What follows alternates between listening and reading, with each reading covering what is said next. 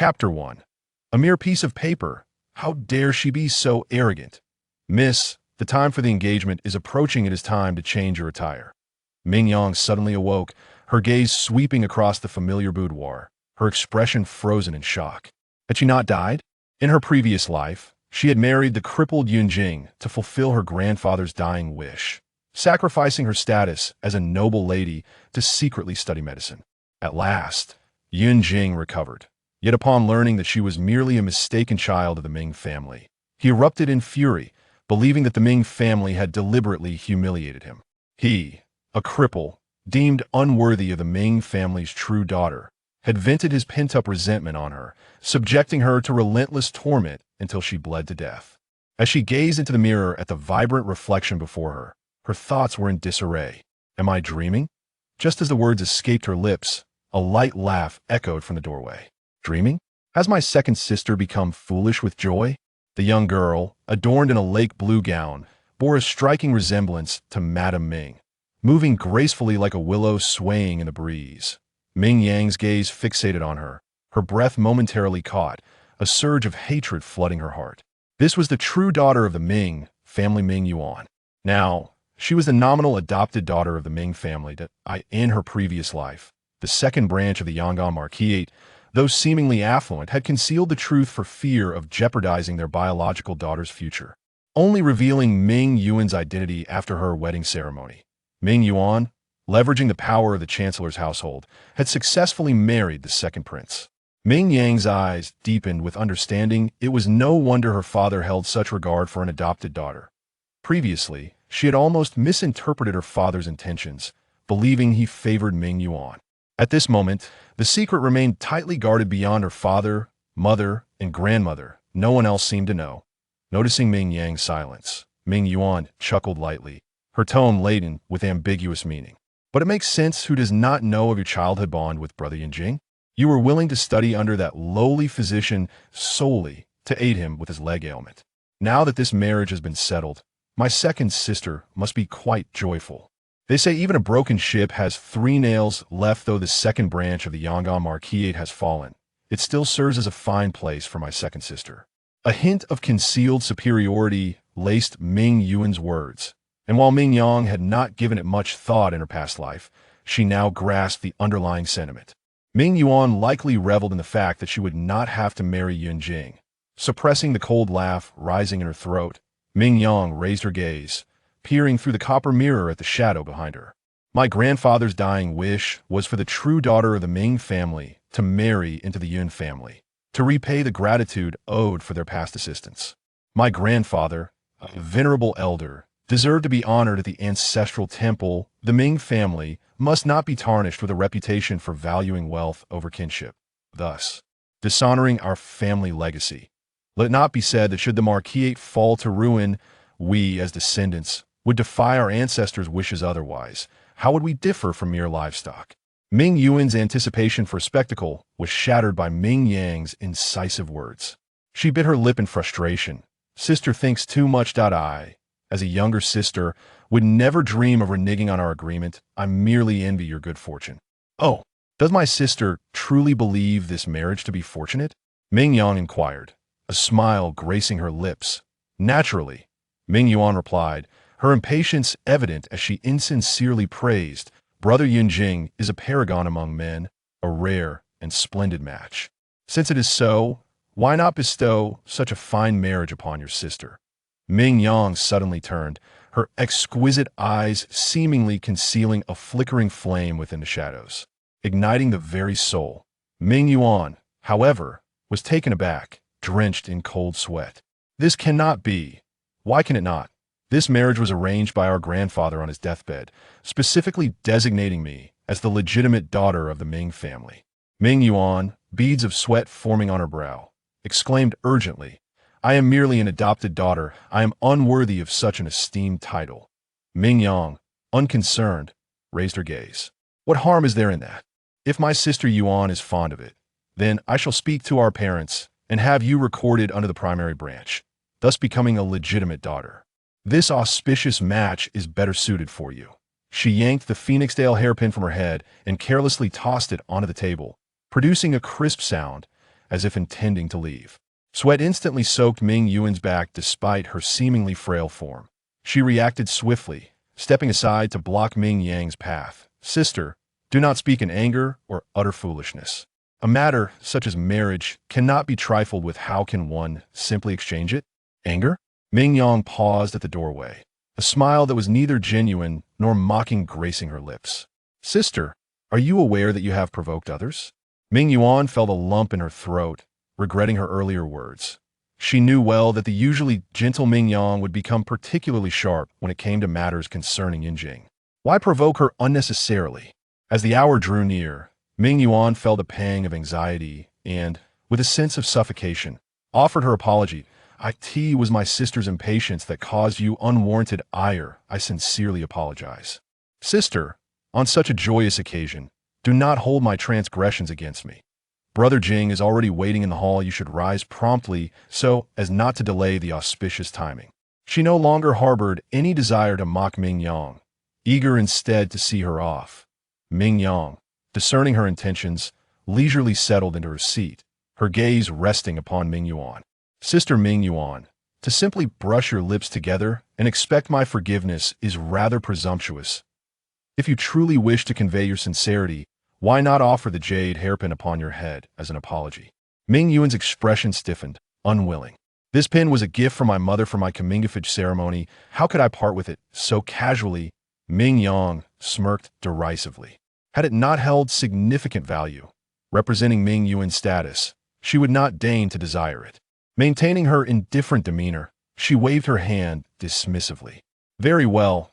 If you cannot bear to part with such a trivial item, it seems you lack genuine contrition." She lifted her teacup, signaling it was time for her guest to depart.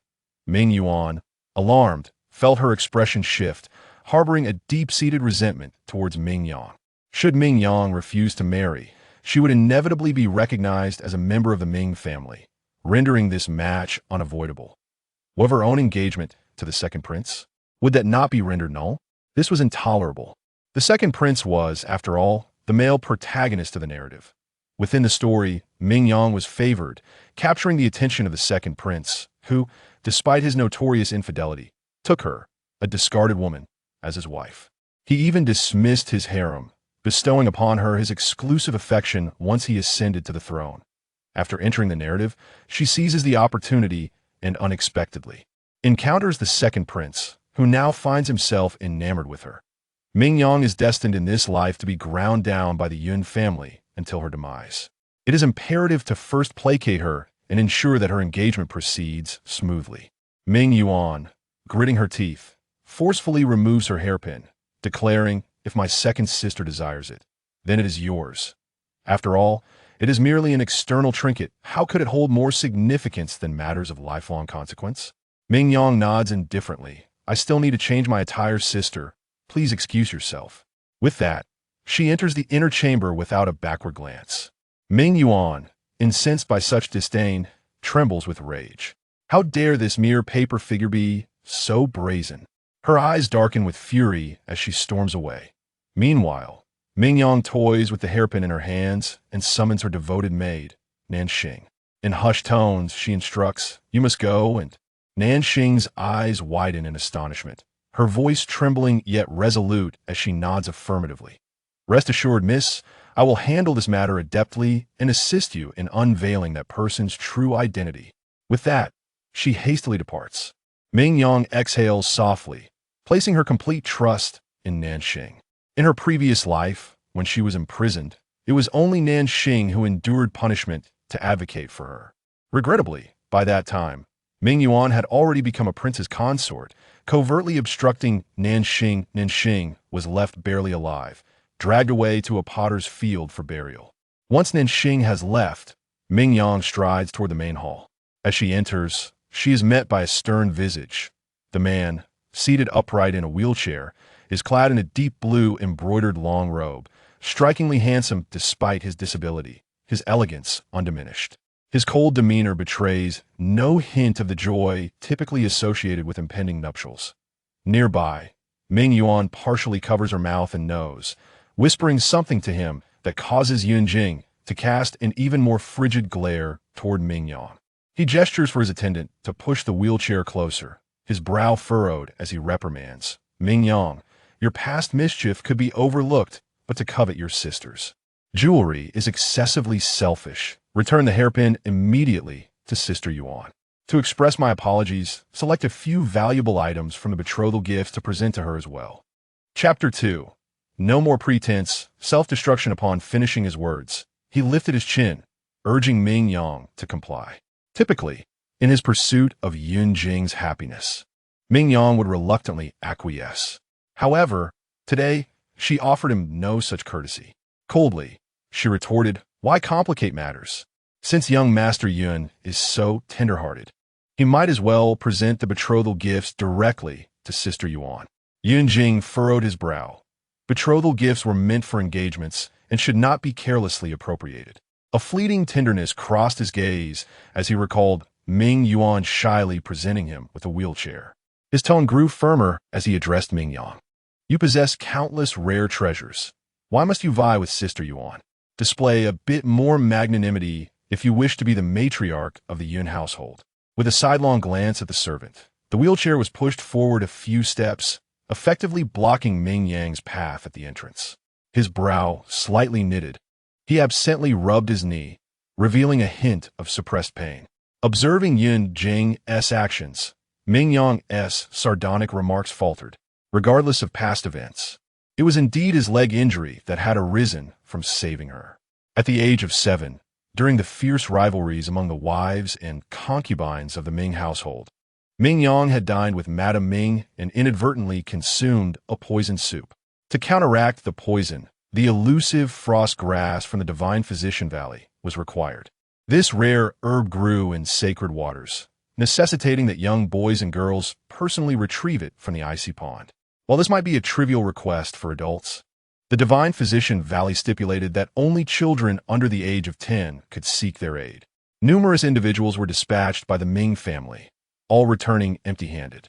Just as despair began to settle in 3 days later, a mysterious figure arrived bearing the frost grass, vanishing without leaving a name. However, a perceptive servant observed this benefactor disappearing into the back courtyard of the Yun residence. Soon after, news circulated that Yun Jing's legs had been frostbitten. Although Yun Jing never explicitly stated it, Ming Yang had already deduced that he was her savior.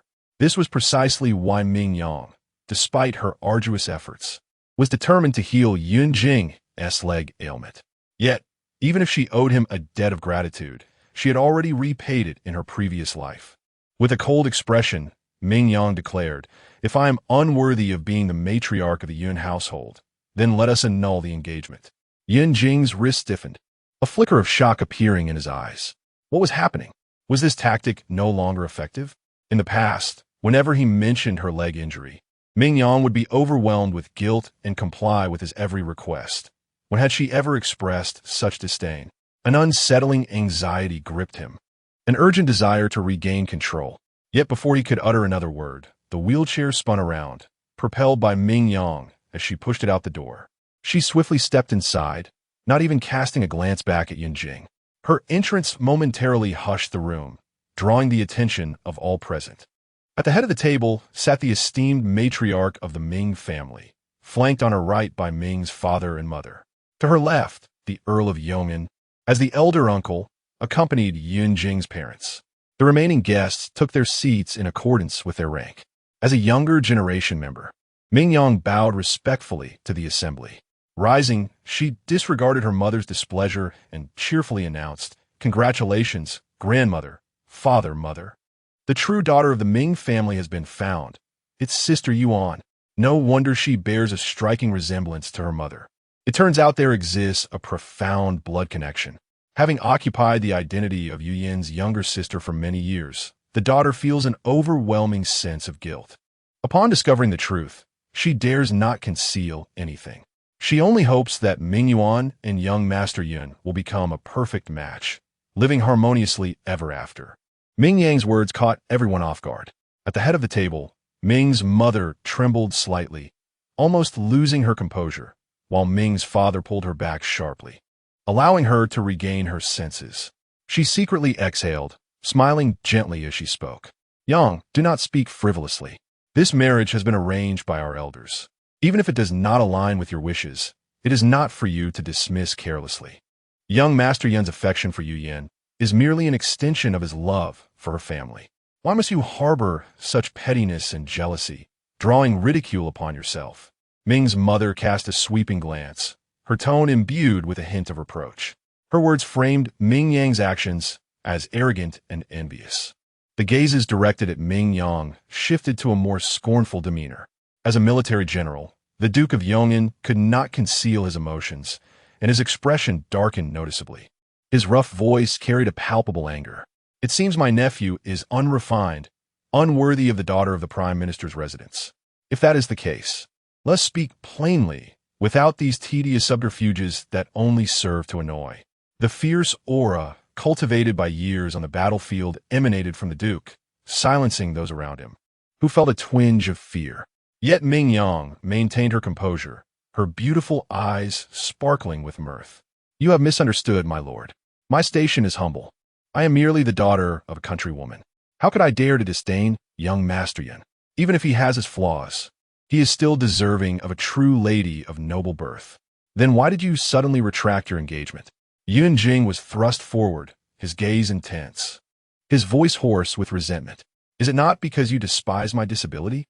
If I truly held such disdain, I would not have taken it upon myself to study medicine and dedicate my efforts to your healing, Ming Yang replied, her gaze calm and unwavering.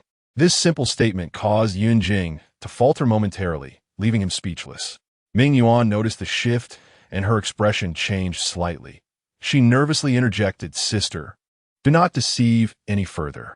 As the legitimate daughter of the Prime Minister's residence, you naturally have more opportunities for advantageous marriages. It is not surprising if you have regrets. Your fabrication of my background is merely an excuse to escape the marriage." Her eyes glimmered, recalling the hairpin that Ming Yang intended to take, stirring unease within her. In the midst of her swirling thoughts, Ming Yuan's eyes brimmed with tears, feeling wronged. Perhaps sister has long been prepared, readying the incriminating evidence to muddle my identity. Upon hearing this, Nanxing, who had just arrived outside the door holding a redwood lacquer box, halted in his tracks, casting a troubled glance at Ming Yang. Ming Yang gestured for Nanxing to withdraw. Indeed, she had instructed Nanxing to take Ming Yuan's token to her room to search for evidence. But it seemed unnecessary at this moment. Given Ming Yuan's words and the family's protection, it was likely that even if she produced evidence today, it would not suffice to unveil her true identity. Seeing Ming Yang momentarily at a loss for words, a glimmer of triumph flickered in Ming Yuan's eyes as she gazed softly at Ming's mother.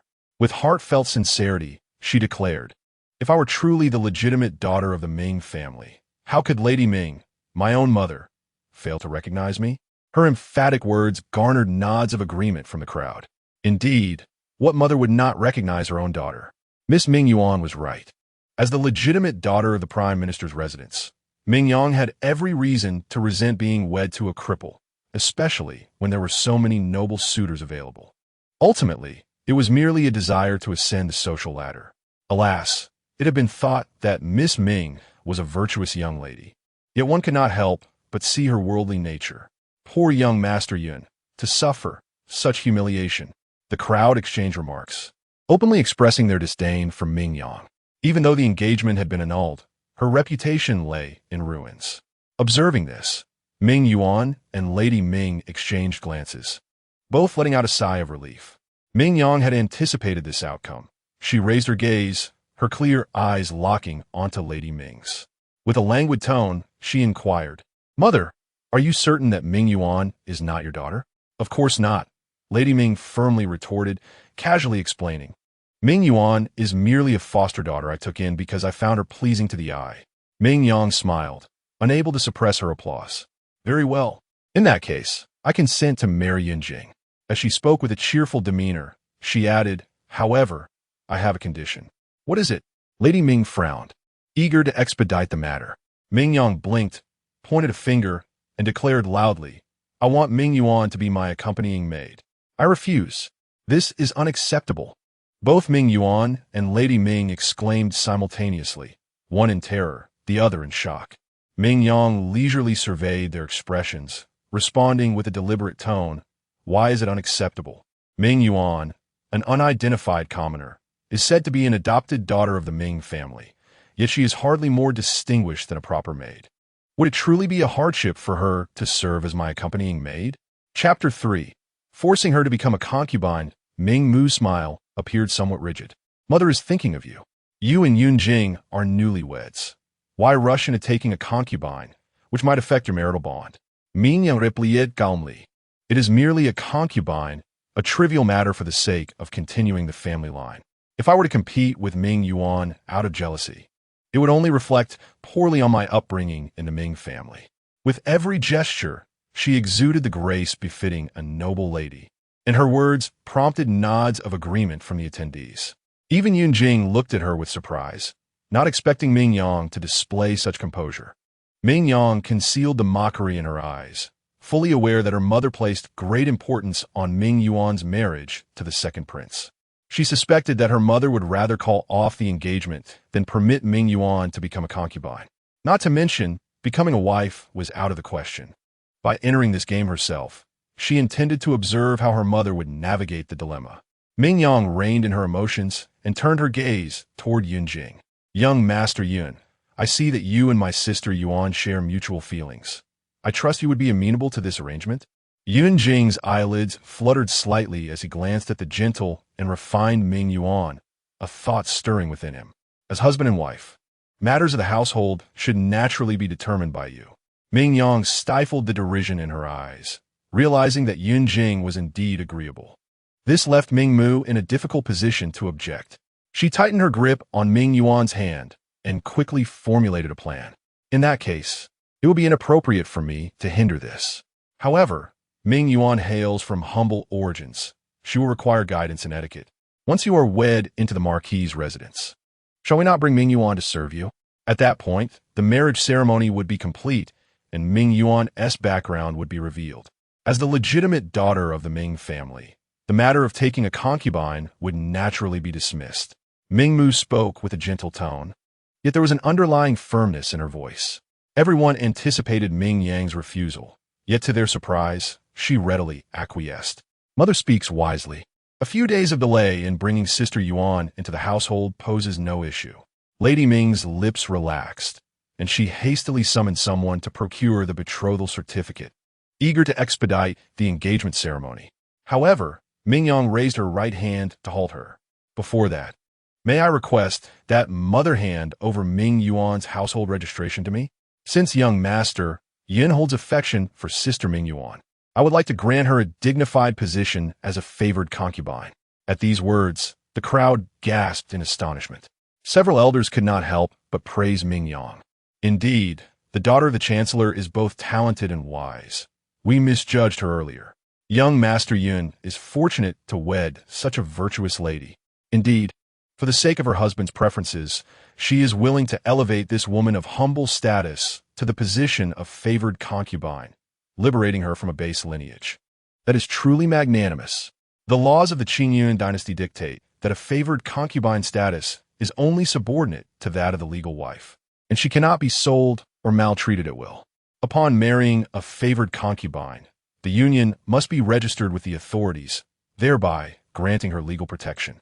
The crowd buzzed with approval, unanimously believing that Ming Yuan was receiving a tremendous opportunity. Yet, Ming Yuan's expression shifted dramatically. Mother, no. If this is registered, I would have no chance to withdraw. Ming Mu's countenance darkened. She was acutely aware of this implication. But how could she retract her words in front of so many witnesses? Ming Yuan's complexion turned pale as she collapsed to the ground with a thud, choking back tears. Mother, I do not wish to marry as a concubine. I only desire to remain by your side and bask in your affection. Her heartfelt plea provided Ming Mother with a justification. With a pained expression, Ming Mother lifted her up, reproaching gently, My dear child, marriage is a matter of mutual consent. If you are unwilling, would our family compel you? She then glanced at Ming Yang, suggesting, Since Yuan is reluctant, let this matter rest. If you seek a dowry concubine, your elder sister, Ming Yu, is perfectly suitable. Let her fulfill that role. Mingyu, the illegitimate daughter of the Ming family's primary branch and the favored child of Concubine Hua, was a year older than Ming Yang and held a special place in Ming father's affections. With a casual remark, Ming mother seemingly dismissed Ming Yu's lifelong prospects, causing Ming father to frown but refrain from intervening. Compared to the value of Ming Yuan marrying the second prince, sacrificing Ming Yu seemed trivial. Ming Yuan exhaled deeply, attempting to rise, only to be startled back to her knees by Ming Yang's next words. It appeared that, in the eyes of their parents, their foster daughter was favored over Ming Yang, who had served them dutifully for years as a legitimate daughter. Ming Yang let out a long sigh, seemingly perplexed. Mother often speaks of young Master Yun as an exceptional man. Why then this disdain? I harbor no disdain for him, Ming mother retorted, her expression darkening. If I had any, why would I block it at every turn? Ming Yang furrowed her brow, pressing with the status of the yeoman marquisate. Any young lady from a respectable family would willingly become his concubine. Is Ming Yuan truly of higher esteem than they? Given that their mother would rather sacrifice her elder daughter to keep Ming Yuan, Ming Yang couldn't help but question her own identity. Pausing, she let her gaze wander between their similar features. If that were the case, she indeed might be the biological daughter of their mother, making her reluctance understandable. Ming Yang's remarks stirred a tempest in everyone's hearts, even causing Yun Jing to reveal a hint of uncertainty. Could it be that Ming Yuan was truly a daughter of the Ming family? Otherwise, why would Ming mother show such favoritism? After pondering for a moment, Yun Jing made a resolution. Ming Yuan must marry. The worst that could happen would be acquiring an additional concubine, something the Yun family could easily afford. If he married Ming Yang and Ming Yuan became the legitimate daughter, the Yun family would become the subject of ridicule. Quietly, Yun Jing sent a message through a servant to his mother. The previously silent Madame Yun set down her teacup and smiled. Madame Ming, I find this maid Ming Yuan quite familiar and endearing. Should you be willing to part with her, I assure you she will thrive in the Yun household. The auspicious hour has arrived. Let us finalize both the engagement and the concubinage as suggested by Ming Yang. With Madame Yun's decisive words, Ming Yuan was instantly thrown into a state of panic. She wept silently, her lips trembling. Aware of her humble origins, she felt unworthy of the yeoman marquisate status. Madame Yun took a delicate sip of tea, seemingly oblivious to the commotion. Ming mother was infuriated, feeling suffocated by the chaos arising from a simple engagement ceremony. Now, to secure the engagement, it appeared they would have to involve Ming Yuan. They disdained even the status of a legitimate wife. How could they possibly regard the position of a noble concubine? Now, caught in a predicament, even Madame Ming is reluctant to casually breach the agreement. Lady Yun's gaze shifted, urging, Madame Ming, the ceremony is about to commence. Please bring forth the marriage certificate and Ming's registry. Madame Ming's eyelids fluttered, recalling Ming Yang's earlier intention to withdraw from the engagement, and she clenched her teeth. She inquired, Yang, once this union is established, there is no turning back. Have you truly considered marrying young Master Yin? At this moment, Madame Ming fervently wished for Ming Yang to call off the wedding, hoping to delay matters and shift the blame onto her. Yet, contrary to her desires, Ming Yang smiled and nodded, stating, the Ming family has owed a debt of gratitude to my grandfather, which is why this engagement was arranged. As the legitimate daughter of the Ming family, it is my duty, both emotionally and rationally, to honor the wishes of my ancestors and remain faithful to my commitments. This is the responsibility that comes with being a legitimate daughter of the Ming family, and I willingly accept it. Her eloquent declaration garnered praise from those present, who hailed her as virtuous and filial. Ming Yang smiled in silence, gracefully accepting their admiration. She playfully glanced at Madame Ming, curious whether the Ming family would forsake Ming Yuan to become a concubine or acknowledge her rightful status. Madame Ming stiffened, left at a loss for words. With a rigid demeanor, she commanded a maid to fetch the marriage certificate. Before she could finish her sentence, a gasp erupted from nearby. Oh dear, old madam, what has happened to you?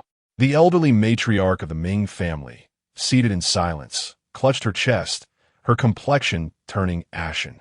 Chapter 4. A conspiracy to teach Ming Yang a lesson in but a brief moment. The matriarch of the Ming family began to convulse, her appearance utterly terrifying.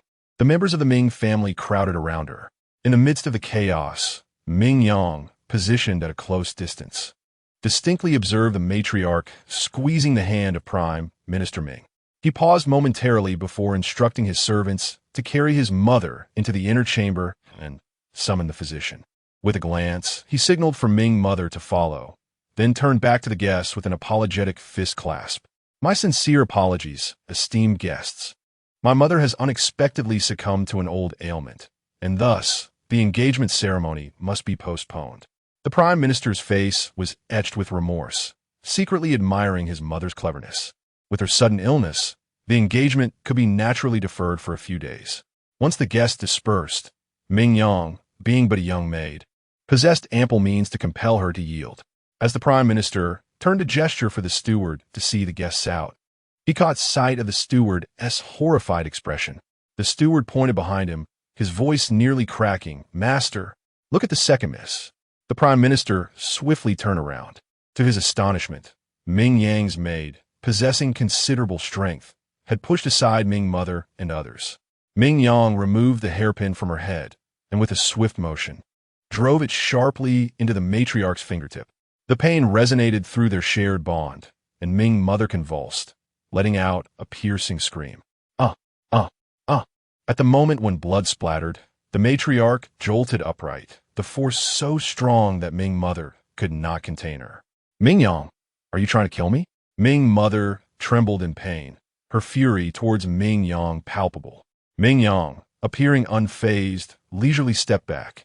With a piece of silk handed to her by Nanxing, she meticulously wiped the silver pin clean before reinserting it into her hair. Only then did she lift her gaze, smiling as she addressed her grandmother. "Has grandmother become confused? I am here to save you." Disregarding the matriarch's ghastly countenance, she turned to Prime Minister Ming with a cheerful demeanor. "Father, you need not apologize. Grandmother has regained consciousness." The Prime Minister's expression darkened ominously. With an authoritative tone, he reprimanded, "Ming Yang, how dare you lay your hands on your grandmother? If something were to go awry, could you bear the consequences?" Ming Yang smiled lightly, her voice steady. "Father, have you perhaps forgotten? I have diligently studied acupuncture and acupoint techniques over the years, and even Dr. Zhang has frequently praised my talent. Grandmother has experienced dizziness and discomfort on multiple occasions, all alleviated by my acupuncture. However, the incident was sudden, and I could not locate the silver needles, nor did I know when the physician would arrive. Worrying that grandmother's condition might escalate to a stroke if not treated promptly, I resorted to using the silver pin in a moment of desperation. I hope for your understanding."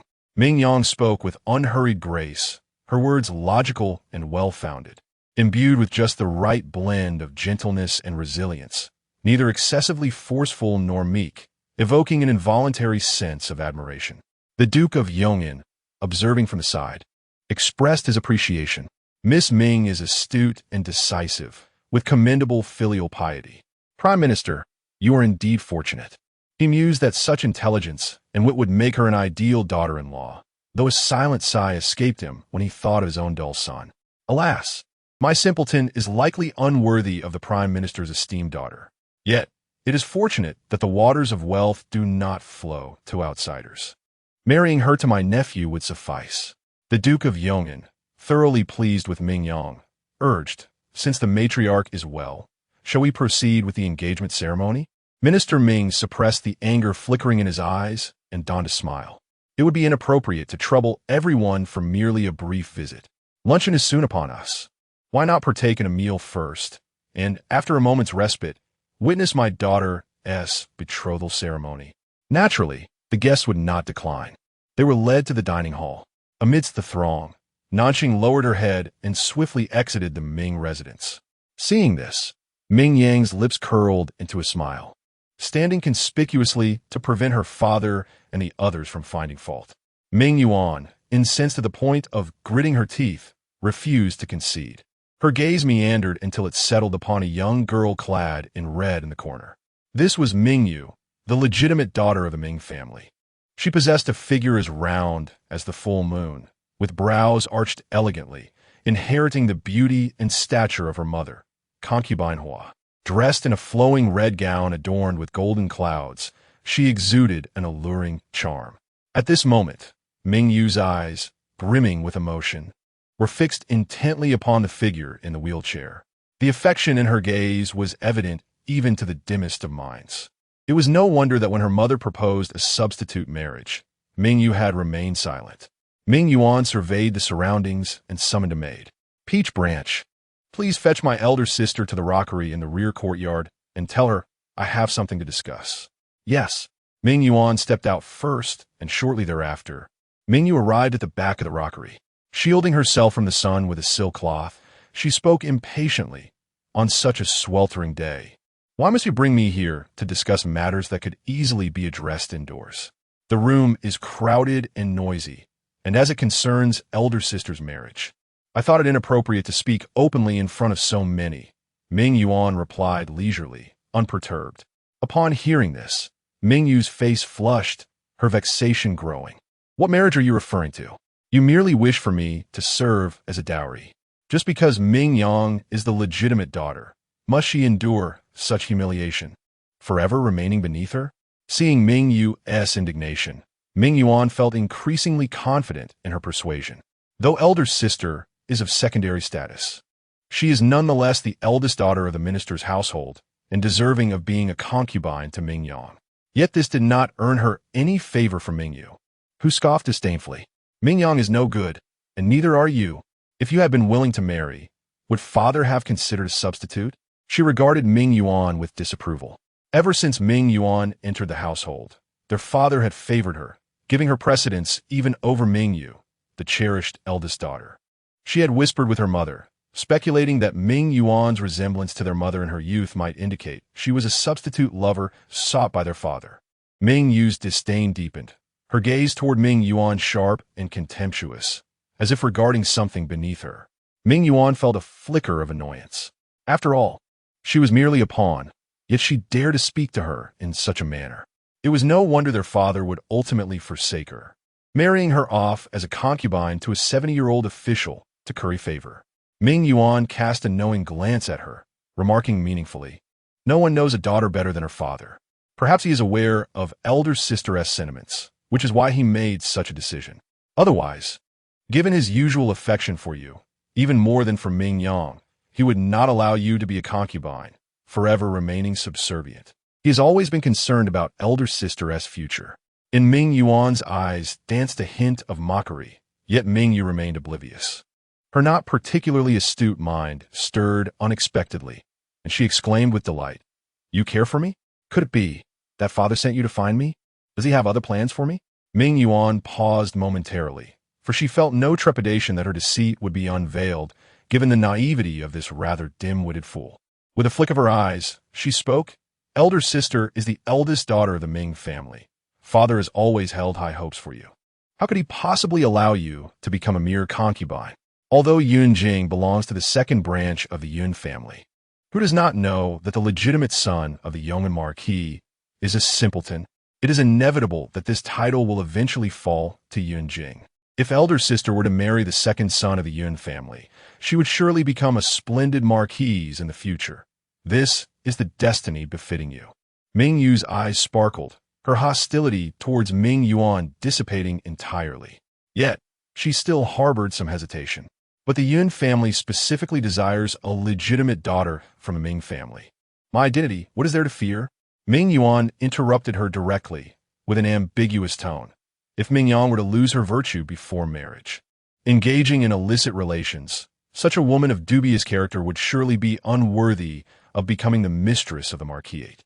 In such a case, elder sister, as the last remaining daughter of the Ming family, would naturally be able to marry into the Yun family with great fanfare to fulfill the engagement. However, this would completely tarnish Ming Yang's reputation. Could father bear such a thing? Ming Yu hesitated. Though father had always favored her, was he truly willing to sacrifice a legitimate daughter for her sake? It seemed rather implausible. Ming Yuan smirked slyly, deliberately slowing her speech. A disloyal legitimate daughter and a future marquise who could benefit the estate. Father certainly knows how to choose. Upon hearing this, All doubt vanished from Ming Yu's face. A glimmer of determination flashed in her eyes. What do you need me to do? All I require is for elder sister to lure Ming Yang out. Their hushed conversation was abruptly interrupted by the sound of a few small stones tumbling down. Startled, the two women looked up. Atop the rockery stood a strikingly handsome youth. Clad in a blue narrow-sleeved robe, his long hair as dark as ink, and his lips a delicate crimson, reminiscent of an untainted celestial being. Yet, the natural innocence reflected in his eyes bore a hint of simplicity. Upon recognizing the visitor, Ming Yu exhaled in relief. Do not pay him any mind. He is merely a speechless fool. The young man atop the rockery seemed oblivious to their derision, diligently polishing the jade in his hands. Ming Yuan, captivated by his appearance, gradually regained her composure and uncertainly inquired, "Is he Yunhe, the legitimate son of the Yong'an Marquis?" "Indeed," Ming Yu affirmed with a nod. With this revelation, Ming Yuan felt entirely reassured. A minor character with scant narrative weight, destined to meet an untimely demise on the day of Yunjing's wedding. Such a figure required little concern. Chapter 5. The trap. The two exchanged glances, muttering a few words before deciding to depart. Before leaving, Ming Yu brushed off the gravel from her head, lifting her eyes with disdain. The Duke of Yong'an was not at all embarrassed to bring along such a fool to banquets. Yunhe, completely oblivious, meticulously examined the polished beads with his slender fingers. His innocent eyes curved slightly, the smile pure and untainted, as if capable of reflecting the darkness of the human heart. Ming Yu, feeling irked, lifted her skirts and hastened up the steps, swatting the beads from Yunhe's hands. The beads scattered across the ground, and a satisfied smile crept across Ming Yu's lips. "You foolish fool, let's see you smile now." With a cold snort, she turned and left. Yunhe stood momentarily dazed, gazing at the scattered remnants, the sparkle in his eyes dimming, lips pressed together in a pitiful pout, a picture of innocence and grievance. He squatted down, clutching a bead from the ground, and angrily formed a word, broken. A quarter of an hour later, Ming Yang was ultimately called by her mother. "Yang Yang, your grandmother has fallen ill, and you have always been the one to prepare her medicine. The maid may not manage the fire properly. You must oversee it yourself." The reasoning from her mother left Ming Yang no room for refusal. She nodded in agreement and followed Ming Yuan to the kitchen. Upon her arrival, the room was empty, the medicinal broth simmering over gentle coals. Just as Ming Yang reached to lift the lid of the pot, she was halted by Ming Yuan. "Sister, the herbs inside follow the old prescription from the household physician. It is best not to open it prematurely to avoid affecting the efficacy." Ming Yang paused, her fingers gripping the silk, quietly observing Ming Yuan before smiling and nodding. "Very well, I shall handle the rest. You may return to care for our mother." Ming Yuan seemed to exhale in relief, half lowering her eyes as she retreated to guard the doorway. Ming Yang picked up a fan beside the medicine bowl, gently fanning herself as the slightly bitter aroma of the herbs wafted into her nostrils. Gradually, her eyelids began to feel heavier. With a thud, the fan slipped from her grasp, her head drooping heavily. Ming Yuan, who had been attentively watching, swiftly caught Ming Yang before she could tumble into the scalding pot. Ming Yu entered from outside, shaking the silk in her hands, and upon seeing the scene, expressed regret in a hushed tone. Why stop her? That troublesome face would be better off ruined. Though she prided herself on her looks, she always felt somewhat lacking compared to Ming Yang's effortless radiance.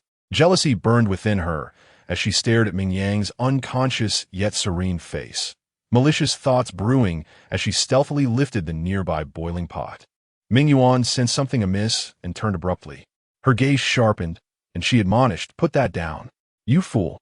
Ming Yu, startled, flinched, causing the scalding broth to splash on her hands, instantly forming several pink blisters. Anger reddened her eyes, but she dared not make a loud noise, fearing the attention of outsiders. "Ming Yuan, why do you stop me? Have you forgotten how she has belittled us?" Ming Yuan frowned in disgust. "Are you truly so dim-witted?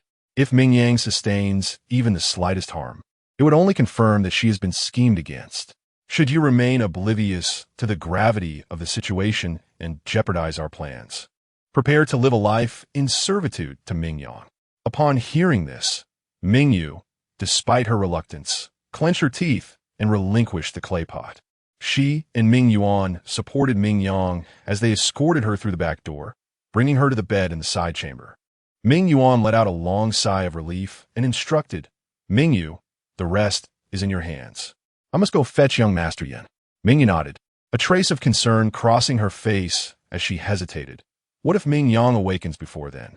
That will not happen, Ming Yuan affirmed confidently. The potion contains double the amount of sleeping draught. The heat from the medicinal concoction will disperse it.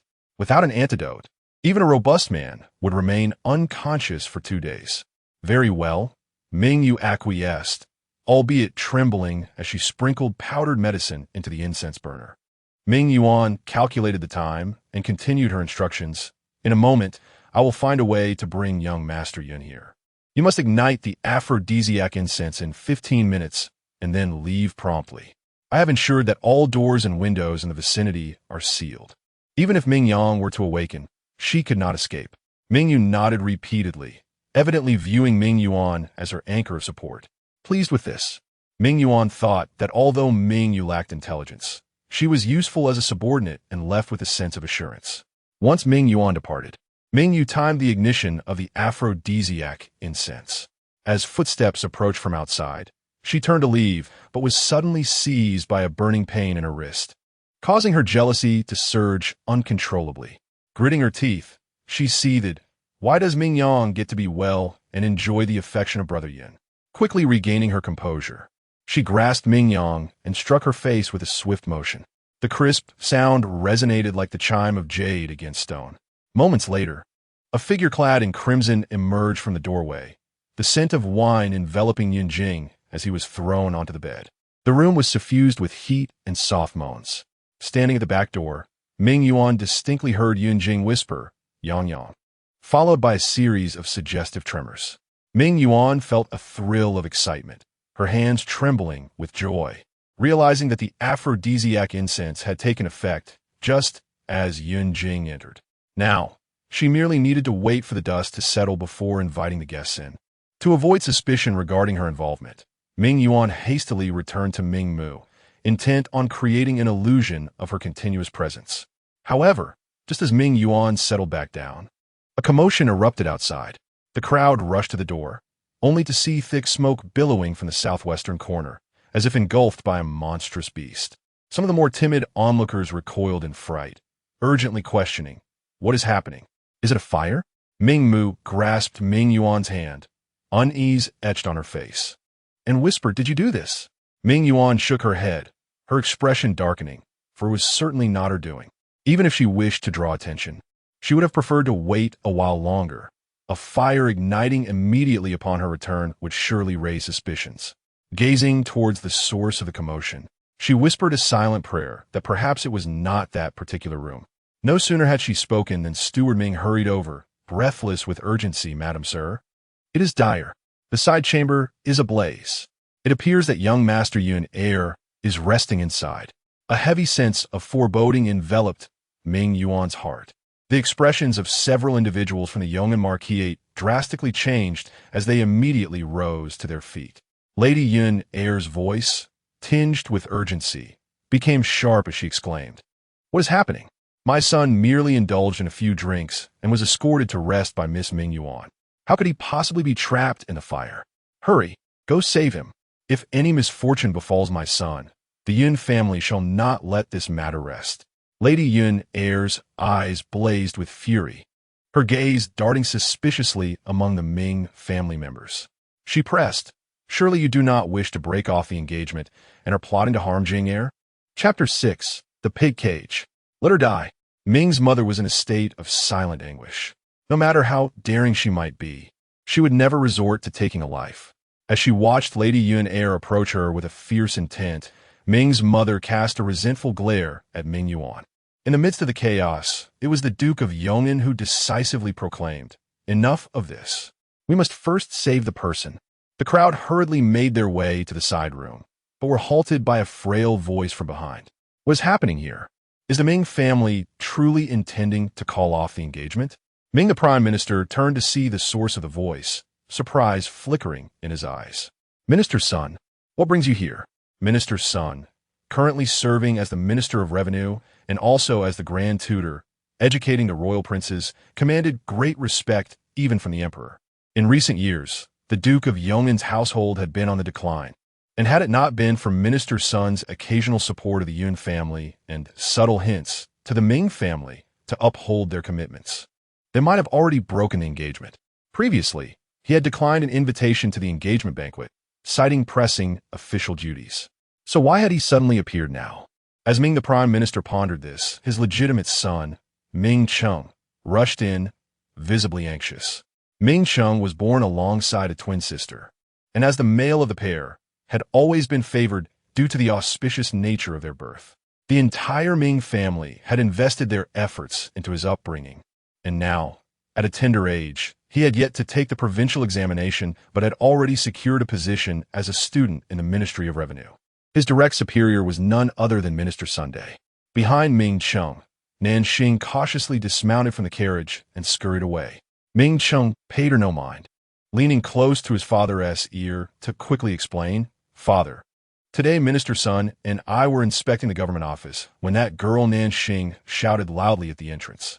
She claimed that the marriage between the Yun and Ming families was in jeopardy because the Ming family looked down upon Yun Jing's disability and insisted on calling off the engagement.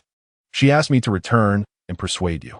Upon hearing this, Minister Sun, disregarding his son's attempts to dissuade him, hastily made his way over.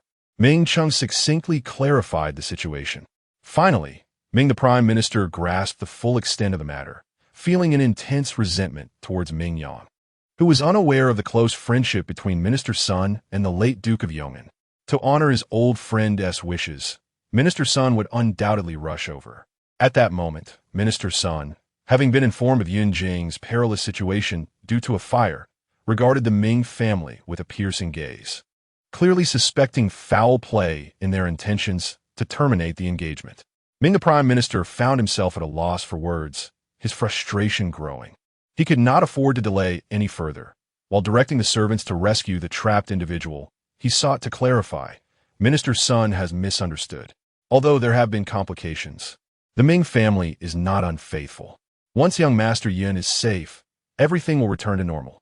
Should young Master Yun meet with misfortune."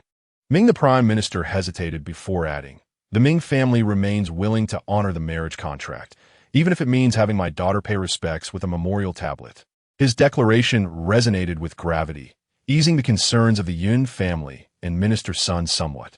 He silently exhaled, inwardly praying for Yun Jing's safety. Yet, he did not forget to cast a warning glance at Ming's mother and Ming Yuan. Regardless of their schemes, should they tarnish the Ming family's reputation, he would not hesitate to act without mercy. Ming's mother could not help but shrink away, avoiding the gaze of Ming the Prime Minister. Ming Yuan gritted her teeth, eagerly gazing at the doorway. Suddenly, her eyes sparkled with excitement as she exclaimed, "She's come out." The crowd instinctively turned their attention. Yun Jing emerged clad in tattered attire, being carried out by a servant. Behind him, the matron staggered forth, cradling a curled-up woman swathed in a blanket. Through the fabric's gaps, the woman's bare shoulders and smooth skin were discernible. The hem of her red dress hung limply outside the blanket, presenting a disheveled sight. A surge of ecstatic joy surged through Ming Yuan, causing her voice to tremble uncontrollably. Heavens, how could there be a woman in young Master Yun's chamber, and in such a state of disarray? She inhaled sharply, as if startled, and mused in a daze. "No wonder I faintly heard moans when I left the side room. I thought I had misheard and hurried away." So, there was someone with young Master Yun in a compromising position?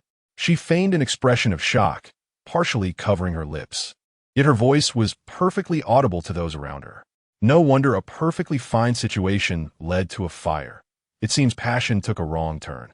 Ming Yuan's remarks entirely absolved her of suspicion while deftly shifting the blame for the fire onto Yun Jing and his companion.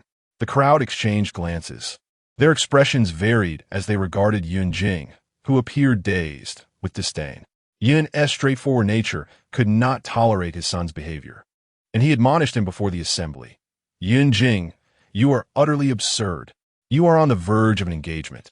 Yet here you are with another woman in the Ming household. How can you face the soon-to-be betrothed, Miss Ming Air?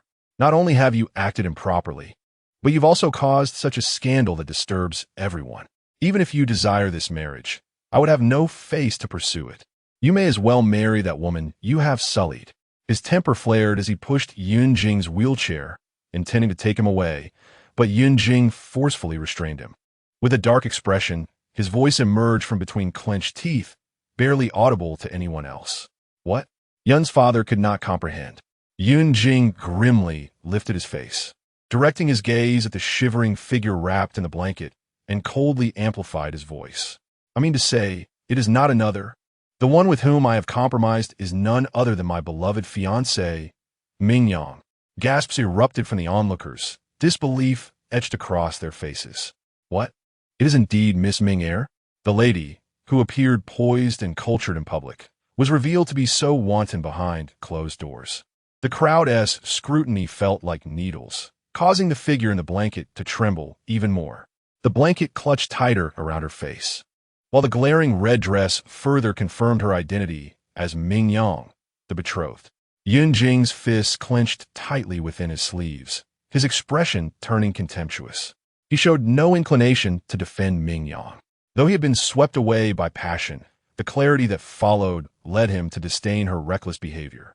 Once, he had doubted his worthiness for Ming Yang due to his disability, but all such insecurities dissipated when she willingly threw herself at him. A flawed gem holds no value. Thus, if he were to continue with the engagement, she ought to be grateful. Yun Jing's gaze became distant, and the faint hint of inferiority that once lingered within her vanished entirely in that moment. The Prime Minister Ming, standing nearby, was livid at this scene, his complexion turning a shade of iron. He vaguely suspected that this was the handiwork of Ming Mu and Ming Yuan, and inwardly cursed their foolishness. Although he wished for Ming Yang to take her sister's place, he did not want the family's reputation to be tarnished. In that moment, the Prime Minister was filled with a suffocating rage, yet he could only grit his teeth and allow events to unfold. He watched as Ming Yuan dabbed at her tears with a handkerchief, her face flushed with shame and anger, biting her lip and exclaiming, "What an embarrassment! How could mother ever praise my sister for her obedience and filial piety, holding her up as a paragon for us sisters? I never imagined that second sister would use the pretense of assisting grandmother with her medicine to engage in such despicable acts. If it were any other time, it might be tolerable that second sister indulges in pleasures, but today, with grandmother unwell and the engagement imminent, this is simply outrageous." She was so humiliated that she felt tears welling up, stamping her foot in frustration, burying her head in Ming Mu's embrace. With her words, the reputation for filial piety that Ming Yang had built over the years was effectively shattered. Ming Mu, filled with maternal sorrow, gently patted Ming Yuan's back, her face flushed with shame. "It is my fault as a mother for not disciplining you better, allowing such an unashamed daughter to emerge. Poor Yuan, you have always been so well-behaved and respectful, yet you must bear the brunt of this. Your grandmother is ill, and you have worried day and night, reciting prayers. Your knees bruised and swollen, leaving you with a lingering pain on rainy days. Yet now, you are entangled with this tainted individual. As a mother, my heart aches for you." Tears streamed down Ming Mu's face. Ming Yuan, resolutely wiping away the tears from the corners of her eyes with a determined hand, could not help but tremble, evoking pity from those around her. "Mother, it's all right, it's just the fate of a daughter." Nearby, some young gentlemen, unable to bear the sight, spoke up candidly. "That Ming Yang, so promiscuous and debauched, deserves to be punished." Everyone present was reasonable, aware that this matter had nothing to do with Miss Ming Yuan, and urged each other not to worry about being implicated by her. As these words echoed, others quickly chimed in, pointing at the increasingly trembling quilt, loudly rebuking, "Indeed, Miss Ming Yuan is pure and virtuous, and should not be sullied by such a lowly person. Ming Yang, if you possess even a shred of shame, you should end your own life. Spare your sisters from this disgrace. Godi, Godi." The clamor rose and fell, a cacophony of outrage. Chapter 7. My sister is not that kind of shameless woman. Ming Yuan secretly rejoiced as she saw everyone turning against Ming Yang. But when she raised her eyes, they widened in shock, and she frantically waved her hands in denial. "No, my sister is not such a vile person. She was simply too deeply enamored with the second young Master Yun, hence her inability to restrain her emotions. For his sake, the elder sister was even willing to accept a noble concubine before marriage. She would relinquish her own husband. Such was the depth of her genuine devotion. Upon hearing her words, the crowd recalled the matter of taking a concubine. Those who had previously praised Ming Yang for her magnanimity and virtue now wore expressions of disgust and indignation. No wonder the second young lady Ming had been so willing to assist her husband in taking a concubine. What was once perceived as gentle virtue now seemed to conceal ulterior motives. She is about to be wed, yet she cannot resist sneaking into his bed. Such wanton behavior reveals her promiscuous nature. Most likely, she is no longer chaste and fears her future husband's disdain, hence these desperate attempts to please him.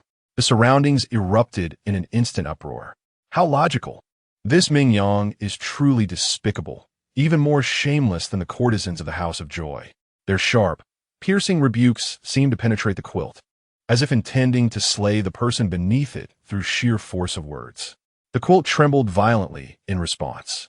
Still unsatisfied, Ming Yuan subtly signaled her mother with a covert glance. Madame Ming's gaze was distant, clouded with hesitation, but under her daughter's urgent prompting, she suppressed the reluctance in her heart.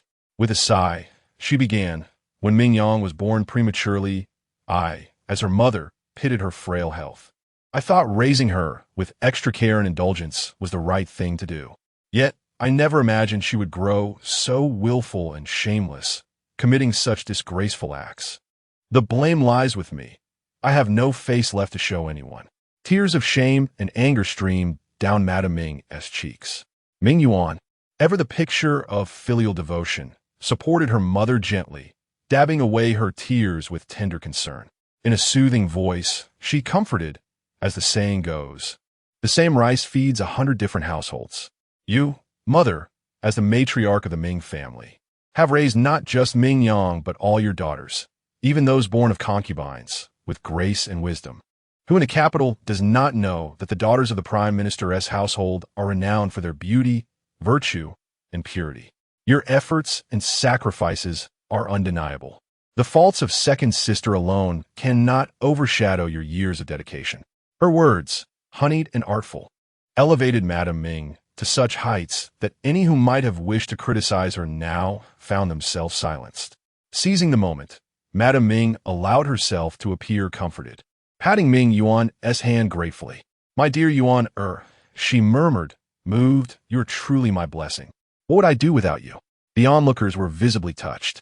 Among them was Lady Zhang, the wife of the imperial censor, a woman of scholarly lineage and upright character who had always admired refined and considerate young ladies. Unable to contain her admiration, she praised, Miss Ming Yuan, your beauty is matched only by your kindness. No wonder Madame Ming dotes on you. Even I find myself utterly charmed. With such virtue, it would be a shame for you to remain a mere concubine.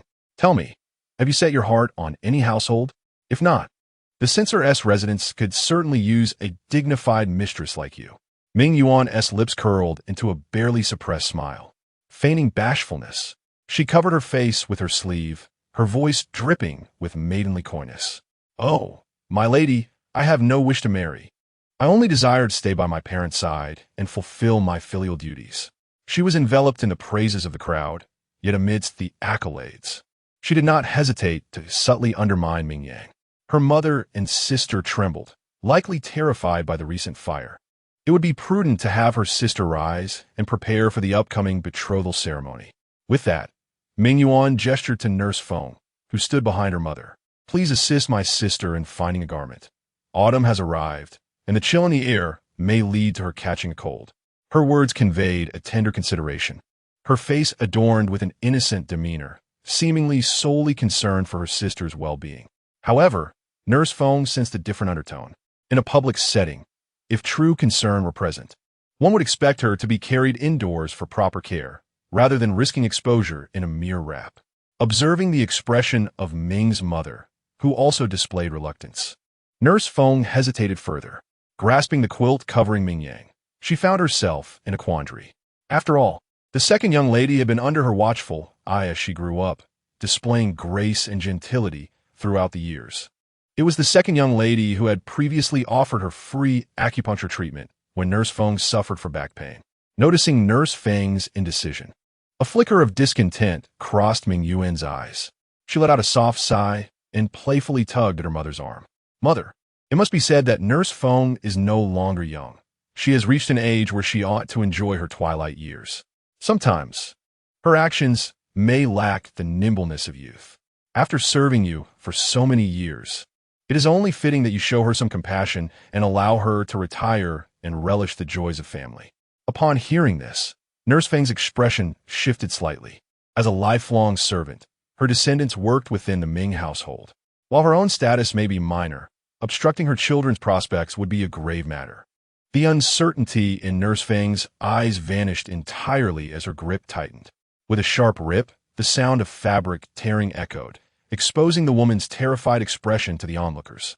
The woman's delicate, fair hands, akin to mutton fat, adorned with long, brilliantly red nails, betrayed the meticulous care she had received. At that moment, she desperately concealed her face, unwilling to be seen. The exposed skin bore a mottled array of bruises, igniting the imagination of the crowd. Whispers and pointed fingers proliferated. Even Yun Jing, who had retreated to the side, could not escape the ambiguous scrutiny. His countenance darkened, furrowing his brow in anger. "Hurry and dress yourself. Ming Yang, do you possess no shred of shame?" He seemed to find the very sight of her distasteful, ordering the maidservants of the Ming family. "Take your young lady away at once." Ming Yuan's eyes sparkled with satisfaction as she observed Ming Yang's reputation in tatters, choosing not to intervene. As Ming Yang was about to be carried away to a secluded room, a perplexed whisper suddenly emerged from behind. Yun Jing, were you calling for me just now?" A young girl stepped forth from the crowd, her gaze bright and her smile radiant, reminiscent of a spring flower emerging from a crevice, both delicate and vibrant, exuding an air of proud liveliness that captivated all. Chapter 8. I simply drank too much and slept with the wrong person at this moment, however. The crowd was too preoccupied to appreciate her exquisite features, all faces turning pale. "Ming Yang, how could it be you?" Ming Yuan's exclamation shattered the stillness of the courtyard. Waves of turmoil surged in Yun Jing's eyes, evoking a tempest within. His cheeks contorted slightly, his voice taut and laced with an unmistakable tremor. "Ming Yang, what are you doing here? Who was the person beneath that quilt?" This inquiry echoed the sentiments of the assembly. Ming Yang appeared to find amusement in their bewilderment. "Where else would I be if not here? My mother just asked me to prepare medicine for grandmother. Did you not all witness that?" Upon her utterance, a few began to recollect. Indeed, had not Miss Ming just gone to brew medicine for the elder lady? Why had they hastily concluded that she was engaging in impropriety without even a glimpse of her? It felt as though they had anticipated this moment all along. Most present were not foolish. Upon hearing her words, they pondered deeply, their gazes hesitantly shifting towards Ming Yuan, who had been the most vociferous in her accusations. Ming Yuan's composure faltered instantly, her eyes darting about. The individual clad in red, adorned in lavish attire, appears strikingly similar to the wedding gown commissioned by my second sister. I merely mistook her in a moment of confusion. According to custom, on such a significant day, the female guests would inquire about the bride's attire, deliberately avoiding gaudy colors to signify their respect for the family's joyous occasion. Yet, Ming Yu harbored different sentiments towards Yun Jing, thereby intentionally choosing a similar style. Earlier, without any reminders, the assembly had harbored no suspicions. Now, however, they began to contemplate anew. Eager to absolve herself of suspicion, Ming Yuan swiftly altered her narrative. Moreover, it was Yun Gongzi who first claimed this person was my second sister. Who could have foreseen that Yun Gongzi could misidentify even those involved in such scandalous affairs? I was merely misled. Upon her declaration, the crowd's skeptical gaze shifted from her to Yun Jing. Yun Jing's wrist trembled, his form momentarily stiffening. He cast an irate look at Ming Yuan. His prior fondness for her had diminished significantly due to her attempt to shift blame. Ming Yuan, feeling guilty, averted her eyes, retreating behind Ming Mu. She still aspired to marry into royalty, her reputation too precious to tarnish. Yun Jing, though physically impaired, could not partake in the imperial examinations. Thus, any scandal surrounding him would merely be seen as the capricious behavior of a man, providing the world with further gossip. With this thought, any lingering guilt within her dissipated, and she stood tall with renewed conviction. Ming Yang had remained quietly observant throughout. At this juncture, it seemed she had finally pieced together the fragments of the surrounding discourse. The smile upon her face gradually faded, her enchanting phoenix-like eyes now glinting with a cold, investigative scrutiny. "So, my dear sister, is it merely a matter of attire that sullies my reputation and leads you to presume I engage in licentiousness?" She turned her gaze sharply towards Yun Jing, her voice suddenly elevated, brimming with unmasked disappointment. "And my childhood betrothed, rather than defending my honor, would sooner cast aspersions upon me, willing to ruin my name to protect the one involved in such disgrace. Is it not apparent that your orchestrated performance was premeditated?" Ming Yang's words struck with resounding force, akin to a tempestuous gale, each interrogative sentence carrying the might of thunder, rendering one unable to meet her gaze.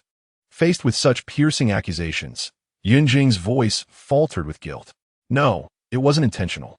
I merely mistook someone else for you." Ming Yang caught this feeble excuse with perfect clarity, her gaze turning even more frigid. "Mistook someone else?" She sneered derisively, pointing at the tattered figure whose bruised shoulders bore glaring purple marks. With icy contempt, she uttered, having grown so intimately close to another, "Dare you still claim to have misjudged their character? Yun Jing, you may regard me, Ming Yang, as a fool, but do not dare to deceive our esteemed guests as well." Her chest heaved with rage, her face pale as if stricken by profound sorrow. Her glassy eyes, like delicate flower buds touched by frost, were misty and fragile, evoking tender pity. Those who had misunderstood her moments ago now felt pangs of remorse. Their hearts burned with the indignation of being deceived, and their wrath turned toward Yun Jing. "Young Master Yun, it's time for honesty," they sneered. "To claim mistaken identity is utterly preposterous. Having come this far, do not presume to manipulate us further as your unwitting executioners."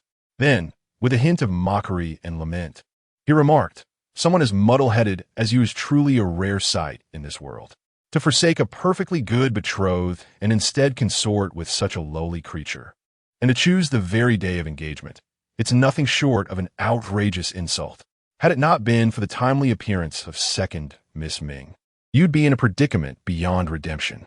From this, it seems the person beneath those covers must be the true love of second young Master Yin. For him to go to such lengths in defense. How pitiable second Miss Ming appears." Sympathy for Ming Yang only deepened the crowd's disdain for Yun Jing. Yun Jing found himself at a loss for words. Accustomed to a life of privilege, where harsh words had never been directed at him, he had never endured such humiliation before. Fine beads of sweat trickled down his forehead as his feeble explanations grew weaker. "I was merely intoxicated at the time." Yet no one believed him. "Come now, second young Master Yun, spare us these flimsy excuses," they jeered, exchanging knowing glances. If a man were truly so inebriated as to be insensible, even a celestial beauty before him would be powerless to stir desire. The marks on that young lady suggest quite the vigorous encounter. The crowd had already convinced themselves that Yun Jing was shielding his beloved at the expense of Ming Yang. Yun Jing's agitation only intensified. Compared to the crowd's scorn, Ming Yang's icy indifference unsettled him far more. A gnawing dread told him that if this matter were not resolved satisfactorily, all ties between him and Ming Yang would be severed forever. Just as panic gripped him, his peripheral vision caught a furtive figure, wrapped in a quilt, sneaking toward the back of the crowd. Yun Jing's eyes sharpened instantly. "Halt!" he barked. "Who are you truly? And for what purpose do you scheme against me?" Lady Yun II happened to be standing nearby, witnessing her own son being scolded, her heart already burning with anxiety. Seeing this, she disregarded the dignity befitting a noble lady and hurried forward. With one swift motion, she seized the embroidered quilt and gave it a forceful tug. Amidst the sound of tearing fabric, the woman's true visage was finally revealed. "Mingyu? How could it be you?" Yun Jing's expression darkened. He had speculated it might be some ambitious maid from the Ming family seeking to climb the social ladder, or perhaps a minor official's daughter. Never did he imagine it would be the illegitimate daughter of the Ming household. Yet, Lady Yun II exhaled in relief, having finally found grounds to confront the Ming family. Her eyebrows arched sharply as she raised her voice in accusation.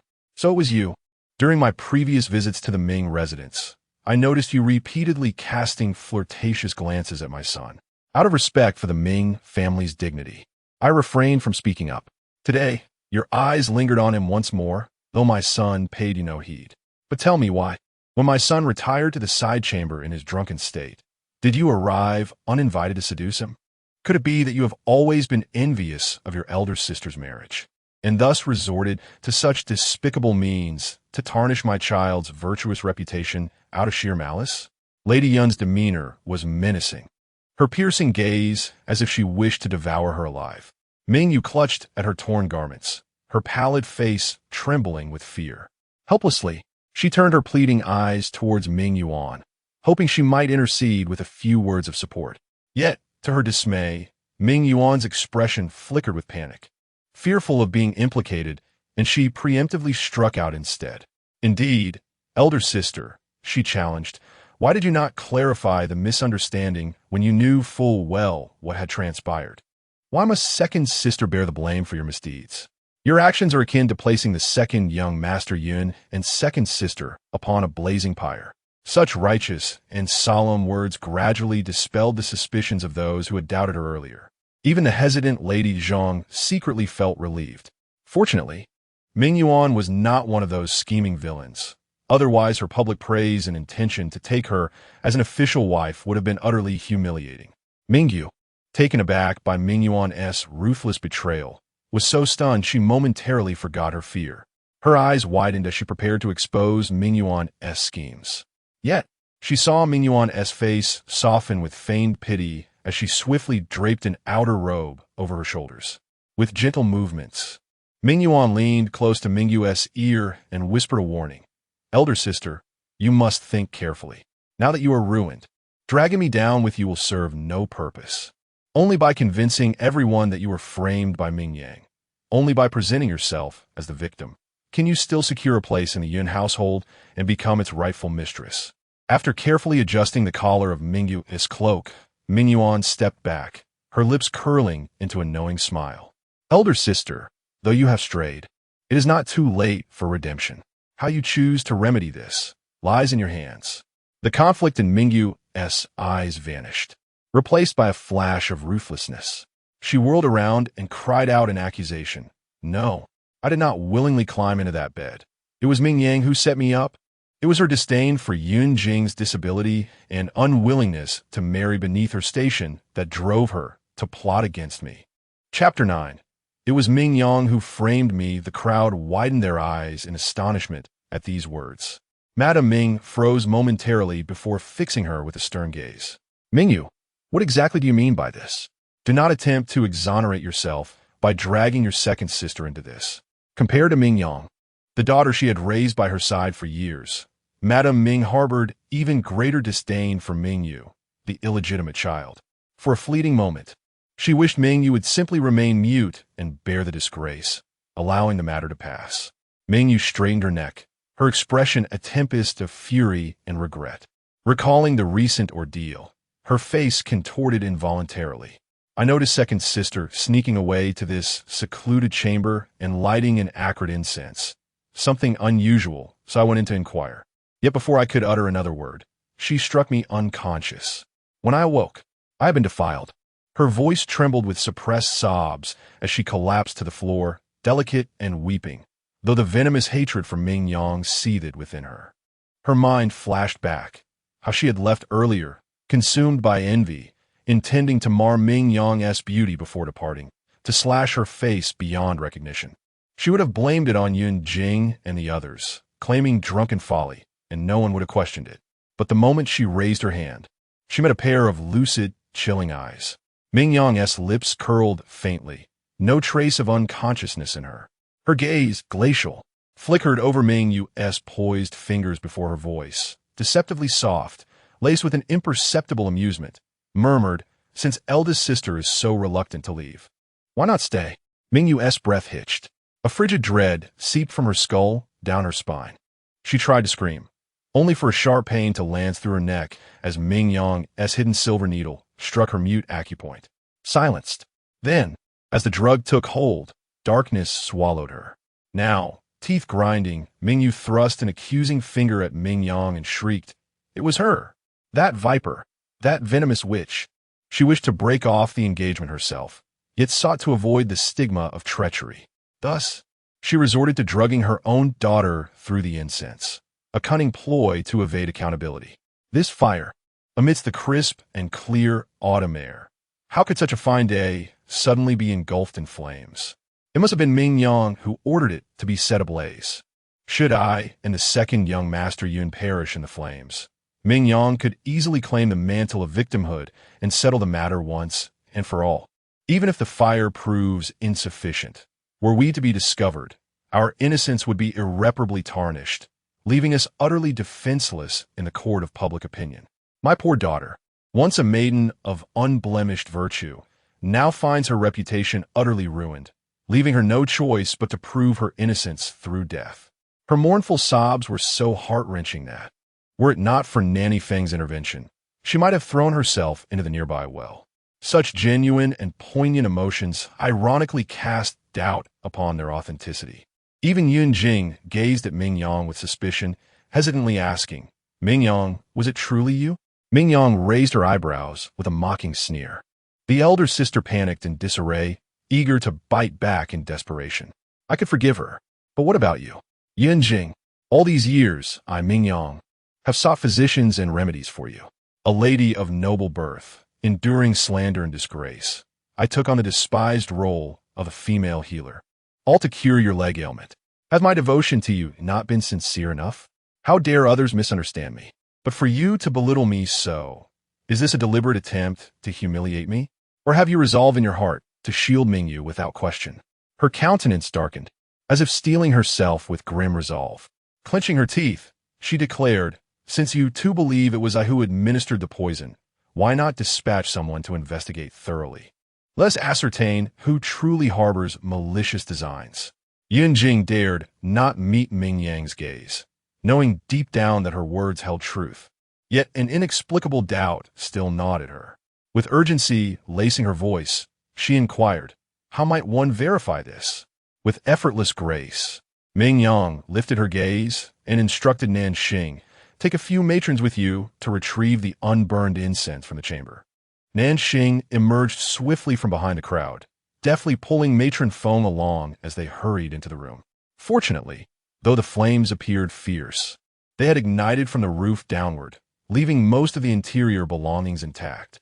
Mindful of propriety, the quick-witted Nanxing had matron Feng herself carry the incense burner, ensuring even the flint used to light the incense was carefully brought out. The items were then placed with meticulous care upon the stone table at the center of the courtyard. Turning her eyes back to Ming Yang, Nanxing inquired, my lady, are there any further instructions? Ming Yang nodded slightly and requested another basin of clear water. Understood. In mere moments, Nanxing had everything prepared. Stepping forward without hesitation, Ming Yang plunged both hands into the water basin before anyone could react. After remaining motionless for a brief interval, the water retained its pristine clarity. Only then did she withdraw her hands, as she accepted the silk handkerchief from Nanxing to meticulously dry between her fingers. She lifted her gaze to meet Ming Yu's eyes. Your turn now.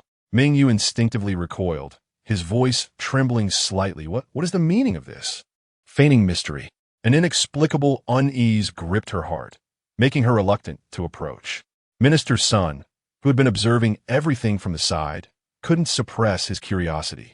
What exactly was the second young Miss Ming up to? Could this basin of water possibly identify the murderer? Unexpectedly, Ming Yang actually nodded in agreement. Naturally, if elder sister accuses me of administering poison, then this incense powder must indeed have been ignited by your humble servant. She turned her gaze inquiringly toward Lady Ming, seeking confirmation. If this daughter recalls correctly, the manor procured a new batch of fire strikers last month. To prolong their usability, An excessive amount of sulfur and other substances were added. Is this not the case? The mother, perplexed, answered truthfully that the statement was indeed accurate. Ming Yang's lips curled slightly as she pointed her fingertip toward the basin. Her voice was clear and composed. Precisely because of the excessive sulfur, the seal was compromised. When used, the powder would inevitably stain one's hands and prove exceedingly difficult to cleanse. Moreover, sulfur turns yellow upon contact with water. Had I handled it, traces would remain on my hands, tainting the water. Yet now, the water remains pristine, proof of my innocence. This knowledge, incidentally discovered in her past life while studying pharmacology, unexpectedly served her now. Pausing, her serene expression faded as she fixed Mingyu with a commanding gaze. Her voice rang firm and unyielding. Since I have proven myself, I now ask eldest sister to do the same. She seized Mingyu's wrist with a firm grip and forced it toward the basin. Terrified, Mingyu shrieked incessantly, desperately trying to retract her hand. The moment her fingers grazed the water's surface, she mustered all her strength to wrench free from Ming Yang's grasp. Stumbling backward several steps in haste, she exclaimed sharply, "I refuse. I have not committed any wrongdoing, and I do not require validation." Chapter 10. I refuse to accept this accusation. Little did she know, her fearful expression had already betrayed her guilt without any need for confession. Ming Yuan silently cursed the fool. Taking a deep breath, she adorned her face with a gentle, delicate smile, attempting to mend Ming Yu's blunder. Elder sister must have been frightened, momentarily overwhelmed by panic.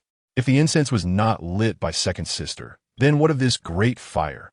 Her eyes shimmered with curiosity as she softened her tone and inquired, was it not second sister who placed it there either? Mingyu was reminded by her, as if grasping the last straw of hope. Clenching her fists tightly, she pointed fiercely at the charred rooftop. The fire had arisen under suspicious circumstances. Had it been a normal accident, the flames would have started from the corners of the house. How could it possibly have begun at the very roof? It must be your deliberate scheme, Ming Yang, to set the roof ablaze through your agents.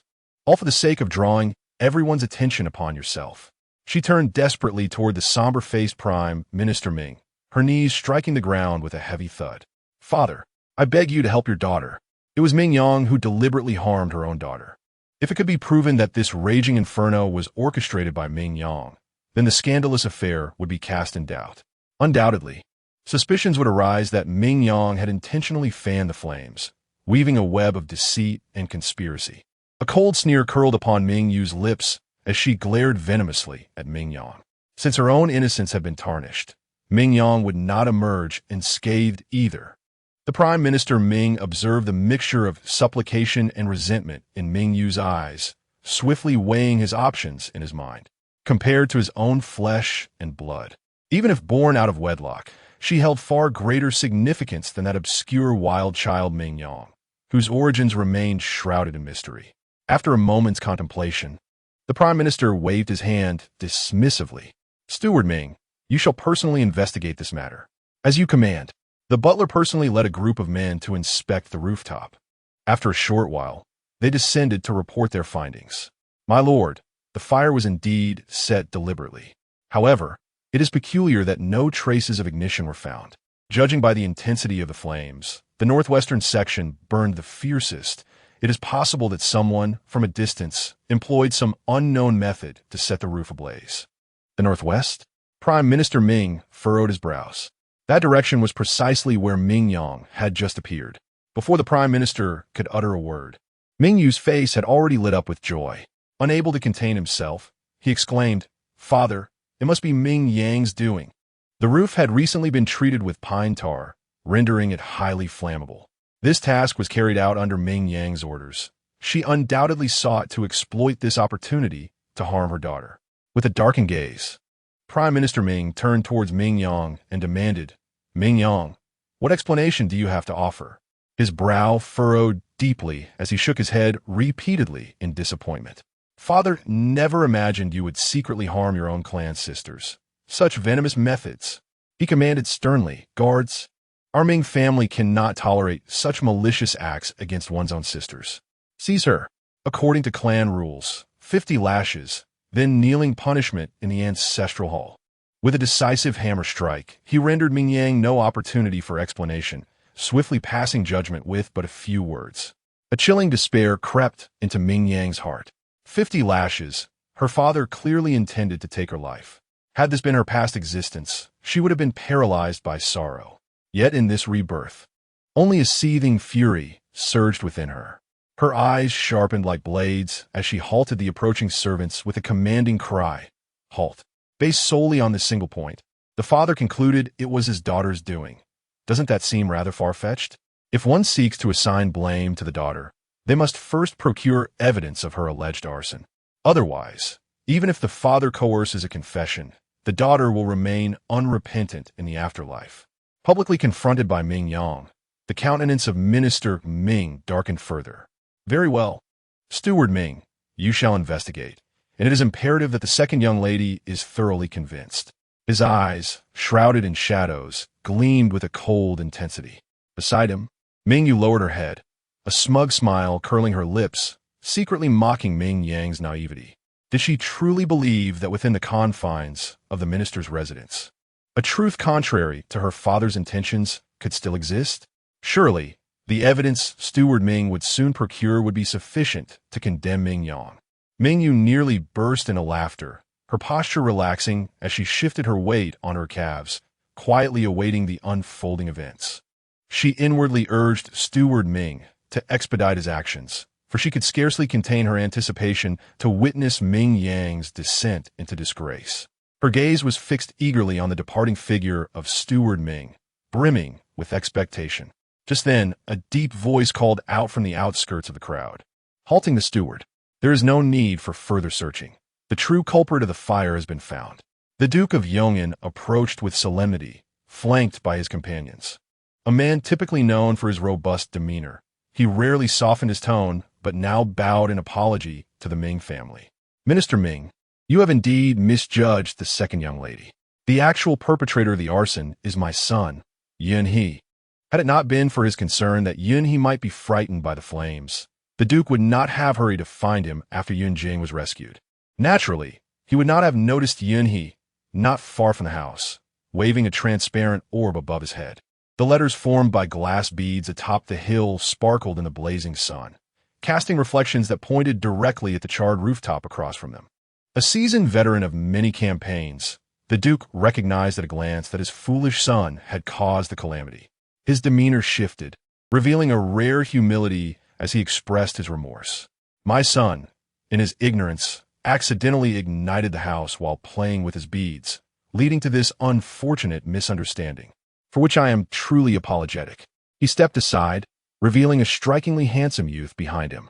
Yin He possessed an ethereal beauty, yet his demeanor was somewhat stiff, resembling a delicate doll. Suddenly standing amidst the crowd, he appeared noticeably anxious, his shoulders tense, and his dark eyes wide with trepidation.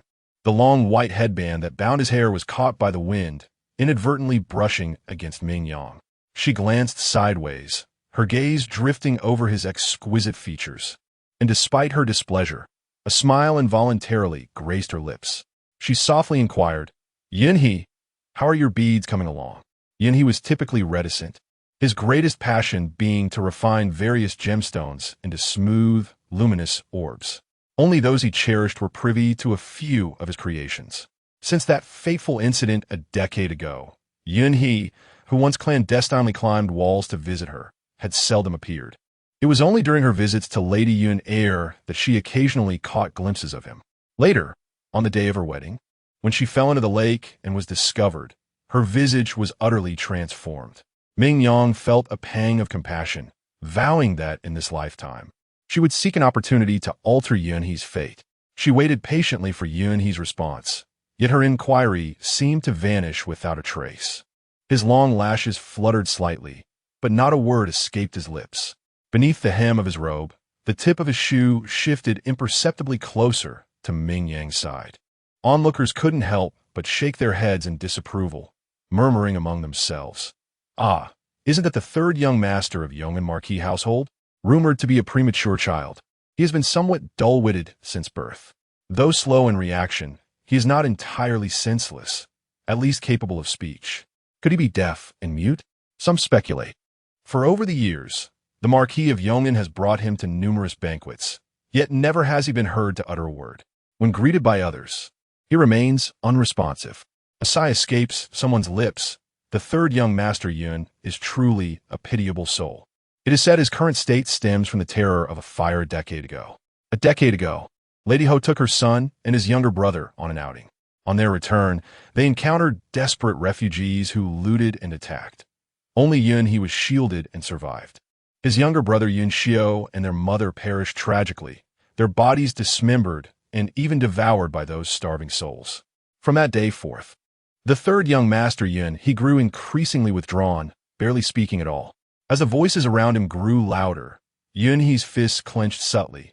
Clearly, he heard every word. Ming Yang frowned slightly, instinctively glancing at Lord Yong'an, only to find his expression grim yet unmoved, as though long accustomed to such cruelty. With a helpless sigh, Ming Yang raised her voice to interrupt the crowd. You misunderstand. Yin He simply has little interest in certain matters, hence his silence. Not due to any speech impediment. Before the age of 5, the fourth young master Yin Xiao often brought Yin He to play with her. Back then, Yin He's cheeks were round and plump, like a soft, glutinous rice ball, utterly endearing. Though his words came slowly, he was far from foolish. He would trail behind her, calling her little sister in that tender voice, pressing pretty beads into her hands. Her heart softened. Unable to bear it, Ming Yang stepped forward, shielding Yun He from those unkind gazes. Seeing her plans thwarted, Ming Yu was already irritated. Now, the sight of Yun He only deepened her displeasure. Her tone turned acrid. Everyone knows the third young master cannot speak. Second sister, why defend him so fiercely? Could it be you fancy him? Ming Yang curled her lips coldly and spoke with undisguised disdain. Elder sister, is your mind so limited that it can only conceive of such trivial matters between men and women? No wonder the elder sister could stoop to such despicable acts as sneaking into someone's bed. Ming Yu's face paled as she sensed the increasingly contemptuous gazes of those around her. Chapter 11. Genuine fool or feigned ignorance? Her heart seethed with resentment as she glared at Ming Yang and the other with accusatory eyes. Of course, I could never match second sister's cunning wit. Even a fool can be manipulated by her. Come to think of it, who's to say who truly set this fire? Perhaps it was none other than you, second sister. You deliberately schemed against me, framing me with the second young master Yun. Ming Yu arrogantly lifted her chin, utterly unconcerned about being exposed. After all, Yun He was mute. Even if he had overheard her scheming with Ming Yuan earlier, he couldn't speak of it. As long as her father was willing to shield her, not only would the arson be overlooked, but even the scandal of sneaking into someone's bed would have to be swallowed by Ming Yang, whether she liked it or not. On this matter, Ming Yuan and Ming Yu were in perfect accord, their thoughts converging as one. Ming Yuan then turned her delicate yet pointed words upon Ming Yang, adding softly, indeed. How utterly peculiar that the third young master Yun could be so unfortunate, merely playing with beads, yet somehow managing to set the entire residence ablaze. Even if one claimed it was unintentional, it would be difficult to believe. As they spoke, their gazes instinctively drifted toward Yun He's direction, only to meet the chilling, ruthless glare of the Marquis of Yong'an. His piercing eyes swept past them, sending a shiver down their spines before he calmly averted his gaze, as though nothing had transpired. With an air of bewilderment, someone remarked, "How truly strange. My son, who was perfectly well, had arranged beads upon the ground to form a character. The clustered beads reflected light with such intensity that it ignited the fire. Had they been scattered carelessly, the flames might never have taken hold. What character was it?" Ming Yang raised an eyebrow with a mischievous glint. "Wicked," Yong'an Ho uttered succinctly. A flicker of unease passed through Ming Yang's eyes as she sensed something amiss. Suddenly, Yin He, who had remained silent until now, seemed triggered by a key word. His luminous eyes snapped up, gleaming with intensity, pointing decisively toward Ming Yuan and Ming Yu. His voice rang out, clear and resonant. Wicked. That sound was like a sudden clap of thunder on calm ground. Even Lord Yong'an had no time to marvel at his son's ability to speak. As he saw Yun He clutching the pearl, the corners of his eyes reddening with grievance. Had he suffered some injustice? Ming Yang couldn't help but softly inquire. Yin tilted his head slightly, as if asking, "What does it mean to be bullied?" Ming Yang paused for a moment before explaining as simply as possible. "For example, calling you foolish isn't kind words. Those things that make you unhappy are forms of humiliation." Yin blinked slowly, his moist eyes drooping downward. A belated expression of grievance gradually surfaced on his face. Extending his hand deliberately, he stated firmly, "They bullied me." Ming Yu immediately objected. "Don't speak nonsense. How do we bully you?" Yet my heart pounded incessantly with trepidation. Something was amiss. Wasn't Yin supposed to be mute? Fortunately, he was too muddle-headed to give a coherent explanation. Just as Ming Yu breathed a sigh of relief, she heard Ming Yang's gentle inquiry once more. "How exactly did they mistreat you?" You addressed the crowd. Even Ming Yuan grows visibly tense now. She shoots Ming Yu a venomous glare. This imbecile insisted Yin was mute. Had she known, she should have pushed Yin off the mountain back, then to eliminate the threat permanently. Discreetly wiping her sweaty palms, she forces a benevolent smile. With a gentle tone, she remarked, "Third young master Yin must be mistaken. We have never met before, so how could there be any talk of humiliation? Perhaps the young master is still drowsy, unable to distinguish dreams from reality." Deliberately guiding the crowd, she framed Yunhe's words as mere fantasy. Prime Minister Ming's expression darkened, visibly irritated by the uncontrollable turn of events. His displeasure was evident as he cast an unkind glance at Yunhe, the sudden disruptor. Everyone knows third young master Yun is naive and ignorant. Why waste time on this? With Qin Yun at peace, the Yun family, once a military aristocracy, has long been in decline. His words carried no regard for the Yun family's dignity, barely stopping short of outright calling Yunhe a fool. With a disdainful glance at Yunhe, his contempt undisguised, he turned his attention back to Ming Yang, pressing the accusation. "Ming Yang, today's incident is undoubtedly tied to you. If you confess honestly, given your youth, your father may yet show leniency." His voice was icy, laden with authority, clearly intent on pinning the blame on her. Ming Yang's expression hardened, though she was unsurprised by her father's actions. In his eyes, only interest mattered. Now that he knew she was not his blood, sacrificing her came naturally. If he was determined to condemn her, few would intervene. This was, after all, a family matter, unless the truth was laid bare, forcing him to uphold propriety for the sake of appearances. As she strategized, movement stirred behind her. Yunhe's dazed look vanished. Slowly, he moved beside Ming Yuan, his gaze sharpening. With a swift motion, he snatched the silk handkerchief from her hands. His fingers tightened, knuckles whitening as his voice shifted, soft, mesmerizing, almost hypnotic. Who knows a daughter better than her father? Surely, father understands eldest sister's desires. He has always cared deeply for her future. The eldest son of the Yong and Marquis' household is a fool. Naturally, the title will fall to Yunjing. If eldest sister marries the second young master, she will one day be the illustrious marchioness. That is the future she deserves. But if Ming Yang is accused of impropriety before marriage, an unchaste woman, unfit to be a noble's wife, then eldest sister, as the Ming family's sole remaining daughter, would rightfully fulfill the betrothal and marry into the Yun household with honor. Word by word, his voice mirrored Ming Yuan's, down to the identical mannerisms, as if she possessed him. The onlookers stood frozen, too stunned to intervene. Then, Yunhe pivoted toward Ming Yu, chin lifted with a mix of arrogance and hesitation. But in doing so, Ming Yang's reputation would be utterly ruined. Could father bear that? Yunhe turned back to Ming Yuan once more, a delicate silk handkerchief partially concealing the corners of her lips that curled upwards. With a voice as soft as honey, she coaxed seductively. A disloyal eldest daughter versus a future marchioness who could bring substantial benefits to the prime minister's residence. Father would naturally understand which choice to make.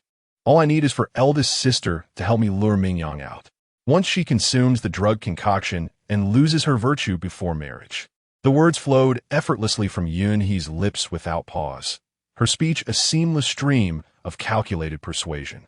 He would stand beside Ming Yuan one moment, then shift to Ming Yu's side the next, flawlessly mimicking their gestures and intonations with remarkable vitality, as if possessed by their very spirits.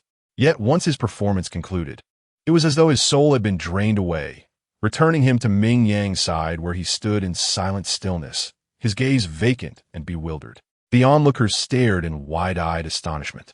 One hesitant observer stammered out a question, even for someone of sound mind. Recalling such an extensive passage with such precision would be a challenge. Could it be that this third young master Yun is feigning his condition? Chapter 12. Horrifying. Even a savage tiger spares its own cubs, as the words fell. Yun he furrowed his brows slightly, as if recalling something once more. His voice carried a muffled tone, his face clearly etched with displeasure. In Ming Yu's voice, he repeated, "Don't bother with him, a mute fool who can't speak." At this point, Yun seemed somewhat uncertain. Tilting his head toward Ming Yang, he asked, "When they call me a fool, are they insulting me?" Ah! Not only Ming Yang, but also those who had speculated that Yun he wasn't foolish now felt somewhat disappointed. It turned out Yun he's lengthy speech wasn't intended to expose Ming Yuan and her schemes, but simply to lodge a complaint. What an accidental revelation. Ming Yang recovered from his astonishment and nodded with a smile. Naturally, it counts. Yet inwardly, he marveled at Yun he's remarkable memory. This ability to retain everything at a glance was identical to that of the once gifted young prodigy, Yun he's younger brother. Not only Ming Yang recalled this, but the Marquis of Yong'an's expression also darkened with sorrow, clearly reminiscing about his tragically lost son. Gazing at a face so similar to his fourth son's, a flicker of guilt passed through the Marquis's eyes. Reflecting on the earlier exchange, his fury surged uncontrollably. He erupted in a thunderous rebuke. Outrageous! The Yong'an Marquisate was personally bestowed by the late emperor, and the inheritance of this noble title shall be determined by his majesty's decree. When has it ever been permissible for two mere women to dictate such matters? Esteemed Prime Minister, your daughters possess such remarkable talents. Should I, the Marquis, petition His Majesty tomorrow to bestow upon them the plaque of Yong'an Marquisate as a plaything for these two prodigies who surpass even the heavens? The words of Marquis Yong'an carried the unmistakable weight of fury. His tiger-like eyes widened with a murderous aura honed on the battlefield, chilling to the bone. The surrounding crowd instantly fell into a deathly silence, not daring to even breathe. Prime Minister Ming, though pointed at and interrogated directly, could not retaliate due to his own guilt. His expression grew increasingly grim. He had no choice but to swallow his pride and mediate for Ming Yu and the others. My daughter has long been secluded in the inner chambers, lacking worldly experience. Her words were improper, and I shall discipline her strictly henceforth. His sharp gaze swept towards Lady Ming, the icy glare sending shivers down one's spine. Lady Ming paled but forced a smile, curtsying an apology. The fault lies not with the Prime Minister, burdened as he is with official duties and unable to attend to household trivialities. It is my failure in educating our children that led to their reckless remarks. I beg the Marquis's punishment. Her extremely humble demeanor left Marquis Yong'an with little room for further reproach. His remaining anger thus turned towards Yun Jing. Even these sheltered maidens like Ming Yuan were convinced Yun Jing would inherit the title. Who knew what others might be thinking? The Marquis felt a displeasing sense of violation. This title, he could bestow it willingly, but none should covet or scheme for it. Marquis Yong'an lifted his eyelids slightly, his indifferent gaze fixed meaningfully on Yun Jing. Jinger, I know you've always been indifferent to fame and well-mannered. Surely what they said earlier does not reflect your true thoughts, does it? Yun Jing's heart skipped a beat. This shouldn't be happening. His uncle had always treated him with kindness and affection. The entire household had tacitly assumed he would inherit the title. Why this sudden hostility? This public confrontation was nothing short of a blatant warning. Yun Jing's countenance grew even more ashen than before. Suppressing his humiliation with clenched teeth, he uttered through gritted teeth, "This nephew naturally would not." Only then did the Marquis of Yong'an withdraw his piercing gaze. His fathomless eyes, dark as abyssal pools, swept over Ming Yu and her companion. Undisguised revulsion etched upon his aristocratic features. Yun he has never spoken falsehood, he declared icily, each syllable dripping with disdain. His testimony bears absolute veracity. These words sent immediate shockwaves through the assembled company. Could it truly be that the Ming family's illegitimate eldest daughter and adopted ward had conspired to scheme against their own blood sister? Yet by a twist of fate, the eldest Ming daughter reaped what she sowed, while the second Ming daughter narrowly escaped calamity. Not content with scheming against her sister's marriage, they sought to tarnish her reputation with accusations of treachery. Had it not been for the inadvertent eavesdropping of the third Yun heir, the second Ming daughter might have found herself condemned beyond redemption, unable to cleanse her name even if she plunged into the Yellow River itself. The crowd murmured in discontent, expressing sympathy for Ming Yang while scorning the underhanded tactics of the other two. Lady Zhang, who had previously spoken in Ming Yuan's defense, pressed her thin lips into a tight line, visibly suppressing her fury. She couldn't even bring herself to glance at Ming Yuan, letting out a derisive chuckle. It seems my aged eyes have failed me in discerning character, she muttered inwardly, though she refrained from chastising the younger generation openly to avoid appearing petty. Instead, she silently added this grievance to Chancellor Ming's account.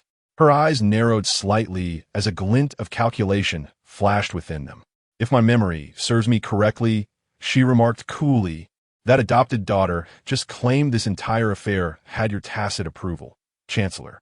By implication, it was you who permitted such disgraceful conduct. Others caught onto this implication, their gazes toward the Chancellor now laced with complexity and disappointment. Chancellor Ming has always been known for his integrity in governance, someone sighed. Yet it seems even he falters in managing household affairs. Whispers resurfaced about old rumors, how the Chancellor had once doted excessively on a concubine, nearly elevating her to equal status with his lawful wife until the birth of his legitimate heir. What was once dismissed as gossip now seemed plausible, given his blatant favoritism toward this illegitimate daughter. The onlookers exchanged meaningful glances, their expressions tinged with pity and disapproval. What a shame. The current emperor, after all, revered his empress and despised those who neglected their rightful wives for concubines. If the Chancellor were impeached for such misconduct, favoring concubines over his lawful family and mistreating his true-born daughter, how long would his newly appointed title last? This implication was not lost on Chancellor Ming's faction either. The Vice Minister of Revenue hastily intervened. Preposterous. Blood runs thicker than water. Even if Chancellor Ming shows partiality, he would never condemn Second Lady Ming to death. Such sinister tactics bear the hallmarks of inner chamber intrigues, likely orchestrated by the two young mistresses who might have deceived even the esteemed Prime Minister. Many found this reasoning plausible. After all, even the fiercest tiger does not devour its own cubs.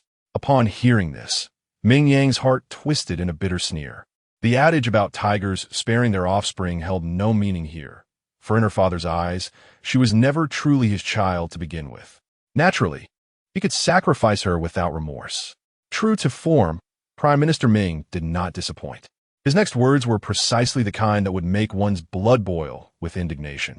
It is indeed my inadequacy in guiding my household that has led to discord among the women, causing them to vie for favor and, in turn, implicating young Master Yun in a perilous predicament. This incident reflects poorly on my family. The Prime Minister Ming, with a stern countenance befitting his esteemed position, humbly lowered himself to offer an apology to Yun Jing. Such a display of humility silenced even the discontented Lord Yong'an, who could find no words of reproach. Furthermore, it is likely that tomorrow the censors will extol the Prime Minister's noble character. Through this incident, the Prime Minister's reputation has been firmly established. Lord Yong'an mused, indeed. He's a cunning old fox. The corners of Prime Minister Ming's lips curled slightly, his expression radiating benevolence as he spoke aloud. To convey my sincere apologies, my legitimate daughter Ming Yang will forego the customary betrothal gifts, and I shall draw from my private treasury to increase her dowry by 30%. The unfilial daughter, Ming Yu, has entered the Yun residence as a concubine, destined to toil like a beast for the remainder of her life, repaying her transgressions of today. Chapter 13.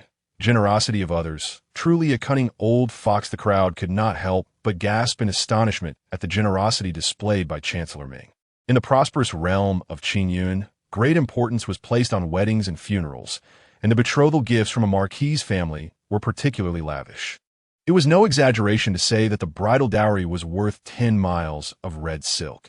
The displeasure that had marred the countenance of Madame Yun Er vanished entirely, replaced by a glimmer of joy as she discreetly tucked away the list of betrothal gifts. This was simply splendid. According to tradition, the dowry for legitimate offspring required no less than 20,000 taels of silver, 66 fine steeds, 500 bolts of silk, as well as various treasures of gold, silver, and jade, alongside dozens of esteemed scrolls of calligraphy and painting.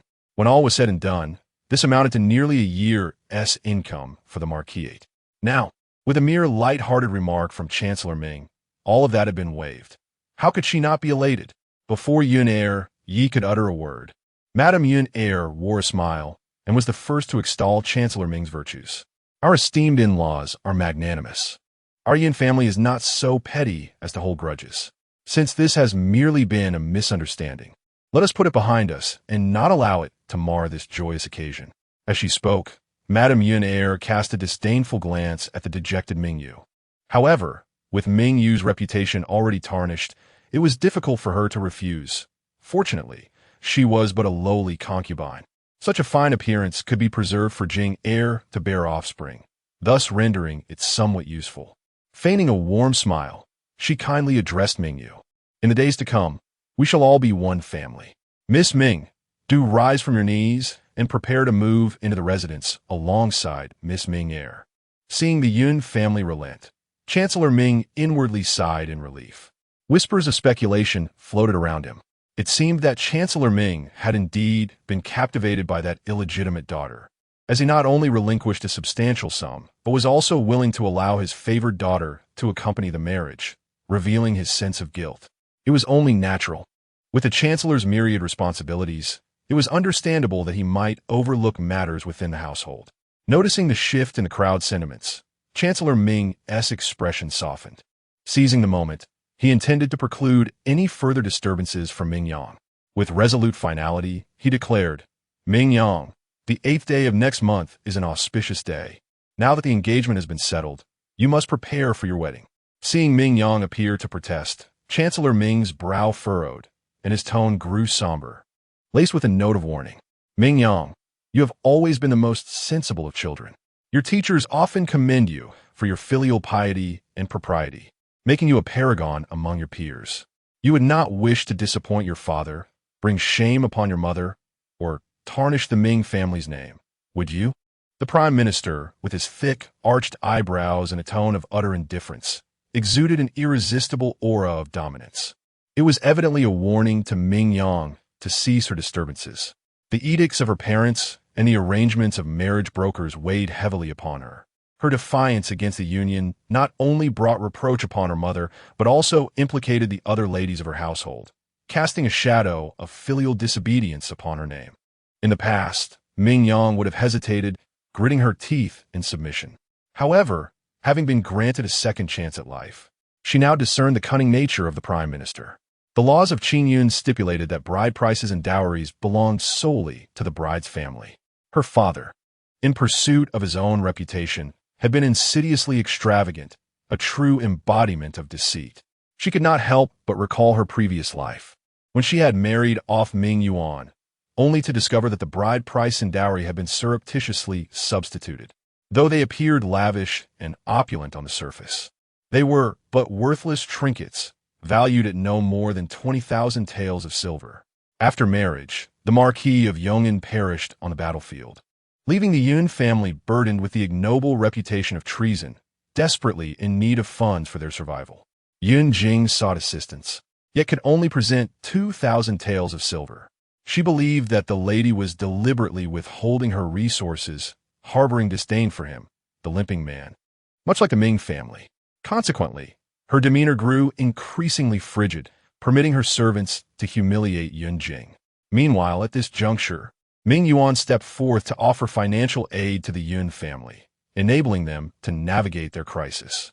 Yun Jing's affection for Ming Yuan deepened, and in the subsequent period, she spared no effort in aiding the second prince's ascension to the throne. Reflecting on this, Ming Yang cast a glance at Ming Yuan, who wished to vanish from sight, a cold smile forming within her heart. Their father, in his ambition to align with the second prince, had truly invested heavily, willing to sacrifice Mingyu to ensure Ming Yuan's safety. He sought to downplay the gravity of the situation, even as he inquired if she concurred with his approach.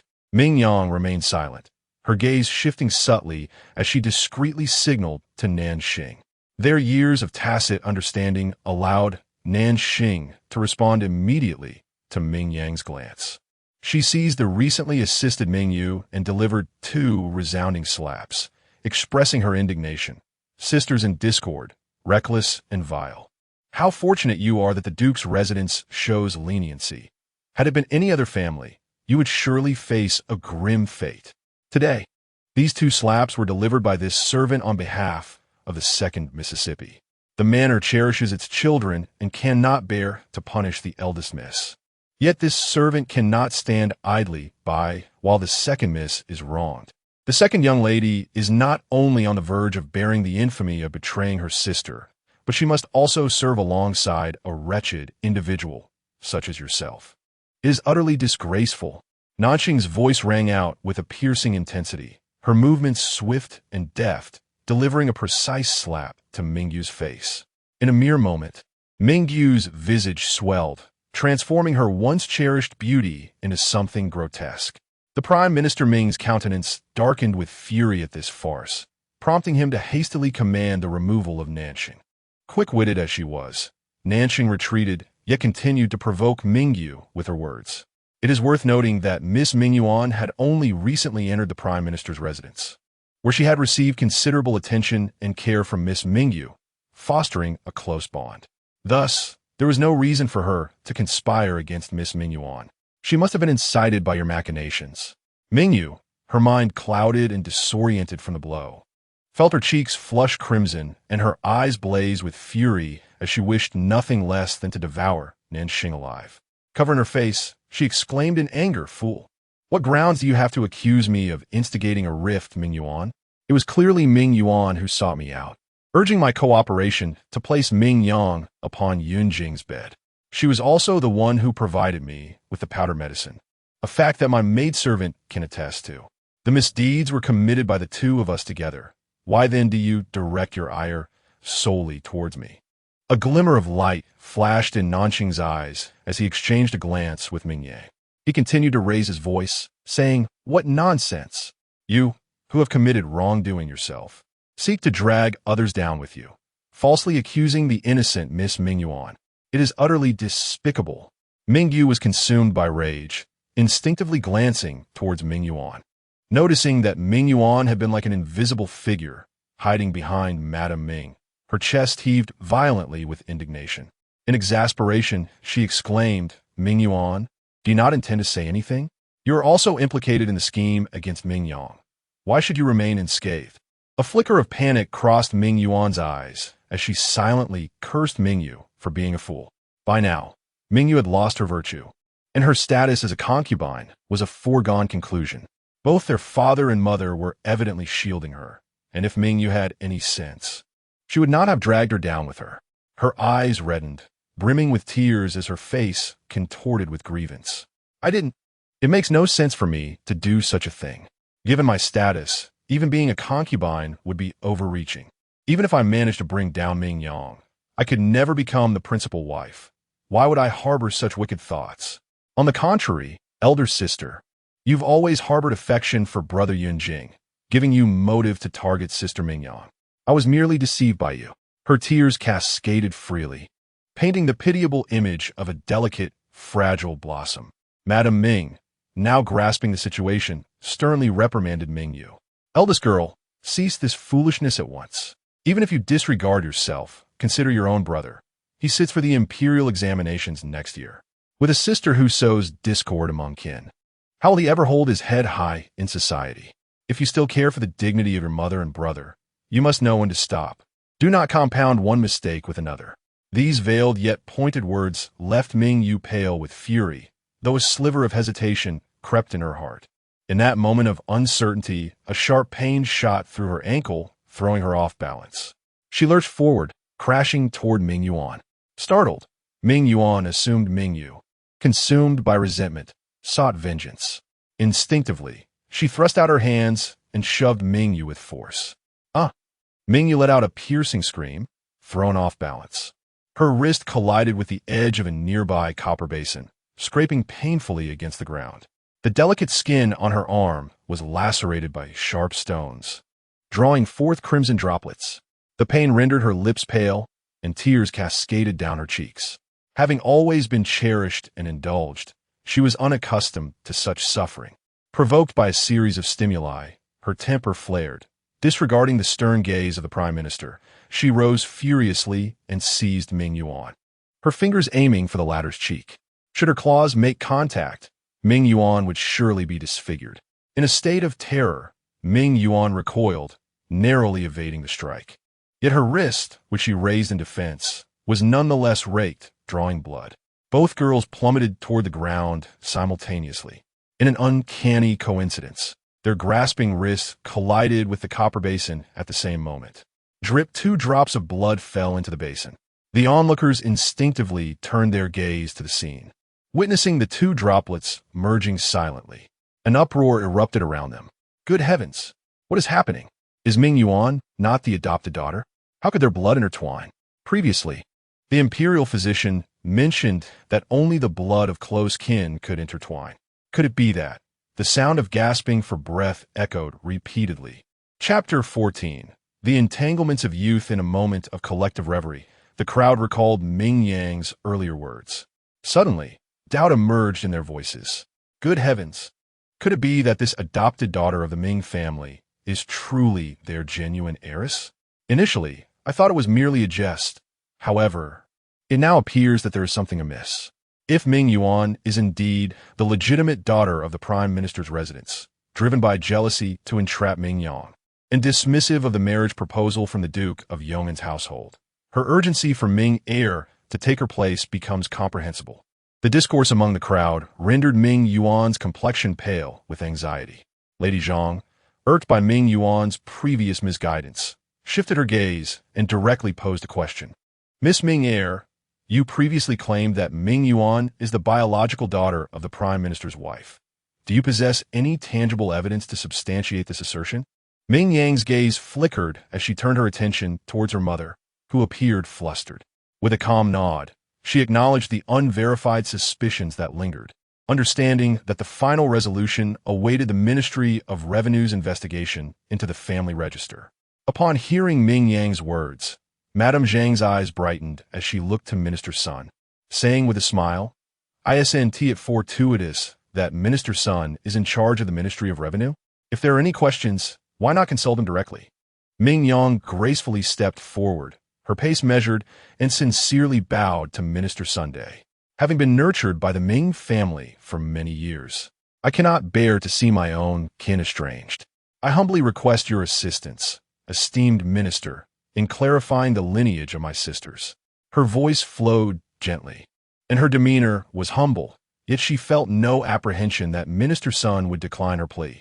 From her prior knowledge, she understood that Minister Sun was a man of integrity, who valued commitments and maintained a close relationship with the old Marquis of Yong'an. Should he uncover any deceit from the Ming family regarding matrimonial matters, he would undoubtedly not remain indifferent. Additionally, it was customary for Minister Sun to conduct inspections at the Yamen around mid-month, which was why she had dispatched Nanxing to locate Ming Cheng, to draw Minister Sun's attention. Indeed, as Ming Yang's thoughts settled, she heard Minister Sun affirm, "This matter shall be handled by me." However, as soon as he spoke, the complexion of Prime Minister Ming shifted, and he interjected, struggling to suppress the surge of anger within him while forcing a smile. "Minister Sun is exceedingly busy with official duties. How can you trouble him with such trivial matters? My daughter has a penchant for wandering into the marketplace, and it is only natural she has picked up some idle gossip. If you were to be burdened by this, it would be a disgrace to my household." Prime Minister Ming sighed, a bitter smile gracing his lips as he nodded apologetically to Madame Ming. His ambiguous words were immediately understood by those present, suggesting that Ming Yuan's connection to the illegitimate daughter was likely the result of Prime Minister Ming's youthful indiscretions, now resurfacing as his daughter came of age. It was posited that she was referred to as an adopted daughter to prevent Madame Ming from harboring jealousy. But it had inadvertently led to misunderstandings with the second Miss Ming. Several men exchanged knowing glances, their suspicions regarding Prime Minister Ming dissipating. He breathed a sigh of relief, casting a wary glance at Ming Yang, whose gaze was as cold as a starry night, sending a chill through him. In a lowered voice, he urged Ming Yang, "Do not chase after shadows. Quickly apologize to Minister's son.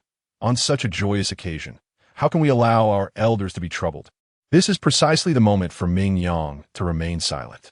As long as Ming Yang refrains from causing further troubles and focuses on finalizing the marriage to the Yun family, even if Ming Yuan's true identity is eventually revealed, the matter will be set in stone. The Yun family would find it impossible to retract their commitment.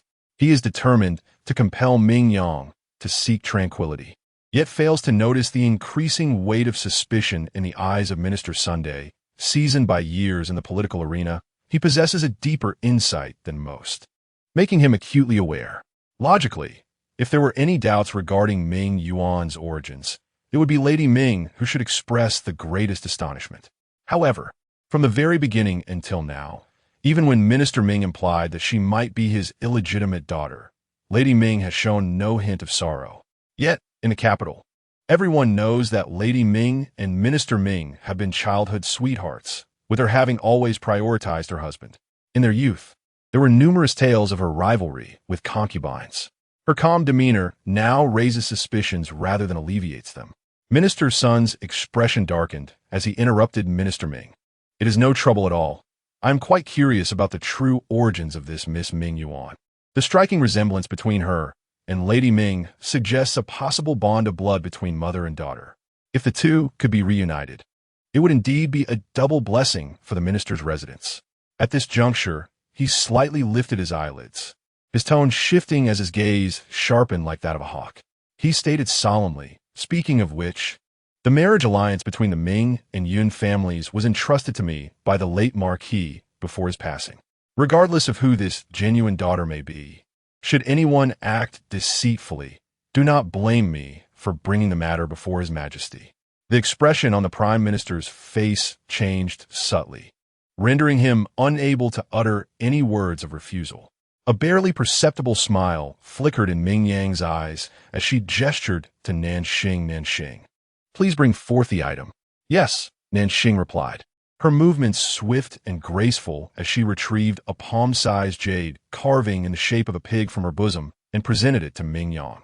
"Miss, this is something I previously saw in Miss Ming Yuan's chamber.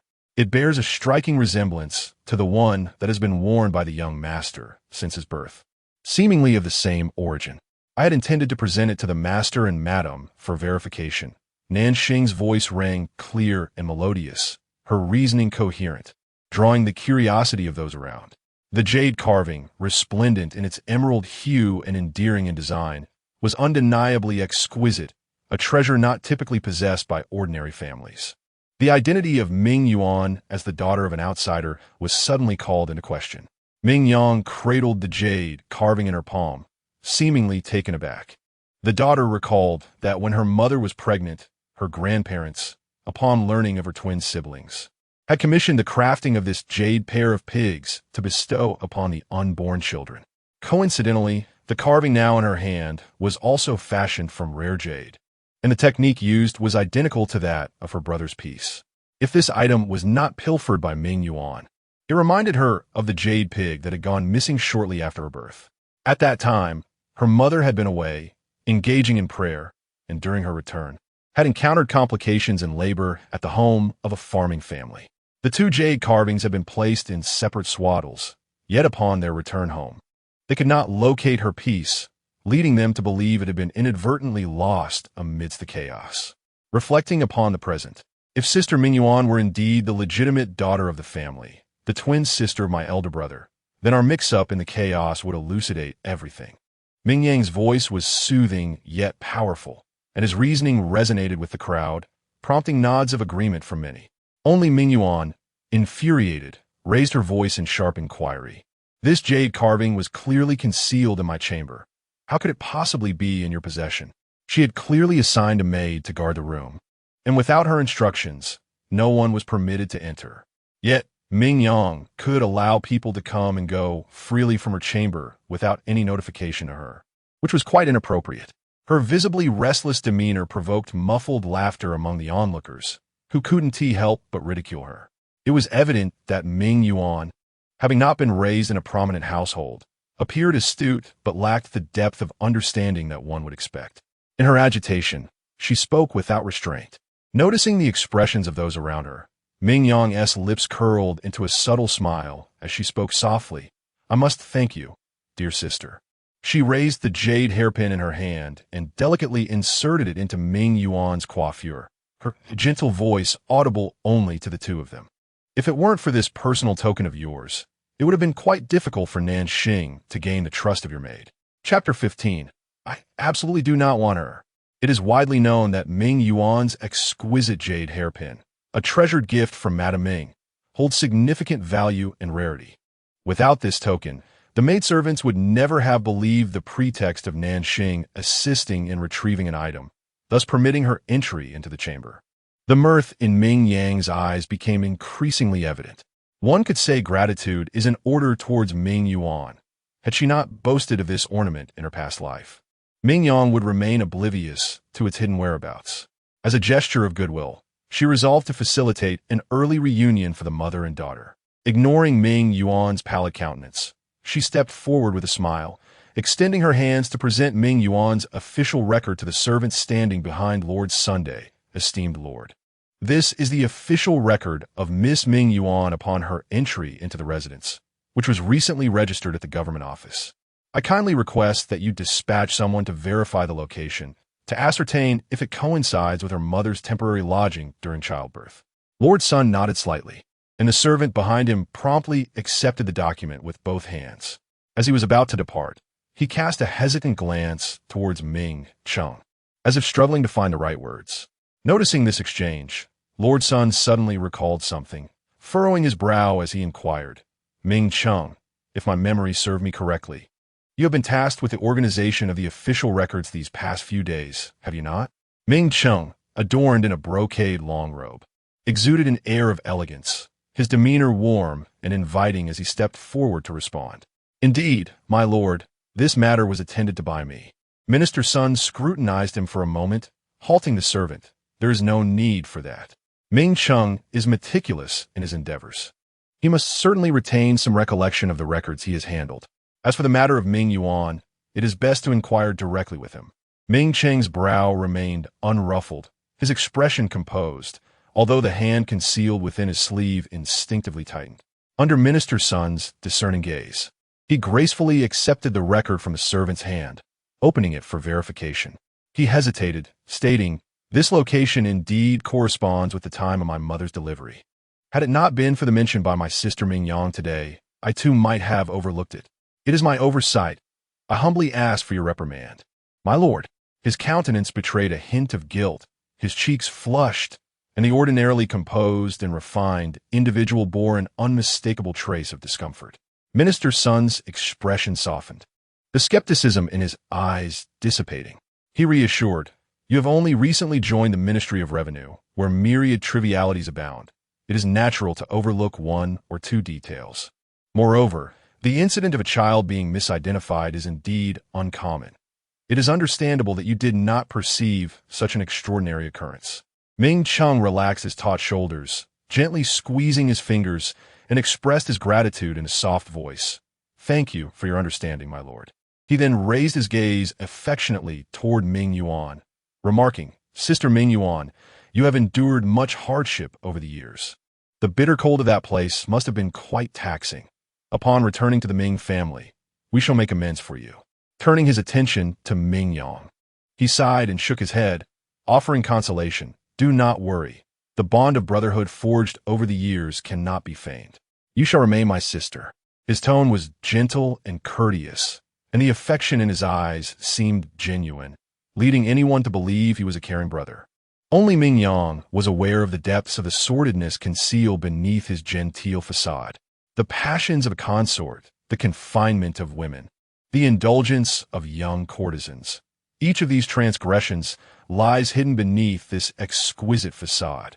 Ming Yang stifled her revulsion, unwilling to gaze any longer upon Ming Cheng's hypocritical visage, and interrupted his performance.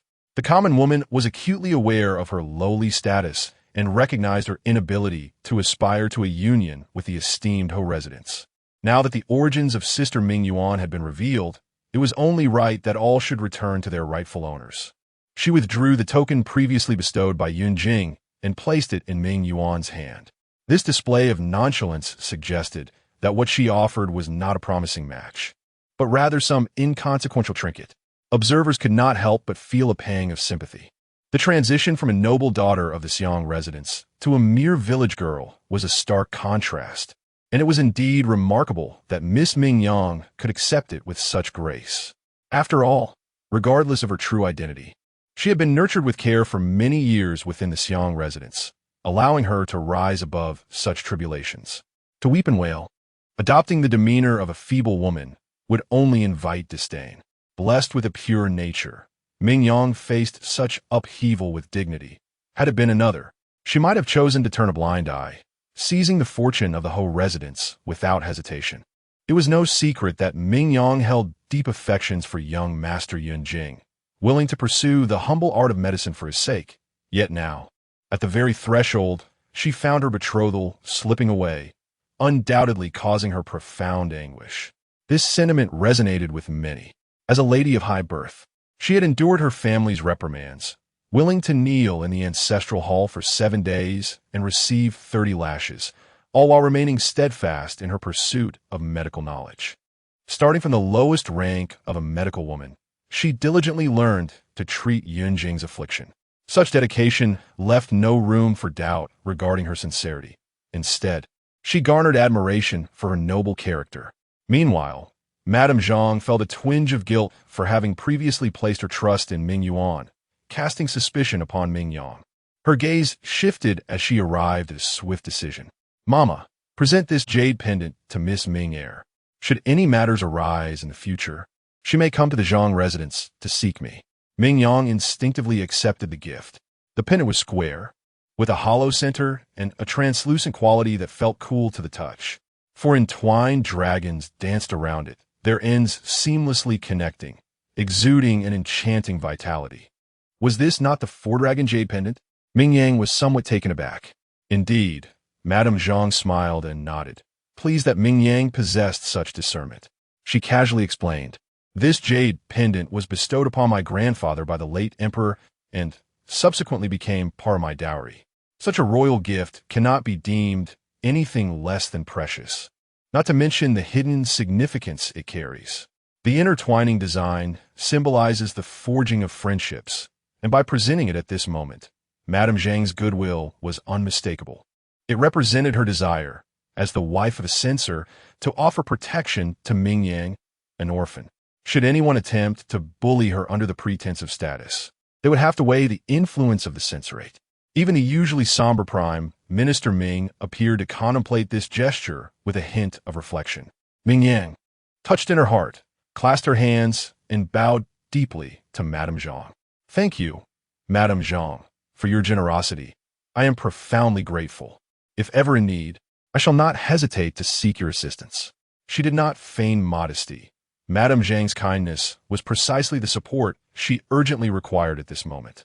Madame Zhang smiled in acknowledgement, yet she did not take Ming Yang's promise to heart. Ming Yang paid no heed, turning her gaze towards the visibly distressed Ming Yuan. With a smile, she remarked, "Sister Ming Yuan, congratulations. It was indeed a slight to have you serve as a concubine previously, but fortunately, we have all returned to our rightful places. Now, you are the legitimate second young mistress." Upon hearing Ming Yang's words, all eyes were drawn to Ming Yuan. At this juncture, her lineage could no longer be contested. The Minister of Revenue and the representatives of the Yong'an Marquisate exchanged glances and, with a grave demeanor, stated, "This marriage was personally arranged by your grandfather while he was still alive, specifically designating the Ming family's legitimate daughter for the union. Now that Ming Yuan is the rightful one, the betrothal ceremony may proceed." Ming Yuan's expression changed dramatically. and a rebuttal was on the verge of escaping her lips when she was interrupted by a louder voice. "I refuse." Yun Jing wore a face of resistance. With a sudden burst of strength, he maneuvered his wheelchair forward, casting a gloomy glance at Ming Yuan. He spoke deliberately, each word laden with conviction. "Such a venomous and treacherous woman must never be the mistress of Mai's second household." Even he, despite his usual dullness, comprehended that the matter of climbing into bed was a scheme devised by Ming Yuan. Ming Yuan, unwilling to marry him, concealed her true lineage. Rejecting the prospect of becoming a favored concubine, she colluded with Ming Yu to frame Ming Yang. The elders, hesitant to speak plainly, were concerned about the reputations of both families. The yeoman marquis chose to be vague to preserve the familial ties. After all, in the eyes of the public, he, a cripple, securing the hand of the prime minister's daughter, was akin to having burned fragrant incense in a previous life. Yun Jing felt increasingly humiliated. The affection he had harbored for Ming Yuan evaporated entirely.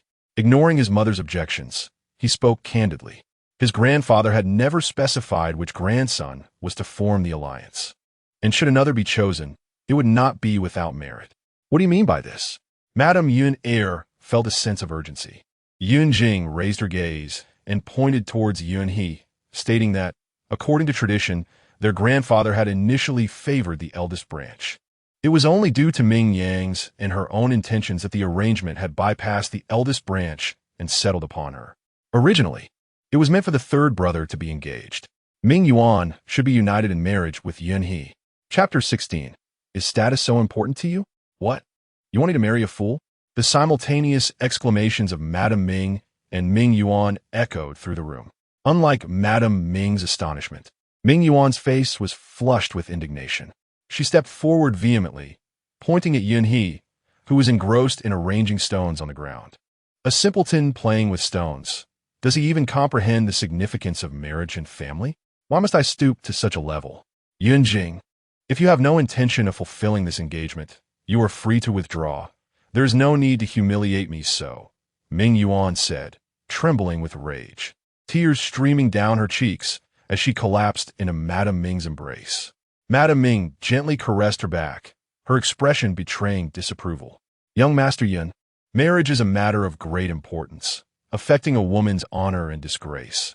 It cannot be treated so frivolously. If you are unwilling, the Ming family is not one to cling to such ties.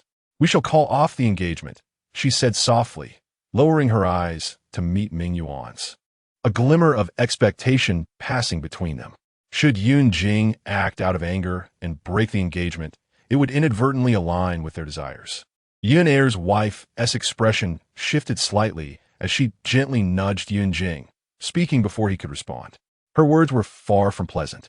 "Ming Yuan, you are merely a woman of humble origins, filled with deceitful tales. How dare you be so choosy regarding the Duke's household, with your underhanded schemes? Ask yourself if there is any noble family in this capital that would wish to take you as their matron." She raised her chin arrogantly, casting a disdainful glance at Ming Yuan. Her gaze then shifted to Minister Ming, and her tone softened. "However, the Duke's household and the minister's family have long-standing ties. We, as elders, cannot quibble with someone so misguided as you. You have been out in the world, lacking proper upbringing, but as your aunt, I shall take it upon myself to guide you in due course. Should the marriage conditions proposed by Minister Ming remain unchanged, the Duke's household is still willing to accept you as the second wife, thereby continuing the friendship between our families." She looked tentatively toward Minister Ming, awaiting his response.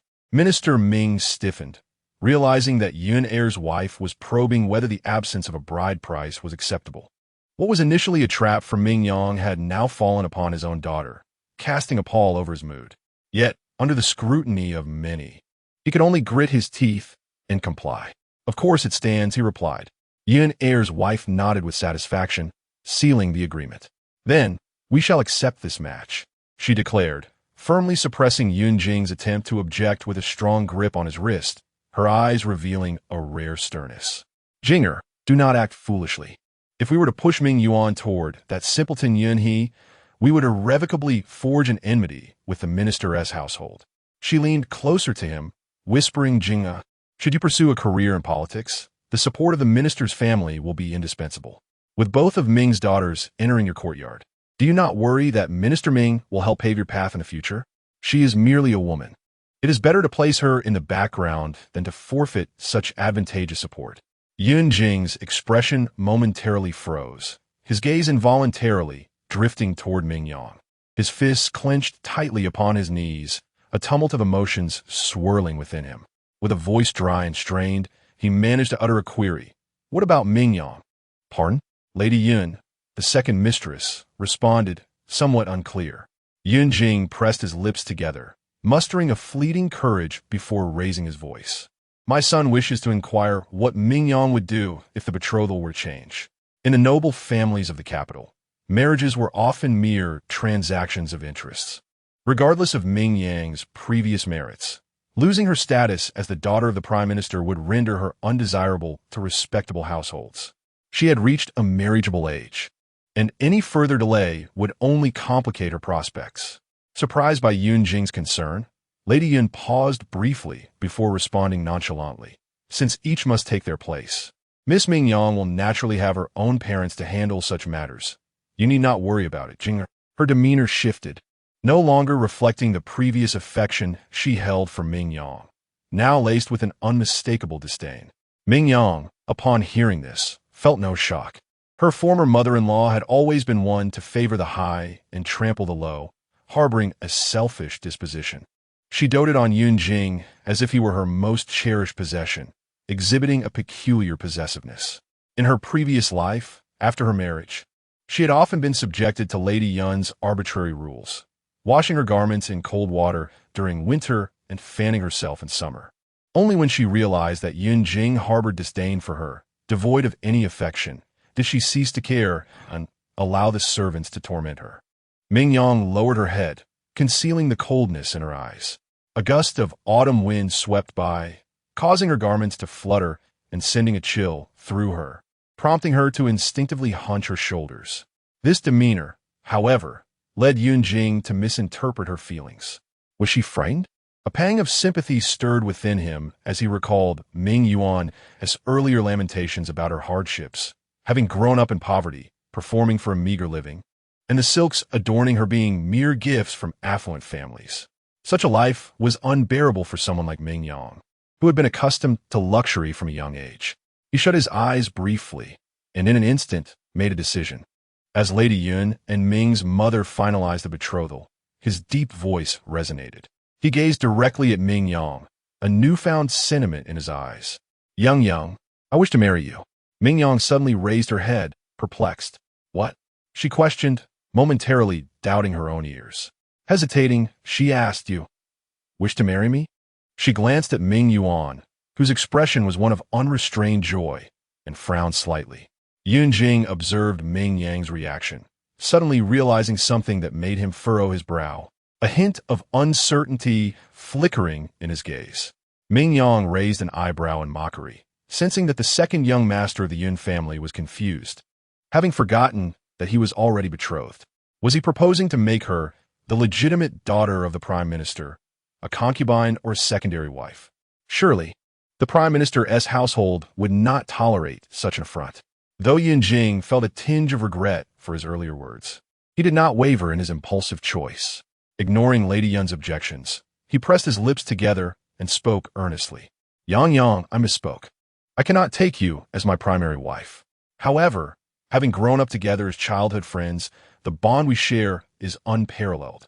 Rather than endure a blind marriage arranged by your biological parents, would it not be preferable to enter my esteemed family, the House of Yong'an? Though a concubine, she holds a dignity and grace surpassing that of the legitimate wives of lesser households.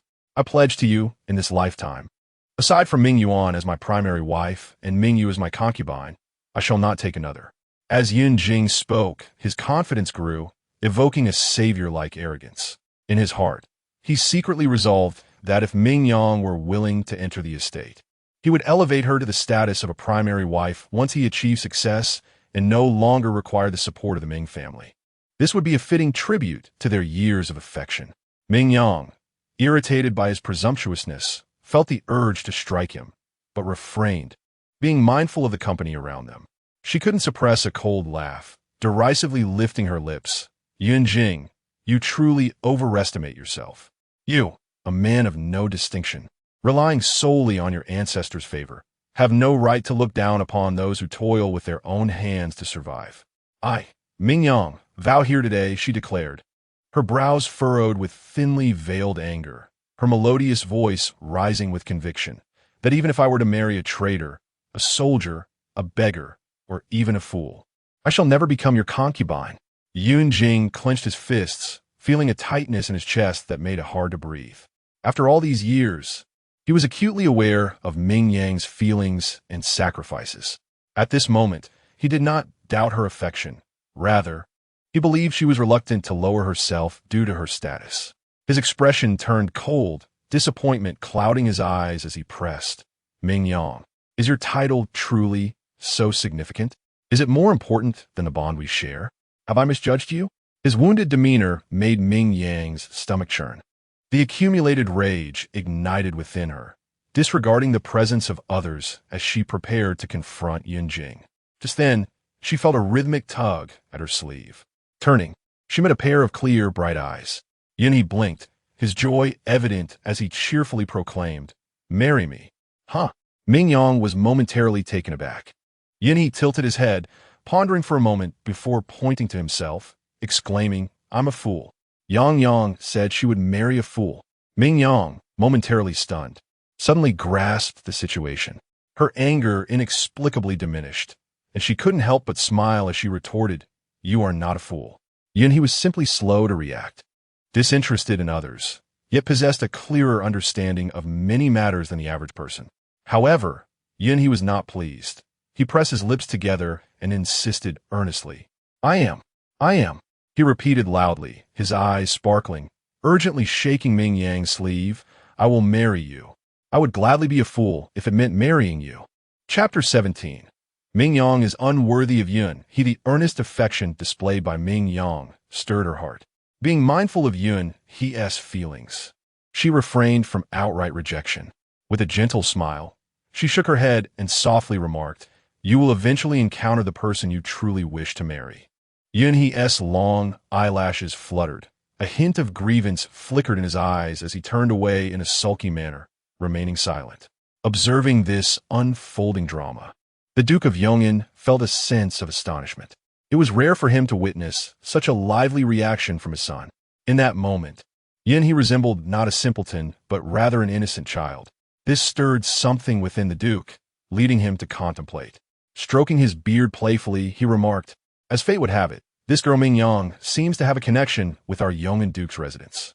Should you be willing to marry my son, I would be delighted to provide a lavish dowry, ensuring you would not be wronged in becoming the esteemed mistress of the house." The Duke of Yong'an, known for his stern demeanor, softened his expression, for he had always admired those who were decisive, and Ming Yang truly captivated his interest.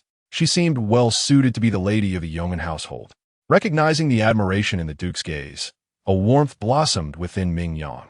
Compared to the prospect of becoming a concubine for Yunjing, the Duke's respect felt even more precious, a stark contrast. Just as she prepared to express her gratitude and politely decline, she overheard the Chancellor of Ming speak first. "Ha, Your Grace, you flatter her excessively. Young Master Yun is indeed exceptional. However, he deserves a lady of noble birth as his match, one who can truly compliment him. A mere girl like Ming Yang, with neither family nor reputation, is hardly worthy of young Master Yun." The Chancellor's compliments concealed veiled disdain, and his occasional glances at her seemed to harbor a chilling undercurrent, sending shivers down her spine. Ming Yang swallowed her words, fully aware that she had disrupted the Chancellor's plans today and was now marked in his heart. The Chancellor, known for his vindictiveness, would not allow her to find refuge within the Yong'an Duke's household.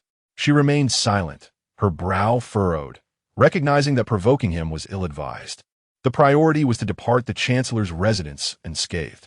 The sharpness in the Chancellor's gaze softened slightly, and under the disapproving glance of the Duke of Yong'an, he delivered his final remark with a sardonic smile. If all the daughters of the Ming family were to marry into the Yong'an Duke's residence, outsiders might mistakenly believe that the daughters of the Chancellor's house are of little value, unable to secure appropriate marriages, and thus would flock to the Duke's residence. His words left no room for misinterpretation. The Duke frowned upon hearing this, gaining further insight into the Chancellor's cunning nature. Setting aside the matter of the Yu family, the situation was indeed complex. Currently, Ming Yang could hardly be regarded as a daughter of the Ming family. Even an engagement to the main branch would not be inappropriate. The Chancellor was clearly seeking an excuse. However, with the focus now on discussing Yun Jing's marriage, the Duke of Yong'an chose to hold his tongue to avoid aggravating the Chancellor. Concerned that Yun He might become upset, he discreetly instructed Steward's son to take him elsewhere to play. The corners of Yun He's lips drooped ever so slightly, his handsome face betraying a hint of childishness, which the Duke found rather amusing. Upon reflection, he realized that, as a father, he had indeed faltered. Yun He, though lacking in mental acuity, had reached the age where youthful affection blossomed. It was high time to deliberate upon his marriage. The recent suggestion from the Empress Dowager warranted consideration. Just as he pondered this, Madame Yun intercepted Yun Jing, swiftly coordinating the engagement with Madame Ming. The nuptials were set for 3 months hence, when the weather would still be bearable. Madame Ming smiled, albeit with reluctance, unable to refuse. Ming Yuan appeared pale and feeble, assisted by her maid as she departed to don her bridal attire. Before leaving, she cast a venomous glare at Ming Yang, gritting her teeth and asserting, "Ming Yang, do you truly believe you have triumphed?" Even if she could not wed the second prince, Ming Yang's aspirations would not be fulfilled either. As she contemplated the unfolding drama, her gaze flickered to the refined and gentle Ming Cheng, a glimmer of intrigue flashing in her eyes. Ming Yang raised an eyebrow, indifferent to her animosity. Once Ming Yuan's engagement was secured, she intended to propose a departure from the residence in search of her family. For when that time came, no amount of scheming would prevail against the vastness of the world. Suppressing the mirth that danced in her eyes, she disregarded Madame Ming's hesitance, turning her attention to casual conversation with Madame Zhang. Moments later, Ming Yuan emerged clad in crimson, followed closely by Ming Yu in a delicate pink garment. The attire, tailored to fit Ming Yang, appeared somewhat oversized on her slender frame, the drooping shoulders rendering her comically awkward. Yun Jing furrowed his brow at her, his disdain barely concealed. His gaze shifted toward Ming Yang, fraught with conflict and reluctance. His hands trembled beneath his sleeves, a heavy sensation settling in his chest. Accompanied by a peculiar thought, Ming Yang was meant to be his. Ming Yang averted her gaze in distaste, oblivious to the increasingly venomous look in Ming Yuan's eyes. As the marriage tokens were exchanged, the ceremony reached its conclusion.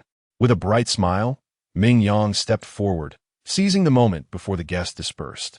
She gracefully lifted her skirt and knelt upon the ground, bowing deeply to Chancellor Ming and his family, her voice resonating with sincerity. "Father, mother, I've been nurtured by the Ming family for many years. With my sister Ming Yuan's return, I can no longer remain in the minister's residence without shame. Unable to fulfill my filial duties, I feel profound guilt."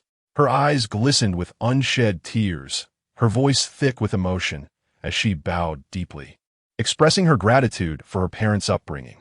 "Such immense kindness, I am at a loss as to how to repay it." With 2 muffled thuds, her delicate forehead met the cold, hard floor, swelling in an instant, rendering her wretchedly pitiable. The Chancellor and his family barely had time to intervene. Ming Yang's forehead was already bruised. Madame Zhang, having a daughter of her own, furrowed her brow in compassion and called for Ming Yang to be stopped. In a gentle tone, tinged with reproach, she remarked, "Child, you are far too earnest. When you were mistakenly taken, you were but a swaddled infant. This fault is not yours to bear. It was merely a twist of fate, ordained by the heavens, that you share this bond with the Chancellor's family. Upon discovering the truth, you did not covet power or privilege. Instead, you allowed Ming Yuan to reunite with her family, sparing Madame Ming the agony of separation from her kin. In my view, this is a remarkable achievement, a balance struck. And thus, Ming Yang, you need not be overly harsh on yourself." Her gentle words garnered nods of agreement from the crowd, who praised Ming Yang's virtuous character and commended the upbringing provided by Madame Ming and her family. Consequently, even if Madame Ming wished to reproach Ming Yang, She found herself constrained by social niceties and could not voice her discontent. As she observed Ming Yang being assisted to her feet by the matron beside Madame Zhang, Madame Ming forced a smile and stiffly inquired, Yang, what did you mean by your earlier words? What does it mean to be unable to fulfill one's filial duties? Did she truly intend to leave the residence of the Prime Minister? A sense of unease washed over Madame Ming. Ming Yang, with a slight squint at the corners of her eyes and a gentle lift at their edges, replied in a voice as clear and melodious as a flowing stream. Indeed, I intend to depart from a Prime Minister's residence to seek out my beloved kin. Chapter 18. You shall not depart, no, you cannot leave. The expressions of both Lady Ming and Ming Yuan darkened. If Ming Yang were to depart from the residence of the Prime Minister, how could they maintain control over her? Ming Yang was acutely aware of their concerns. She gently lifted her gaze, her voice soft yet unwavering, imbued with sincerity. It is indeed a joyous occasion for our family to be reunited. I am certain that my family eagerly awaits my return as well. Her reasoning was compelling, leaving Lady Ming momentarily speechless. With her eyes reddening in distress, Lady Ming clutched the silk in her hands, crumpling it with anxiety. As Ming Yang prepared to leave, Lady Ming disregarded the decorum expected of her status and stepped forward, seizing Ming Yang's arm. You shall not go. You are my daughter. There are no other relatives to be found. To an outsider, her display of reluctance might suggest a profound sorrow at the thought of parting from her own flesh and blood. Yet, Ming Yang could only find it ironic. She subtly moved her wrist, shaking off Lady Ming's grasp. Mother, you are mistaken. Your true daughter is Ming Yuan. If I remain, how will Ming Yuan find her place? I do not mind. Ming Yuan interjected anxiously, her gaze darting toward the doorway as though she awaited something, her words somewhat distracted. Mother is simply reluctant to part with Ming Yang, as she has taken her in as a daughter. Lady Ming's eyes lit up with realization. Yes, that is it. How splendid. She gazed at Ming Yang with warmth and tenderness, exclaiming, from now on, you shall still be the young lady of the Prime Minister's residence. None would dare treat you with disdain. Then, sensing that Ming Yang might be concerned about the Prime Minister's stance, she quickly gestured to him. My lord, please express your thoughts.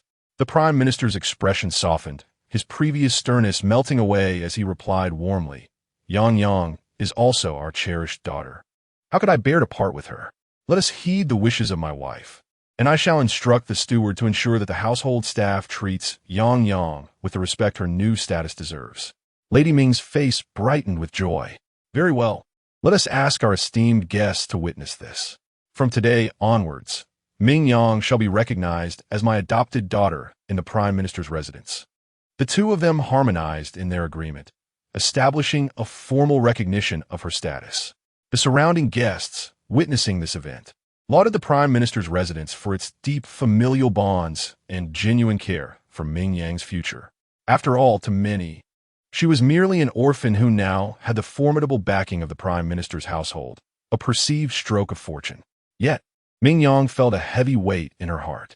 She silently cursed the Prime Minister and his cunning ways. Not only had they salvaged their reputation through this maneuver, but they had also effectively ensnared her within the Ming family, thereby maintaining their grip on her. She found herself in a precarious position, where any protest would only paint her as ungrateful. Reluctantly, she spoke with delicacy, expressing her gratitude for the Prime Minister's kindness, yet emphasizing the importance of considering the opinions of her relatives. Perhaps, she pondered briefly before instructing Nanxing, go to the inn where Ming Yuan previously resided and find Su Shi. Inquire about her thoughts. Su Shi was Ming Yuan's nominal sister-in-law, previously known as Zhao Ming Yuan. She had been taken in by a family of modest means. Her adoptive mother, Zhao Shi, often toiled with handicrafts, peddling her wares from door to door, frequently absent from home. Within the household resides a limping elder brother and his wife, Madame Su. During the years of famine, the adoptive mother, Madame Zhao, ventured out for several days and did not return. Villagers brought news that Madame Zhao had encountered peril and met a tragic fate. The family endured hunger, teetering on the brink of collapse, prompting Ming Yuan to sell herself into servitude at a wealthy household to ensure her family's survival. After numerous tribulations, that household became embroiled in a corruption scandal, leading to her being sold again. Presently, the widowed sister-in-law, Madame Su, has redeemed her, and they rely on each other for companionship. A sister-in-law is akin to a mother. Even in the Prime Minister's residence, one must regard Madame Su's sentiments. She discreetly signaled to Nanxing and naturally instructed, "Nanxing, you have always been clever. Go personally and fetch my sister-in-law." Nanxing, quick-witted, nodded and dashed away before the steward could intervene. The sound of her retreat lingered in the air. "Rest assured, miss, I shall bring Madame Su here so that your family may be reunited." Ming Yang felt a surge of determination, a smile flickering in her eyes. If the rumors held true, not long after, Madame Su would depart the capital with silver in hand. Currently, she was her last remaining kin. Even if the Ming family were reluctant, they could not forcibly sever familial ties. At that juncture, she could naturally accompany Madame Su in her departure. Madame Su's inn was situated in the southern part of the city, a quarter of an hour's journey from the residence of the Prime Minister. Ming Yang assumed it would take some time. However, unexpectedly, a sound arose outside the courtyard just 15 minutes later. Nanxing led the way, quietly returning to Ming Yang's side, speaking in hushed tones, "Miss, I have brought her." As she spoke, Nanxing's expression was not particularly favorable, given the presence of others. It was not convenient to elaborate, so Ming Yang refrained from probing further. She nodded in reassurance and turned her gaze toward the courtyard gate. It was already deep autumn, yet Madame Su approached wearing only a rose-colored silk gown, gracefully gliding forward. Her ample figure was tightly enveloped in the delicate fabric, drawing the attention of several men. Holding a round fan, she partially concealed her delicate face, her elongated phoenix eyes narrowing as she surveyed the crowd. Many esteemed ladies exhibited discontent at the sight. Nevertheless, Madame Su remained unfazed, her gaze growing bolder as she scanned the numerous male guests. Only when someone behind her gently coughed to remind her did she lower her fan and curtsy to the assembly. As her visage was fully unveiled, Ming Yang's pupils constricted, nearly losing her composure. How could it be her? Chapter 19. The subtle blade of harm, isn't this person, the concubine of Ming Cheng? In her past life, after Ming Cheng's marriage, Su, heavily pregnant, sought out Ming Cheng's legitimate wife, leading to the tragic demise of both. Su, under the guise of a wet nurse, infiltrated the Ming household and clandestinely met with Ming Cheng, basking in her glory. How could she possibly be the sister-in-law of the Su family? In an instant, Ming Yang harbored doubts that this Su might be an impersonation arranged by Ming Cheng. She turned to Nanxing and whispered, "Is she truly the sister-in-law of the Su family?" Throughout her past and present, she had never encountered Su's sister-in-law, though Nanxing had. "Miss, that is indeed the case." Nanxing nodded. Seizing the moment while the crowd's attention was fixed on Su, she swiftly recounted the earlier events. "Not long after I left, I saw the young master returning with Su's sister-in-law." Ming Yang closed her eyes momentarily, seemingly lost in thought. Thus, it became evident why Ming Cheng had abruptly departed. He had gone to meet Su. Presumably, in her past life, Su had never truly left, but had merely assumed another identity, remaining by Ming Cheng's side as his concubine. She suppressed the rising tide of unease, sensing that events would not unfold smoothly. Indeed, Ming Cheng's subsequent words shattered her last glimmer of hope.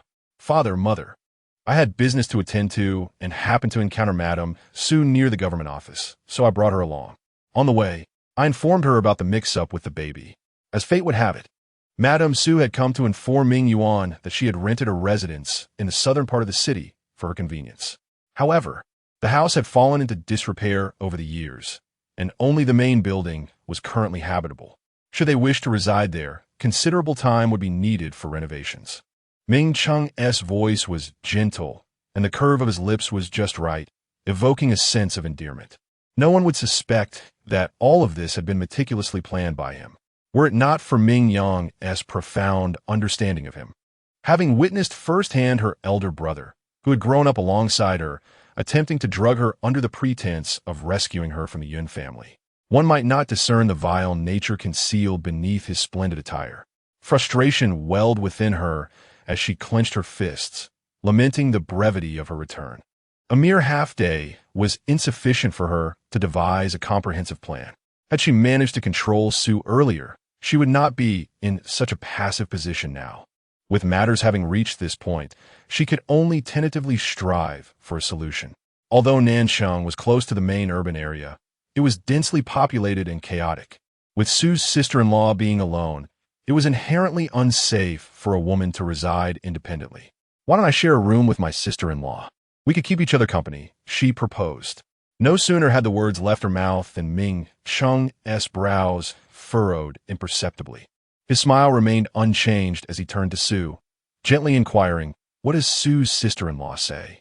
Su bit her lower lip, casting a playful glance at Ming Cheng, and sweetly replied in a delicate voice, "Of course that one do." After finishing, she shifted her gaze to Ming Yang, a flicker of jealousy flashing in her eyes. The young woman before her was a vision of beauty, her skin luminous and translucent, reminiscent of milk. No amount of cosmetics could rival that natural sheen. Her eyes, devoid of deliberate seduction, possessed an innate allure. Her youthful brows and eyes, still untouched by time, radiated a unique brightness, exhibiting a natural charm that was both striking and captivating. Su gritted her teeth, recalling Ming Cheng's earlier admonition, and a cold smile crept into her heart. No wonder she was urged to prevent Ming Yang from leaving. It was clear that she was loath to part with the little vixen. Filled with discontent, her words dripped with a hint of sharpness. In the capital, where every inch of land is precious, she had only a meager sum of silver to her name, and after exhausting her savings, she had managed to rent a modest abode. After finally enjoying a few days of comfort and the luxury of a large bed, how could Ming Yang not be envious? With a disdainful huff, she expressed her envy towards Ming Yang's fortunate circumstances, saying, "Ming Yang, having grown accustomed to a life of ease, you must surely find it intolerable to live without servants at your side.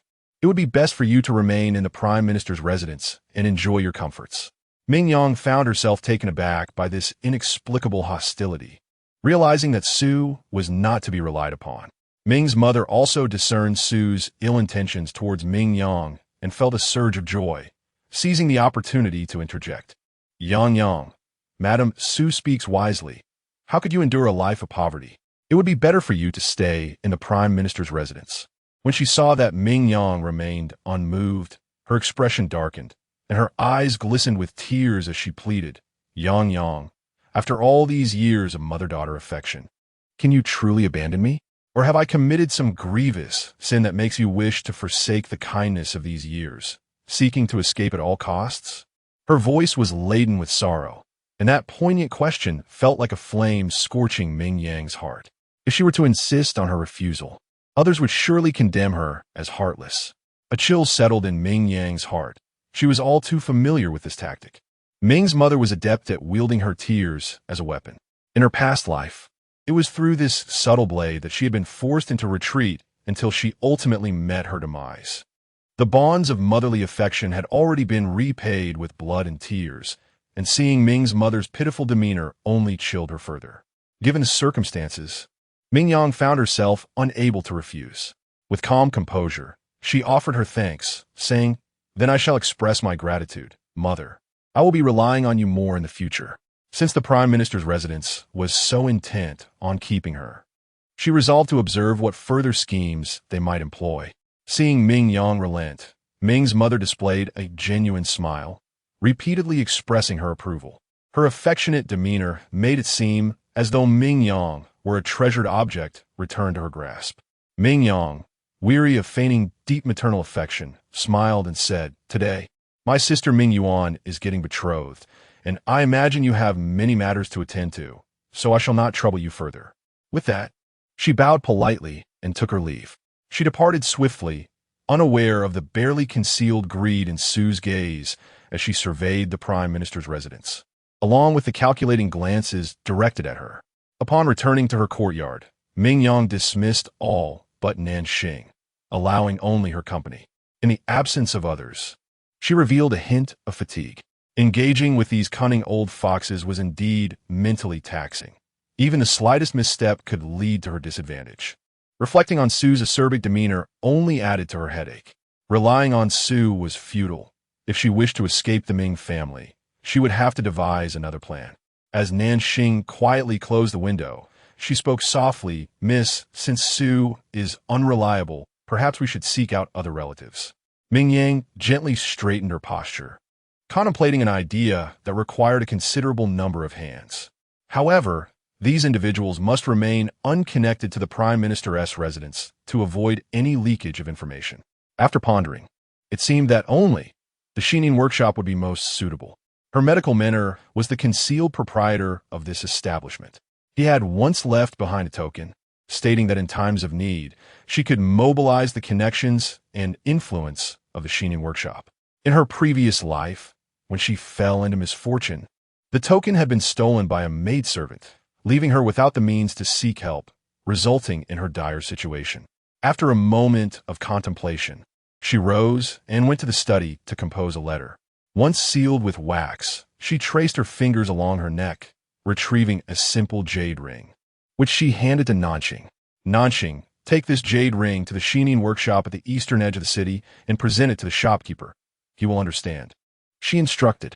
"Once this letter is delivered, my mentor will surely mobilize the personnel from various apothecaries to search for anyone connected to the Zhao family." As for the jade ring, Ming Yang hesitated for a moment, deciding to leave it with the shopkeeper for safekeeping. "Yes," Nanxing replied without further inquiry, her demeanor lively and robust, akin to a spirited young calf, ready to dash out. Ming Yang could not help but chuckle, quickly calling out to her, "Nanxing, there is no need to rush this time. You may take your time." With a sudden halt, Nanxing scratched her head, offering an embarrassed smile before steadying her pace. Upon exiting, she transformed back into the composed figure of a capable maid. Just before leaving, she did not forget to remind the senior maid at the door, "Chanyue, I have matters to attend to outside. Please keep watch here. The young lady is fatigued today and needs to rest. Do not allow anyone in. If dinner arrives, place it in the small kitchen to keep warm until the young lady is ready to eat." Nanxing approached her duties with vigor, yet she remained attentive to Ming Yang's affairs, caring for every detail. One would hardly guess that she was a year younger than Ming Yang. Little did she know, her behavior had inadvertently offended many. As soon as her figure disappeared from view, the maid named Chanyue made a face. She hurried to the entrance, sulking as she pulled the half-open gate wider, muttering discontentedly, "We are both senior maids. I was personally appointed by the madam. Why does it seem that this little maid has the upper hand over me? It's merely because the young lady favors her." Chanyue felt quite disgruntled. Beside her, a second-tier maid named Maidong quickly tugged at her sleeve, whispering, "Sister Chanyue, please refrain from speaking so. We are all servants. If the master wishes to treat Sister Nanxing with respect, that is her fortune. As long as we work diligently, the young lady will not neglect us."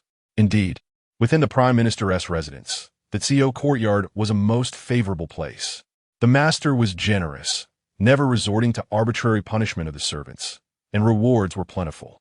Should any household fall ill, they could receive medicinal materials free of charge. Upon their assignment to Xiao courtyard, who would not envy their good fortune? Maidong thought this way, hoping to console Chanyue. Yet, Chanyue grew increasingly vexed, lamenting that times had changed. The current resident of Ningen courtyard was truly of noble birth. The second young lady, a mere rustic girl, held no higher status than they, but merely enjoyed a stroke of good fortune. Had I known this earlier, I might as well have sought refuge in the young master's chamber, leveraging my own allure. Perchance I would have already secured the title of concubine. With this thought, Chanyue could no longer remain seated. She entrusted her tasks to Maidong and hurriedly made her way outside. Before departing, she reminded, "Please leave the door ajar for me. I shall return shortly." With that, she vanished from view. Moments later, Ming Yuan, adorned in resplendent red, approached with a group, exuding a fierce determination that foretold ill intent. As Maidong prepared to shut the door, she was fortuitously halted by the returning Chanyue. "Oh dear, you almost caught me in the door. Did you not see this living person returning?" Chanyue lamented. In that fleeting moment, Ming Yuan had already stormed in with her entourage. She pointed decisively towards the storeroom, her eyes glimmering with fervor. "Search for me. Retrieve the jade ring I have lost." The text had previously mentioned a jade ring capable of commanding the power of the dragon scale guard, which was now likely in Ming Yang's possession. Securing it would irrevocably establish Ming Yang as the principal lady of the narrative. Chapter 20. You wild child. Do not think to claim the Ming family's possessions. A group of individuals advanced with an imposing demeanor, yet their movements were remarkably subtle.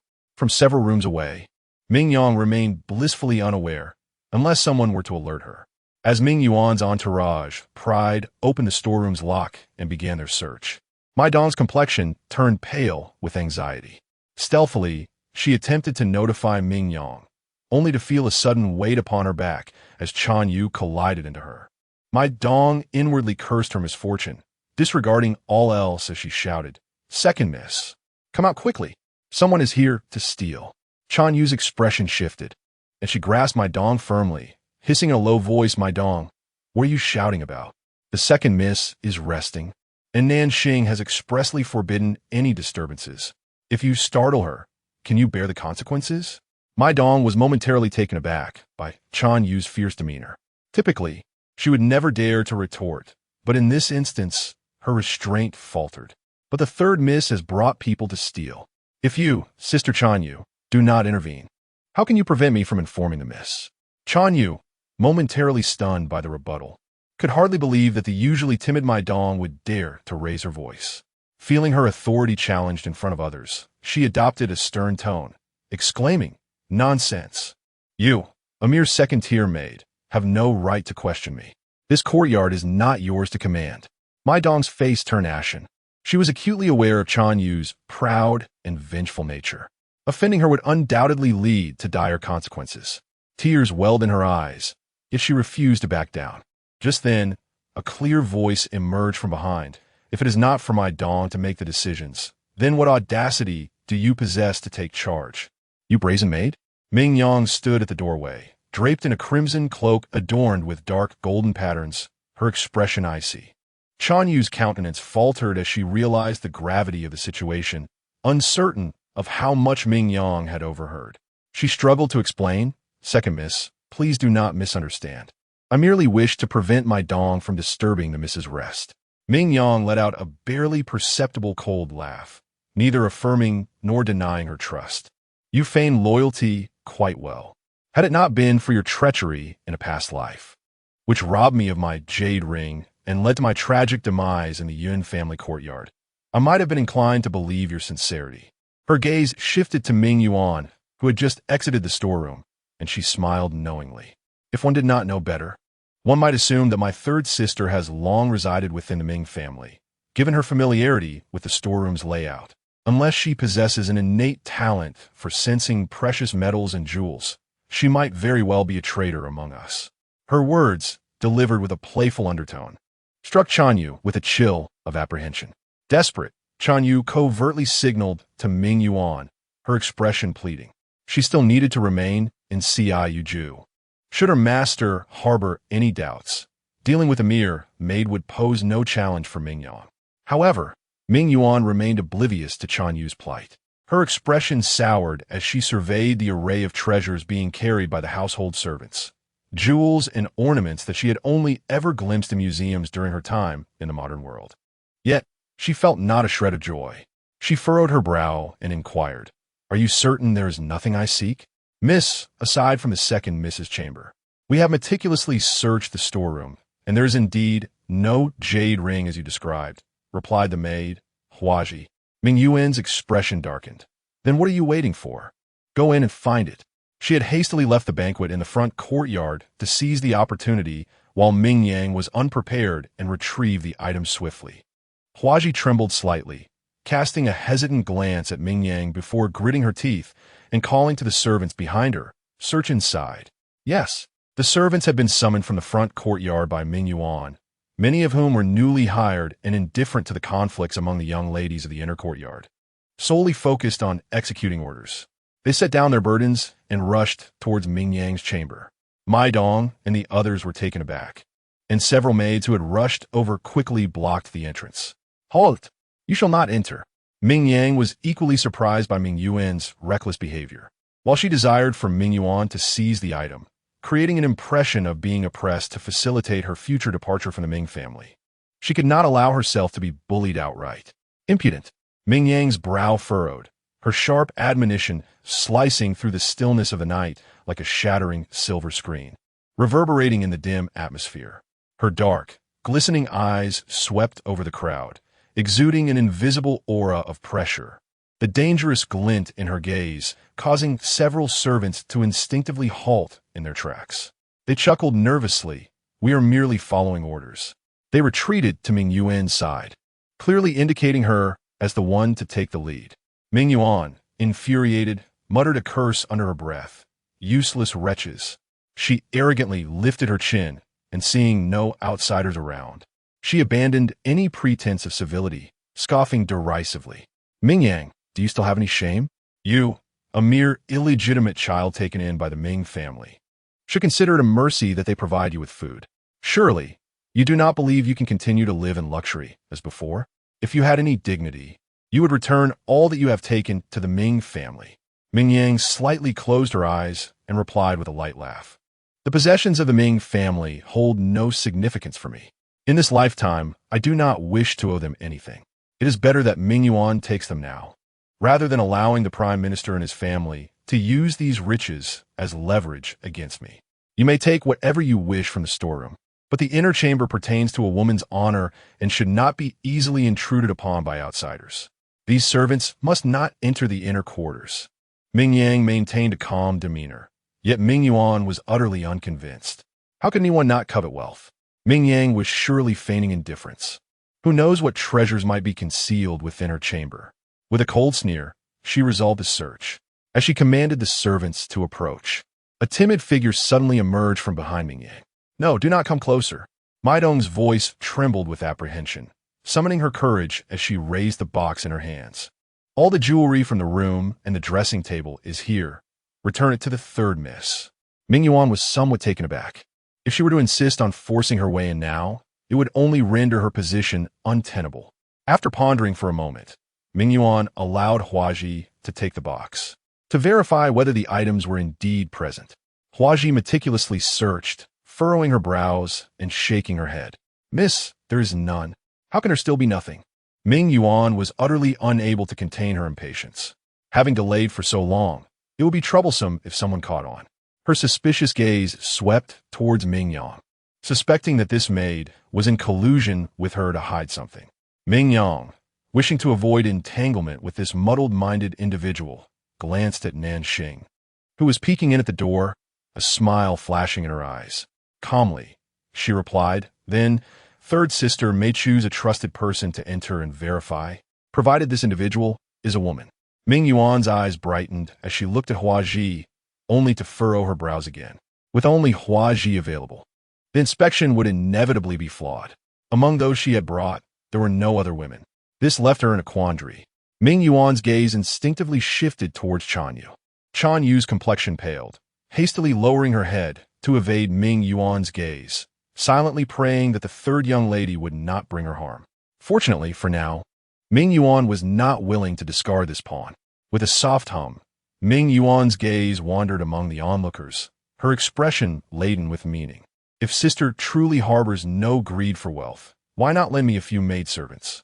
Should any of Ming Yang's own servants betray her, let us see if she still has the audacity to maintain her pride." A glimmer of amusement flickered in Ming Yuan's eyes. Ming Yang raised an eyebrow in surprise, not outright refusing.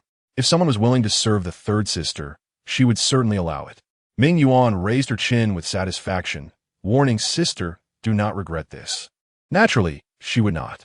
She too wished to discern who could be trusted in this life. With a smirk, Ming Yuan gestured for Huaji to bring forth the pouch of money, raising her voice. "Whoever is willing to assist me in the search shall receive 20 taels of silver immediately." The annual salary of a head maid was merely 7 taels. This sum would suffice for several years of toil. She could hardly believe that these individuals would remain unmoved. Ming Yuan's smile was radiant, yet she soon noticed that none stirred. Her smile began to freeze as she prepared to erupt in anger.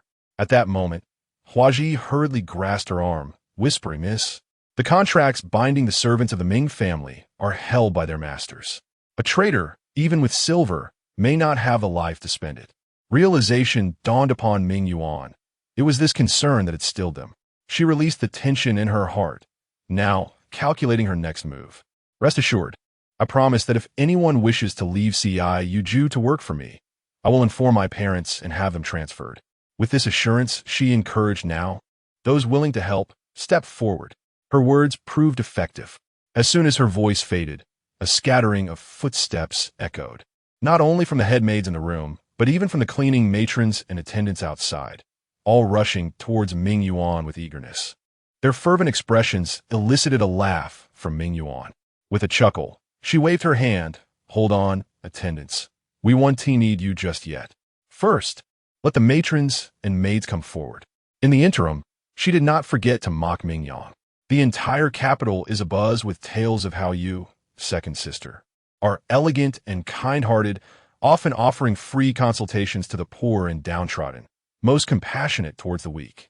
Little did you anticipate that you would be so utterly forsaken, unable even to command the servants within your own courtyard, who now scramble to betray you. Ming Yang, obscured by the throng, was rendered expressionless amidst the bustling crowd.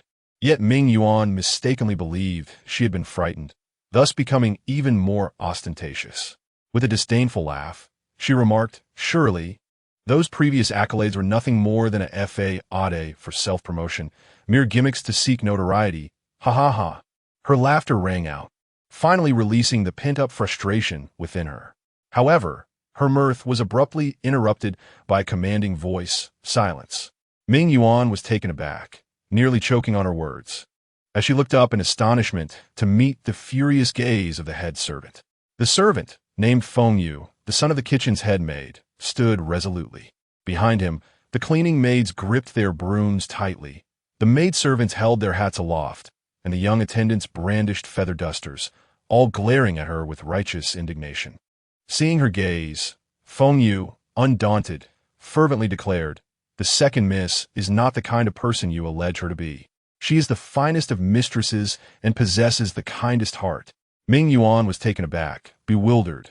Were they not here to assist her? What was their current endeavor? Feng Yu rolled his eyes in exasperation, standing tall with unwavering conviction. We are here to protect the second Miss's courtyard. Indeed, we shall safeguard the courtyard of the second miss. Echoed a chorus of voices, a dozen strong. They were all recipients of Ming Yang's benevolence, whether personally or through their kin. The value of herbs is high, yet the lives of servants are deemed worthless, had it not been for Ming Yang's discreet assistance. Their meager lives would have been left to fate. Survive, and they would return to work. Falter, and they would be hastily buried upon a simple mat. This was a genuine act of salvation, a debt of gratitude they could not forsake. In a shared glance, they reached a consensus, resolutely stating, though our status may be humble, we know how to repay kindness. The second miss has treated us well, if we do not return the favor. What would be the difference between us and mere livestock? They shed their previously submissive demeanor, their heads held higher than ever before. With every word, they forged a solemn oath. Today, should anyone dare to insult the second miss, they must first trample over our corpses. To dishonor our master is to invite our demise. We may be as inconsequential as grass, yet we vow to protect our mistress with unwavering loyalty. Chapter 21. Injury, startled by the imposing presence of the crowd. Ming Yuan took a few steps back. Regaining her composure, a flicker of indignation ignited in her eyes. I am the true heiress of the Ming family. I possess the right to reclaim what is rightfully mine. She had already granted her enough dignity by not ordering her garments to be stripped away. If you intend to seize this opportunity to pledge your loyalty and gain her favor, you have miscalculated. Ming Yang has been confirmed as not being the daughter of the Prime Minister's household, merely an unknown child of dubious origins. If you were wise, you would understand where to align your allegiances. Her mocking tone elongated as she gazed upon the scene with evident amusement, her chin slightly raised, casting a sidelong glance at Ming Yang, confident that these servants would bend with the wind. Yet, she failed to notice the increasingly resolute expressions among the crowd. The typically timid Mai Dong, emboldened, spoke up, "We have long been aware of this news. Though their status was humble, the servants were often well-informed. She swallowed hard, unable to meet Ming Yuan's displeased gaze, and stammered on. Even if the young lady is no longer the prime minister's daughter, her past kindness towards us is undeniably real. Had she valued rank over compassion, we would not have been worthy of her aid. When the second young lady was in her prime, she did not disdain us, the servants. Now that she has fallen into misfortune, if we were to turn our backs on her, we would be no better than beasts. The crowd exchanged glances, as if coming to a consensus.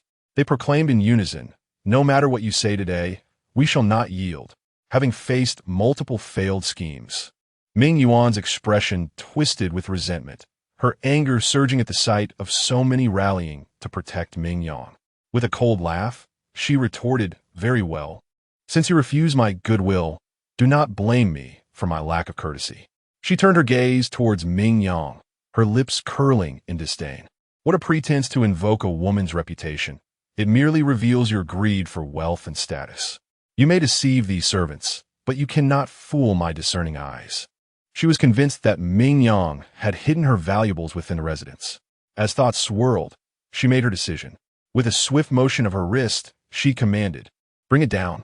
If I cannot have it, neither shall Ming Yang enjoy it." She was resolute. She would not believe that the jade ring could simply fly away from the Ming family. If she could not possess it, then it would be destroyed. At her command, her followers surged forward. Feng Yu and others shouted, vowing to protect Ci Yu Ju and the second young lady at all costs. The crowd steadfastly guarded the entrance. In a matter of moments, they were outnumbered, sustaining numerous bruises.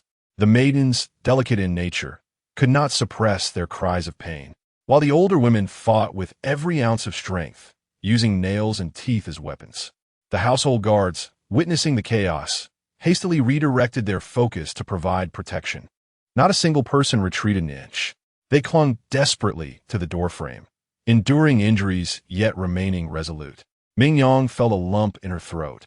Suppressing the tide of emotion threatening to spill from her eyes, she urged, "Stand aside. Let them smash it. What good is reputation when lives are at stake?"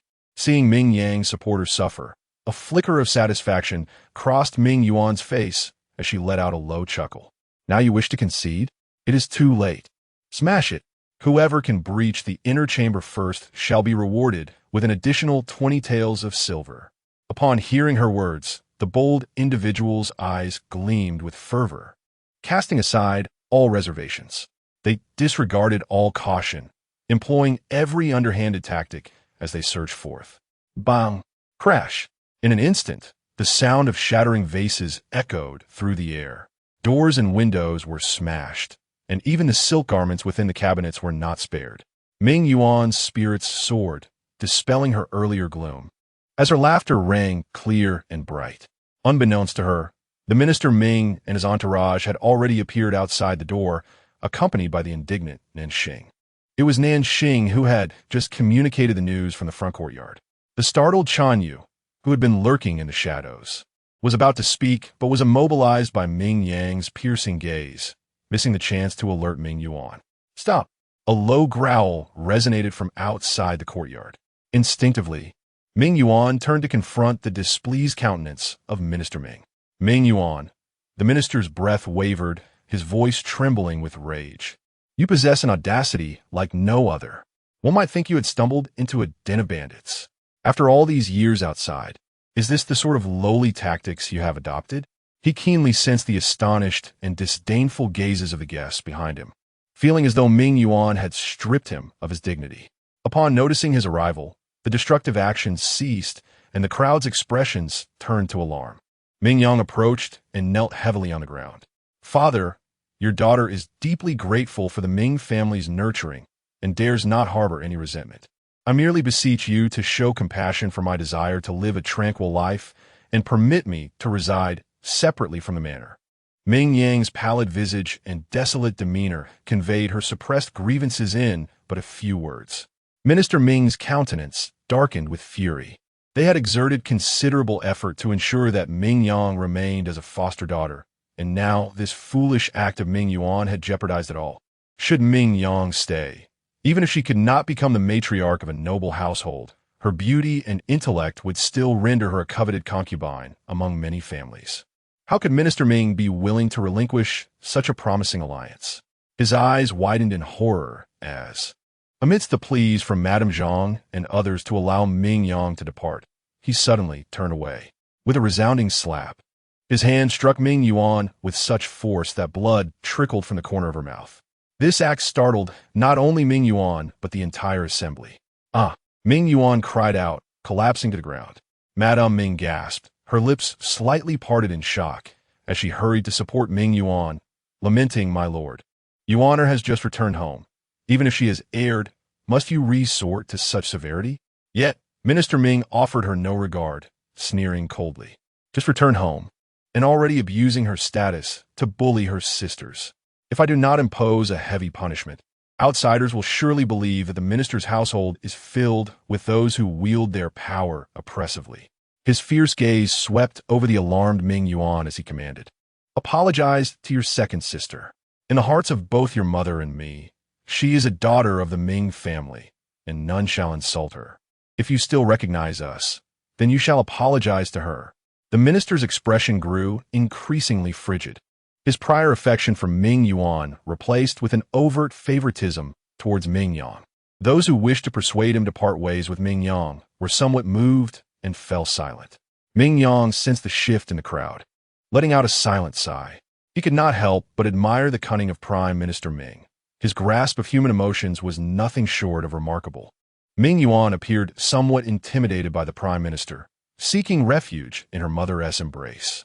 Ming Mother, her eyes glimmering with understanding acquired over years of marriage, had already discerned the Prime Minister's intentions. Her eyelids fluttered slightly as she reproached Ming Yuan with a mixture of disappointment and affection. "My dear Yuan, I understand that you have suffered and harbored resentment. Yet, Yang is innocent. How can you direct your anger towards her? Both of you are treasures in your parents' eyes. By opposing one another so fiercely, are you not driving a wedge into our hearts?" With a firm grip, Ming Mother discreetly pinched Ming Yuan's arm, signaling her to reconsider. Ming Yuan's expression shifted as she grasped her mother's intent, realizing she was being offered a means of escape. Clenching her jaw to suppress the bitterness, she swallowed hard, her eyes reddening as she softened her tone to apologize. "I am truly sorry, second sister. I momentarily lost my way, consumed by jealousy over our parents' affection for you, which led me to act impulsively. Please do not hold it against me." With just a few words, she reframed her prior grievances as mere sibling rivalry born from envy. Chapter 22. Ming Yang's humble circumstances. Ming Chengxiang's brow twitched slightly, and his expression softened as he turned his gaze toward Ming Yang. He inquired, Yang, your third sister has acknowledged her mistake. You may remain in the Ming household without concern. Should anyone dare to insult you again, your father will not let it go unpunished." It was evident that he was resolute in his decision to keep Ming Yang from leaving. Ming Yang had anticipated this outcome, so she was not overly disappointed. However, she felt that her father underestimated the situation, believing that a simple slap and an apology could resolve the matter. Under the weight of Ming Chengxiang's imposing gaze, Ming Yang straightened her back, her voice ringing clear yet imbued with the petulance of a young girl. As if she were pouting, "I appreciate my father's good intentions, but I must confess that I feel truly fearful. In this grand residence, one's fate is not in their own hands. Should there come a day when I err, I fear I may not enjoy the same fortune as today, relying on the assistance of noble friends to escape peril." As soon as Ming Yang's words fell, Ming Chengxiang's displeasure was palpable, his brow furrowing deeply. "What do you intend to do then? Are you resolved to leave the Ming household and subject your mother and me to the anguish of separation?" "Certainly not." Ming Yang slowly raised her head, her countenance dim. The daughter merely wished to request permission from her father to establish a separate residence. "If you have no intention of leaving the Ming household, why seek a separate dwelling?" Ming Chengxiang questioned, his irritation evident. Ming Yang cast a glance at her dilapidated chamber behind her, lowering her head in concern.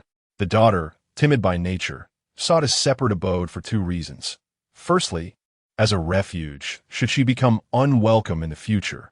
Secondly, to create an opportunity for connection with the outside world. She pressed her lips together, as if still shaken by recent events, and added, "This is to prevent a day when I might quietly fade away within these walls."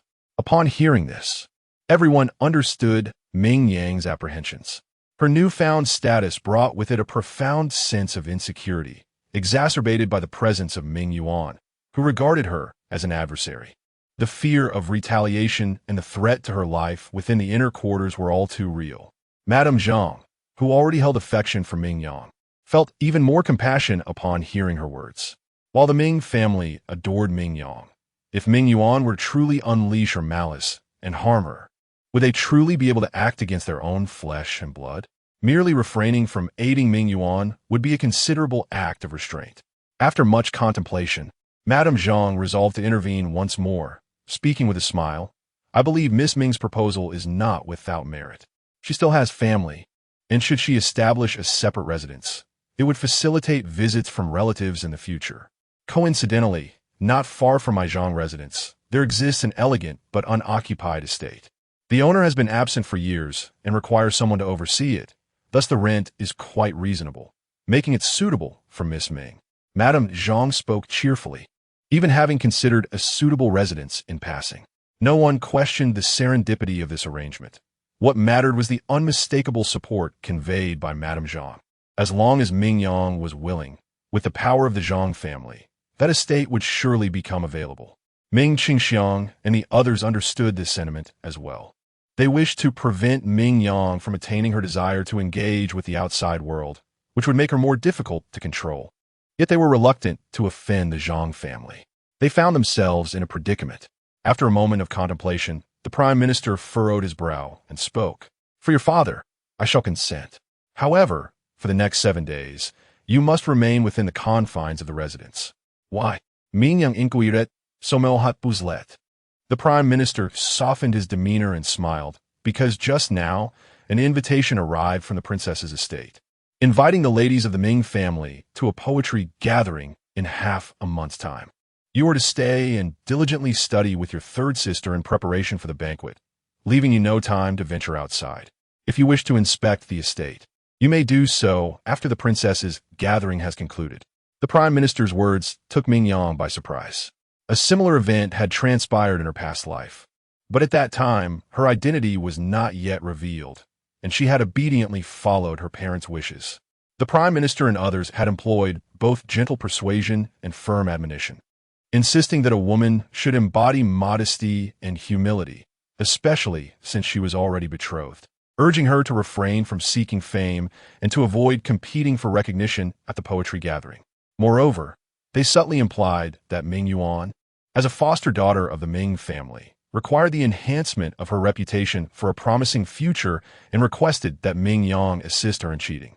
Unable to withstand her parents' pleas, she compromised her integrity and aided Ming Yuan in securing the top position, while her own submitted poetry was switched, leading to her ridicule as a fool.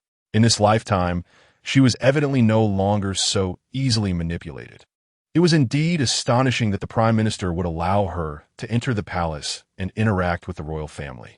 Ming Yang surmiset correctly. The Prime Minister had initially not intended for her to participate. However, unexpected circumstances arose when Ming Yuan caused a scandal through her tyrannical behavior. Now, allowing Ming Yang to attend the banquet served two purposes: to ensure she remained grounded within the Prime Minister's residence for a time and to publicly showcase his affection for her. With a tender smile, the Prime Minister said, "Regardless of your status, you are my child, nurtured with care for 15 years. Any good fortune shall inevitably be yours." The Prime Minister, typically stern and austere, displayed a fondness that even his biological son, Ming Cheng, had never experienced. Everyone marveled at the evident affection the Prime Minister held for his daughter, Ming Yang. Even Ming Yuan was captivated, secretly lamenting that Ming Yang truly possessed the fate of a heroine, winning the affection of even the seemingly indifferent Prime Minister. She felt a surge of irritation, her voice soft yet tinged with bitterness as she remarked, "It seems my second sister may disappoint father." "Oh," the Prime Minister raised an eyebrow. Ming Yuan forced a semblance of guilt-laden mirth, gesturing towards the courtyard behind Ming Yang, and said regretfully, It is all due to those clumsy servants who have ruined my second sister's belongings. Those garments have become mere rags. With the banquet approaching, the seamstresses in the residence are overwhelmed and may not have time to tailor new attire for my second sister, unless we engage an outside tailor at great expense. Then let us hire an external tailor. The Prime Minister's residence is not lacking in silver, replied the Prime Minister. Ming Yuan let out a soft snort, her tone rising. But my second sister previously expressed her remorse, unwilling to accept any favors from the Ming family. With her noble character, she surely would not wish to accept our family's generosity. Now, being destitute, she lacks the means to procure jewelry and garments for the palace banquet, which might seem rather impolite. The pride in Ming Yuan's eyes was nearly overflowing, confident that Ming Yang was powerless. Ming the Prime Minister felt a sense of relief in his heart and cast a rare, appreciative glance at Ming Yuan. He had never intended for Ming Yang to attend the banquet, and now he had found a fitting reason. However, a trace of regret surfaced on his face. Alas, my dear Yang, you are simply too obstinate. It is truly a pity. Not a pity. A hearty laugh interrupted the words of Ming's father. Beside Nanxing, an unassuming elder clad in simple garments strode through the courtyard gate. With a grand gesture, he signaled to his attendants, who brought forth several red hardwood boxes. Open them. In an instant, the courtyard was illuminated with brilliance, as bowl-sized luminous pearls shimmered in the night. The priceless flowing brocade was crammed into a chest, appearing as if it were nothing more than coarse cloth. The discerning women gasped in astonishment. My heavens, this is truly a treasure beyond compare. Goodness, is that piece of icy jade, coral, not a family heirloom of the richest man? And those embroidered shoes adorned with goldfish patterns, are they not the lost double-sided embroidery technique? Chapter 23, engaging in unspeakable activities in an instant. Exclamations of surprise filled the air. Upon closer inspection, the items within the crates were sufficient to sustain a small family for decades. The elderly man, however, remained unfazed, chuckling as he addressed Ming Yang. Young master, you have arrived in haste. Please make do with these items for now. When you move into your new residence, I shall ensure the dowry prepared by the old master is transferred in its entirety. The crowd held their breath, their gazes filled with envy. Ming Yuan felt a surge of dizziness, her complexion paling. How could this be? These possessions could not possibly belong to Ming Yang. According to the text, Ming Yang had lived in poverty and hardship before reuniting with her birth mother, barely scraping by as a physician. Such wealth would require a man decades of toil and achievement to amass. How could a woman like Ming Yang have acquired such a vast fortune? Surely, she must have engaged in some unspeakable activities. As this doubt was voiced, the elderly man's expression darkened. Our Xingling clinic has always upheld integrity and propriety. Such trifles are beneath us. We would never resort to base tactics. The items in these crates are all gifts from patients who are grateful for our healing touch. For instance, this golden goblet was bestowed upon the young master by the esteemed Mr. Chun, a venerable figure from Jinling, in gratitude for curing his long-standing ailment. Someone nearby widened their eyes in disbelief, asking, is this the same Mr. Chun who was once the imperial tutor and now serves as the president of the Jinling Academy? Indeed, came the response, accompanied by gasps of astonishment.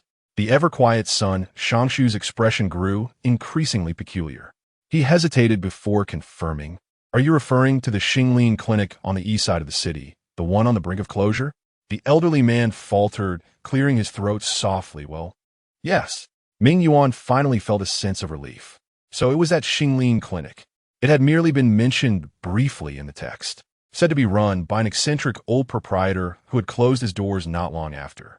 He likely held no significant importance. With a raised brow, she sarcastically remarked, I see. I had assumed it was a prominent and illustrious family. Turns out it's just that dilapidated clinic. I have heard your old proprietor is quite sharp-tongued and inflexible, often provoking disputes with patients and even resorting to violence, changing the arrangements in the pharmacy multiple times. Covering her lips slightly, her eyes glinting as she pointed at the jewels, she scoffed, Oh dear, could it be that your fortune was amassed through compensation for patients? Laughter erupted in response. The crowd mocked the elderly man, shaking their heads in derision. You truly are something. Even if you were to fabricate a story, at least make it somewhat credible. Claiming that a half-dead clinic is your excuse is quite unwise. To swindle at the Prime Minister's residence, you must be utterly oblivious to the danger. If not for your advanced age, you would certainly find yourself in the dungeons for being an old fraud. As the crowd turned their ire towards the elderly man, Ming Yang furrowed her brows lightly. She rose to her feet and approached the old man, her melodious voice ringing clear in the atmosphere. Ladies and gentlemen, I implore you to choose your words with care. I can attest that Mr. Chu is the second steward of the pharmacy and not a charlatan. She often lends her assistance at the Xinglin workshop, fully aware that its apparent decline is due to a severe shortage of personnel. The master is unreliable, prone to seeking solace in prayer and offerings, while the apprentices are mostly engrossed in unraveling intricate medical enigmas, often wandering far afield. It is only in the face of significant calamities that they gather. Currently, apart from her, there are merely 2 senior physicians recruited from outside, perpetually overwhelmed with their duties. Over time, this has resulted in a dwindling number of patients seeking care. As for those jewels and artifacts, Ming Yang furrowed her brow, puzzled.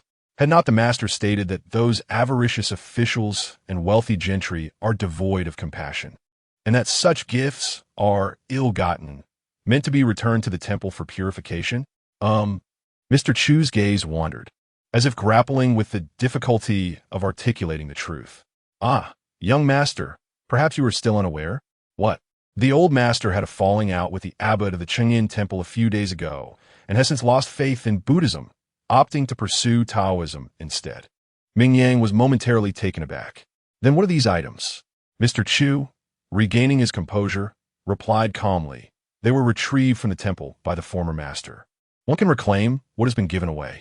Ming Yang was left speechless. Of course, Mr. Chu affirmed with a nod, the abbot is a reasonable man. What he refrained from mentioning was that the old master, in a fit of rage, had thrown a tantrum before the Buddha's altar, demanding the return of his offerings. Fearing disruption to the Buddha's tranquility, the abbot had reluctantly acquiesced to this unruly demand. Ming Yang found Mr. Chu's words credible. Given the master's temperament, it was a restrained course of action. However, others were not so convinced. Yun Jing, who had remained silent until now, could no longer contain herself. Do not speak nonsense. Who does not know that the Chengyin temple was granted a special pardon by the late emperor, serving as a royal place of worship? Even an audience with the current sovereign does not necessitate the customary rites of homage. Even the royal relatives must adhere to the prescribed times for their worship. What merit does your old master possess that he could act with such impunity at Chengyin temple? Ming Yang, even in her desire to enhance her own reputation, should not resort to fabricating tales to deceive everyone. A hint of disapproval flickered in Yun Jing's expression. Ming Yuan smirked, raising her voice in agreement. Young Master Yun speaks the truth. You ought to engage your intellect before spinning such fanciful tales. To claim that these items are gift from patients to Ming Yang is utterly absurd. Ming Yang has only just reached the age of maturity, despite her prodigious talents. She cannot possibly possess exceptional medical skills. I have heard of Master Chen's ailment. Even the head of the Imperial Medical Bureau could only alleviate his suffering with some pain-relieving concoctions. Is Ming Yang truly more capable than the imperial physicians? She cast a mocking glance at Ming Yang, her tone dripping with sarcasm. It seems these items have dubious origins, and the true reasons for their presence are perhaps too delicate to disclose. Those present were not naive. They grasped the implications of Ming Yuan's insinuations. A few roguish young gentlemen exchanged knowing glances, their gazes towards Ming Yang tinged with ambiguity. Young Master Lu from the Ministry of Rites, known for his licentious nature, scrutinized Ming Yang with an air of intoxicated bravado. In contemplating the matter, it is undeniable that Miss Ming possesses remarkable beauty, and it is not out of the question that someone might lavish a fortune upon her. The individual fabricating excuses likely does so to safeguard her reputation, demonstrating a commendable intent. As several young gentlemen indulged in a few more cups of wine during the banquet, emboldened by the effects of the drink, their laughter grew louder. and their gazes became increasingly brazen. Yun Jing, positioned before them, distinctly overheard their remarks, and his countenance darkened uncontrollably, gripping the armrest. The veins in his hand stood out prominently as he uttered a low command. Silence. The young gentlemen were momentarily taken aback, just as they were about to engage in a dispute with him, when they noticed Yun Jing had already shifted his gaze, fixating intently on Ming Yang. In a hushed yet forceful tone, he pressed, "Ming Yang, you have been continuously slipping away under the pretense of seeking medical knowledge for my leg ailment. Could it be that this is merely a facade, under the guise of treating me? Whom have you truly gone to meet?" Disappointment was vividly etched in Yun Jing's eyes. Chapter 24. A stumble previously, someone had informed him that Ming Yang was quite intimate with several young men at the medical clinic, a claim he had dismissed. However, upon hearing Ming Yang's explanation, that was merely the deceit of her junior brothers, he found himself doubting her words.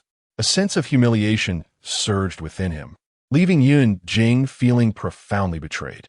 In a previous life, such suspicions regarding her character would have surely caused Ming Yang some distress. Yet now, fully aware of Yun Jing's sensitive and suspicious nature, she felt no surprise. She couldn't even be bothered to cast a glance at Yun Jing. Beside her, Nanxing had already erupted in fury.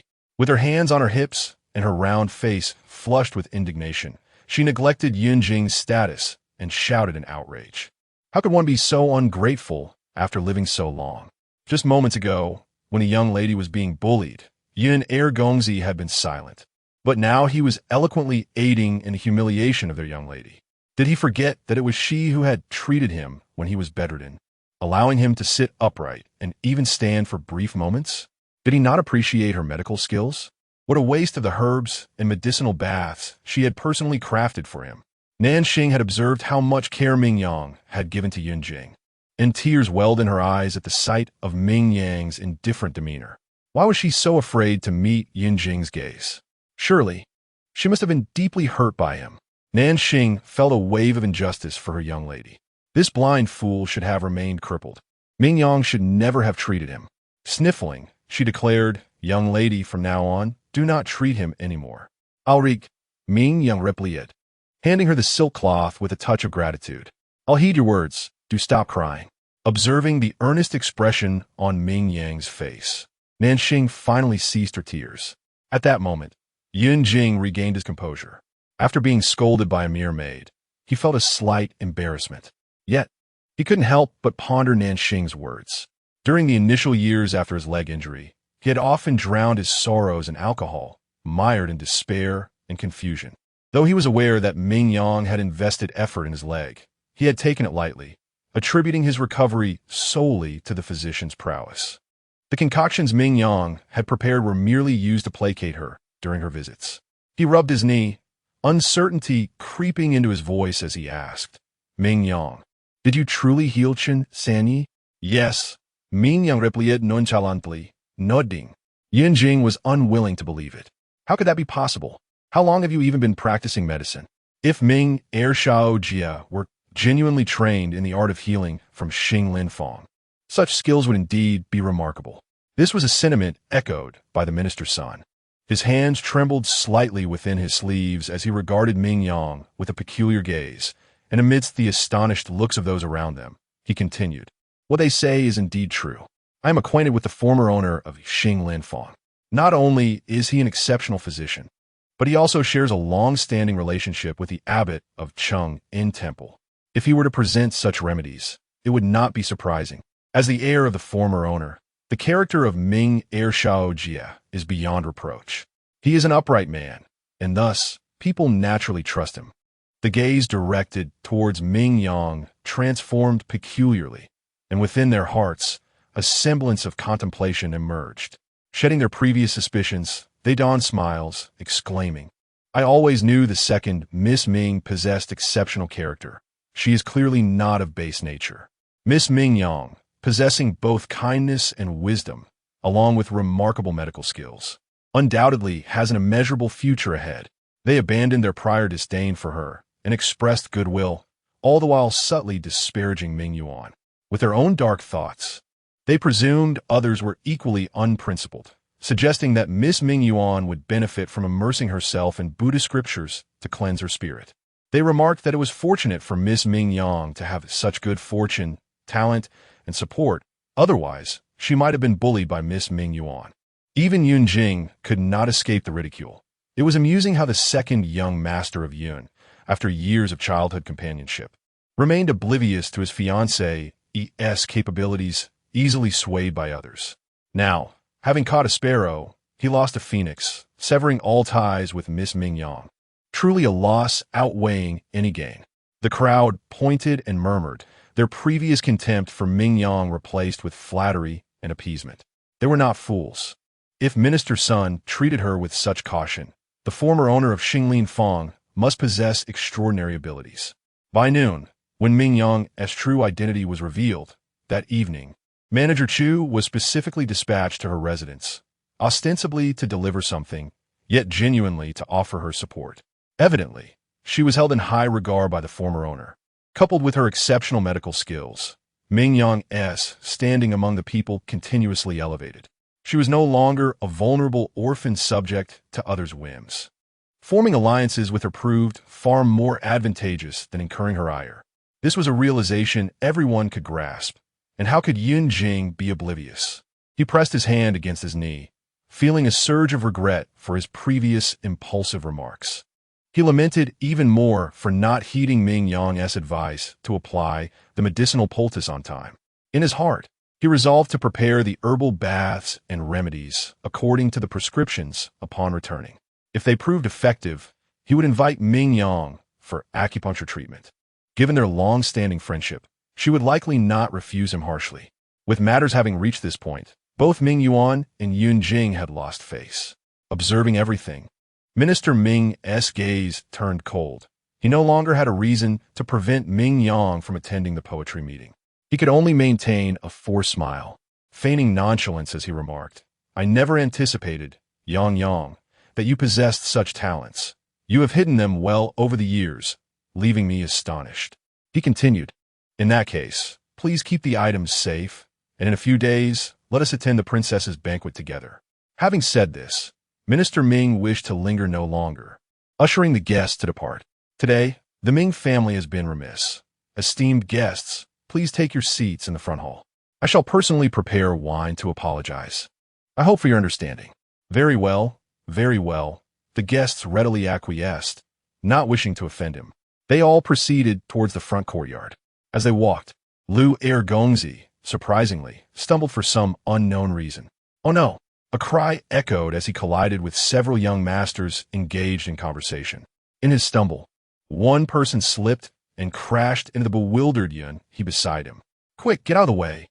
Yun He appeared to be startled, his footsteps faltering as he loosened his grip, causing a multitude of jade beads to tumble to the ground. Upon noticing the approaching figure, he instinctively shut his eyes in fear, his hands flailing in a panicked manner. Quite coincidentally, he struck the faces of several young gentlemen with his erratic movements. The sound of slapping echoed. In an instant, their cheeks swelled to a size surpassing that of steamed buns. Had it not been for their knowledge of Yun He's foolishness and his closed eyes, the onlookers might have presumed his actions were deliberate. Amidst the chaos, the beads rolled about, throwing several individuals off balance. A sickening crack resonated, followed by a dull thud. The sound of shattered bones filled the air. Young Master Lu and his companions were rendered utterly unconscious, lacking even the strength to moan in agony. Ironically, these injured individuals were the very same young gentlemen who had previously displayed disrespect towards Ming Yang. Given their inebriated state, the crowd merely assumed they had overindulged and stumbled. Failing to give it further thought, they were hastily sent for medical attention. Only Yun Jing cast a few lingering glances at Yun He, who was pale as jade, with disheveled strands of hair clinging to his face. He helplessly covered his ears, crouching down as if trying to curl into himself like a snail, appearing exceedingly pitiable. Ming Yang, noticing his distress, hurried over and gently inquired, "Yun He, are you all right? Were you frightened?" From a young age, Yun He had always been timid. Every time fear gripped him, he would become flustered, wishing to hide away. It often required Ming Yang to quietly approach with beautiful beads to coax him out of his shell, seemingly responding to Ming Yang's voice. The bundle on the ground stirred slightly. Yunhe lowered his hands from his ears and lifted his head, the glimmer in his dark eyes fragmented, taking a moment to regain his senses. Almost immediately, his eyes reddened with unshed tears, and he pitifully lamented, "My beads, they are all gone." Ming Yang's mind raced as he stifled a chuckle, softly coaxing, "How about this? I have even more beautiful beads to give you. Please don't be upset." Ming Yang always displayed great patience towards Yunhe. However, to his surprise, Yunhe shook his head. He appeared as dejected as a frostbitten eggplant, murmuring, "I don't want the beads anymore. What do you wish for then?" Yunhe tilted his head, glancing at the festive attire worn by Yunjing, and whether it was a trick of Ming Yang's eyes, a flicker of envy crossed his gaze. Then, in a clear and resonant voice, he proclaimed, "I want a wife." Chapter 25, Confrontation. The murmurs of the crowd fell silent for a moment, only to be shattered by Ming Yuan's derisive laughter. A fool, still harboring dreams of marriage. One can only wonder who the unfortunate soul would be to wed him. Ming Yang cast a fleeting glance at her, her brows furrowing slightly. Perhaps it would be prudent for her younger sister to focus on her own affairs first. She then turned her gaze towards Lady Ming, gracefully parting her lips to speak. "Mother, I happen to possess a copy of the Tao Te Ching in my chamber, which would be perfectly suited for my third sister to cultivate her character. Perhaps we could have her transcribe and study it, to spare her from becoming a sharp-tongued adversary to our family in the future." With these words, Ming Yang had openly scorned Ming Yuan as a gossipmonger. Ming Yuan's complexion flushed crimson, and just as she was about to retaliate, Lady Ming's sharp rebuke rang out. "Enough!" A thrill of joy surged within Ming Yuan at her mother's side. "See, mother, my second sister bullies me, and now she scolds me for the sake of an outsider." She clung to Lady Ming's sleeve, seeking her protection. Yet, she felt a sudden sting in her wrist as her arm was roughly pulled down. Startled, Ming Yuan turned to find Lady Ming's displeased countenance awaiting her. With her eyelids lowered, she smoothed the creases of her garment, suppressing her anger as she spoke. "Yuaner, is today not enough of a disgrace for you?" She had acutely sensed the mocking glances from those noble ladies who once courted her favor, now deriding her for having such an unrefined daughter. In the past, Ming Yang had always managed to present herself with grace and dignity, bringing honor to her mother's name. How many had envied her for raising such an exceptional daughter? Now, those envious gazes turned to ridicule. How could the ever-proud Lady Ming endure this? With a disdainful snort, she commanded, "Do as your second sister suggests. If you do not complete your transcription, you need not attend the palace banquet." With that, she grasped the arm of old Madame Feng and followed the departing steps of the Minister Ming. Ming Yuan stood frozen in disbelief, unable to comprehend why her usually affectionate mother would suddenly turn against her and side with Ming Yang. The Tao Te Ching was lengthy and written in traditional characters. Although she had dabbled in calligraphy, it was still quite challenging for her. If she did not hasten her transcription, she might not finish before the banquet. Frustrated, Ming Yuan bit her lip. The second prince would undoubtedly be present at the banquet, and she could not afford to miss it. With no desire to seek trouble, she shot a venomous glare at Ming Yang before hastily making her way to the study. After Ming Yuan departed, Yunjing contemplated for a moment before deciding to stay. He looked at Ming Yang with a conflicted expression, as though he wished to speak. Ming Yang, disinterested, let her gaze drift to the boy's dark hair, fluttering in the breeze. The curling tips danced, revealing Yunhe's exquisite visage. His features were perfect, akin to finely crafted white porcelain, untouched by dust, poetic and picturesque. Ming Yang couldn't help but marvel at how a young man could possess such striking beauty. "Your future wife must be exceedingly lovely to match your countenance," she mused. Yunhe blinked earnestly, young, very beautiful. Each word he uttered was imbued with sincerity. Ming Yang found herself momentarily taken aback. This was the first time Yunhe had addressed her by name today. Upon reflecting on Yunhe's every action today, Ming Yang could not suppress a tremor of excitement within her heart, raising her gaze in astonishment. "Yunhe, has your condition improved?" Yunhe paused momentarily, tilting his head as he scrutinized Ming Yang. His tone was deliberate, as if each word required extensive contemplation, softly inquiring, "Do you hope for my recovery, Yang Yang?" "Of course," Ming Yang affirmed, nodding as she helped him to his feet. "I have discussed your ailment with my master. While the underlying cause stems from your premature birth, the primary issue lies within your emotional turmoil. If you are willing, consider engaging more with others and venturing outside. Actively interacting with the world will benefit your health." This sentiment had long lingered in her mind, especially since the passing of her younger brother, Yun Xiu, which had rendered Yun He increasingly reclusive, seldom even allowing her to see him. Yun He's lips twitched, as if he were about to speak, but was interrupted by a rough voice. "I believe Miss Ming speaks wisely. Yun He, you truly ought to converse more." The Duke of Yong'an sighed, a hint of nostalgia in his tone, lamenting that in recent years he had heard fewer words from his son than he did from Miss Ming in a single day. A pang of sorrow gripped his heart. Having consumed a few drinks at the banquet earlier, he felt the remnants of old injuries flare up, prompting Yun Air to assist him to a quieter space for a brief respite. Upon his arrival, he had witnessed his son conversing amiably with the young lady, and in that moment, he found it difficult to intervene. Seeing the Duke approach, Yun He pursed his lips again, lapsing in his silence, casting him a sidelong glance that bore an inexplicable disdain. The Duke, feeling the weight of a father's heart breaking, touched his nose, coughed lightly, and resigned himself to the thought that perhaps he was simply an unlikable old man, and his son's disregard was to be expected. "It is getting late. We should return home." He instinctively reached out to pull Yun He along, only for Yun He to bend down to pick up a bead, narrowly evading his grasp. The Duke thought little of it. A dignified lord, he squatted beside Yun He to assist in gathering the beads. Once upright, he called out, "All right, we've collected them all.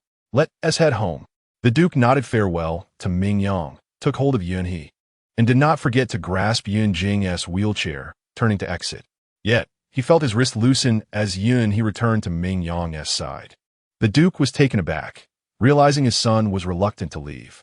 Ming Yang noticed this too, and with a smile, encouraged, "Go back with the Duke.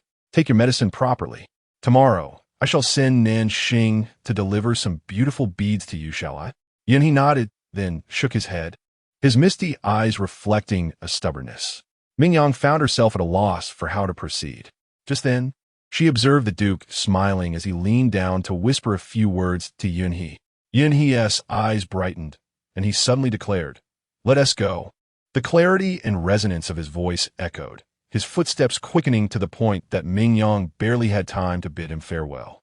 The Duke laughed triumphantly, experiencing for the first time a sense of victory with his son. He took a large stride to follow, still clutching Yun Jing's wheelchair. Yun Jing's expression soured as he regarded Ming Yang with a complex gaze. Ming Yang did not hear, yet he fortuitously caught the words of Duke Yong'an. "Yun He, if you obediently comply, I shall seek Ming Yang's hand in marriage for you." Chapter 26. Unsavory thoughts. Yun Jing was engulfed in a medley of emotions, with a hint of unacknowledged resentment simmering within him. It should not be this way. He harbored a vague conviction that Ming Yang ought to belong to him. A fleeting image crossed his mind. Ming Yang clad in festive attire, gazing at him with unwavering focus. An agonizing headache suddenly gripped him, and he could not suppress a pained gasp. "What is it? A hangover, perhaps?" The Duke of Yong'an slowed his pace, concern etched on his face. Apart from his adopted eldest son, Yun Jing was the first descendant born into the Duke's household. He had always maintained a harmonious relationship with the second master of the Yun family. Thus, the Duke held a considerable regard for his nephew, Yun Jing. Taking a deep breath to quell the momentary pang, Yun Jing reassured, "Uncle, please do not worry." The Duke scrutinized his countenance and advised, "Remember to drink the detoxifying soup upon your return." "Certainly," Yun Jing replied with a faint smile and a nod. However, upon returning home, he deliberately abstained from the detoxifying soup and instead indulged in a couple more cups. For reasons unbeknownst to him, he yearned to revisit that scene once more. Alas, like a fleeting mirage, nothing materialized. Meanwhile, Ming Yang had bid farewell to the guests and turned to survey the disarrayed courtyard. "Nanxing, please take the lead in tidying up the yard. I have matters to discuss with Manager Chu." Nanxing promptly nodded with vigor, exclaiming, "Of course, miss. You can rest assured." Her efficiency was evident as she directed others to log the items brought by Manager Chu while orchestrating the cleaning of the courtyard. Upon seeing the torn silk and damaged ornaments within the house, her expression darkened. With a sweeping gesture, she ordered the restoration of the items and personally oversaw their packing, dispatching them to Ming Yuan's courtyard. Not far away, in the study, Ming Yang could clearly hear Nanxing's indignant voice. "Miss, I shall step out for a moment. Who cares for their shabby belongings? I shall return them. Our miss deserves far better." Ming Yang could not help but chuckle, recognizing that Nanxing was no easy target, and chose not to intervene. She turned to invite Manager Chu to take a seat. The door to the study had been partially damaged by Ming Yuan and her companions, leaving it ajar, allowing glimpses of the activity within. Ming Yang positioned herself so that the wind was at her back, offering Manager Chu a sheltered seat. The smile on Manager Chu's face grew more pronounced as he silently commended his old employer, who had lived a life of folly, for finally making a prudent decision by securing a capable successor. Understanding that Ming Yang was weary from her endeavors, Manager Chu wasted no time in getting to the point. "Young master, in 10 days, it will be the day for managers from various regions to report their accounts. Previously, the old master preferred to delegate such mundane affairs to me. Now that you and the Ming family have parted ways, the old master's intention is for you to step into the limelight. This will also clarify to the managers who the rightful master is." Ming Yang nodded in agreement. "Very well, I shall be there on time." Yet, a flicker of doubt lingered in her mind. After a moment's hesitation, she voiced her concern. "Manager Chu, it seemed that my master previously intended to pass on Xinglin Fong to several of his disciples. Why has he changed his mind?" She truly wished that her master's decision to bequeath the family business of Xinglin Fong to her was not merely a result of sympathy. Seemingly discerning Ming Yang's togs. Manager Chu shook his head. "Young master has misunderstood. In truth, from the very beginning, the former owner held you in the highest regard. However, at that time, you were still the daughter of the prime minister's residence, and the former owner was aware that those of noble birth are exceedingly concerned with their reputation and decorum. Fearing it would tarnish your esteemed reputation, he suppressed his intentions. As a compromise, he planned to select 2 of your external disciples as successors. Now that your status has transformed, the former owner has cast aside his reservations, even indulging in a few more jars of wine." At this, Manager Chu could not suppress a chuckle, and Ming Yang felt a sense of relief. The two engaged in a brief discussion regarding the apothecary's matters, and just as they were about to part ways, Manager Chu suddenly recalled something. He withdrew an object from his sleeve and handed it to Ming Yang. "Take good care of this. It will prove invaluable to you." Ming Yang paused momentarily, tucking the item into her garments. She rose to escort Manager Chu, only to lift her gaze and find Chan Yu peering curiously from the doorway. Meeting Ming Yang's eyes, Chan Yu forced an awkward smile. "Miss, I have come to report that someone is waiting for you." Ming Yang cast a sidelong glance at her, feigning ignorance of Chan Yu's scrutinizing gaze. Chan Yu's eyes fell upon the crimson cord peeking from Ming Yang's neckline, causing her heart to race. "I found it." No wonder the third miss could not locate the jade ring. It was never in the residence. The earlier manager, Chu, must have been delivering the jade ring to the second Mississippi. Chan Yu trembled with excitement, realizing that the precious item the third miss desired was now with the second Mississippi. Recalling Ming Yuan's earlier promise that she would advocate for Chan Yu to serve the eldest master once the item was secured, Chan Yu's exhilaration only intensified. She became so immersed in her thoughts that she failed to notice Ming Yang had already entered her chamber. It was not until Ming Yang's cold voice pierced the silence. "Who let you in?" That Chan Yu snapped back to reality. Startled, she lifted her gaze and met Ming Yang's piercing eyes, causing her to shiver. Only then did she realize that Ming Cheng was seated on Ming Yang's embroidered bed, his expression flushed. "It was I, my lady," she stammered softly. Concerned about the eldest master's health and the potential impact on the autumn examinations, I took the liberty of allowing him to enter and wait. Ming Yang's expression was frigid, her tone icy. "Leave and kneel outside." "What?" Chan Yu's eyes widened in disbelief, her lips trembling as she bit down in distress. "My lady, I do not understand what wrong I have committed to deserve such punishment." Autumn had already deepened, and the porcelain floor was colder than ice. Prolonged kneeling would surely leave her with a chill that could lead to illness. The lady had always been kind and generous, often lenient with her servants. Errors typically warranted mild reprimands. Why then was she so severe today? Tears brimmed in her eyes as she glanced at Ming Cheng, silently pleading for his intercession. Yet, she found his gaze fixed unwaveringly on Ming Yang. Upon closer observation, she noted Ming Cheng's hand resting upon Ming Yang's jade-colored fragrant pillow, gently caressing it, his eyes betraying a hint of fervent fascination. In that instant, Chan Yu's heart quivered, an unsettling awareness creeping in, though she dared not dwell upon it. Ming Yang naturally witnessed this scene, feeling a wave of nausea threatening to overwhelm her. She stepped forward, her face cold, and requested Ming Cheng to rise. "Please, brother, let us meet in the outer chamber."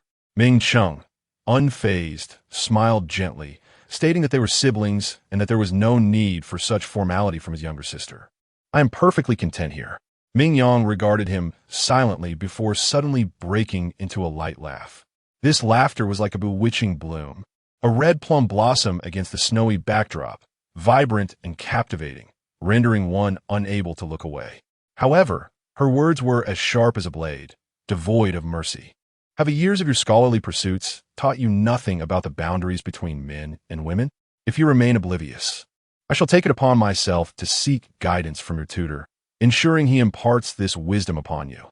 Upon hearing this, the warm smile on Ming Cheng's face vanished. He tightened his lips and slowly rose from Ming Yang's bed. In the next moment, a heavy thud echoed through the room. Ming Yang wasted no time in discarding the fragrant pillow and betting that Ming Cheng had recently touched, her disdain palpable, as if he were something unclean.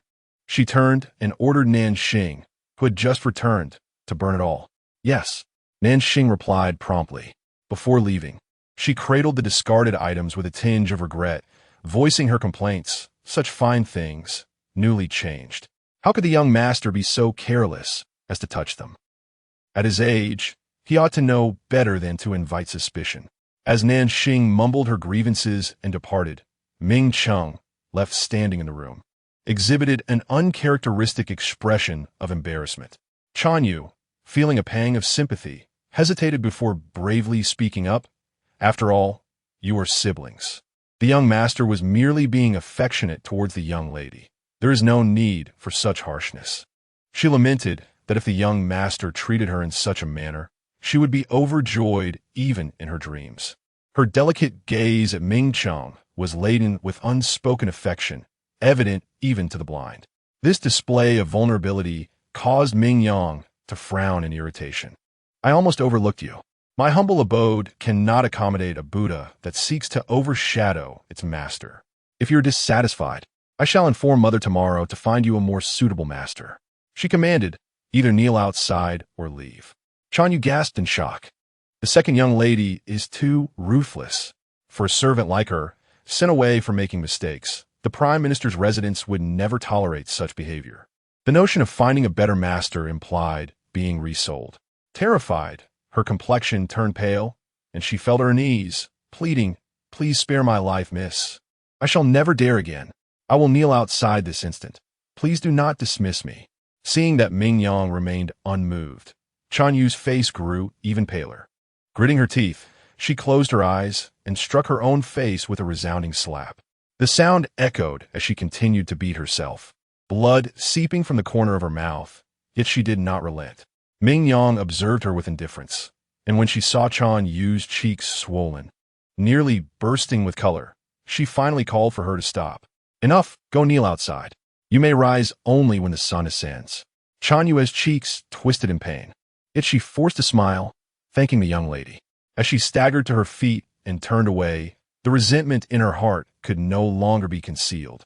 She vowed to make Ming Yang pay dearly. Once Chan Yu had departed, Ming Yang glanced at Ming Cheng with impatience. Was it not yet time for her brother to leave? This apparent dismissal went unnoticed by Ming Cheng. "I can see, dear sister, that you hold me, your elder brother, accountable for not speaking on your behalf today," he said with a tender smile, as if Ming Yang were merely a petulant child. In that fleeting moment, he had already adjusted his demeanor, resuming his composed and gentlemanly facade. Yet, Ming Yang felt a wave of nausea wash over her as memories of her past life flooded back. Ming Cheng feigning the role of a caring brother, promising to whisk her away from the Yun family, only to change his countenance and imprison her within the courtyard once they stepped outside. Ming Cheng, ever the devoted husband, indulged his twisted desires to the extent of allowing his favored concubine to defile herself for him. When she resisted, he commanded Su Shi, who had by then become an external concubine, to drug her into submission. Had fortune not smiled upon her, with a novice thief fortuitously rescuing her by chance, her purity would have been irrevocably tarnished. A surge of murderous intent welled up within Ming Yang. She caressed the silver needles hidden in her sleeve, contemplating whether administering a needle to Ming Cheng at this moment could lead to his sudden demise after leaving the Zio residence, thus arousing no suspicion. Perhaps the pent-up emotions from her rebirth had driven her to this impulsive brink. She gradually approached Ming Cheng, her wrist twisting, ready to raise her hand, when a female voice interrupted her. "Ah, my lord is here. It has been quite a search for me," Su Shi exclaimed, bearing a dim lantern, her figure swaying gracefully as she approached. Upon seeing Ming Cheng, she playfully tapped him twice, her demeanor unmistakably intimate. In that instant, Ming Yang snapped back to reality, chiding herself for being momentarily clouded by disgust. The opportunity of her rebirth was rare and should be cherished. Ming Cheng was a scoundrel. There were countless ways to deal with him. Why risk herself in the Prime Minister's residence for his sake? She slowly withdrew her hand, regaining her composure. With emotions no longer clouding her judgment, her senses sharpened. She observed Ming Cheng's lips curve upward, only to see him quickly retract, seeking to distance himself from any implication. Su Shi laughed softly, her charms inadvertently brushing against Ming Cheng. The atmosphere between them was starkly different from the afternoon. A glance at Su Shi's heavily painted lips sparked a realization within Ming Yang. Indeed, a dog cannot change its nature. Sensing Ming Yang's gaze, Ming Cheng's eyes flickered momentarily before he adopted a serious demeanor. "Madam Su, may I inquire what brings you to seek me? I have matters to discuss with my third sister. If you have no urgent business, perhaps you might return to your guest chamber to rest." His tone was earnest and detached, causing Su Shi's playful smile to falter for a brief moment. Were it not for the certainty that Ming Cheng had no twin, she might have doubted whether the man with whom she had shared such intimacy in the afternoon was indeed Ming Cheng. Su Shi pouted in dissatisfaction, acutely aware of the excessive concern Ming Cheng seemed to harbor for Ming Yang. Just now, upon hearing that there was a matter concerning Ming Yang, Ming Cheng hastily adjusted his trousers and departed, exhibiting no trace of reluctance. Contemplating this, Su felt a pang of bitterness in her heart, and her gaze towards Ming Yang was tinged with hostility.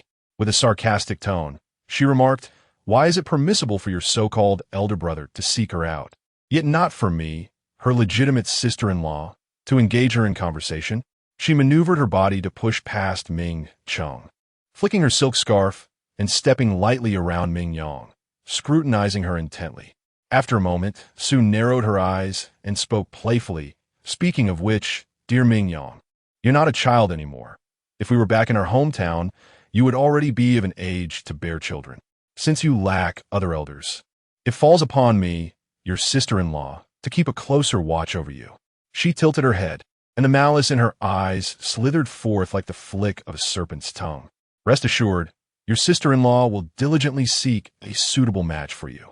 As for the possessions of others, if you possess any sense of propriety, you ought not to reach for them."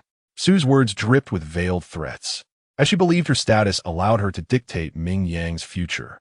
Meanwhile, Ming Cheng, who had initially felt anger at being pushed aside, now displayed a contemplative expression after hearing Su's remarks. His gaze grew profound as he slowly inquired, "Su, do you truly mean what you say?" "What?" Su was momentarily taken aback, then quickly responded, "Of course, it is true. With our parents gone, I, as your sister-in-law, naturally have the authority to find a suitable match for my sister." A sudden, Low chuckle escaped Ming Cheng's lips. Then do you consider me to be the good family you refer to? Chapter 27. Being a concubine isn't a humiliation, what? Sue's mind was overwhelmed, her voice cracking slightly. You are her brother. Ming Cheng, unfazed, chuckled nonchalantly. Did you not say that I am merely a false brother?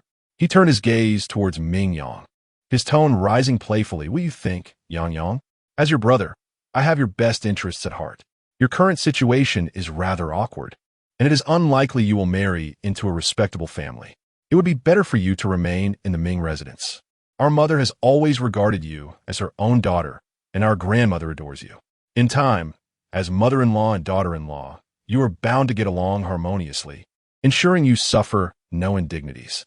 Ming Cheng's eyes softened, each word carefully considered for Ming Yang's benefit. If she were truly an innocent girl, she would undoubtedly be swayed by his charm. However, Ming Yang found his words laughable. Did her brother truly wish to take her as a legitimate wife?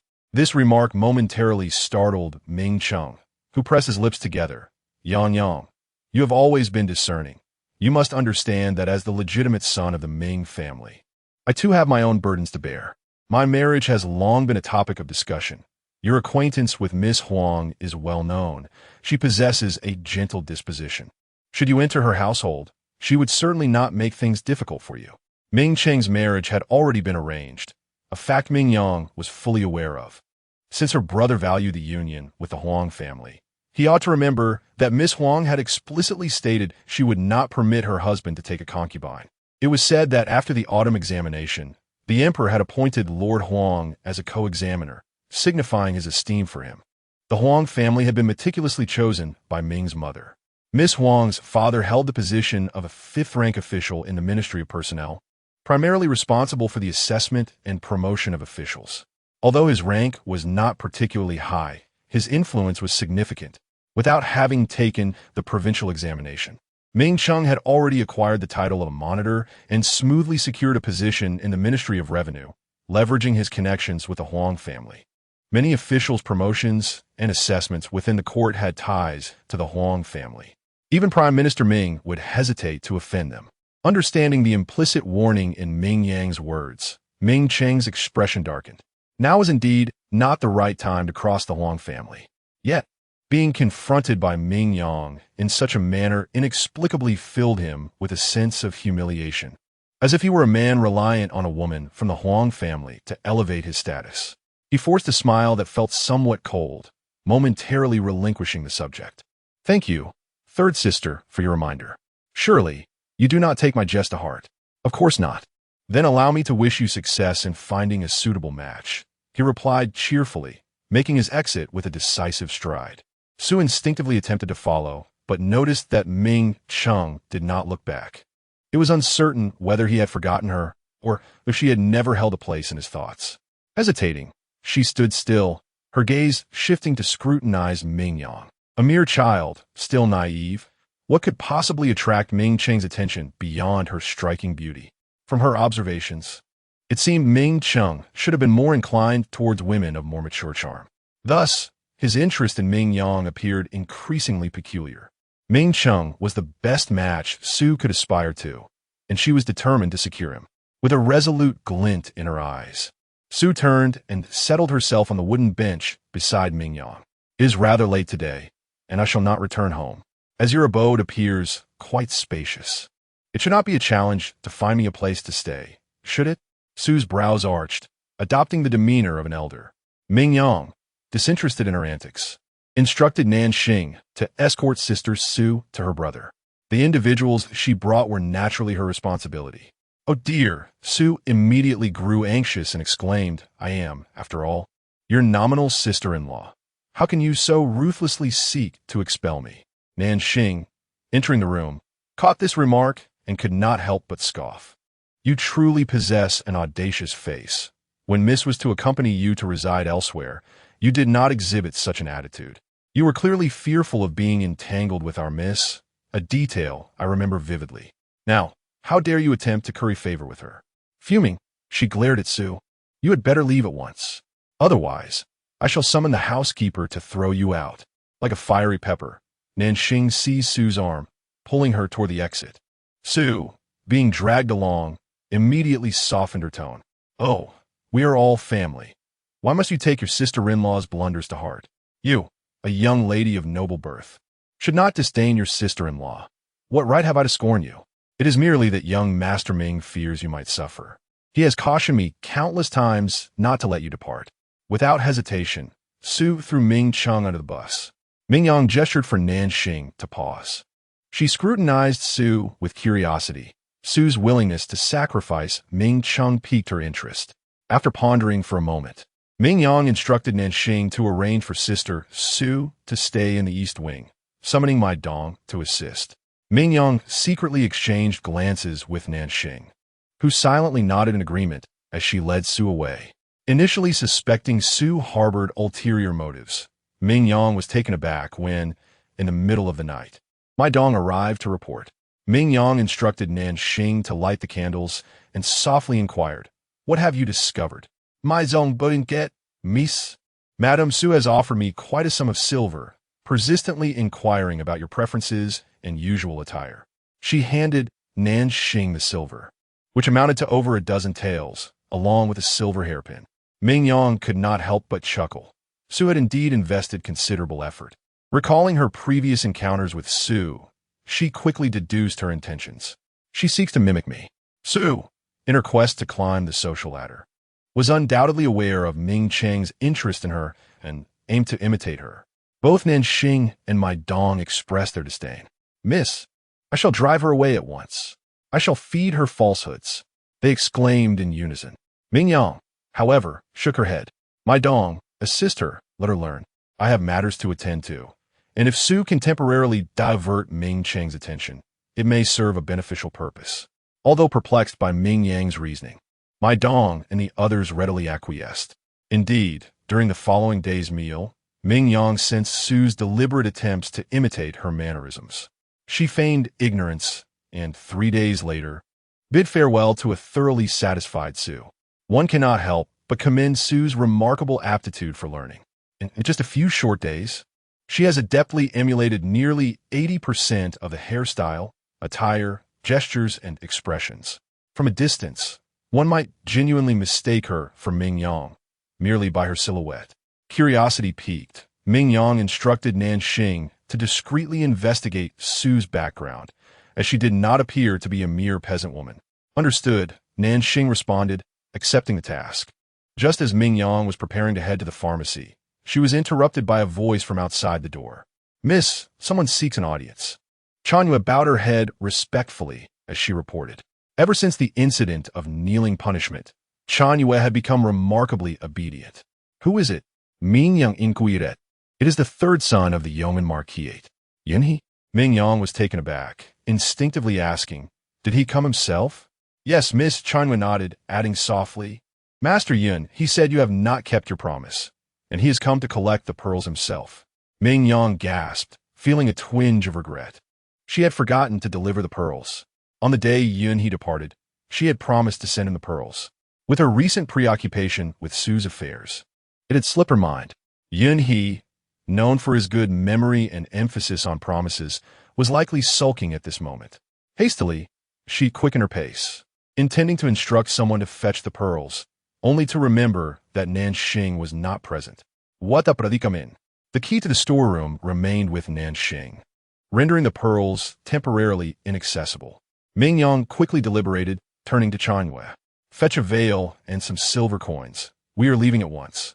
Upon encountering Yunhe, she felt a pang of guilt. "Yunhe, I have arrived," she spoke softly. "Umph." Yunhe slowly turned his back, languidly stating, "I am angry." Each word was enunciated deliberately, his gaze flickering towards Ming Yang, clearly awaiting her to appease him. Thankfully, the veil obscured her expression. Otherwise, she might not have been able to conceal her amusement. Clearing her throat, she earnestly proposed, "I was in the wrong. How about I accompany you to select some pearls?" Immediately, Yunhe turned around, nodding obediently, all right. Such a temperament was indeed easy to placate. Ming Yang had a carriage harnessed and set off towards the Eastern market, teeming with jewelry stores and vendors selling raw gemstones. Upon reaching their favorite shop, Yunhe remained seated, unmoving. Ming Yang peered through the open carriage curtain, noticing a number of ladies perusing jewelry, likely due to the pleasant weather. Yin He, who typically abhorred crowds, was reluctant to move. Not wishing to pressure him, Ming Yang suggested, "Why don't you wait here for a moment while I procure the pearls for you? Afterward, we can head to the tavern across the street for your favorite almond cake." Yin He pondered for a moment before nodding. 15 minutes. Ming Yang understood. Very well. I shall return within 15 minutes at the latest. With that, she swiftly disembarked and made her way toward the shop. Once the lady in front concluded her transaction with the shopkeeper, Ming Yang wasted no time. "Shopkeeper, I have heard you recently imported some overseas flower-red chalcedony. Has it been sold?" "Not yet," the shopkeeper replied with a cheerful smile. "The price of the red jade is quite steep, and its quantity is limited, insufficient to craft a bracelet, so there are no buyers at the moment. Might Miss Ming be interested?" The shopkeeper inquired enthusiastically. Ming Yang, who frequently visited to purchase beads while adorned in a veil, was recognized by the shopkeeper. She nodded with a smile. "Yes, please fetch it for me." "Certainly. The red jade is stored in a separate warehouse. Miss Ming, please wait a moment." The shopkeeper hurriedly instructed a young assistant to retrieve the item. Ming Yang found a place to sit, concerned that Yin He might grow anxious, and asked the assistant to convey a message to him, requesting a brief wait. The assistant hurried outside and, upon exiting, immediately recognized the Ming family's carriage. He approached with a smile and knocked lightly on the carriage door. "Young master, Miss Ming has asked me to inform you to wait a little longer." "Very well," came a clear and resonant voice. A pair of hands, as delicate as white jade, partially lifted the carriage curtain. Yin He, clad in snow-white attire, exuded an air of effortless elegance, his tranquil eyes shimmering with a subtle brilliance as he focused intently on the fragrant alley. The assistant was momentarily captivated by the sight. Not far away, a young woman who had just alighted from the carriage momentarily lost her composure, her eyes flashing with astonishment. Nervously, she squeezed the hand of her maid beside her and whispered, "Green He, who is this? When did the capital have such a charming and refined young man?" The maid, having previously accompanied the princess, recognized Yin He's identity. Reporting to the Princess of Yongping, "This gentleman is likely the third young master of the Yong'an Marquis." "Yin He." "Green He," replied, retracting her hand with a hint of panic. Indeed, the expression of the Princess of Yongping changed instantly. "What did you say? He is the fool whom the empress wishes to betroth to me?" A few days prior, the Marquis of Yong'an had entered the palace, and rumors circulated that it was regarding his son's marriage. The Marquis had left with a somewhat regretful demeanor, indicating that his wishes had not been fulfilled. The Princess of Yongping, raised in Yongshou Palace as the empress's adopted granddaughter, was curious and inquired, receiving a degree of deference from those around her. Consequently, someone had revealed that they had faintly overheard discussions of the princess's name along with marriage proposals. Startled, the princess found it hard to believe, but by evening, as the empress began preparing her dowry list, Yongping could no longer disbelieve. She had harbored a strong aversion to the marriage, and her outing today was to meet her cousin, the second prince, seeking his assistance in finding a solution. Unexpectedly, she encountered Yin He ahead of schedule. The disdain in her heart dissipated, replaced by an inescapable sense of wonder. The Princess of Yongping anxiously twisted her handkerchief, hesitating. "Are you certain he is a fool?" "He doesn't appear particularly foolish." Green He, observing her expression, quickly realized that the princess's weakness for beauty had resurfaced. Before she joined the princess, the eldest princess had specifically instructed her to prevent any foolishness, urging her to marry the second prince and become the future empress. The princess, found by the eldest princess during her travels, bore a resemblance to her, which led to her being kept close.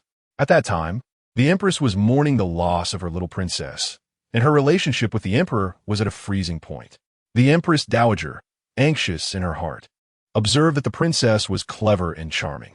She wished to have the empress take her as a ward to alleviate her sorrow. However, the empress declined her request.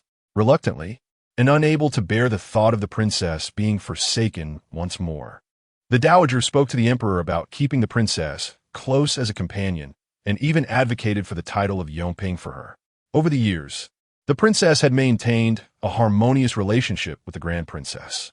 A few days prior, Yongping's maid had made a mistake and suffered a broken hand, rendering her unable to serve. Consequently, the Grand Princess sent LH in her stead. LH, always astute, noticed that the princess seemed confused and quickly donned a smile, softly advising, "Your Highness, you are of noble birth and exquisite beauty. Any man would be fortunate to have you. It seems that only those of great power could be deemed worthy of your status. In time, you will have your choice of suitors." Such words were indeed audacious and could be deemed quite irreverent. Nevertheless, the princess absorbed them. She slowly raised her chin, a haughty smile gracing her lips. "You speak the truth. With power, I could have any man I desire. Yunhe's striking looks would make him a perfect consort."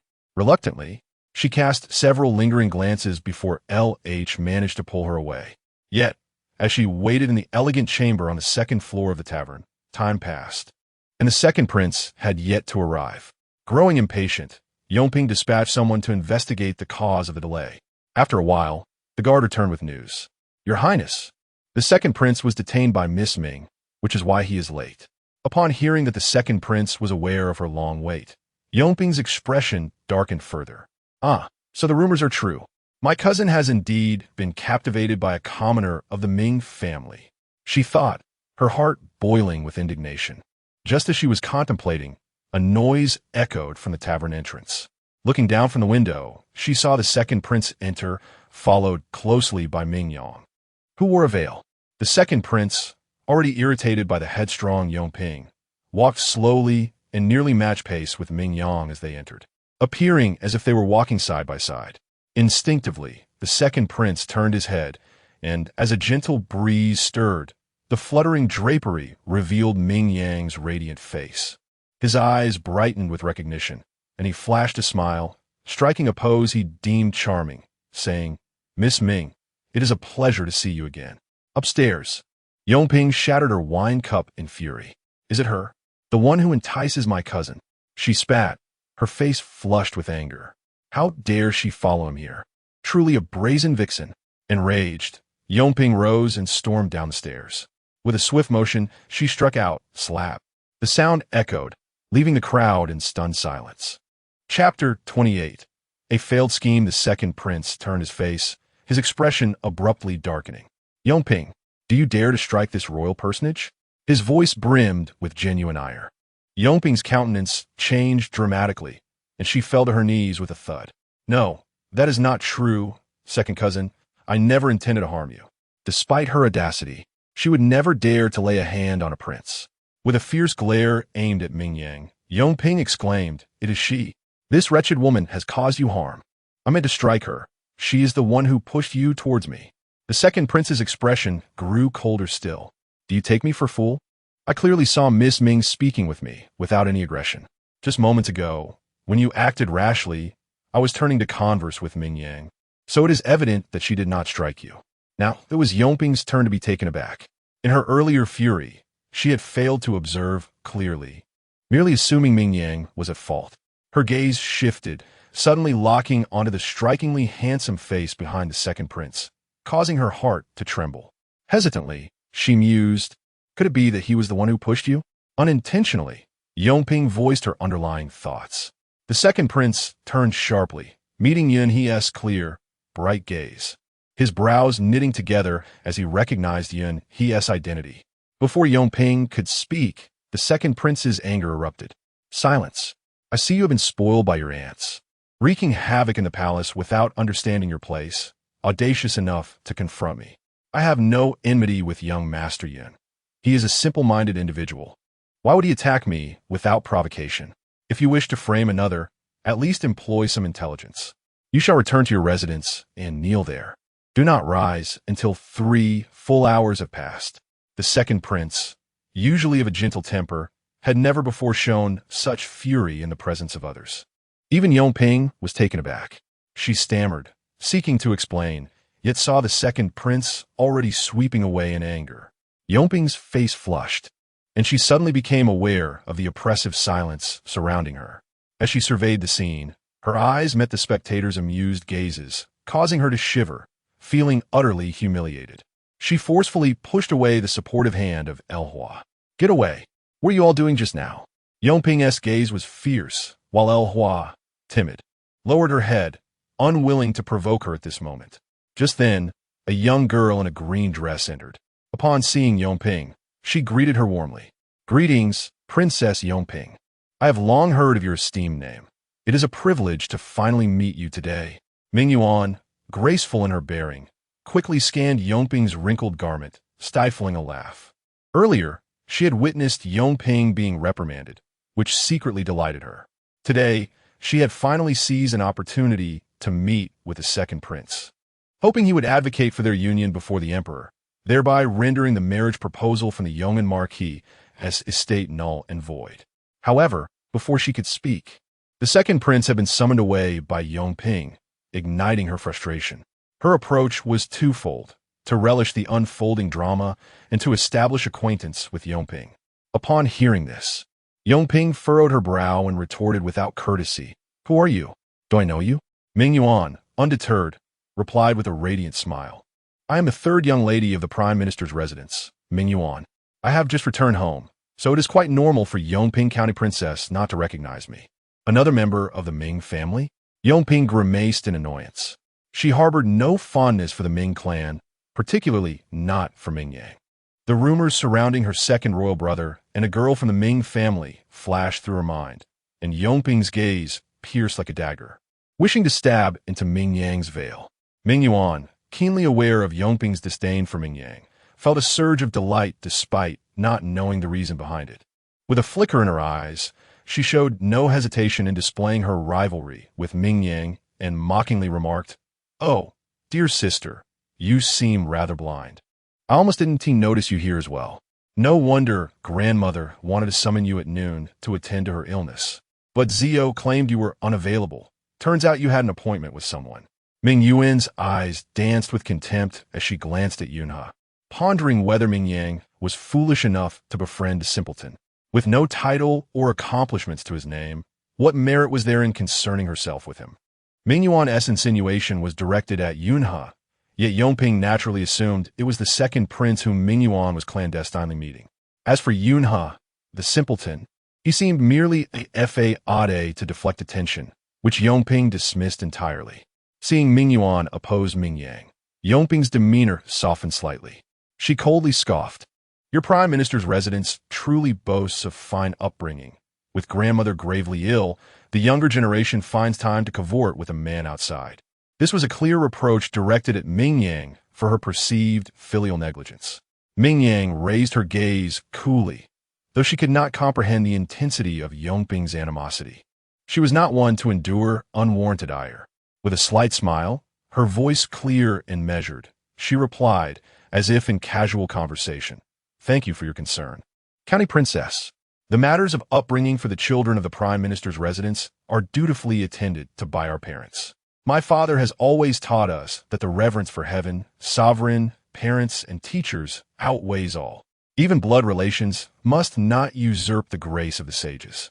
Remembering my father's teachings, though my station is humble, I remain grateful for His Majesty's toil for the people's livelihood. With the Emperor's birthday approaching, I wish to select a gift with great care to express my respect. While I am concerned for my grandmother's health, I cannot forget the Emperor's kindness. Surely, my grandmother has family to care for her and will not blame me for departing briefly to serve the Emperor." With that, Ming Yang bowed deeply towards the direction of the royal city. The crowd, taken aback by her words, quickly followed suit in reverence, not forgetting to proclaim loudly, "Long live His Majesty! We are eternally grateful for His grace." Yongping stood bewildered, realizing that instead of humiliating Ming Yang, she had inadvertently allowed her to shine.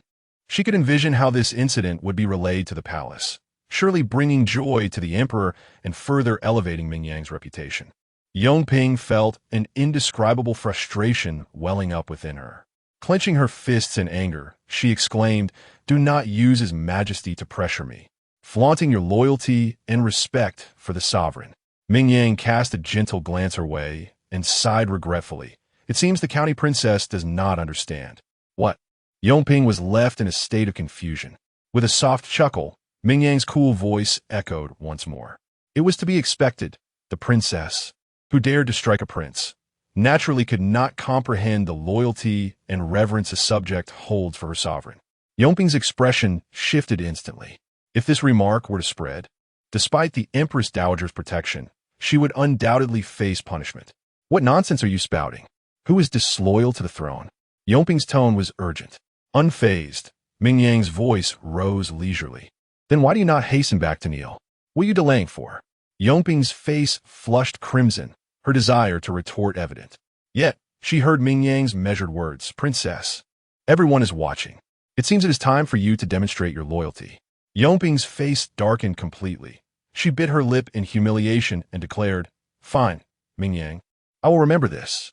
You will pay for it. With a fierce parting remark, Yongping stormed away.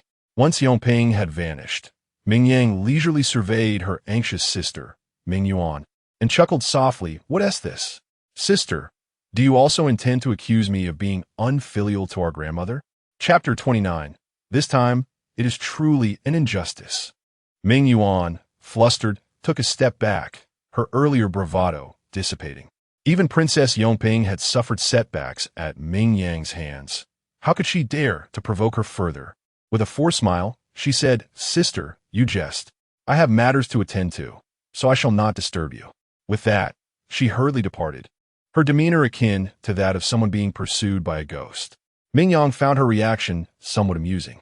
As she led Yun He into the private room, she pondered over Ming Yuan. This individual was undeniably intriguing. Ambition was etched upon her face, yet she harbored a thief's heart without the courage to act. She possessed considerable knowledge, engaged in lively discourse, and appeared to be a well-bred lady from a prestigious family.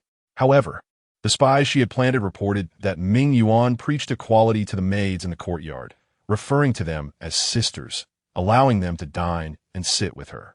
Yet, when it came to rewarding them for their efforts, she would claim that discussing money could damage relationships, showing no mercy when giving orders, an embodiment of pettiness. Ming Yang could not shake the feeling that Ming Yuan's background was far more complex than she claimed. She could not help but murmur to herself. Just then, the innkeeper arranged the pastries, and Ming Yang absent-mindedly stirred the silver spoon. To the side, Yun He, who was pouring tea for Ming Yang, raised his brow slightly at her indifference. If you dislike it, discard it. Discard it? Ming Yang lifted her gaze, noticing the almond cake she had poked and had fallen apart. Realizing he was referring to the almond cake, she felt a twinge of embarrassment. I apologize. I was lost in thought. I do not dislike it. The sweetness of this establishment's pastries is just right, and I have grown accustomed to them. Oh, Yin He, unsure if he understood, lowered his head and pushed a prepared cup of tea towards Ming Yang. His voice melodious, drink tea. The water's temperature was perfect, the tea leaves unfurling, and the strength was to Ming Yang's liking. She took a sip, releasing a comfortable breath. However, she noticed Yin He turning to leave. Where are you going? Ming Yang inquired with curiosity. Yin He blinked, seemingly a bit shy, and replied slowly to the restroom. Ming Yang chuklet, huri bek. Yin He nodded. Moments later, he returned from the restroom, his expression neutral, yet somehow radiating a pleasant demeanor. After a while, Ming Yuan casually summoned a carriage from the entrance to head to the Prime Minister's residence. She had only just returned to the Ming family, and they had yet to arrange a dedicated carriage for her. Fortunately, there were carriages available near the tavern, which posed little inconvenience. Yes, the coachman responded, bowing his head and cracking the whip. After about a quarter of an hour, the carriage jolted violently. Why is it so bumpy? Wasn't this road repaired? Ming Yuan questioned, perplexed, as she lifted the curtain of the carriage. To her astonishment, she found the carriage traversing an unfamiliar path. Realizing something was amiss, she panicked and opened her mouth to call out. In the next moment, the carriage came to a sudden halt, causing her head to collide painfully with the side of the carriage. Ouch! Ming Yuan exclaimed in pain. Before she could react, a figure clad in black leaped into the carriage. The coachman swung a hand towards her with a fierce strike. Ming Yuan was momentarily taken aback, but instinctively executed a taekwondo maneuver, narrowly evading the blow. The coachman seemed taken aback by Ming Yuan's martial prowess, momentarily stunned. It was this fleeting hesitation that afforded Ming Yuan the opportunity to slip down from the carriage. She hastened towards a nearby path, displaying a cleverness as she ran, knocking over objects around her to obstruct her pursuers. As she turned a corner, the figure in black was hot on her heels, causing her heart to race and nearly bringing her to the brink of tears. "Who seeks to take my life?" she cried out, bewildered, for she had only recently arrived and had not wronged anyone. Then again, if there was someone she had offended, it could be Ming Yang. "Is it Ming Yang who sent you to kill me?" she inquired, indignation evident in her voice. The figure in black remained silent. However, a voice from a nearby alley broke the tension, asking, "Yang Yang? Who's there?" Ming Cheng, accompanied by Su Shi, turned towards the sound. Upon recognizing a familiar face, Ming Yuan's spirits lifted. Surviving the ordeal, an unexpected surge of strength propelled her as she shouted, "Brother, save me."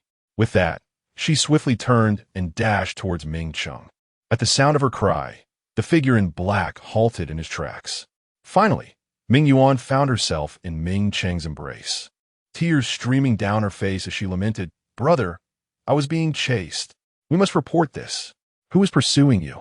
Ming Cheng pushed her away, glancing at his now damp clothing with a frown of distaste.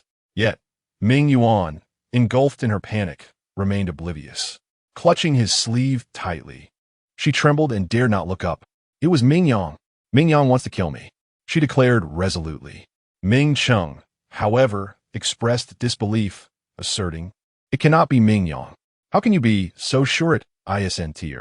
Ming Yuan retorted, displeased. Ming Cheng cast her a sidelong glance, stating that Ming Yang would not resort to such despicable tactics. After years of familiarity, he understood her character well. Raised by their grandfather, who possessed an open-minded nature and acted with integrity, Ming Yang had adopted his influence, favoring clear distinctions between right and wrong and preferring straightforward strategies. Among the Ming family, her demeanor mirrored that of their grandfather. In contrast, Ming Cheng and their father were more influenced by their grandmother, inheriting her stubbornness and selfishness. Ming Cheng's understanding led him to this conclusion, yet Ming Yuan interpreted it as favoritism. Although she had skimmed through the original text, she had encountered passages where Ming Cheng imprisoned Ming Yang later on. Aware of his ulterior motives towards her, she couldn't help but feel biased against him. Discontent arose within her. "Brother, you are so biased. I am your true sister. Why do you defend her?" "It is merely the truth," Ming Cheng said dismissively, his gaze drifting towards the alley behind Ming Yuan. After their lengthy exchange, the absence of her pursuers began to sow doubt in his mind. He hesitantly lowered his gaze and asked, "Ming Yuan, is there truly someone after you?" "What do you mean?" Ming Yuan responded incredulously. Ming Cheng scrutinized her, his recent observations leading him to question, "Could it be that you orchestrated this yourself?" This was indeed a possibility that Ming Yuan could conceive. She was utterly taken aback. "You dare to suspect me? I nearly got captured. What that person?" Ming Cheng strode towards the corner of the alley, finding no trace left behind. His tone grew heavy as he remarked, "Is this truly your idea of someone pursuing you?" "May I inquire?" she began, her voice tinged with incredulity. "You claim someone apprehended you, yet as a frail woman, you emerged unscathed, having escaped on your own?" "It was my proficiency in Taekwondo that enabled my escape," Ming Yuan replied, her irritation palpable. Ming Cheng chuckled coldly, his demeanor shifting as he struck. With a resounding thud, Ming Yuan cried out in agony, her face smeared with dirt as she collapsed to the ground. "Why did you strike me?" she gasped, struggling to catch her breath, unable to rise. Ming Cheng regarded her with an icy indifference, showing no inclination to assist. A hint of mockery crept into his expression as he remarked, "You cannot even evade my moves. How did you manage to elude a killer's ambush? Your fabrications lack even a semblance of credibility." Lacking natural aptitude for martial arts, he had merely learned a few techniques for fitness. If Ming Yuan could not evade him, how could she possibly escape from a professional assassin? Unless, of course, the assailant had no intention of ending her life. But who would employ a killer solely to frighten her, unless they were quite unhinged? Ming Yuan, still disheveled from the ground, attempted to explain herself. "I only know a few basic moves. My evasion was purely accidental. Her words, however, fell on deaf ears. He lazily half-closed his eyelids, his tone ambiguous as he stated, "It appears my sister has yet to regain her senses." His gaze scrutinized Ming Yuan, as if prepared to strike again at any moment. A shiver coursed through her, the warning in his words resonating clearly. Her attempt to report had only resulted in her own punishment. How could she reconcile this? Deep within, she was convinced Ming Cheng was shielding Ming Yang, her fury causing her to tremble uncontrollably. Overwhelmed by anger, disregarding the presence of Su, Ming Yuan shouted, "Do you believe that this will earn Ming Yang's gratitude? Let's not forget, it was you who orchestrated my retrieval, exposing Ming Yang's true identity. Were it not for you, she would still be the esteemed daughter of the Prime Minister's residence. Because of your sordid intentions, her identity has been revealed. If she were to discover this, she would never forgive you." Chapter 30. The old lady's challenge. Ming Cheng's eyes narrowed in coldness as he commanded, "Silence. This matter must never be disclosed to Ming Yang." Ming Yuan, equally incensed, retorted, "Not a chance. If you refuse to assist me this time, I shall inform Ming Yang of this affair." She was curious to see how Ming Cheng would maintain his facade of benevolence before Ming Yang in that scenario. Ming Cheng fell silent at her words. He waved his hand, dismissing Su Shi to leave first. "You may return home. I shall come by later." Su Shi, who had been behaving obediently, appeared reluctant upon hearing this. She shot a discreet glare at Ming Yuan, mentally noting her displeasure. Yet, she feigned the demeanor of a dutiful daughter-in-law, smiling graciously as she nodded in agreement. "You go ahead. I shall wait for you at home." Indeed, upon witnessing Su Shi's familiar expression, Ming Cheng's gaze softened slightly. "Very well. I shall purchase that jade hairpin you desire." Su Shi's eyes brightened. "Excellent." She glided away gracefully, her movements delicate and subtle, her garments swaying gently as though she were a noble lady trained in poise. Had Ming Yuan not known Su Shi's true background, she might have mistaken her for a lady from a prestigious family. With a disdainful curl of her lip, she thought, how typical of someone from that sort of place. Ming Cheng's satisfaction grew as he observed her. Once Su Shi's figure vanished from sight, he withdrew his gaze, directing it toward Ming Yuan with an icy demeanor. "What do you intend to do?" "I require your assistance," Ming Yuan stated plainly, without preamble. Ming Cheng remained silent, his eyes probing her intentions. Ming Yuan understood that he had acquiesced, a faint smile gracing her lips as she leaned closer to him, whispering, "I need you to pay a visit to grandmother. When the time comes." Ming Cheng imperceptibly nodded. After conferring for a few more moments, he glanced at the sky, contemplating his departure. "I shall not forget what you mentioned. You return to the residence first. I will follow shortly." Su Shi was his newly acquired affection, and he felt a twinge of eagerness to visit her. However, Ming Yuan was not pleased. She grasped his arm firmly, exclaiming, "No, I am afraid to walk back alone. You must accompany me." Seeing his reluctance, she softened her tone. "Brother, Su Shi is there. It does not matter when you go, but we must prioritize our business. Do you not wish to see Ming Yang submit sooner?" Her words struck a chord with Ming Cheng. No matter how exceptional Su Shi might be, she remained a mere imitation. He shrugged off Ming Yuan's grasp and stepped forward. "Let's go." As Ming Cheng headed in the direction of the Ming residence, a smile emerged on Ming Yuan's face, and she hurried to catch up with him. Unbeknownst to them, after their departure, a shadow at the end of the alley stirred silently. Observing their exit, the figure leapt down from the eaves. The face beneath the veil was etched with sorrow. With a lengthy sigh, they muttered, "This is bad. Lord C commanded that this wicked woman be thrown into the water to cleanse her mouth, and I have inadvertently allowed her to escape. It seems I must pay a visit to that coal pool after all." Uncertainty enveloped the air, as the figure clad in black sighed heavily and departed in haste. Meanwhile, Ming Yang and Yun, he exited the tavern. With Ming Yang concerned that Yun he might lose his way, she took it upon herself to escort him home. As the carriage rolled away, Ming Yang lifted the curtain.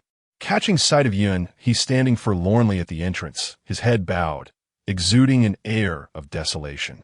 His longing gaze lingered on her carriage, brimming with anticipation, as if a mere wave of Ming Yang's hand would compel him to leap aboard and return with her.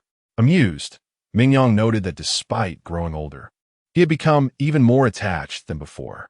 She gently lowered the curtain, her smile lingering long after. For reasons unknown, her spirits always soared in Yuan's presence. Alas, this buoyant mood was swiftly shattered upon her return to the Ming residence. As she alighted from the carriage, she was intercepted by Chun Mama, a servant in attendance to her grandmother.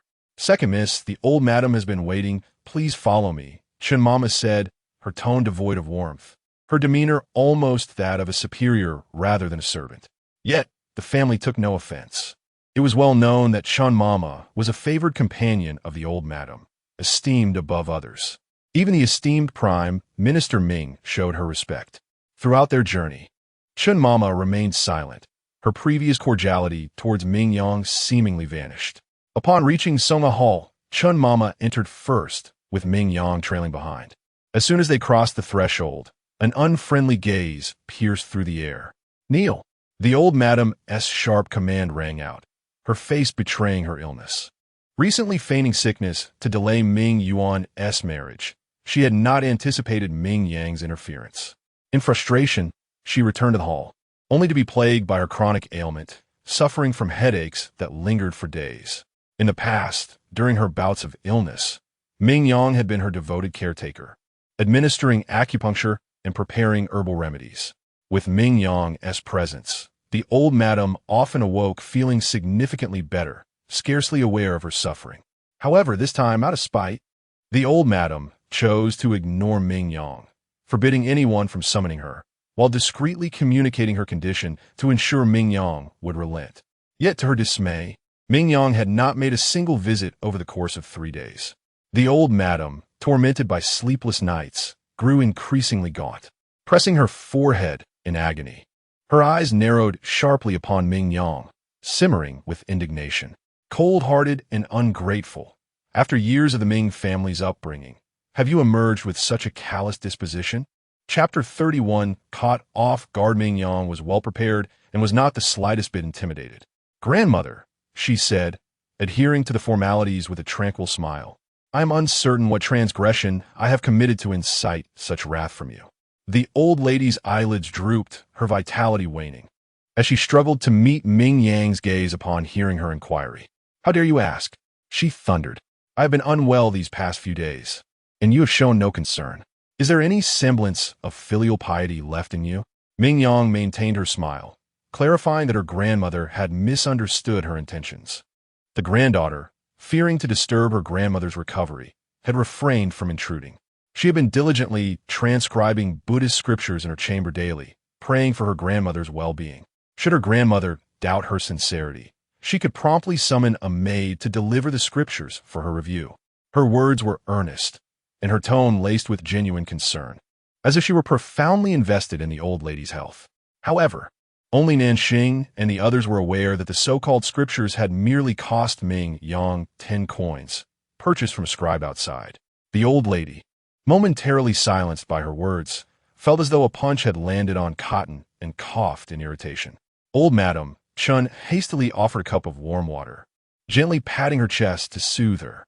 She then turned, disapprovingly regarding Ming Yang with a stern voice.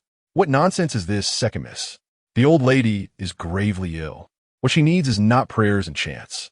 If you were truly filial, you would summon a skilled physician to concoct appropriate remedies for her health." Her gaze fixed intently on Ming Yang.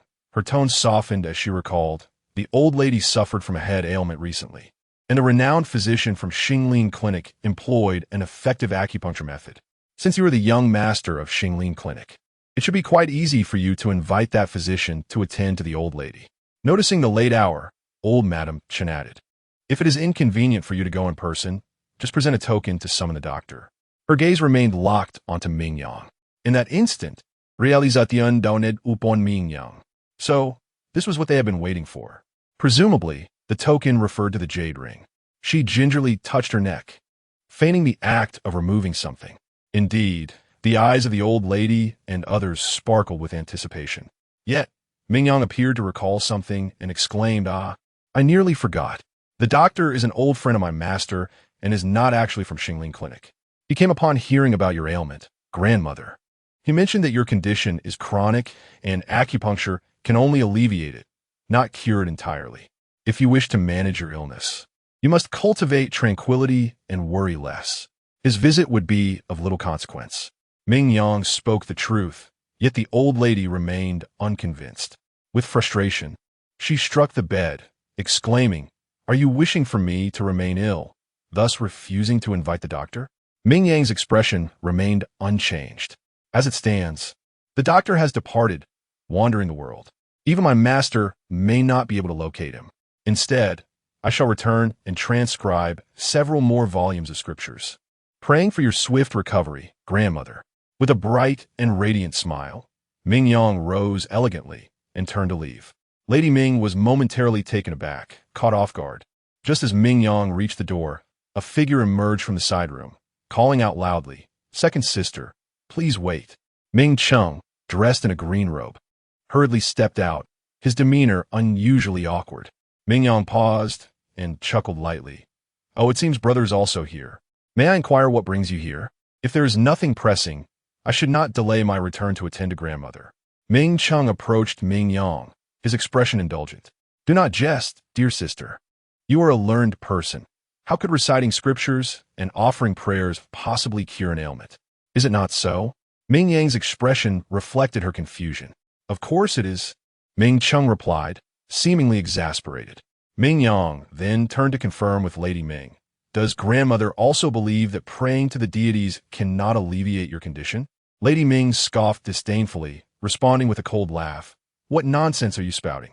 This left Ming Yang even more bewildered. Her voice was gentle, her gaze innocent and pure. Yet, just days prior, grandmother had praised Ming Yuan for her kindness and filial piety, noting how she prayed fervently for your health, even to the point of kneeling until her knees were sore. You once said it was her heartfelt devotion that moved heaven and earth, leading to an improvement in your condition. Previously, when I administered needles and concocted medicine for you, grandmother, there was no improvement. Surely, that bitter medicinal concoction cannot compare to the efficacy of the scriptures, can it? As Lady Ming's expression darkened, Ming Yang's smile grew even more sincere, the pitch of her voice slightly rising. "Could it be that the Buddha favors some over others? My prayers are in vain, yet it requires Ming Yuan to intervene?" Her eyes sparkled with realization. Being near the door, she stepped outside and called, "Quick, please send someone to fetch Ming Yuan. Grandmother is gravely ill. It is imperative that Ming Yuan comes to pay her respects in the temple. She must kneel until her knees are sore. Otherwise, if grandmother's condition worsens, it would be my filial disgrace." Ming Yang's voice rang clear, echoing throughout the courtyard. "Yes, I shall go at once." A servant, eager to gain favor with her master, rushed off to find Ming Yuan. Ming Yang's eyes glimmered with delight as she turned back to offer reassurance. "Do not worry, grandmother. Your health will surely be restored soon." Chapter 32. Ming Yuan seeks trouble. Having uttered those words, Ming Yang swiftly turned on her heel and, amidst the chaos, departed with haste. She appeared oblivious to the furious shouts of the old Madame Ming behind her, sauntering back to CIU residence with an air of tranquility. Unbeknownst to her, at that very moment, Ming Yuan was with Madame Ming. Upon receiving news from Songhe Hall, Ming Yuan's expression shifted dramatically. "What did you say? Grandmother wishes for me to kneel and chant scriptures in the Buddhist hall? Surely, she must be confused by her illness." Ming Yuan was exceedingly displeased. Madame Ming was equally perturbed. If she were ill, she should seek a physician rather than troubling Yuan. This daughter-in-law of hers, a concubine born of a second-rank military family, had somehow developed such a petty disposition. Since marrying into the Ming family, she had endured considerable tribulations at the hands of the old Madame Ming, who wielded filial piety as a means of torment. It was only when Ming Cheng and Ming Yang matured that life became somewhat bearable. Reflecting on this, Madame Ming found herself lost in thought. In truth, her improved circumstances were largely attributable to Ming Yang. Even at the tender age of 4 or 5, Ming Yang exhibited remarkable maturity, instinctively protecting her mother. When Madame Ming faced punishment, little Ming Yang would tenderly lift her small hand to wipe away her tears, accompanying her to the Buddhist hall to kneel in penance. At that young age, the Buddhist hall was cool and eerie at midnight, and Ming Yang, frightened and subsequently afflicted by a chill, suffered from a high fever nearly beyond recovery.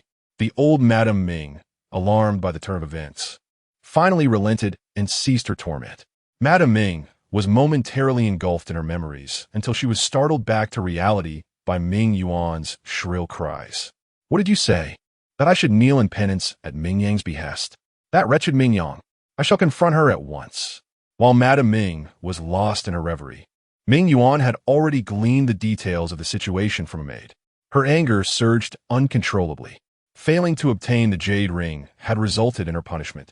And how could Ming Yuan not be incensed? With a swift movement, she prepared to seek out Ming Yang for retribution. Madame Ming's gaze hardened, and she quickly interjected, "Stop! You shall not go."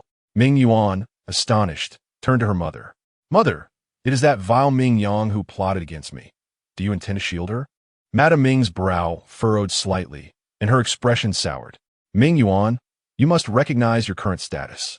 Your coarse language is unbecoming of a young lady of noble standing. I know Ming Yang well. She is clear-minded in matters of loyalty and enmity. Considering how you previously schemed against her, her retaliatory actions are hardly excessive." Madame Ming's demeanor softened as she spoke of Ming Yang, her expression filled with maternal affection.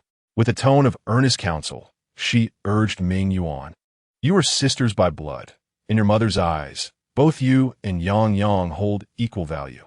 It is imperative that you learn to coexist harmoniously moving forward." Ming Yuan was thoroughly bewildered by the abrupt shift in Madame Ming's attitude. During her previous schemes against Ming Yang, Madame Ming had been fully aware, but had offered no defense under the warning of Minister Ming. Now, she feigned the role of a nurturing mother.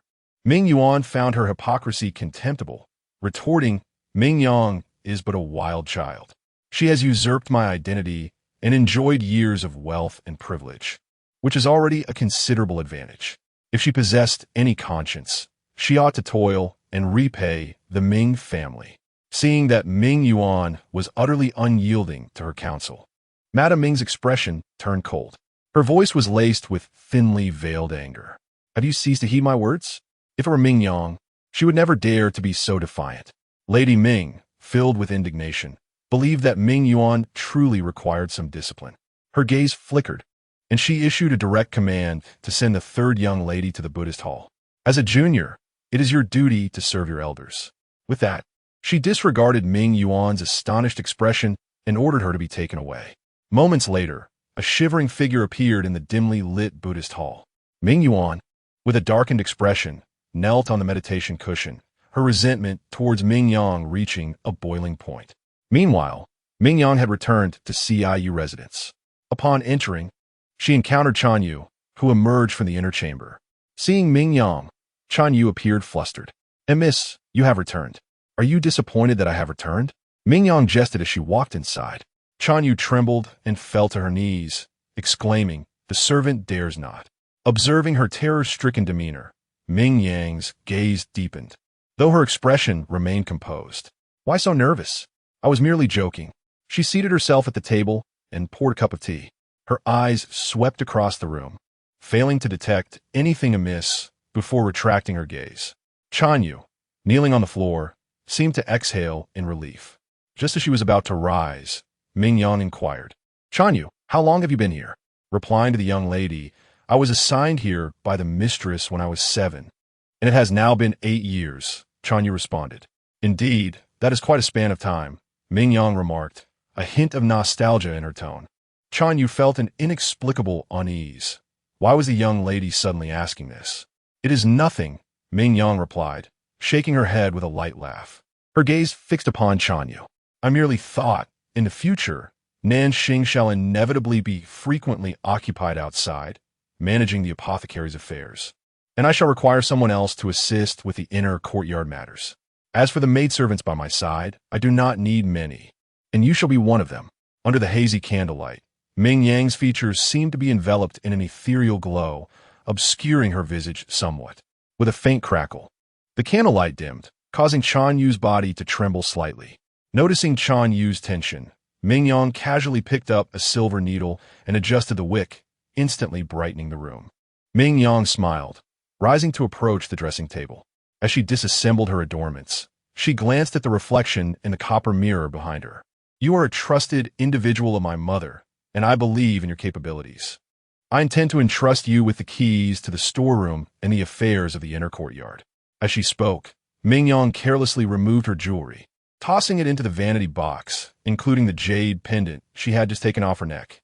Chan Yu's eyes widened in disbelief, reflecting on Ming Yang's words. She found it hard to comprehend. "Miss, are you truly going to entrust the storeroom and the inner courtyard affairs to me? The authority is indeed overwhelming. In the future, within CIU residence, there would be scarcely a place she could not access, making her tasks significantly more convenient." Chan Yu's eyes sparkled with excitement as she eagerly confirmed. "Is it true, second miss? Will it all be entrusted to me?" Ming Yang simply responded with a soft affirmation. She slowly turned around, her voice ethereal. "This power, do you desire it?" Chapter 33. Coercion. In an instant, it felt as though a gust of wind had swept across Chan Yu's back, sending a chill down her spine. She swallowed hard, her clammy hands tightly gripping the key to the storeroom. "Rest assured, miss, I shall diligently fulfill my duties," she said, her head bowed, unable to meet Ming Yang's gaze. The warmth of laughter had completely vanished from Ming Yang's eyes. With a cold smile, she summoned Nanxing, instructing her to announce to everyone that Chan Yue would henceforth be in charge of the inner courtyard of the CO residence. "Yes, miss," Nanxing replied with a nod. Swiftly, she assisted Ming Yang in removing the remaining hairpins and helped her settle down for the night. Time flew by, and soon the day of the poetry gathering arrived. Early in the morning, Nanxing went to the kitchen to fetch breakfast but had yet to return. Chan Yue proactively took on the task of attending to Ming Yang's dressing. As Ming Yang reached for a jade ring from her makeup box, Chan Yue gracefully interrupted. "Miss, you cannot appear so understated at the Grand Princess's banquet today." She presented a string of exquisite beads from the box, smiling as she adorned Ming Yang's neck. "In my opinion, this pink jade and glass lotus necklace suits you perfectly, vibrant yet dignified, ensuring you will not offend at the banquet." Ming Yang glanced at her reflection in the mirror. Indeed, Chan Yue had an eye for beauty.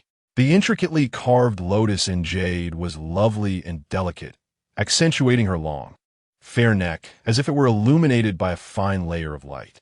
Ming Yang tossed the jade ring back into the makeup box, smiling as she praised. "Your taste is impeccable. I shall heed your advice."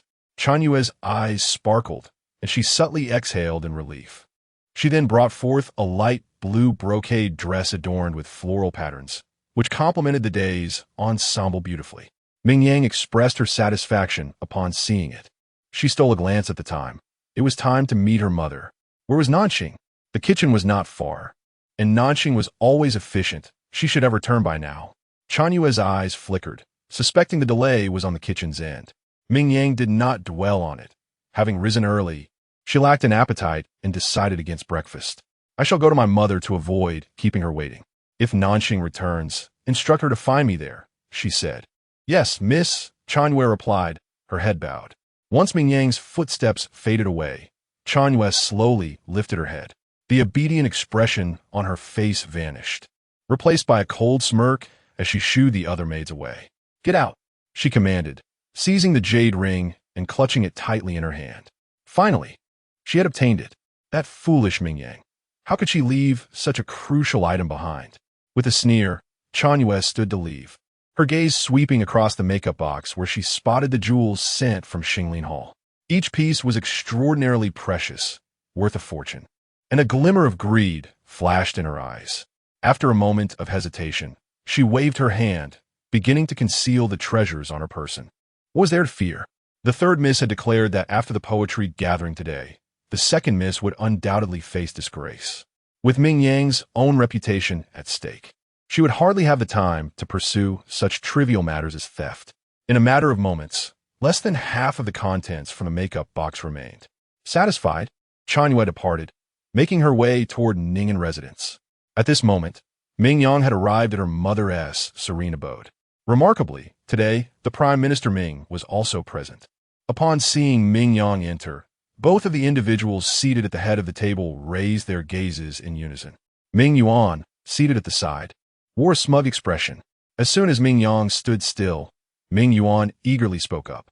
She often heard her parents extolling the talents of her second elder sister, who was said to possess a remarkable gift for poetry.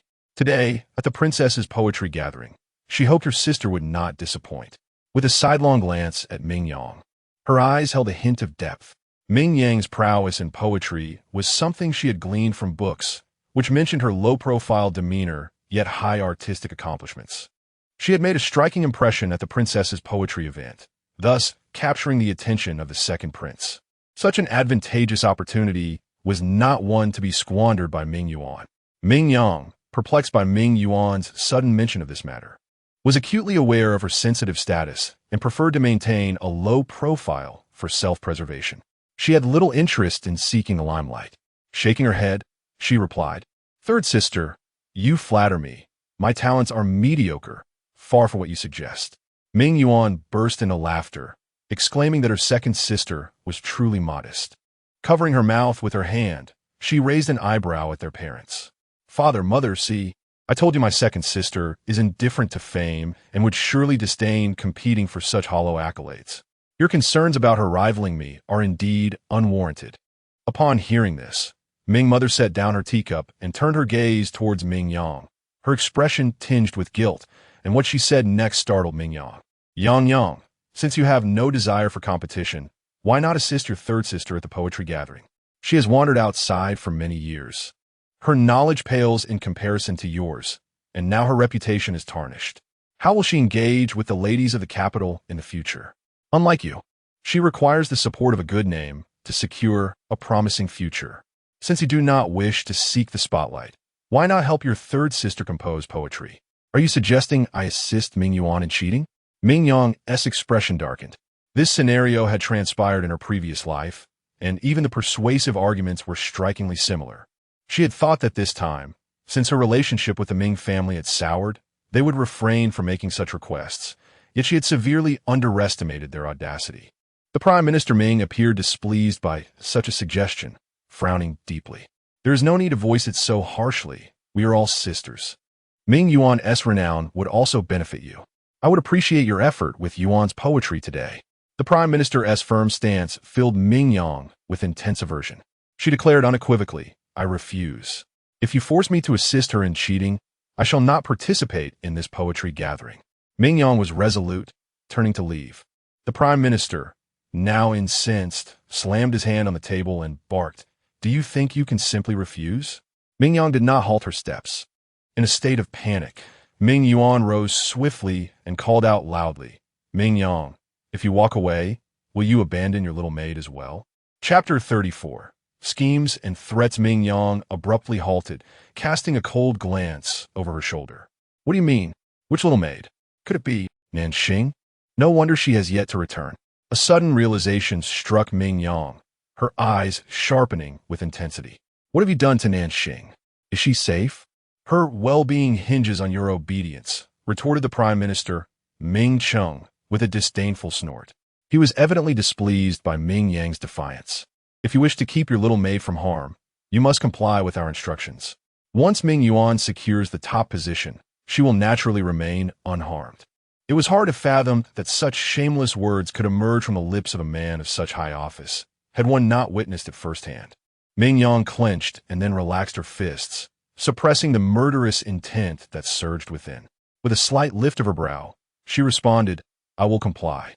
I can compose poetry, but whether I can achieve a ranking depends on Ming Yuan's cooperation.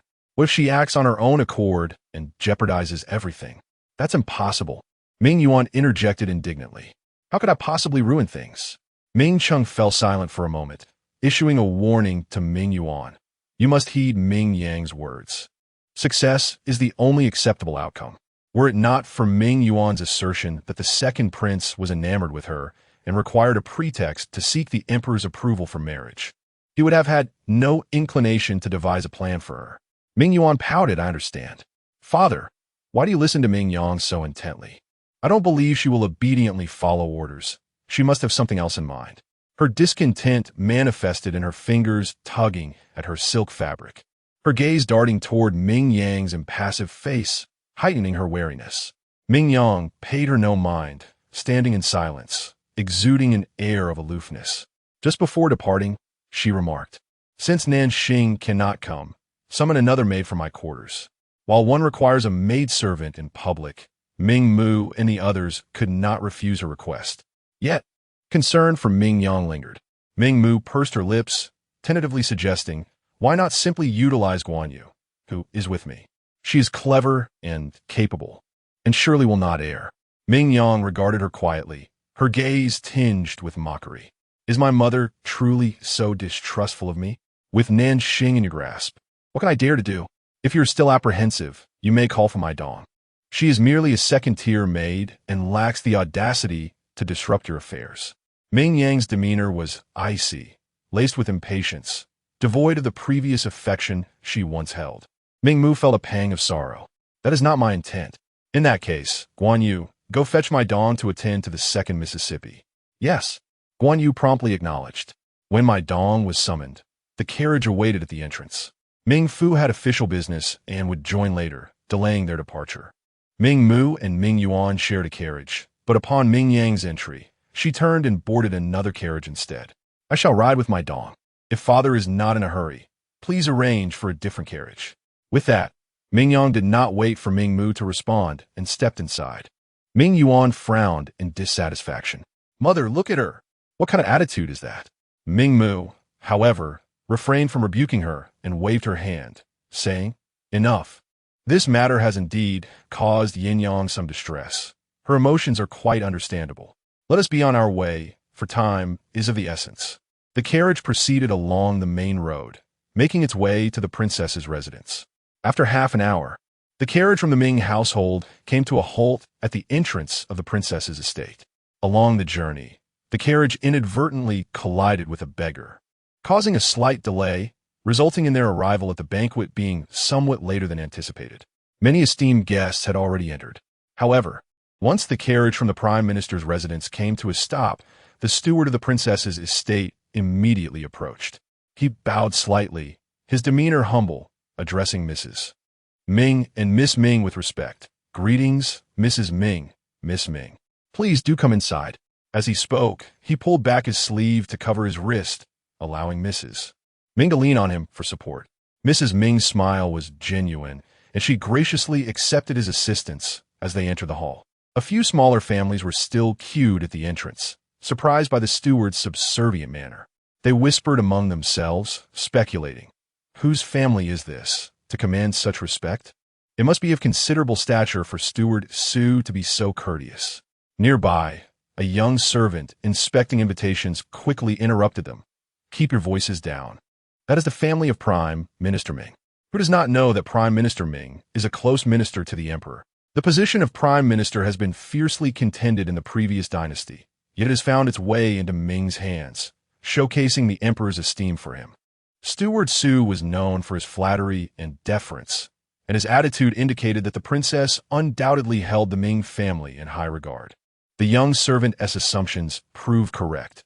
As soon as Mrs. Ming and her party entered, they were assigned to sit at the lower end of the main table beside the princess. Just as they settled in, an announcement echoed from outside. "The princess has arrived. The second prince has arrived. Princess Yongping has arrived." The princess, adorned in a purple phoenix tail gown, was nearing 50. Although her features were not striking, her face was round and amiable. Accompanying her were the second prince and Princess Yongping, who approached the main seat with smiles. The guests hastily rose to pay their respects. The princess, with a gentle wave of her hand, urged them not to stand on ceremony, saying, "Today is merely a gathering among friends. Let us enjoy ourselves without the burdensome formalities." As the princess was born of the Empress Dowager, she had always been favored and led a fortunate life. Her only hardship was the untimely demise of her husband, who left no heirs. Perhaps for this reason, she harbored a deep affection for children, treating Princess Yongping as her own. Just as the princess concluded her words, while others remained still, Yongping had already tugged the second prince to comfortably sit beside her on the right side of the main table. Upon noticing the princess's gaze, she flashed a playful smile. "My adoptive mother said we should not stand on ceremony, so I shall not be polite." The princess chuckled indulgently. You have been spoiled by your royal grandmother, behaving so freely in front of guests. Though her words seemed to carry a hint of reprimand, they revealed her affection for Yongping. The latter, fully aware of this closeness, rose to pour tea for the princess, her actions graceful and relaxed, embodying the demeanor of a favored young relative. Had the assembly not been aware, one might truly believe that Princess Yongping was the biological daughter of the princess. With Yongping's interjection, the atmosphere lightened considerably. The guests gradually took their seats, with the male guests on the right and the female guests on the left. By a twist of fate, Ming Yang's group found themselves seated directly across from the second prince, who appeared languid and disinterested. He had little fondness for literature and poetry, and his lack of enthusiasm for such arts was palpable. Had it not been for the need to support his aunt, he would surely be at home, indulging in wine while watching his concubines dance. Bored, he absent-mindedly toyed with his wine glass, and upon raising his gaze, he was struck by the sight of Ming Yang, whose beauty resembled that of a blooming cactus flower, captivating yet oblivious to her allure. She sat quietly, radiating a brilliance that illuminated the entire room. Suddenly intrigued, the second prince unexpectedly rose to his feet as the steward announced the commencement of the poetry gathering. "I find myself with nothing to do. I shall join in the revelry," he declared. His abrupt movement startled Princess Yongping, who instinctively questioned, "Cousin, did you not express a disdain for poetry? What prompts your sudden desire to participate?" The second prince stiffened, casting a glance towards Ming Yang. Irritated, he retorted, "How do you know I do not enjoy it? I take great pleasure in it."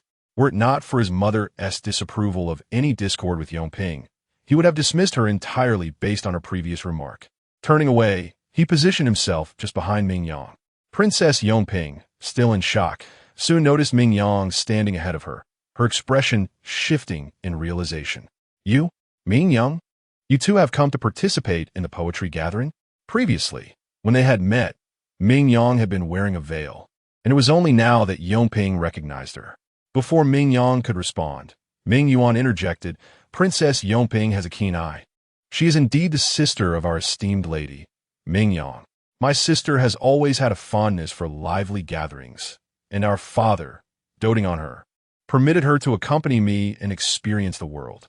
The way she spoke made it seem as if Ming Yang were merely an inconsequential accessory. Glancing disdainfully at Ming Yang's stunningly beautiful yet aloof visage, she inwardly cursed her as a vixen. No wonder the second prince had not cast her a single glance. All his attention was absorbed by Ming Yang, determined to humiliate Ming Yang at the poetry gathering. She thought of the promise Ming Yang had made to Prime Minister Ming to conceal her talents and assist her in claiming victory. A mischievous glint appeared in her eyes as she smirked and said, "The princess may not know that our father often praises my sister, claiming she possesses the talent of a poet. Yet, I wonder if the esteemed guests here are worthy of her unveiling such gifts." Chapter 35. The second prince's desire to steal attention. Ming Yuan's words were laced with flattery. If one were unaware, they might genuinely believe she held a sincere admiration for her elder sister, Ming Yang. Yet, Ming Yang understood that Ming Yuan aimed to elevate her own status at her expense. For the sake of Nanxing's safety, she resolved to conceal her talents during the competition, yielding the spotlight to Ming Yuan. The higher she was exalted, the more devastating her fall would be. Curiosity rippled through the gathering, with murmurs of confusion emerging. Miss Ming, known for her grace and propriety, a paragon among the noble ladies of the capital, had never been rumored to possess extraordinary skills.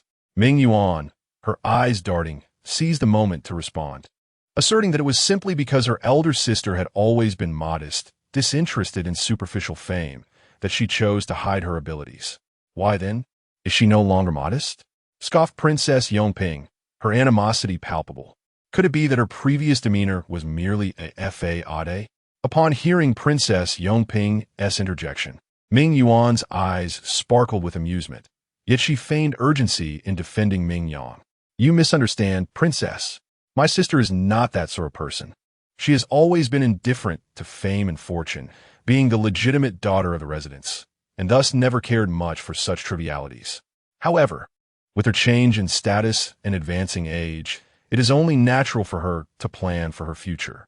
Her gaze flicked to the young gentleman nearby, her smile enigmatic as she softly remarked, if she were to gain recognition at the poetry gathering and perhaps find a few kindred spirits, my sister could continue to enjoy a stable and prosperous life. This statement nearly pointed to Ming Yang's desire to ascend the social ladder. The ladies present grew wary, while some young men recoiled in distaste. Ming Yuan struggled to suppress the urge to smirk. Upon hearing the commotion, Madame Ming hurried over, casting a disapproving glance at Ming Yuan, yet refrained from voicing her concerns. Ming Yang observed the reactions with a hint of derision. She lifted her chin, her gaze sharp with unspoken defiance. Has my third sister, wandering for years, learned such base thoughts? Her voice, though soft, resonated enough for all to hear. No wonder our parents repeatedly urged me to keep an eye on her, insisting I accept this invitation to the poetry gathering. The art of poetry is not meant for fame, but rather for the joy it brings.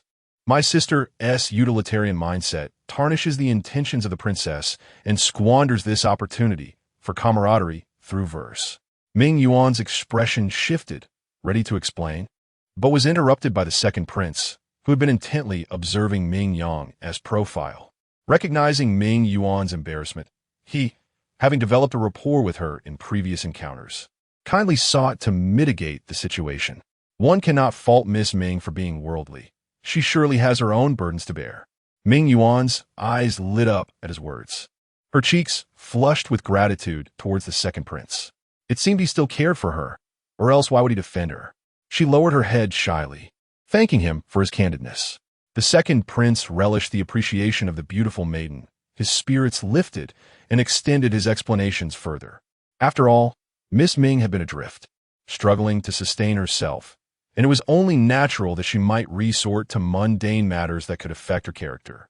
She cannot be compared to the elegance of the second miss, which is perfectly reasonable. Ming Yuan's smile froze. I did not. She gazed at the second prince in astonishment, bewildered as to when she had offended him. Feeling the peculiar stares of those around her, Ming Yuan's eyes reddened, casting a pleading glance at the second prince. Surely, His Highness must have made a mistake. What vulgarity could a humble girl like her have committed? The second prince, being quite straightforward, failed to comprehend Ming Yuan's silent plea and turned his head in confusion. No mistake at all.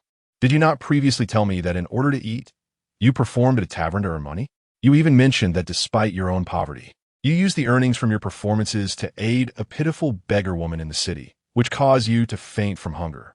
The second prince recounted with great clarity, finding the tale rather novel. Ming Yuan felt a tightening in her chest, finally realizing that the second prince was not being malicious. He was simply not VE. Those words she had spoken were meant to evoke his sympathy. Yet now, his recollection only served to embarrass her. Because of the second prince's meddling, her plans against Ming Yang had failed, and she ended up feeling humiliated herself, leaving her utterly vexed. With her face flushed, she desperately sought to change the subject. I have merely studied a few verses of poetry. Naturally, I am not as refined as my sister. It is good that you recognize this, the second prince replied casually, adding a word of comfort. Every person has their strengths and weaknesses. Being aware of one's shortcomings is a virtue. Ming Yuan, thoroughly disinclined to continue the conversation, fell silent. Meanwhile, Yongping was displeased with the second prince's defense of Ming Yang, snorting disdainfully. The second miss speaks so loftily. Her talent for poetry must be exceptional. Today, she should not hold back. If she does not secure the top position, it would be a disservice to her mother's invitation. Yongping's words were somewhat aggressive, and the second prince, already annoyed by her, responded bluntly. Composing poetry is not like playing the lute or dancing. It is not merely a matter of diligent practice to grasp its essence. Poetry requires not only strict adherence to form, but also inspiration and a proper state of mind. Even a poet as prodigious as the emperor cannot guarantee a masterpiece every time. No wonder, Yongping, your studies are rather mediocre. The second prince remarked with a knowing tone, indicating that even such a simple truth eluded her. Yongping's face flushed crimson. Cousin, why do you always side with her? I am merely speaking the truth. The second prince stood tall and righteous, though his gaze furtively stole glances at Ming Yang's profile. How could such a beautiful young lady harbor ill intentions? Moreover, for some reason, I feel a sense of familiarity when I look at her. Noticing the second prince's focused attention, Yong Ping's anger flared. I see that you are simply infatuated. Silence. Insolence. The voice of the grand princess rang out simultaneously with that of the second prince. Yong Ping stiffened, realizing she had spoken out of turn. It was one thing to target Ming Yang, but she could not allow the second prince to be tainted by scandal. The emperor had only one son, destined to ascend the throne. How could he bear the reputation of being lecherous? Yong Ping, you have overstepped, the grand princess said, her demeanor now cold and stern. A stark contrast to her previous gentleness. A simple reprimand left Yong Ping trembling uncontrollably. She lowered her head in trepidation and apologized to the second prince, saying, "It was Yong Ping's thoughtless words. Please do not take offense, Your Highness." The second prince let out a cold hum, his expression indifferent. The grand princess frowned slightly, seemingly exasperated by the antics of the younger generation. She called out gently to the second prince by his nickname, Qingyang, saying, "Aunt knows you value righteousness, but you must also exercise some restraint. Even if you are indifferent to your reputation, Miss Ming is, after all, a lady. If idle gossip spreads, how will she fare in future marriage prospects? What does it matter?" The second prince replied nonchalantly, raising an eyebrow with a smile. "If it comes to that, she can simply enter my princely residence." "That won't do." The voice came from outside the crowd, prompting everyone to instinctively turn around. The Marquis of Yong'an entered with Yun He and Yun Jing, all smiles. "Your Highness arrived late. The Emperor has already promised me that Miss Ming Yang will be designated as the future matriarch of the Marquis of Yong'an's household." Chapter 36. Will you marry me? How could that be possible? Ming Yuan was the first to express her disbelief. How could the Emperor possibly arrange a marriage for Ming Yang? Even if the Emperor valued the Prime Minister's residence, it should be to betroth her, the legitimate daughter, not an outsider like Ming Yang. Ming's mother shared the same sentiment. Hesitantly, she spoke up. "Did the Marquis of Yong'an misspeak? You meant my second daughter, Ming Yang, not my third daughter, Ming Yuan, right?" If the Emperor were to bestow a marriage upon Yun Jing and Ming Yuan, it would carry a vastly different significance. The Marquis of Yong'an had only one foolish legitimate son and no suitable heir. The Emperor's marriage arrangement represented not merely a union, but also subtly indicated the heirship of the Marquisate. Ming's mother could hardly contain her excitement, thinking that if Ming Yuan could not marry into the royal family, being with Yun Jing would not be a poor alternative. Yet the Marquis of Yong'an was somewhat puzzled. What did this have to do with Ming Yuan? The marriage bestowed by the Emperor was for my son Yun He and Miss Ming Yang. Moreover, the Empress Dowager had also heard of this matter. She took pity on Ming Yang's background and specifically granted a generous gift as a wedding supplement. The Marquis felt a swell of pride in his cleverness, had he not acted swiftly to request the Emperor's marriage arrangement. The Empress Dowager might have betrothed Yong Ping elsewhere. If Yun He were well suited to marry Princess Yong Ping, it would undoubtedly be advantageous for his career. However, Yun He was rather slow-witted, destined to miss out on an official career, considering the rumors surrounding Princess Yong Ping and the second prince, as well as the subtle matchmaking efforts of the eldest princess. Even a simpleton like the Marquis understood that Yong Ping aspired to greater heights, and the Yun family would not accommodate her. With only one biological son left, even if he were dim-witted, the father hoped for his longevity and dared not let him wade into troubled waters. Has the Empress Dowager agreed? Yong Ping exclaimed in surprise. Hadn't those close to the Empress Dowager said that the Marquis of Yong'an intended to help his foolish son court her? How had it suddenly changed to Ming Yang?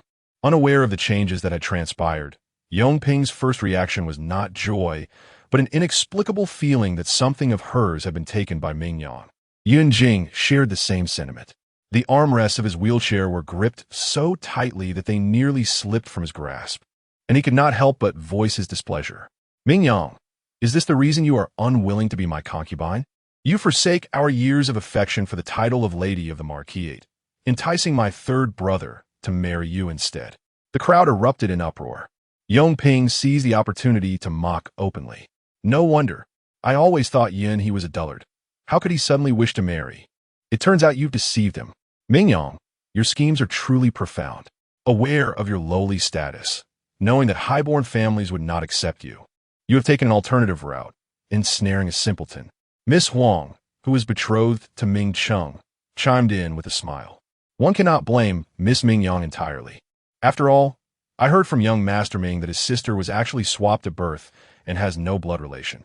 With such a humble background and without elder guidance in marriage matters, it is only natural for her to take extra care. During their last encounter, she had been exceedingly polite to Ming Yang, even bestowing upon her a hand-embroidered pouch as a gift. However, now there was an unmistakable air of animosity. Ming Yang felt a twinge of confusion. Although Miss Huang harbored affection for Ming Cheng, she was not one to elevate herself at the expense of others. Logically, there should not have been such a drastic shift in demeanor simply due to a change in status. Yet, Miss Huang did not spare her a glance, disdainfully uttering, "Now that you, Miss Ming, are married, you will be the mistress of your household, which is far superior to marrying a commoner. I hope you cherish this fortunate life and do not stray down the wrong path, becoming an unworthy concubine." Her tone was mocking, as if she were jesting. Yet the warning glint in her eyes was unmistakable to Ming Yang. Ming Yang's gaze was filled with contempt, replacing the previous cordiality with indignation as if she had been deceived. Just days prior, she had witnessed Ming Yang veiled, entering a small courtyard in the southern part of the city with Ming Cheng, only to be followed by a cacophony of scandalous sounds. The more she pondered, the angrier she became, believing that Ming Yang's seemingly bewildered expression was a deliberate act of innocence. To her surprise, Ming Yang was genuinely taken aback. Although she feared being exploited by the Su family and the Ming household through marriage, she had not anticipated being betrothed so swiftly. In her past life, even until her demise, the Marquis of Yong'an had never arranged a marriage for Yun He, let alone sought an imperial decree. It seemed that her rebirth had truly altered many circumstances, and she could no longer rely solely on the memories of her previous life. Ming Yang composed herself and spoke earnestly. "Your Grace, marriage is a matter of great importance and should not be taken lightly. My lowly status as a commoner may not befit the esteemed Yong'an Marquisate. You are worthy," the Marquis declared resolutely, dismissing the counsel of those around him, urging him to withdraw. "Yun He has an affinity for you, and that alone makes you worthy." "Yun He has feelings for me?" Ming Yang was momentarily stunned. Just as she was about to question whether the Marquis was mistaken, he sighed deeply. "You do not know. Upon returning from the Ming residence, Yun He was consumed with thoughts of you, waiting by the gate each day, claiming you would come to deliver him pearls. After 3 days of waiting, he managed to slip away when the guard was inattentive. It was only when you returned him that he insisted on living under the same roof as you. Never want to part again." The Marquis's countenance darkened as he feigned a pitiful demeanor. "I possess only one son. I cannot allow him to be adopted into your family. Miss Ming, I implore you to show some compassion and consent to this union." The Marquis's words rendered Ming Yang momentarily speechless. The once mighty leader of a nation now exhibited such humility before her, clearly indicating his desire for marriage and silently supporting her. Her irritation regarding the Marquis's unilateral decision to secure a marriage decree diminished considerably. Those around them also recognized the Marquis's stance, and the mocking jeers faded away. At this moment, Yun He approached Ming Yang, his demeanor subdued and resembling that of a contrite child. With his pale fingers, he tentatively grasped the hem of Ming Yang's garment, his voice soft and surprisingly meek. "My lady, will you marry me? I am a fool and do not have long to live." He gently took her hand, removing a brocade pouch from his waist, and with a soft rustle, placed it in her palm. "Those precious jewels, which are not to be touched by anyone else, have all been entrusted to Ming Yang by Yun He." His tall figure leaned close to Ming Yang's profile, his breath gentle, his voice rising slightly with a hint of supplication. "Father said they are valuable, and they should all be given to my beloved. Will you marry me?" Chapter 37. Disgusting provocation. At that moment, Ming Yang fell into a contemplative silence. Having lived a second life, it was challenging for her to harbor any expectations towards the male species. Her previous closeness with Yun he derived more from childhood affection and his pure nature, which had lulled her vigilance. Yet the prospect of becoming a married couple had never crossed her mind. Ming Yang averted her gaze from Yun He and softly began, "Yun He I." Before she could finish her sentence, she was interrupted by her mother, who grasped her hand with a hint of worry in her eyes. Her palm was slightly damp as she spoke. "Yang Yang, though you are not my biological child, after years of companionship, my husband and I have come to regard you as our own. If you truly do not wish for this, I assure you, you will not be wronged." With a subtle squeeze of Ming Yang's hand, her mother leaned in under the pretense of arranging her hair, whispering urgently, "Yang Yang, the imperial decree has yet to be officially issued. If you genuinely object, there is still room for negotiation." Her tone was filled with maternal urgency, as if she were genuinely concerned. However, Ming Yang knew her mother all too well. Self-serving and hypocritical, such a person could not possess true sincerity. A beautiful smile graced her lips as she pondered whether her mother was truly contemplating her future. Her mother's eyes flickered with a mix of emotions. "Yang Yang, marrying is not something to be taken lightly. Your husband must be capable if he is to secure your well-being for a lifetime. Young Master Yun is not a suitable match." Perceiving the urgency in her mother's gaze, Ming Yang contemplated further. Her mother's intense focus on her marriage suggested ulterior motives. With no eligible daughters left in the Prime Minister's residence, she, as a foster daughter, had become an excellent candidate for an alliance. A thought struck her. In her previous life, Ming had been sent to the old marquis as a concubine to foster connections. In this life, Ming had already become a concubine to Yun Jing, and with the Ming family devoid of suitable daughters, who would the next candidate for marriage be? A chill ran down her spine as she forcefully withdrew her hand from her mother's grasp. In the face of Yun He's disappointed gaze, she smiled and declared, "As for this marriage, I am indeed willing." Yun He's eyes brightened instantly, and beside them, Duke Yongin exhaled a sigh of relief. Only Ming Yang's mother displayed a slight change in expression. "Yang Yang." Ming Yang raised her hand to interrupt her. "The Emperor's decree is a tremendous honor. As a subject, I can only express my gratitude.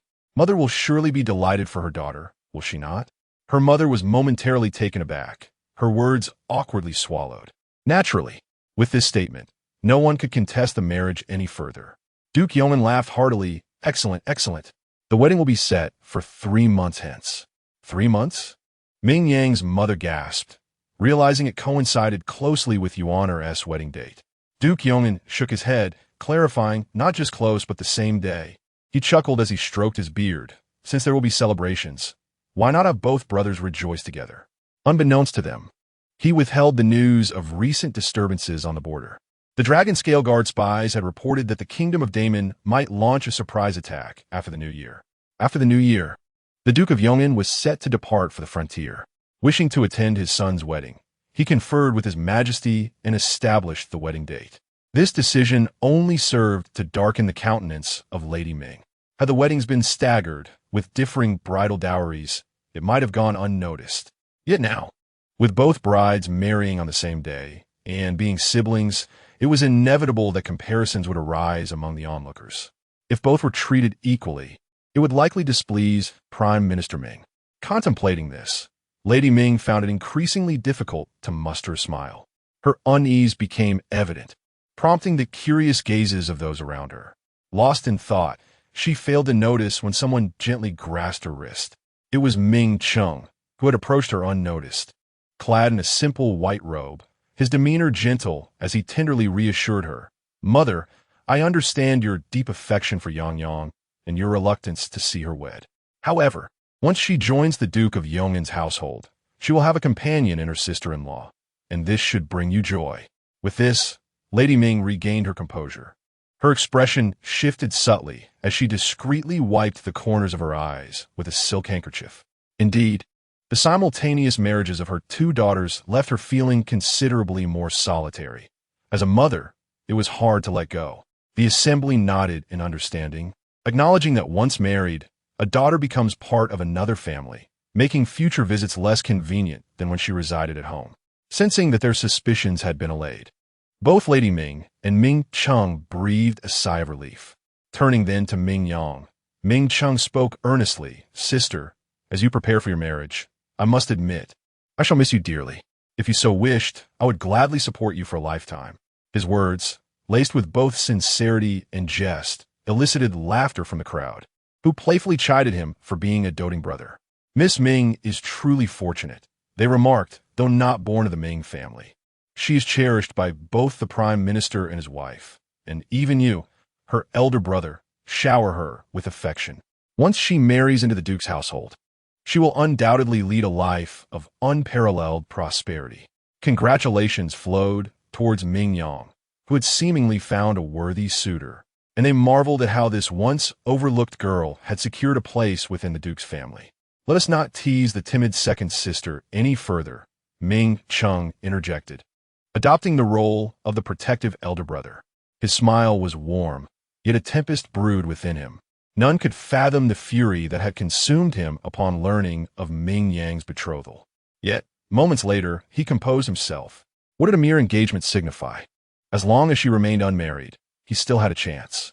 His eyes briefly darkened with a fleeting shadow, sensing an undercurrent of danger. Ming Yang cast a wary glance at her brother, but chose to remain silent. Nearby, the second prince, having recovered from his shock, clapped his hands in disappointment. What a pity, he lamented, to have been preempted by young Master Yun. With such beauty, Ming Yang would have made a splendid adornment in the royal palace.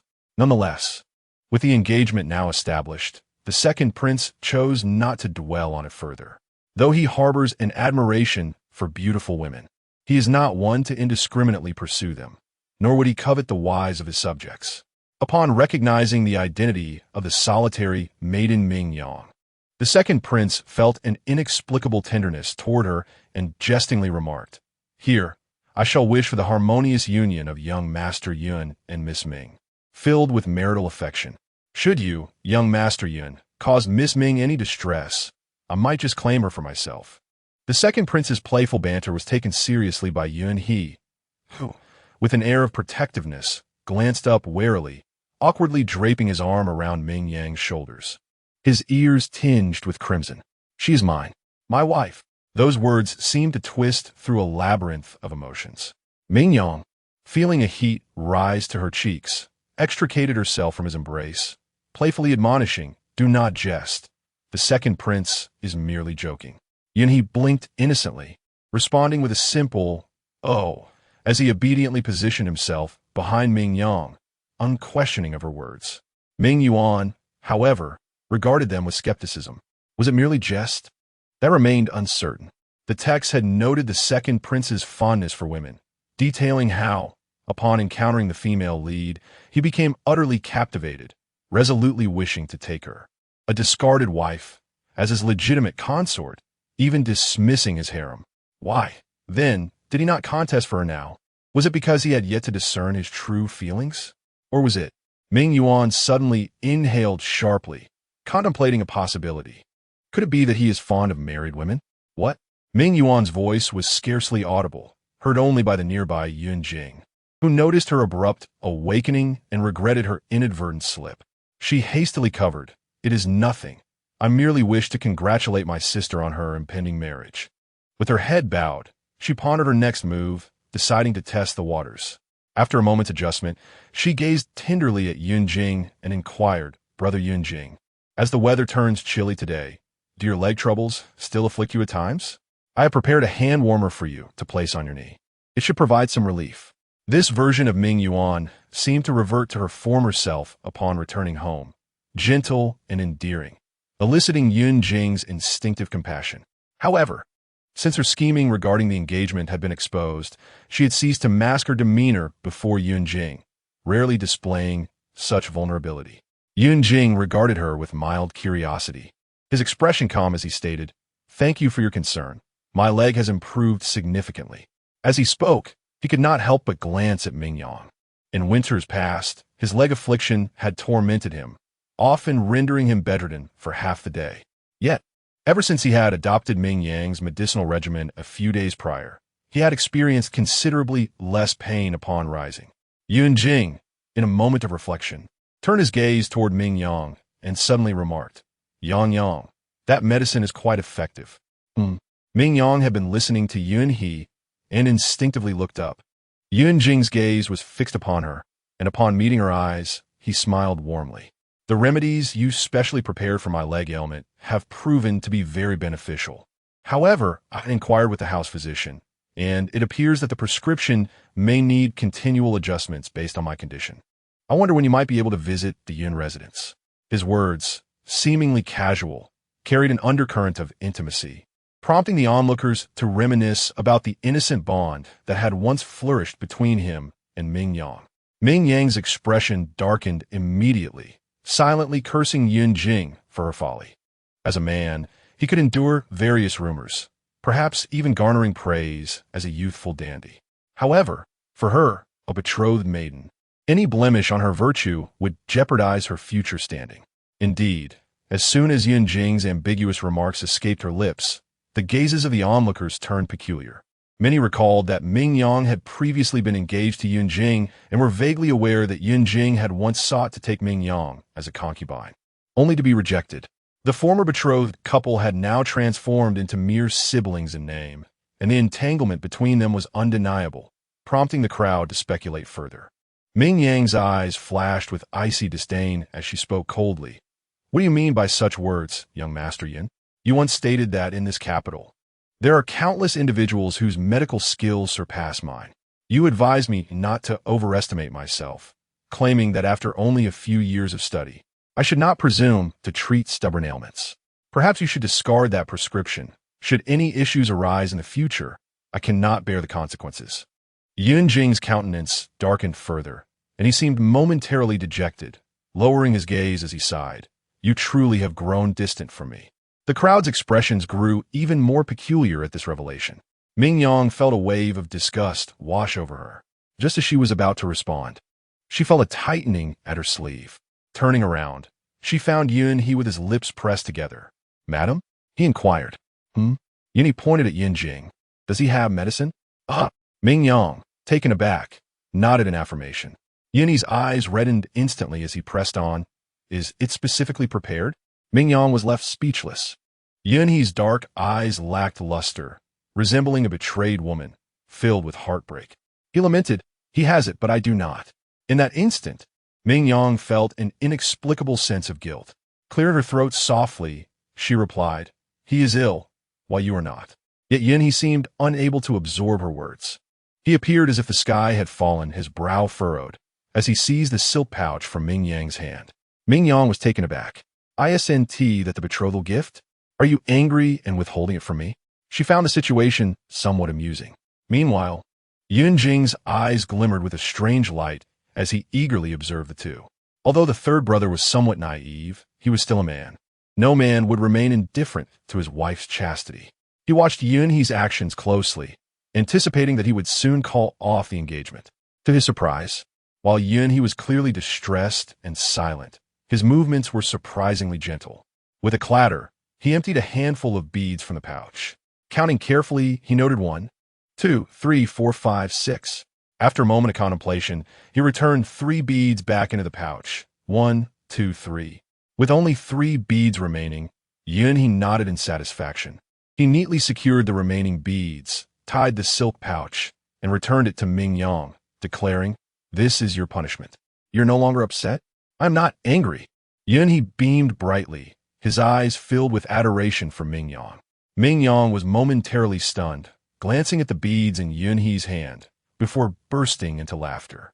Is this all it takes to appease you? How easily you can be soothed. Yun He chuckled, his laughter tinged with a hint of foolishness.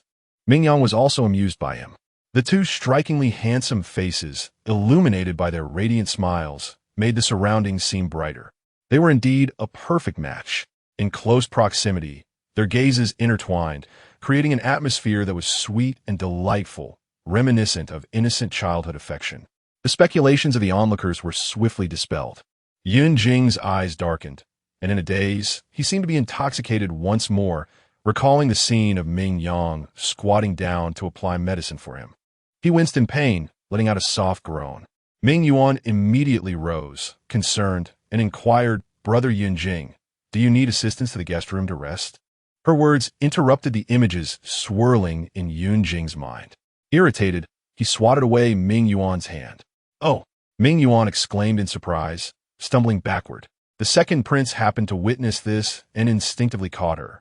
"Miss Ming Yuan, are you all right?" Ming Yuan fell into the embrace of the second prince, feigning fear as she opened her eyes.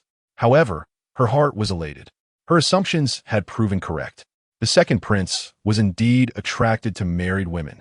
He relished the thrill of competition. In the novel, after Ming Yang's divorce, she became the sole favorite of the second prince. Surely, she could too. Ming Yuan suddenly found herself devoid of any resistance towards this marriage. It appeared that as long as she followed the narrative of the book, she could replicate Ming Yang's journey as the heroine. A look of uncontainable joy spread across Ming Yuan's face. The second prince, startled, loosened his grip, inadvertently pushing her away. "My goodness, that smile is rather frightening," he muttered, brushing his hands together in annoyance, secretly resenting his own penchant for compassion. Not wishing to witness Ming Yuan's disheveled state on the ground, he remarked, "Aunt, the poetry meeting is about to commence. I shall take my leave to prepare." With that, he swiftly departed, leaving only Princess Yongping glaring fiercely at Ming Yuan, whispering, "What a shameless person she is." Chapter 38. Cheating under duress. Upon hearing the words, the princess raised her gaze to Ming Yuan, a fleeting glimmer of coldness flashing in her eyes, only to be swiftly suppressed. "Quickly assist Miss Ming to her feet. The ground is frigid, and we mustn't allow her to catch a chill," she said with a smile, feigning ignorance of Ming Yuan's embarrassment. This demeanor of benevolence aligned perfectly with her reputation for kindness. Ming Yuan, however, felt a shiver run through her body as she quickly stood up, her eyes reflecting a hint of wariness. What sinister intentions did this malicious old woman harbor? Although she had skimmed through the original text and was unaware of the princess's deeds, she vividly recalled that in the latter part of the narrative, the princess's estate was discovered to have clandestinely established a prison and trained spies. The unfortunate souls within bore disfigurements, amputated limbs, blindness, deafness, and grotesque appearances, mere remnants of humanity. These individuals had been secretly trained by the princess to masquerade as beggars, gathering intelligence from various locales.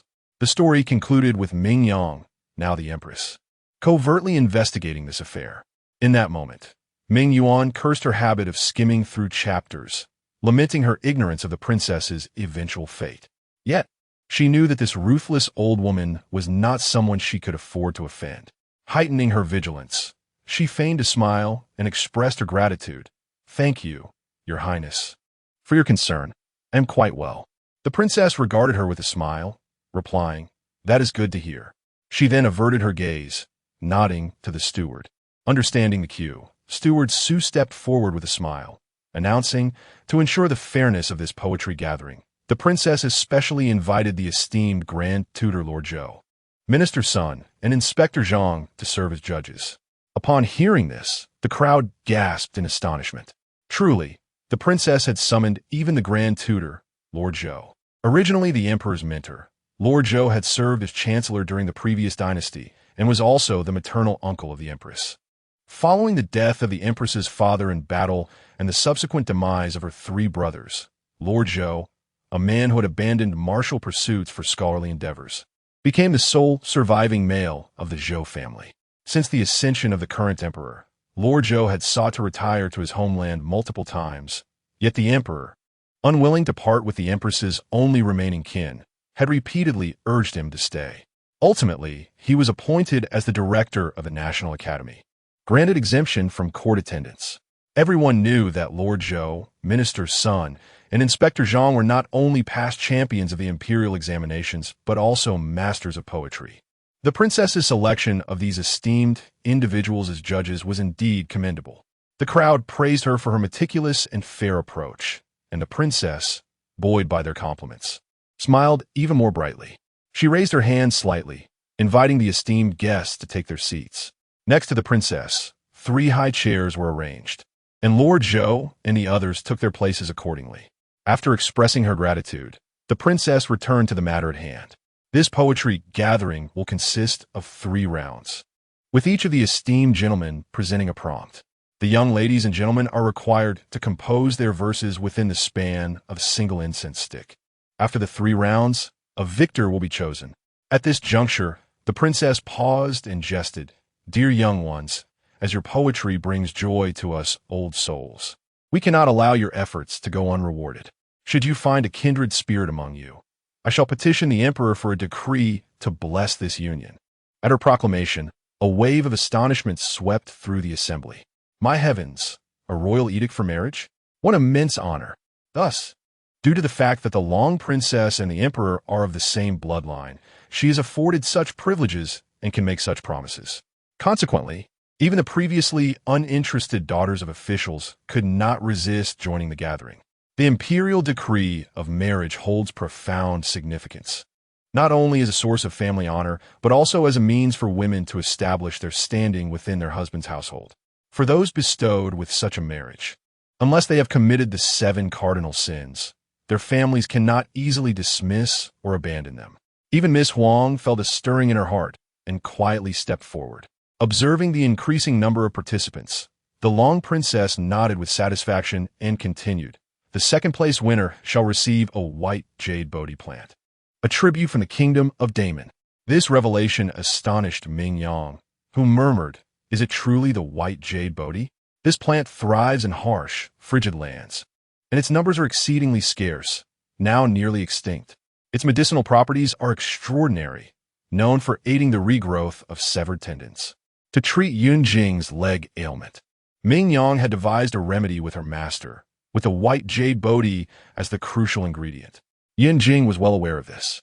Indeed, his expression shifted slightly, his eyes sparkling with hope. He now held great trust in Ming Yang's medical skills. This white jade Bodhi undoubtedly represented his chance to rise once more. Regrettably, despite his martial prowess, he lacked poetic talent, and even if he participated, securing a top position would be impossible. His thoughts swirled as his gaze fell upon Ming Yuan. "Ming Yuan, I have a favor to ask of you." He rarely displayed such kindness towards her. Ming Yuan instinctively turned her head. "What is it?" Yun Jing carefully organized his words, his eyes filled with hope. "Did you not once claim to possess vast knowledge of the heavens and the earth? With thousands of years of cultural wisdom, surely you can claim the top prize at the poetry gathering. We are already betrothed, so the reward for first place is unnecessary. I ask that you exchange the medicinal herb with the second-place winner. If you obtain the white jade Bodhi, all past grievances will fade into oblivion. I shall not mind.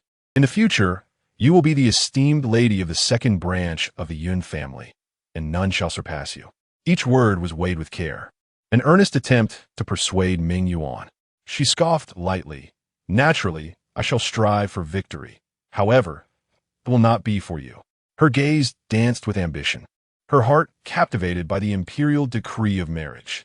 In this ancient realm of supreme imperial power, should she garner the emperor's favor to wed the second prince, her engagement to Yun Jing could easily be discarded. As for whether the second prince would consent, Ming Yuan was not overly concerned. Was it not often written in novels that many such tales begin with a marriage of convenience? Once she became the second prince's consort, affection would surely blossom over time, and he would inevitably fall for her charms. A determined expression unconsciously graced her features. "As long as you are confident," Yun Jing mused inwardly, placing his hopes upon her. Ming Yuan said no more, waving her hand at Yun Jing. "Since you will not compete, you may leave this place. Do not hinder me." Around 20 participants were set to compete, paired in twos at the same table to compose poetry. Quick-witted, Ming Yuan pulled Ming Yang to a secluded corner at the back row, where a redwood pillar stood in front, providing a perfect concealment. Ming Yuan gazed with increasing satisfaction as she observed the individuals ahead of her unfurling the rice paper, their preparations tinged with urgency. Yun Jing cast a silent glance in her direction, uttering not a word, as a servant gently pushed her wheelchair away. Gradually, many non-participants retreated to the sidelines. Only Yun, he stood quietly by Ming Yang's side, watching others as they began to grind ink. Tilting his head, he rolled up his sleeves and, from seemingly nowhere, produced an ink stick delicately making circular motions. His earnest demeanor resembled that of a dutiful young bride. Ming Yang found this amusing and was just about to take the ink stick from him when Ming Yuan could no longer contain herself. "Young Master Yun, this is not your playground. The competition is about to commence, so you should make your exit." If Yuni remained, how could she possibly cheat? She glanced around and, on impulse, fabricated an excuse. "Your ink is far too diluted.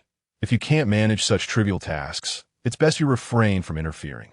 Ming Yang then turned her gaze to the inkstone, furrowing her brow slightly. To her surprise, it was made of Songjin Zihui ink, a rarity worth its weight in gold. How extravagant of the princess's residence to provide such precious ink for the competitors. A sense of unease washed over her as she observed the surroundings. She soon realized that the others were using Gume ink, which, while valuable, paled in comparison to this exquisite choice. Upon noticing the ink stick, hidden beneath the rice paper at the corner of the table, Ming Yang comprehended the situation. This precious ink must have been inadvertently brought by Yunhe. The method of grinding this ink was distinct, requiring greater dilution with water, resulting in characters that flowed smoothly and shimmered like gold under sunlight.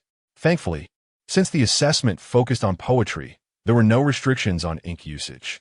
As it was not against the rules, Ming Yang saw no need to enlighten Ming Yuan. With a dismissive tone, she replied, "If you find it unworthy, prepare your own." She swiftly seized the inkstone positioned in the center. Ming Yuan was momentarily taken aback, disdainfully curling her lip. "Who cares?" she retorted. "Bring me another inkstone and ink stick." She summoned a servant from the princess's residence for another set and began grinding with a huff. Ming Yang shifted her gaze back, playfully patting Yunhe's arm. "This isn't entertaining. Why don't you go sit with the marquis and wait for me?" Yunhe reluctantly nodded, lowering his sleeves, and walked away, glancing back multiple times. Unbeknownst to anyone, he had unconsciously taken the original ink stick from the table, idly twirling it in his hand. At that moment, the steward cleared his throat and announced the commencement of the poetry gathering. "Let the first round begin. Participants, compose a poem on the theme woe to the parents, who toiled to bring me forth. To repay their kindness, the heavens are boundless. You shall cease writing after a stick of incense burns." As the steward's words echoed, a resounding clang of gongs and drums signaled the start of the competition. Many furrowed their brows, their expressions anxious. Numerous participants had prepared in advance for this poetry gathering, primarily focusing on themes of landscapes and pastoral beauty, spring blossoms, and autumn moons. Now, such preparation seemed utterly irrelevant. However, Ming Yuan's eyes sparkled with realization. Wasn't this a call to express gratitude towards one's parents? This theme was not uncommon. Regrettably, despite having memorized countless poems, she mostly recalled only fragmented lines, which were adequate for casual banter but insufficient for this occasion. If it were to be a competition, she feared she could scarcely compose even a single complete poem. Fortunately, she had Ming Yang. Noticing that Ming Yang had yet to set pen to paper, Ming Yuan could not suppress her impatience. "Elder sister, you ought to start now, shouldn't you? Time is of the essence. Do not delay." Ming Yuan softened her tone, demonstrating her ability to lower her pride when seeking assistance. This was reminiscent of her previous life. In her former existence, upon discovering she was the false daughter of the Ming family, she felt considerable guilt regarding her usurpation of Ming Yuan's identity. Under Ming Yuan's pleas and their mother's coaxing, she had agreed to compose a poem for the princess's poetry gathering, intending to aid her in achieving victory. She had no desire to compete with Ming Yuan for accolades. After meticulously crafting a poem for her, she hastily wrote a lesser one for herself, planning to submit both. To her astonishment, her poem was exchanged by Ming Yuan for a nonsensical piece, leading to her public humiliation and ridicule. The Ming family seized the opportunity to proclaim that she could never transform from a wild chicken into a phoenix, while Ming Yuan, despite her humble origins, shone brightly like a pearl, brimming with talent. With these thoughts in mind, Ming Yang deftly took up her brush and composed a poem for herself. Ming Yuan's eyes sparkled. Without waiting for the ink to dry, she attempted to snatch it away, but was intercepted by Ming Yang. "This is not yours." "What?" Ming Yuan was taken aback, realizing time was running short. and her anxiety surged. Elder sister, you wouldn't be having second thoughts, would you? She was so anxious she nearly stamped her foot, lowering her voice to threaten. Are you not concerned for Nanxing's well-being? At the mention of Nanxing, Ming Yang's expression turned icy. She cast a cold glance at Ming Yuan. Why are you in such a hurry, second sister? This poem is for myself. You composed one for yourself? Ming Yuan was even more unwilling. If you are disinterested in competing, why then write a poem for yourself? What if it surpasses mine? Ming Yang gave her a nonchalant look. Do not worry. This poem is slightly inferior to yours. It will not hinder your victory. What I am currently writing is indeed for you. She took up her brush once more, her elegant calligraphy dancing across the page. Bright candlelight shines through the autumn glow. Buds conceal the deep essence of spring. Frost weeps upon the spring orchid, staining garments, unwilling to gaze back at youth's fleeting days. Yong Chun, as Ming Yang finished her verse, Ming Yuan silently recited it in her mind. At that moment, she felt a wave of relief. In this world of literature, the characters used were predominantly simplified, except for formal documents and classical texts that employed traditional characters. At present, Ming Yang was using simplified characters, which made it considerably easier for Ming Yuan to read. However, she found the first line of the poem somewhat peculiar. Pointing to the first character, she softly inquired, Ming? What is this character? Ming Yang glanced at her. It is as in bright moon. Haha, Ming Yuan nearly laughed aloud, casting a mocking look at Ming Yang. You are not as impressive as you claim. Even the supposed heroine makes spelling errors. You can't even write the character for the bright moon correctly. With no other option, she had to copy it herself. Leave it here. I must quickly transcribe it. All right. Ming Yang handed it over to her. Ming Yuan swiftly transcribed the poem. Changed to, and she nodded in satisfaction. Not forgetting to mock Ming Yang, she said, Sister, you ought to apply yourself more diligently in your studies, lest you commit some trivial error and become the subject of ridicule. Ming Yang observed her smug demeanor and found it amusing. Truly, she was a lightweight, easily deceived. One could only hope she would remain this cheerful later on. She faintly smiled, her knowledge naturally not rivaling that of the third sister, requiring assistance for composition. Ming Yuan felt a pang of discomfort, her expression slightly awkward. I am simply not skilled in these trivial matters of poetry. Dissecting words is utterly futile. If I were to reveal what I know, it might very well frighten you all. With a light hum, she cautiously summoned a maid, Tao Ji, and whispered, dispose of it. In Tao Ji's hands lay the very paper Ming Yang had just written. Yes, miss, she replied, taking her leave, being timid and unfamiliar with the Grand Princess's residence. She sought out a nearby rockery to conceal the rice paper within the crevices of the stones. Should anyone discover it in the future, the poetry contest would be over, and no one would likely care. Moments later, the maids of the princess's residence gathered the poems from all participants. Shortly thereafter, after a discussion, Master Zhou and the others determined the rankings. Those whose works were called stepped forward. A wave of tension washed over the crowd. Ming Yuan felt a twinge of anxiety, fearing Ming Yang might have played some tricks and not given her utmost effort, until Master Zhou stood up, visibly excited, exclaiming, Excellent! Frost falls on spring orchids. The white head grows shorter. This poem, Eternal Spring, is the best of this session. Who composed it? In the interest of fairness, all names had been concealed, allowing only the poems to be judged impartially. Upon hearing this, Ming Yuan's heart steadied, a smile blossoming on her face. She feigned modesty as she rose. Master, the poem Eternal Spring was composed by my young self. And who might you be? I am Ming Yuan, the third daughter of the Minister of State, the Ming family. Ming Yuan introduced herself. To her surprise, the once admiring Master Zhou's expression shifted drastically. You are Ming Yuan, the legitimate daughter of Minister Ming? Master Zhou's face darkened. Ming Yuan felt an inexplicable unease. Yes, that is I. Master Zhou seemed to have confirmed something, shaking his head in disbelief along with Imperial Censor Zhang and Minister Sunday. Known for his forthright temperament, Master Zhou outright threw down the poem, furiously rebuking, What a misfortune for your family. The Ming family has produced a child like you, who seeks fame and fortune, lacking in righteousness, loyalty, and filial piety. You dare not even avoid your father's name in your poetry. shamelessly using filial piety to make a name for yourself. It is utterly laughable. You have sullied this noble poetry contest. Guards, throw her out. Chapter 39. Speaking nonsense with eyes wide open, Ming Yuan's expression suddenly changed drastically. Wait, what is happening? Just a moment ago, Master Zhou was full of admiration, but upon learning her identity, his demeanor shifted abruptly. Had she not been unfamiliar with Master Zhou, she might have suspected that he was deliberately targeting her. I have done nothing wrong. Why must I be expelled? Ming Yuan's face was filled with resentment. At this moment, Yun Jing hurried over, seeking to restrain her more impassioned words. Silence. Ming Yuan, quickly admit your fault. Why? Ming Yuan was unwilling to comply. Yun Jing took a deep breath, blocking the servants of the princess's residence. Ming Yuan, Master Zhou speaks the truth. You are indeed unfilial. How could you compose poetry without heeding the taboo? Taboo? What taboo? Ming Yuan's confusion deepened. Yun Jing felt a pang of frustration. Do you truly not comprehend, or are you feigning ignorance? How could someone capable of crafting such exquisite poetry lack even the slightest common knowledge?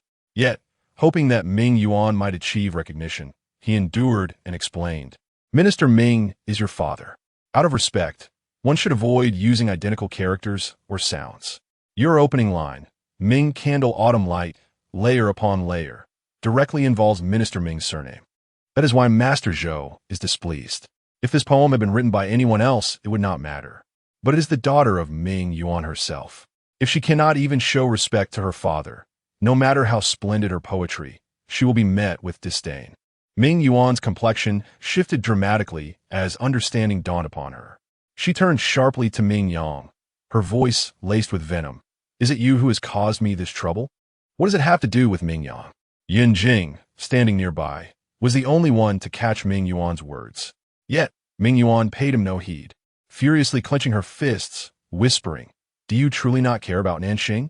Ming Yang's gaze turned icy. Sister, choose your words wisely. Your handwritten work bears no connection to me. If I recall correctly, I specifically altered the character Ming. Did you not notice? Ming Yang's brows furrowed in confusion. Ming Yuan was momentarily speechless. Was that an intentional mistake on your part? She had assumed Ming Yang had simply erred in writing such a straightforward character. In that moment, she found herself at a loss for words. Yun Jing, now fully comprehending the situation, wore a cold expression and reproached softly. Ming Yuan, you actually plagiarized? That poem was crafted by Ming Yang, was it not? And so what? Ming Yuan retorted defiantly. If you still wish for my assistance in obtaining that medicinal herb, you must hasten to devise a solution for me. Yun Jing's expression stiffened. He indeed could not expose Ming Yuan. Avoiding Ming Yang's gaze, he stepped forward with the wheelchair, curling his fingers and offering a respectful apology. Master Zhou, please temper your anger. Esteemed gentlemen, do not blame her. Miss Ming is my fiancée. Having wandered outside for so long without a mentor to guide her, she lacked the knowledge of poetic convention. Everything she learned was from her own enthusiasm, self-taught, which led to her oversight and mistake. She is now aware of her error and will certainly take heed in the future. I implore you all to grant this eager learner an opportunity. Yun Jing spoke eloquently, leveraging Ming Yuan's background to garner sympathy from numerous ladies present. Once again, there was a subtle commendation for Ming Yuan's poetic talent, evoking a sense of regret among Zhou Taifu and Inspector Zhang for the loss of such talent. Indeed, after his words, the surrounding people's aversion towards Ming Yuan significantly lessened. Even the traditionally stern Inspector Zhang opened his mouth to counsel Zhou Taifu, saying, Old Zhou, let this matter rest. Surely, Miss Ming did not intend any harm. Minister Sun also nodded in agreement, acknowledging, indeed, Miss Ming has faced hardships. Yet she remains sharp and eager to learn. Such qualities are rare. Even the Grand Princess spoke up, expressing her curiosity. Miss Ming has taught herself and possesses extraordinary talent. I truly wish to see what stunning poetry she might present in the remaining two contests. With such words from the Grand Princess, the crowd naturally ceased their objections. Zhou Taifu sighed, recognizing that the poem was truly deserving of first place, lamenting the unfortunate circumstance. Ultimately, he decided to make an exception, stating, Then let her be placed second as a form of punishment. Miss Ming's poem, Eternal Spring, would thus take the second position in this competition. Yun Jing let out a sigh of relief, feeling quite satisfied with the ranking. Yet Ming Yuan bit her lip in discontent, muttering softly, "Who cares for second place?" She was so tense that she nearly twisted the silk in her hands, wishing to abandon the competition on the spot. At that moment, Ming Yang's voice broke through. "Sister, what a haste. It is merely the first round. The overall ranking will determine the winner. If you perform well in the next 2 rounds, you still have a chance to claim victory." Ming Yuan felt a sense of determination spring forth as she turned to him in surprise. "Why are you telling me this? Are you genuinely so kind?" Ming Yang smiled lightly, saying, "Naturally, I wish to see you bask in glory." Ming Yuan realized she could not leave. If she did, how would the subsequent performances unfold? To ascend, one must be willing to pay a price. Ming Yang's voice was gentle, his beautiful eyes sparkling with mirth. His attire simple yet elegant, exuding an ethereal charm that was hard to resist. Yet, a chill ran down Ming Yuan's spine, her instincts urging her to distrust him. Yun Jing observed Ming Yang deeply, sensing an unusual blend of softness and strength within him. It was indeed peculiar for someone to remain so gentle when under pressure. This demeanor reminded him of when Ming Yang was merely 7 years old. At that time, Prime Minister Ming favored his concubine, Lady Su, to the extent that even the legitimate wife, Madame Ming, had to step back from the limelight. Lady Su, having gained prominence in the household, harbored ambitions of usurping the position of the principal wife. She had the audacity to present Madame Ming with a bowl of poison, which was mistakenly consumed by the then 7-year-old Ming Yang, nearly leading to a tragic end. Yet, relying on the Prime Minister's favoritism, Lady Su faced only house arrest as punishment. Upon regaining her senses, Ming Yang learned of this incident and, despite her frail condition, had herself carried to Lady Su's quarters. In front of the maids and servants, she forced Lady Su to drink 3 bowls of sterilization potion, eliminating any chance of her competing for favor again. When the Prime Minister returned home and learned of the matter, he was furious. However, considering Ming Yang was the legitimate daughter who had already suffered greatly, and Lady Su's lowly status meant she would never bear children again, he ultimately chose to protect Ming Yang. Lady Su was cast aside, sent to a remote estate to fend for herself. By now, her grave must be overgrown with grass. For reasons unknown, Yun Jing felt a sense of unease. Before departing, he quietly warned Ming Yuan to be wary of Ming Yang. Understood. Ming Yuan pressed her lips together, growing increasingly vigilant. At that moment, Master Zhou and his colleagues had already deliberated the ranking order. Due to Ming Yuan's unforeseen mishap, Yong Ping, originally the second place, ascended to the first. However, this first place felt somewhat unjustified, lacking in luster. Meanwhile, the poem casually penned by Ming Yang secured the third position, which was commendable in its own right. The fact that 2 of the top 3 were daughters of the Ming family drew considerable attention. It was evident that the Ming family excelled in nurturing their daughters, whether biological or adopted, as they were all remarkably talented and learned, earning admiration from many. No one knew how Madame Ming educated her daughters to such an outstanding degree, inciting envy among others. The flattery from the crowd softened Madame Ming's expression somewhat. Little did they know the anxiety she felt when Ming Yuan stumbled earlier. Had it not been for Yun Jing's timely interjection, she might have been unable to restrain herself from rushing over. She discreetly exhaled in relief and humbly remarked, "These are merely the playful creations of children, fortunate to receive your appreciation. I must encourage them to strive even harder in the future." A lady, well acquainted with Madame Ming, smiled in support. While Madame Ming exhibited humility, Master Zhou praised her, confirming her daughter's exceptional talents. The learned and illustrious Minister Ming had raised such remarkable daughters, proving the adage that a tiger begets no dog. As Madame Ming basked in the compliments, eager to exchange more pleasantries, she was interrupted by a derisive chuckle nearby. "What is there to praise? That Ming Yang is nothing remarkable," Yong Ping scoffed, continuing amidst the astonished gazes of the crowd. After all, despite being meticulously nurtured by the minister's household for years, she still pales in comparison to a Ming Yuan, who has never even properly attended school. I suspect the rumors of her exceptional talent were merely orchestrated by the minister's household to embellish her reputation. Chapter 40. A series of deceptions. Yongping's heart brimmed with indignation. This poetry gathering was, in fact, organized by the princess for her benefit, aimed at securing an official decree for marriage. To this end, the princess deliberately avoided conventional topics, seeking an unconventional path. Yet, to her astonishment, despite having prepared in advance, she still fell short in comparison to Ming Yuan. Feeling a vague sense of inferiority to Ming Yuan, she refrained from venting her frustration on her, fearing others might perceive her as unable to handle defeat. Thus, she redirected her ire towards Ming Yang. The joy that had adorned Ming's mother's face vanished. She found it inappropriate to engage in a dispute with Yongping and cast a cold glance in her direction. Ming Yuan's exceptional talent was indeed beyond her reach. It was only due to Yongping's remarkable intellect that she could claim to surpass Ming Yuan. Ming's mother praised her with a smile, which only served to deepen Yongping's scowl. Had it not been for Ming Yuan's blunder, how could she have possibly claimed the top spot? Ming's mother was intentionally mocking her.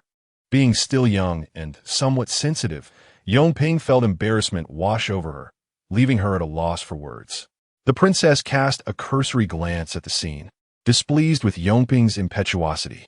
She signaled to Steward Su, who promptly understood and cheerfully interrupted the tense atmosphere. All participants, please return to your positions. Those not involved should exit. The second round of competition is about to commence. Yongping huffed in response, choosing to remain silent. Steward Su continued for the second round. I invite all to compose a poem based on the phrase, the first sign of spring is the east wind thawing. The second sign is the awakening of hibernating insects. And the third sign is the fish surfacing as the ice melts, with a deadline of 1 incense stick. Ming Yuan, lacking adequate cultural knowledge, hesitated and repeated the phrase. Still somewhat bewildered, unsure, she timidly inquired of Ming Yang what Steward Su's statement meant. Ming Yang paused her inking, lifted her gaze gently, and explained in a calm voice. It refers to the warm east wind heralding spring, the awakening of dormant insects, and the melting ice allowing fish to rise to the surface. In essence, the theme is spring. Ming Yuan grasped the meaning this time, though she was reluctant to concede, retorting, I am aware of it. I merely wanted to confirm your understanding. If she misinterpreted the theme, it would have disastrous consequences for her. Ming Yuan was clearly attempting to save face, prompting a quiet amusement in Ming Yang, who chose not to expose her. With a fluid motion, she wrote with a brush, her calligraphy exuding vigor and elegance. Ming Yuan was momentarily taken aback. Weren't you just writing in small regular script? How can you also produce cursive script? Ming Yang, having just completed her piece, looked surprised at the remark. You can't do that? It's merely a few styles of calligraphy. Isn't it simple? She spoke with an air of nonchalance, entirely unaware of her own prowess. Ming Yuan felt a lump in her throat, begrudgingly acknowledging that Ming Yang was indeed the protagonist, possessing an undeniable talent. Struggling to suppress her envy, she asked in a hushed tone, do you know any other styles besides regular and cursive? Clerical, seal, and running script. I know a bit of each, Ming Yang humbly replied. It seemed she possessed a natural affinity for calligraphy, effortlessly grasping its essence, leaving even her instructors astonished, asserting there was little left for them to teach her. Ming Yuan was taken aback. Then you must be proficient in every style. Not quite, Ming Yang shook her head. A wave of joy surged within Ming Yuan, and she exhaled in relief. I knew you couldn't be so prodigious. I cannot write in running script with my left hand. Ming Yang continued, her expression tinged with regret.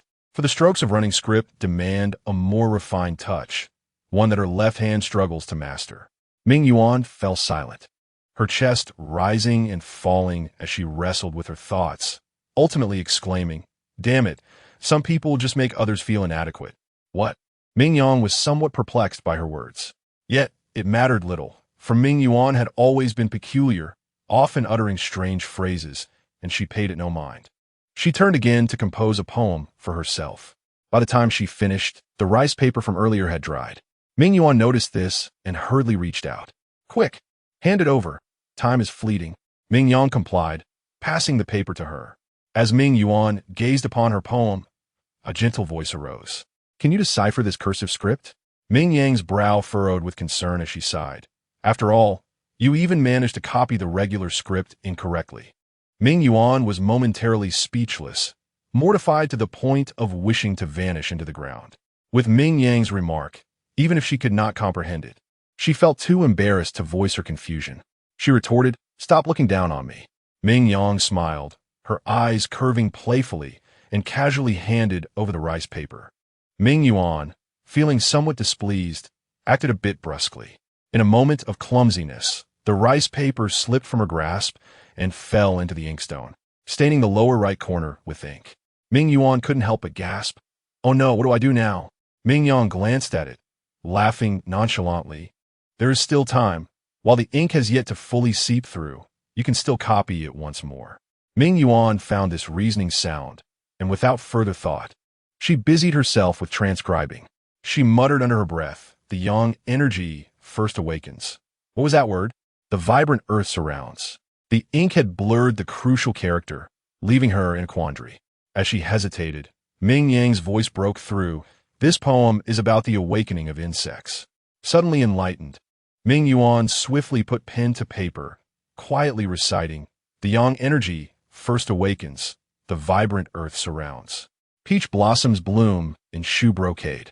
The hawk ages into the spring dove. Time presses forth, urging the buds to sprout.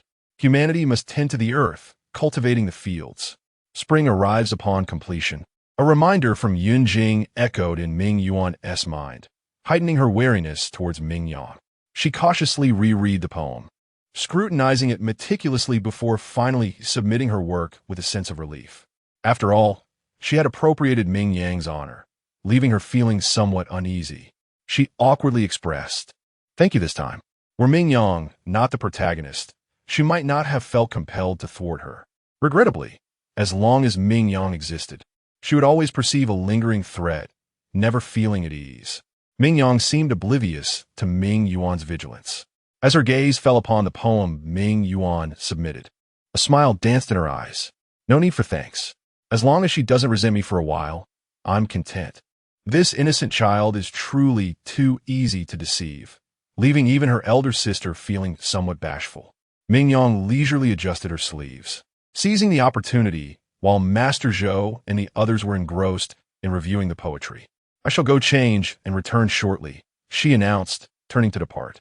No one noticed that the rice paper, recently stained with ink, had been discreetly tucked away in her sleeve, accompanying her as she left. Chapter 41. The evidence of Ming Yang's scheming. As Ming Yang departed, Taoji hastily followed in her wake.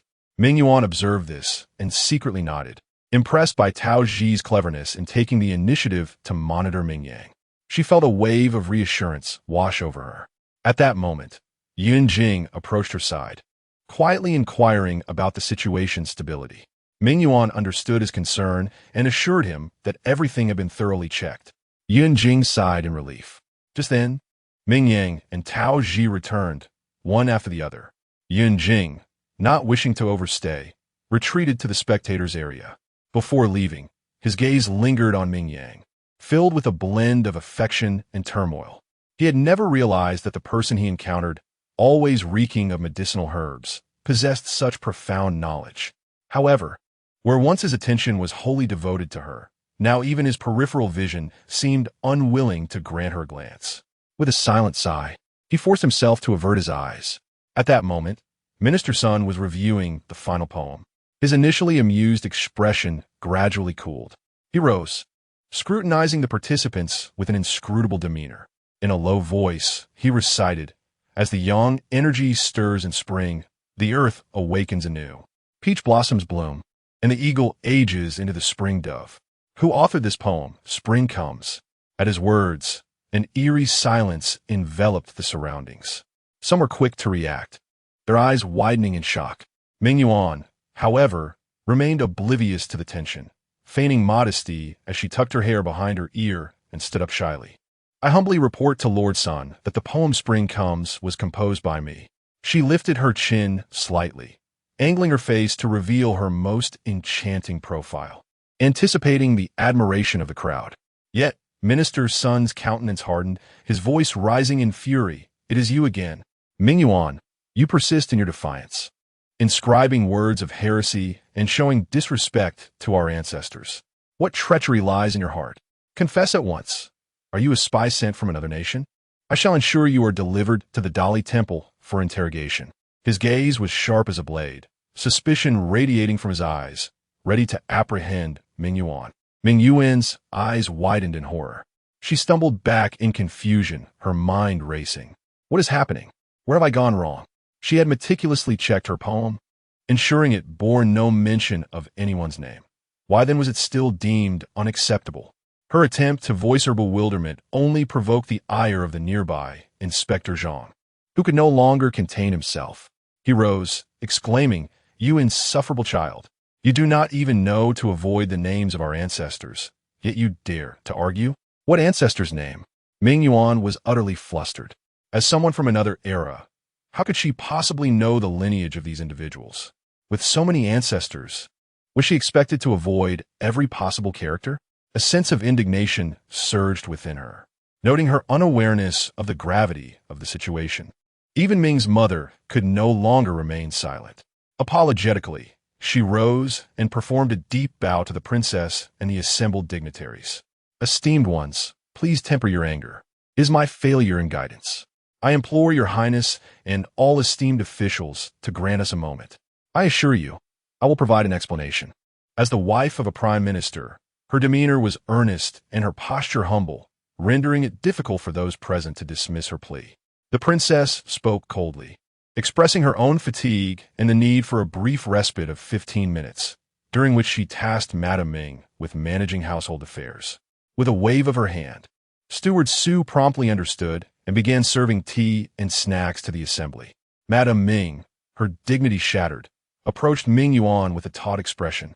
Ming Yuan's face brightened, as if seizing a final straw, and she hurriedly sought her mother's aid. "Mother, what is happening? I did not intend to offend. Please help me explain." Madame Ming's countenance darkened, and she quickened her pace, delivering a sharp slap across Ming Yuan's face. Ming Yuan cried out in despair as her frail form collided painfully with a rosewood pillar, contorting her features in agony. Tilting her head, tears glistened on her lashes as she covered her face, indignantly retorting, "Mother, why do you strike me? Throughout history, with so many ancestors, I refuse to believe that everyone can be remembered." Madame Ming's eyes glimmered with icy disdain. "Were it not for your brother's investigation, I would genuinely suspect you, foolish girl, of not being my biological child. If you had offended other ancestors, there might be some justification. But do you not comprehend that ancestor Shao Jingyun was the founding emperor of our dynasty? Even His Majesty, upon ascending the throne, must spend half a month in the ancestral temple in reverence. To avoid offending the name of our ancestor, His Majesty has long ordered the alteration of Jing Zhidachij. Even young children just entering school are aware of this." Madame Ming's disappointment was palpable. "Ming Yuan, you have already erred once. How could you repeat such a mistake?" Ming Yuan's complexion drained of color. "How could this be?" She gasped in terror, casting a hesitant glance at the uninvolved Ming Yang. Suddenly, she shouted, "Ming Yang, it is you who has harmed me. This poem was crafted by you. You must have known of the situation and deliberately sought my ruin." A flicker of surprise crossed Ming Yang's eyes. "Oh dear, I have been discovered." It was rare for Ming Yuan to exhibit such insight, making Ming Yang momentarily embarrassed to continue deceiving her. Ming Yang furrowed her brow. "Has my sister become confused? What I wrote was precisely cheat. It was your own cleverness that led to your erroneous modification. How can you blame me? Impossible." At that moment, the ink blurred the character, misleading me into making a grave error. Ming Yuan desperately clutched at her mother's sleeve, pleading, "Mother, you must believe me. I can prove that Ming Yang intended to harm me." Madame Ming's expression shifted slightly as she glanced skeptically at Ming Yang. "What evidence do you possess?" Ming Yuan hesitated, her gaze sweeping the table. "Where's that piece of Xian paper?" Panic gripped her as she fixed her gaze on Ming Yang. "Did you dispose of the Xian paper? Are you afraid I will expose your scheme?" Ming Yuan pressed aggressively. Madame Ming's demeanor turned cold as she began to believe Ming Yuan's words. Ming Yang, has the Ming family treated you poorly? Why would you seek to ruin your sister? Her gaze darkened further, and she declared without mercy, if you wish to sever all ties, do not blame me for being a heartless mother. I am aware of your concern for the servants in your courtyard. Now that your sister cannot escape unscathed, your bonds of master and servant should come to an end. This is a blatant threat. Previously, Ming Yuan could only use Nanxing's life as leverage, while Ming Mother was even more ruthless, directly putting the lives of a dozen people in the courtyard at stake. Ming Yang's eyelids slightly lowered, her exquisite brows tinged with fury. Did Mother truly intend to condemn her daughter based solely on Ming Yuan's one-sided account? Ming Mother appeared taken aback, only to hear Ming Yang continue. Since Mother was threatening me with the lives of those servants, she must be certain of my soft-heartedness, believing I would not stand idly by while they perished. I grew up alongside Nanxing, akin to sisters. How could I bear to risk her life as a means of revenge against Ming Yuan? Unless I had a foolproof plan, I would never do such a thing. She gently closed her eyes, concealing the emotions within her gaze. With a light scoff, she declared, in my heart, 10 Ming Yuans cannot compare to one. Nanxing Ming Mother's expression shifted slightly, the fire of anger dissipating, replaced by a hint of hesitation. Then why did you write the wrong character to harm Ming Yuan? I certainly did not, Ming Yang replied calmly. However, Ming Yuan was dissatisfied.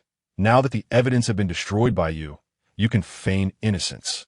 Just as she was about to press further, her sleeve was tugged. Ming Yuan irritably turned back. Taoji, why are you pulling me? Don't you see I am busy? Taoji timidly bit her lip and softly spoke. Third miss. You have misunderstood second Mississippi. The Xian paper was collected by the maidservant. Upon hearing this, both Ming Yuan and Ming Mother were taken aback, turning to stare at Tao Ji in unison. Ming Mother sternly commanded, bring it out. Tao Ji immediately produced the ink-stained Xian paper from her sleeve, holding it out with both hands. A sense of unease washed over Ming Yuan. She quietly reproached Tao Ji, why are you meddling? Mother was already inclined to believe that Ming Yang had schemed against her, and now Tao Ji had disrupted everything. How foolish of her to have thought Tao Ji clever. It turned out she was rather dim-witted. Tao Ji felt aggrieved, stating, didn't Third Miss say to keep all of Second Miss's original drafts, in case she goes back on her word? I simply didn't have time to discard the paper earlier, which is why I kept it on me. Now, it conveniently serves to prove that Third Miss deliberately plotted against you, allowing Madame to punish her severely. Tao Ji's eyes sparkled as she spoke with malice. Ming Yuan found some merit in her reasoning. Without proof, they were at a loss. Now that evidence had emerged, Ming Mother would surely no longer tolerate Ming Yang. A small scheme could be employed to claim a mix-up with the exam paper, and Ming Yang would be made to take the blame. With this thought, she hastily snatched the Xian paper and eagerly presented it to Ming Mother. Mother, look, she exclaimed, the character has been obscured. Ming Yang intended to harm me. Ming Mother took it without hesitation, her gaze falling upon the paper. Suddenly, her pupils constricted, and she shouted, Ming Yuan, do you take me for a fool? Your own folly, yet you seek to implicate others. You truly deserve your fate. Ming Mother's anger caused her chest to rise and fall violently. The look in her eyes was one of sheer hatred, as though she wished to flay Ming Yuan alive. Suddenly, Ming Yuan realized something was amiss. She snatched the Xian paper back and focused her gaze. In the next moment, she could not help but gasp in shock. How is it possible? I distinctly remember. Ming Yuan's voice gradually faded away. She stared blankly at the character partially obscured by ink, her face a mask of confusion. From the visible portion, it was evident that it was indeed the character Qi. Ming Yang had not harmed her. It was her own misinterpretation. Ming Yuan's hands trembled uncontrollably, and she even began to doubt her own memory. In a fit of agitation, she turned to Ming Yang. I clearly asked you what this smudge character was, and you said it was Jingzhe, didn't you? Ming Yang's expression remained unyielding. What I said was Qizhe. Tao Ji gently tugged at her sleeve, anxiously stating, Third Miss. It is indeed Qizhe. You have misremembered. The last glimmer of hope vanished from Ming Yang's eyes. She appeared utterly despondent, her wrist slackening as the rice paper fell to the ground. Ming mother was thoroughly disappointed in her. In a cold tone, she remarked, "Ming Yuan, some things cannot be forced. You should let it go. The second prince is the only son of the current emperor and will surely ascend to the throne in the future. His inner court will be filled with intelligent and capable young ladies from various families. With your disposition, even if there were a chance to marry into the royal family, you would likely struggle against those women. At that point, it would be challenging even to avoid bringing disgrace upon the family. You must go and apologize to everyone, claiming it was an inadvertent act, and express your willingness to retreat to a temple for self-cultivation to atone for your misdeeds." As the head matriarch, Ming mother had already made her choice, sacrificing the troublesome daughter Ming Yuan for the sake of the esteemed reputation of the prime minister's household, which was deemed worthwhile. Ming Yuan understood her mother's intentions. Stepping back in reluctant defiance, she questioned, "Why must I be the one sacrificed?" "Because you are of no use," Ming mother replied coldly. Ming Yuan was taken aback, shocked by her mother's frigidness. Her throat constricted as she sensed that if she failed to seize this opportunity at the poetry gathering, she would be utterly forsaken by the Ming family. Her mind raced as never before. "Mother, I met the second prince before entering the residence. We have had several delightful meetings and conversations, which no noble lady can compare to. By giving up on me, you're not only relinquishing immense wealth, but also forfeiting the opportunity for the prime minister's household to advance further." She gazed earnestly at Ming mother. Ming mother hesitated, feeling the weight of such a significant decision alone. "If only your father were here," she inadvertently confessed. As soon as the words left her lips, a deep voice resonated. "Madam, what has happened? Do you miss your old husband?" Ming prime minister, clad in official robes, appeared in excellent spirits, accompanied by the second prince, who just rushed in. Before Ming prime minister could speak, the second prince chattered on, "Do you understand? Your daughter is truly remarkable. She possesses a wealth of knowledge that even astounds me. She is more knowledgeable than some of my advisors and should not be underestimated." The second prince cast a probing glance at Ming prime minister. His meaning was unmistakable, was it not? Ming prime minister should comprehend the necessity of investigating his daughter Ming Yuan thoroughly. The prime minister cast a glance at him, understanding the situation. It seems that what Ming Yuan had said earlier was indeed accurate. She had formed a pleasant rapport with the second prince and left a profound impression on him.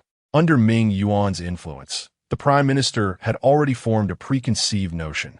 Upon seeing the second prince at the entrance, he mistakenly believed the prince had come to greet him, and a smile remained affixed to his face. He sighed, remarking on the serendipity of the second prince being so familiar with his daughter, having met on numerous occasions. The second prince felt a pang in his heart. Was it not a coincidence? Unbeknownst to him, Ming Yuan seemed to possess an uncanny awareness of his movements. The moment he stepped into the tavern, she would invariably follow, as if guided by an invisible thread. Initially, upon encountering her delicate beauty and graceful figure, his protective instincts kicked in, and he could not bring himself to dismiss her. However, as time passed, he began to sense something amiss. In fleeting moments, the way Ming Yuan gazed at him bore a peculiar possessiveness that sent chills down his spine. While the second prince may not excel in many areas, he was particularly astute in his premonitions. He instinctively began to avoid Ming Yuan. As the poetry gathering commenced, when Ming Yuan theatrically collapsed into his embrace, her ambitious gaze sent a shiver through him. He had intended to leave the estate and forego attending the gathering, but he fortuitously encountered the prime minister hurrying over from the court. The second prince held deep respect for the elder statesman, which compelled him to offer a few words of caution. Only when the prime minister entered did the prince finally hold his tongue, not forgetting to advise. "What I have discussed with the prime minister should be taken to heart." The prime minister, with a deeper calculation in his eyes, replied with a smile, "Thank you, Your Highness, for your concern for my daughter." The second prince paused briefly before swiftly taking his seat at the side of the grand princess, murmuring under his breath about the peculiarities of the family, wondering if the prime minister himself harbored issues. Unbeknownst to the prime minister, he did not catch the prince's mutterings.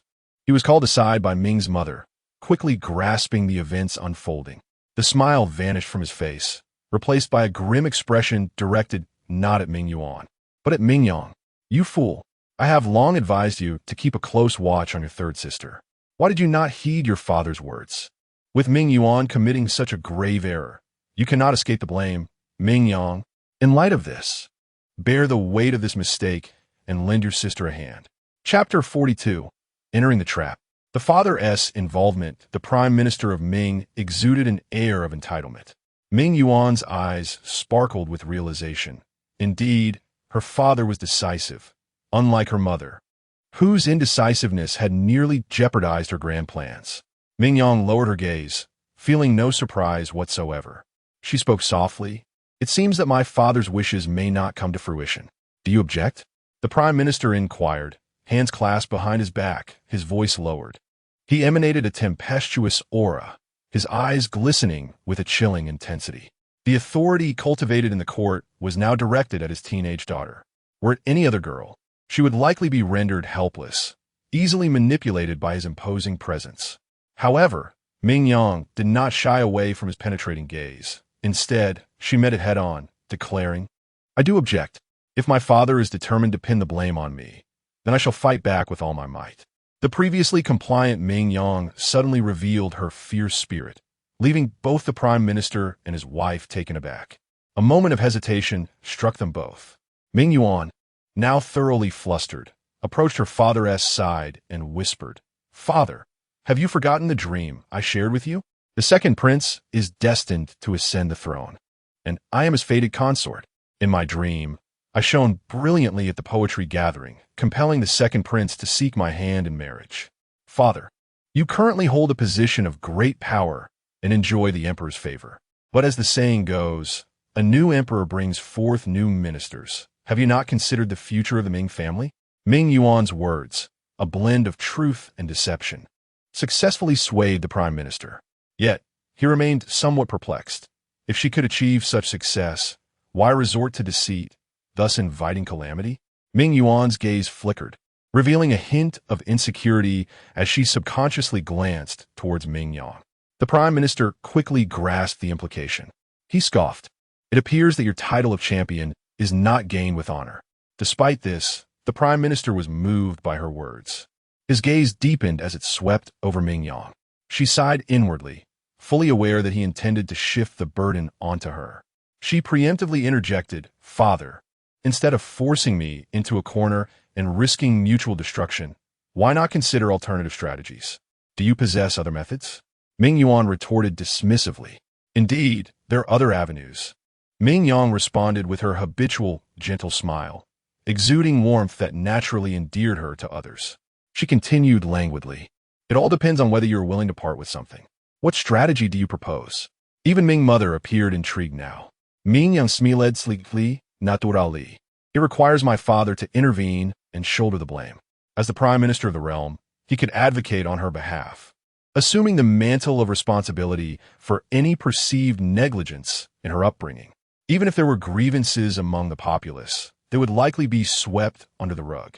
However, such an arrangement would inevitably tarnish the prime minister's reputation, a notion intolerable to one who valued face above all. Indeed, dissatisfaction flickered across the prime minister's features. Ming Yang, unfazed, lowered her voice slightly, her tone laced with seduction. To ascend the ladder of success, one must be prepared to make sacrifices. As long as her father provides a guarantee for Ming Yuan, affirming that her transgression was unintentional and that she shall not err again, Ming Yuan will not only escape censure, but may even continue to partake in the poetry gathering. Although her father might face accusations of abusing his power, should Ming Yuan's younger sister shine brilliantly thereafter, who would concern themselves with such trifles? The weight of matters is for her father to discern. Ming Yuan had always been wary of her sister, straining her neck to eavesdrop as Ming Yang began to speak. As Ming Yang's words concluded, Ming Yuan felt her entire being stiffen. What was happening? How did Ming Yang know of her aspirations towards the second prince? Had she been so transparent? Ming Yuan bit her lip, momentarily unsure. Yet, Ming Chancellor did not dwell on it, merely attributing it to Ming Yuan's lack of prudence in her conduct, revealing hints in her speech. He furrowed his brows in contemplation, still harboring some doubts. However, Ming Mother gently tugged at him, whispering in his ear, "My husband, I believe that Yang Yang's suggestion is worthy of consideration. She lowered her head slightly, speaking softly. I understand Yang Yang. She possesses the resolve to act decisively. If she is prepared for mutual destruction, compelling her to take the blame would only yield adverse effects. Observing Ming Chancellor's lingering hesitation, Ming Mother continued. Have you perhaps forgotten the incident with Concubine Su? When Ming Yang was merely 7, she dared to act with such severity. Though she has grown, her nature remains unchanged. She has only become more adept at concealment. She previously coerced Ming Yang through the lives of servants, undoubtedly crossing her threshold. Forcing her to take the blame now would surely provoke her ire. Ming Chancellor was swayed by Ming Mother's words. He cast a deep glance at Ming Yang and resolved that Ming Yuan must triumph in the next contest. This, he decided, should be conveyed to Ming Yuan's younger sister. A faint smile graced Ming Yang's lips. Were it not for her frequent cleverness, their father would not have to exert such effort. Ming Chancellor's warning gaze shifted towards Ming Yuan. This is your final opportunity. Should you fail, you know the consequences. Yes, Ming Yuan dared not meet her father's gaze, responding in a hushed tone. However, resentment towards Ming Yang's provocation festered within her. She glared at Ming Yang with malice, thinking, just wait. Once I succeed, you will be of no use. I shall ensure that you are silenced, rendering your hands useless, and we shall see how you compose poetry thereafter. Ming Yang paid no heed to her hostile glare, smiling gently as she looked towards the Ming Chancellor, who was now moving to the center. Time had not marred him. Rather, it had bestowed upon him a sense of composure and steadiness. Upon closer inspection, a latent sharpness resided in his brow and eyes, commanding respect. At that moment, he deviated from his former stern demeanor, bowing respectfully to the assembly, expressing his remorse. It is I who have failed in my guidance, allowing my youngest daughter to commit such a grave error. I pride myself on my sagacity, dedicating my entire being to the court. Yet I have neglected the upbringing of my children, which is a disservice to my ancestors. Though my daughter's misstep was unintentional, her offense against our forebears warrants expulsion from the family as a just consequence. Ming Chancellor's voice was stern, yet softened momentarily as he continued. However, she has endured much hardship while cast out for many years. I truly cannot bring myself to be overly harsh. Ultimately, it is our negligence as parents that has led our youngest daughter astray. Now, I only wish to bear all the blame for her missteps. Should His Majesty hold her accountable in the future, I am willing to shoulder the burden entirely. I implore you all to show a measure of leniency and to understand her precarious circumstances and to refrain from further reproaching her. As Minister Ming spoke, tears welled in his eyes. A man known for his iron will and steadfastness. Yet here he softened for the sake of his child, an appeal that is difficult to ignore. Coupled with Minister Ming's esteemed position, everyone was acutely aware of his proximity to the emperor, and none wished to cross him. The individuals at the head table exchanged glances, and the princess, as the host, was the first to speak. I perceive that Miss Ming possesses a gentle nature, and she is likely not of malicious intent. This incident appears to be a mere unintentional error. However, her disrespect towards our ancestors is indeed a grave mistake. Given this, it will be prudent for Miss Ming to withdraw from the poetry gathering. Once she has honed her skills further, she may participate in the future. The princess's words were indeed a concession. A wise individual would have gracefully accepted the decision and exited with respect. Yet, to my astonishment, Ming Yuan was most reluctant, and even Minister Ming remained rooted in place. Both were evidently discontented with this outcome. The princess's expression shifted slightly as she set down her teacup with force, indicating that Minister Ming was displeased with her ruling. Scalding tea spilled onto the table, and the faint steam rose, dissipating quickly into the air. The room fell into an oppressive silence.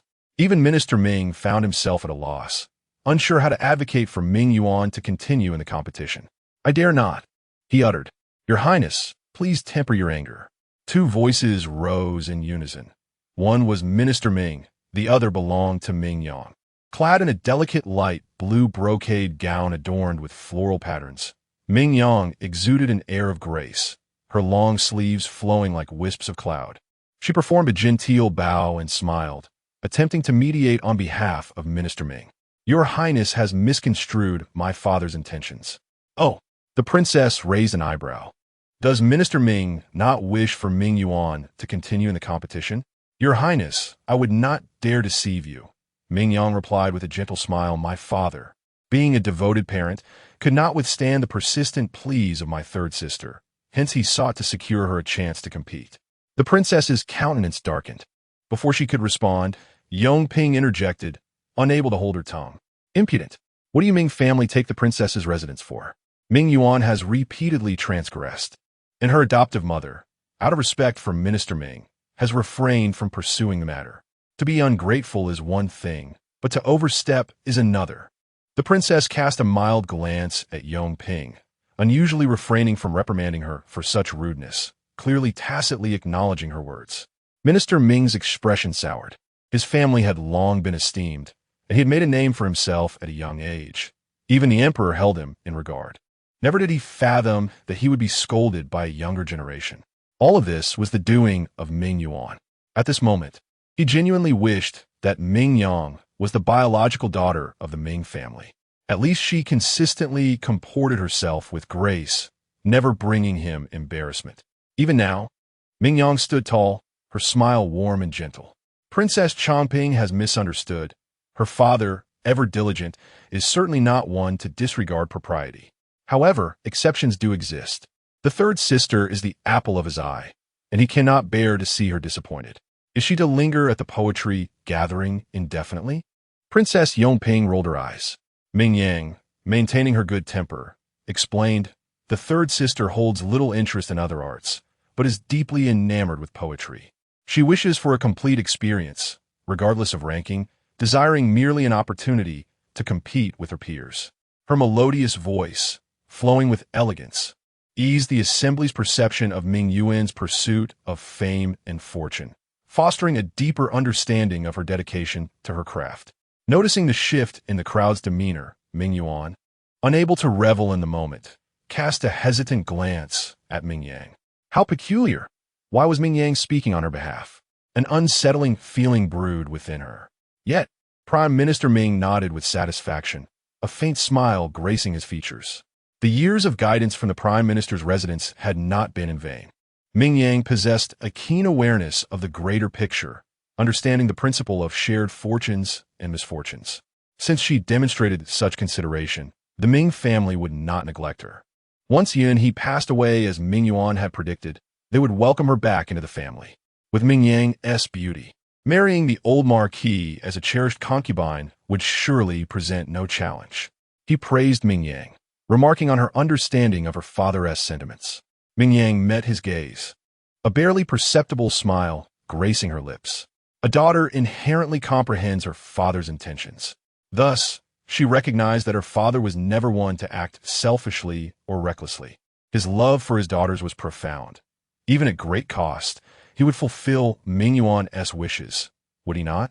The Prime Minister's expression faltered slightly, a vague sense of unease creeping in. As he began to speak, Ming Yang had already turned away. With a resounding thud, she knelt before the assembly, her voice ringing clear. Esteemed gentlemen, though I am not of the Ming family by birth, I am deeply grateful for their nurturing. The reunion of my father with sister Ming Yuan after such a long separation naturally warrants his utmost regard for her. There are certain matters my father cannot express due to decorum, so I, as his daughter, must speak on his behalf. Her earnest words compelled the audience to listen intently, reluctant to interrupt. Even as they sensed the unfolding anomaly, the Prime Minister and his colleagues found themselves unable to intervene, left to hear Ming Yang continue to extol her father's virtues. He is not a man who, relying on his high position, indulges the unruliness of his children. Aware that this request may be excessive, he is willing to assure you personally. The Prime Minister is prepared to vouch for this? Yongping raised an eyebrow in skepticism, retorting, how could he possibly guarantee this? Surely not with mere words? Ming Yang lifted her head with gravity, responding with unwavering resolve. If you would permit, my father is willing to guarantee, with 20 years of his esteemed reputation, merely requesting that you allow Sister Ming Yuan a chance to continue competing. should any further errors arise. My family shall bear full responsibility. The declaration elicited an immediate uproar. Good heavens! The Prime Minister truly dotes upon his daughter. He has effectively wagered his own esteemed position. The voice of a country's Prime Minister carries considerable weight as a bargaining chip. As Ming Yang's words fell, the Prime Minister's pupils constricted, and a reprimand nearly escaped his lips. While he was contemplating how to refuse, he observed Ming Yang rise and smiled gently. Father, you just stated that your daughter knows your heart best. Is that still true? Just after performing a touching father-daughter act with Ming Yuan, she was confident her father would not dare to contradict her. Ming Yang's eyes, shimmering like a galaxy of stars, subtly revealed a concealed sharpness, masked beneath a warm smile. For the first time, the Prime Minister felt what it meant to be at a loss for words. Under the scrutinizing gazes of those present, he solemnly nodded. Ming Yang, you speak well. I shall vouch for this. The princess, having recovered from her shock, conferred with several officials, ultimately agreeing to the proposal. In that case, let Miss Ming continue to participate in the poetry competition. Thank you, Your Highness. Ming Yuan expressed her gratitude with excitement, not forgetting to reassure the Prime Minister, Father, as long as we achieve our goal, everything is worthwhile. The Prime Minister's expression brightened slightly. He and Ming's mother took their seats beside the princess. Before departing, his dark gaze seemed capable of slaying Ming Yang. Unfazed, she slightly lowered her eyes, suppressing the mirth within. Her meticulous planning had not been in vain. The grand performance was finally about to commence. As the officials prepared to re-evaluate the rankings, Ming Yuan withdrew her gaze and cast a cold look toward Ming Yang. Ming Yang, do not rejoice too soon. In the final round, I will not falter again. Are you so certain? Ming Yang teased in reply. Absolutely. I shall not make the same mistake a third time. Ming Yang's eyes sparkled with amusement. That may not be the case. Chapter 43. Ming Yang's treacherous intentions. What did you say? Ming Yuan inquired, unable to catch the words clearly. Ming Yang let out a nonchalant laugh. I wish for my sister to achieve her desires. At this poetry gathering, may she astonish all. Humph. Ming Yuan could not suppress the curve of her lips. Did Ming Yang seek to curry favor with her? It was too late. Once the poetry gathering concluded, Ming Yang would no longer serve any purpose. She resolved to report to their father and eliminate any future threats. With her eyelids lowered, her gaze turned cold, yet the corners of her lips gradually unfurled. Only when Steward Su announced the rankings did she lift her eyes. After evaluation, Miss Ming San was disqualified due to an error. The first place was awarded to Princess Yongping, titled Jing Ming, second place to Miss Ming Er, titled Hua Hao, and third place to Miss Huang, titled Ju Se. Upon hearing the results, Ming Yuan nearly tore the silk in her grasp. Had it not been for a minor mistake, the first place should have been hers. What right did Yongping have to it? Instinctively, she glanced at Yongping, only to find her glaring back with fierce intensity. Humph, Yongping scoffed. The two sisters of the Ming family were indeed a nuisance. It was likely that everyone believed Ming Yuan had made an error, allowing Yongping to take the first place. What should have been a legitimate victory now seemed dubious, adding to her embarrassment. She cast a sidelong glance at Ming Yuan and warned, do not celebrate too soon. In the third contest, I will not yield to you. If you still have any pride, compete with me fairly. Should you dare to pull any tricks again, I will not let you off easily. I dare not, Your Highness. Ming Yuan shrank back, appearing frightened, and murmured, my talents are lacking. I would not dare to compete with the princess. In contrast to Princess Yongping's fierce demeanor, Ming Yuan's timid demeanor evoked pity from many onlookers. The second prince, without learning from experience, interjected, now, Yongping, why be so intimidating? His words, though intended to diffuse the tension, only caused Ming Yuan's eyes to well with tears of grievance. Thank you for your compassion, Your Highness. I will not take Princess Yongping's words to heart, Ming Yuan replied, her voice trembling. Yongping was momentarily taken aback. She glared in disbelief. What are you pretending to be pitiful for? Am I not speaking the truth? She had not uttered anything excessive. Why did Ming Yuan appear so victimized? Even her cousin was hopelessly smitten, easily swayed by a pretty face. With just one Ming Yuan, he was utterly bewitched. Should he ascend the throne, he would likely become a foolish ruler. Her frustration mounted, and she huffed, in terms of kinship. I am a second prince's cousin. In fairness, it is Ming Yuan who has repeatedly violated the rules. Why does the second prince protect her without discernment, disregarding me, his sister, and the rules of this poetry gathering? Rarely did the headstrong Yongping articulate her reasoning so clearly. Under normal circumstances, the second prince might have praised her. But now he found himself in a predicament. In truth, the moment he spoke, the second prince had already regretted it. Upon seeing Ming Yuan's affectionate gaze, he wished he could slap himself. He has always been somewhat vain, and being confronted so openly by Yongping in front of everyone left him reluctant to concede. He could only coldly utter, "Yongping, as a royal duchess, you ought to possess the grace to accommodate others."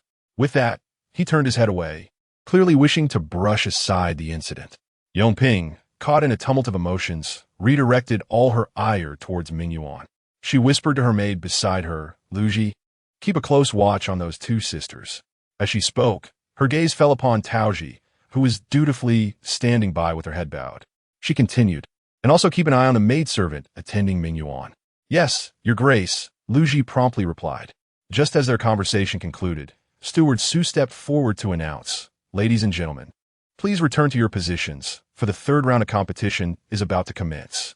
For the third round, the contestants were to compose a poem based on the theme. The autumn thicket encircles the residence like that of the Tao family, with the sun setting alongside the fence. Among flowers, it is the chrysanthemum that stands out. When this bloom fades, no other flowers remain. The theme for the third round was relatively straightforward. Even Ming Yuan grasped its essence. She quietly inquired, "Steward Su's intention is to compose a poem centered on the chrysanthemum, correct?" "My third sister is quite astute," Ming Yang remarked, offering her a casual compliment. After Steward Su announced the theme, she picked up her brush and began to write with fervor. In answering Ming Yuan's question, she had already prepared 2 poems. "Finished already?" Ming Yuan exclaimed, a hint of surprise in her tone. However, upon seeing Ming Yang's wild cursive script, her eyes darkened.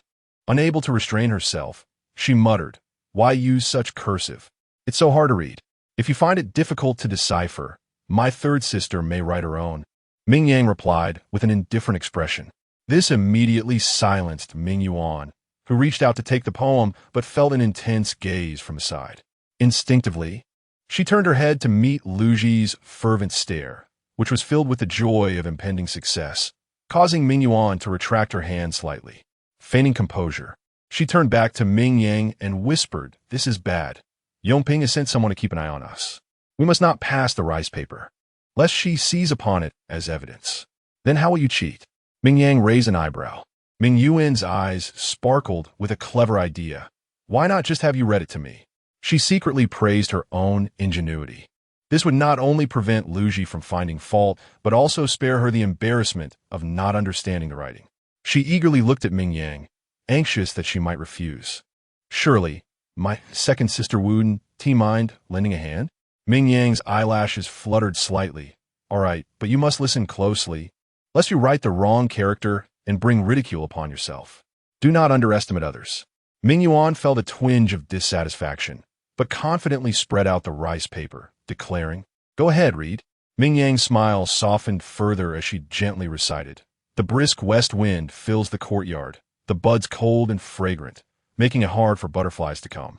If one day I were to be the celebrated emperor, I would repay the peach blossoms with a place to bloom." On the theme of chrysanthemums, Ming Yuan dipped her brush into the ink and carefully transcribed it in neat, small characters. After completing her writing, she meticulously reviewed it several times. It still felt a twinge of doubt. She warily glanced at Ming Yang, asking, this time, "You haven't inadvertently included anything taboo, have you?" Ming Yang's enchanting gaze was tinged with a hint of reproach, as she remarked that San Mei's worries were unwarranted. Was it not she who repeatedly transgressed the boundaries? If only San Mei would refrain from acting on her own impulses, success would be all but assured. Ming Yuan, feeling the heat of embarrassment wash over her, averted her gaze from Ming Yang's piercing eyes and focused instead on the poetic work before her, her brow furrowing in sudden contemplation. What indeed was this Qingdi? With a gentle tap of her fingertip on the two characters, she leaned in closely, wary of being overheard. Ming Yang silently withdrew, pondering the fact that San Mei required an explanation for such a simple term. Disappointment flickered in her eyes as she shook her head. The awkwardness deepened for Ming Yuan, who silently cursed her own indiscretion. What mockery must Ming Yang be harboring in her heart at this moment? She bit her lip, turned her face away, and, lacking conviction, declared, "I am well aware. I was merely testing you." "That would be for the best," Ming Yang replied, choosing not to expose her pretense. The two fell into a silence, waiting for the ink to dry. Moments later, Steward Su sent someone to collect the handwritten entries of all the participants. Ming Yuan felt a wave of anxiety wash over her. Bowing her head, she fervently prayed within her heart, "First place must be mine. First place must be mine." Just as she made her wish, Minister Ming and her mother could no longer contain themselves, approaching her with urgency. Minister Ming inquired sternly, "Is success truly within reach this time?"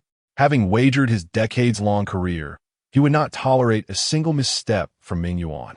His cold demeanor left her feeling somewhat unsteady. In a moment of desperation, she deflected the scrutiny towards Ming Yang, questioning why her father was interrogating her. "You should be asking Ming Yang." She insisted that she had merely followed Ming Yang's guidance, daring not to make a single error. Should any mishap occur, it would surely be a deliberate act of sabotage on Ming Yang's part. Minister Ming furrowed his brow, turning his attention to Ming Yang. "What say you?" Ming Yang smiled, but remained silent, simply retrieving the rice paper from the table and presenting it to her father. "Surely, a glance at the poetry will reveal the truth." Minister Ming accepted it without hesitation, lowering his head to examine it closely. As he silently recited the lines, a radiant smile spread across his face. Upon reaching the conclusion, he could not help but voice his admiration. "Indeed, you possess a remarkable talent for poetry. Concise and eloquent, your verses resonate with emotion, capturing a certain elegance reminiscent of the quiet beauty found in the fields of chrysanthemum." With that, Minister Ming closed the scroll, entirely dispelling any doubts he harbored regarding Ming Yang. However, Ming Yuan's expression shifted slightly. Ignoring all decorum, she snatched the rice paper from him and, using the cover of her father and mother, quickly passed it to Tao Ji. "I nearly forgot about this," she exclaimed, patting her chest in relief. In a hushed tone, she instructed Tao Ji, as per usual, dispose of it. Tao Ji immediately understood, assuring her, "Miss, do not worry." With utmost care and speed, she tucked the rice paper into her sleeve and slipped away quietly. At long last, Minister Ming offered a smile to Ming Yuan, acknowledging her newfound caution in her endeavors. Ming Yuan, feeling a blush of modesty rise to her cheeks, thought to herself that her father's praise was unwarranted. "This poem of yours is surely destined to claim the top prize. There is no need for you to fret." Ming Yuan's demeanor grew increasingly humble, attributing her honor to her father's wise guidance and her reliance on the Ming family, vowing never to be ungrateful. As she spoke, she cast a fleeting glance at Ming Yang, the implication of ingratitude unmistakable. However, the Prime Minister Ming appeared oblivious, showing no inclination to defend Ming Yang. Ming Yang found the situation amusing. Did they not realize? While they basked in paternal affection and filial piety, LG had already pursued outside. Ming Yang exerted herself to conceal the laughter threatening to escape her eyes as she glanced at the judges above. Notably, Zhang Yushi, who had remained mostly silent, unexpectedly rose.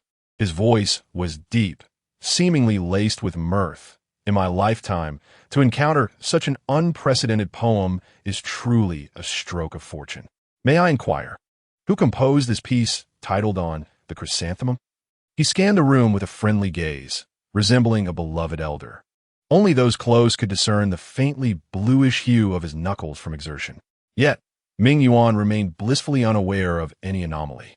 She struggled to suppress her trembling lips. Rising gracefully, "I report to you, Master Zhang, this poem is composed by my humble self." Zhang Yushi's gaze grew more intense. He was known for his meticulous nature and continued, "The west wind rustles, filling the courtyard, the petals cold and fragrant. Butterflies find it hard to come." After reciting a line, He hesitated, seemingly recalling some taboo, before closing the scroll. He pressed further. Is this truly your composition? Seeing Zhang Yushi's seriousness, Ming Yuan felt a surge of joy. Rumor had it that he cherished poetry and art, and his solemnity indicated her poem had captivated him. Thus, she replied with increasing confidence, yes, it is my work. She adjusted her long hair to showcase an elegant angle, clearing her throat to recite. The west wind rustles, filling the courtyard, the petals cold and fragrant. Butterflies find it hard to come. If one year I would be the emperor of celebration, I would ensure the peach blossoms bloom in unison. She smiled, tilting her head, awaiting the admiration of the crowd. Yet, to her astonishment, the audience erupted in commotion, their expressions shifting dramatically. Sounds of kneeling echoed throughout the room. Aside from the princess and second prince, the rest fell to the ground in fear. Ming Yuan was instantly bewildered. What are you doing? It's merely a poem. Such reverence is unnecessary. Turning in confusion to her father, the usually composed prime minister was now trembling like a leaf. The emperor of celebration. How could Ming Yuan dare? Cold sweat trickled down his forehead. Even Ming Mother wore a pallid expression. Ming Yuan's heart raced as she sensed something amiss. What is happening? Father, Mother? Why are you kneeling? Her silence might have been preferable, but upon speaking, Prime Minister Ming could no longer contain himself. He seized the inkstone from the table and, with a resounding crash, struck it against Ming Yuan's thigh. Caught off guard, she cried out in pain and collapsed to the ground. As blood trickled from her forehead, Prime Minister Ming showed no sign of stopping.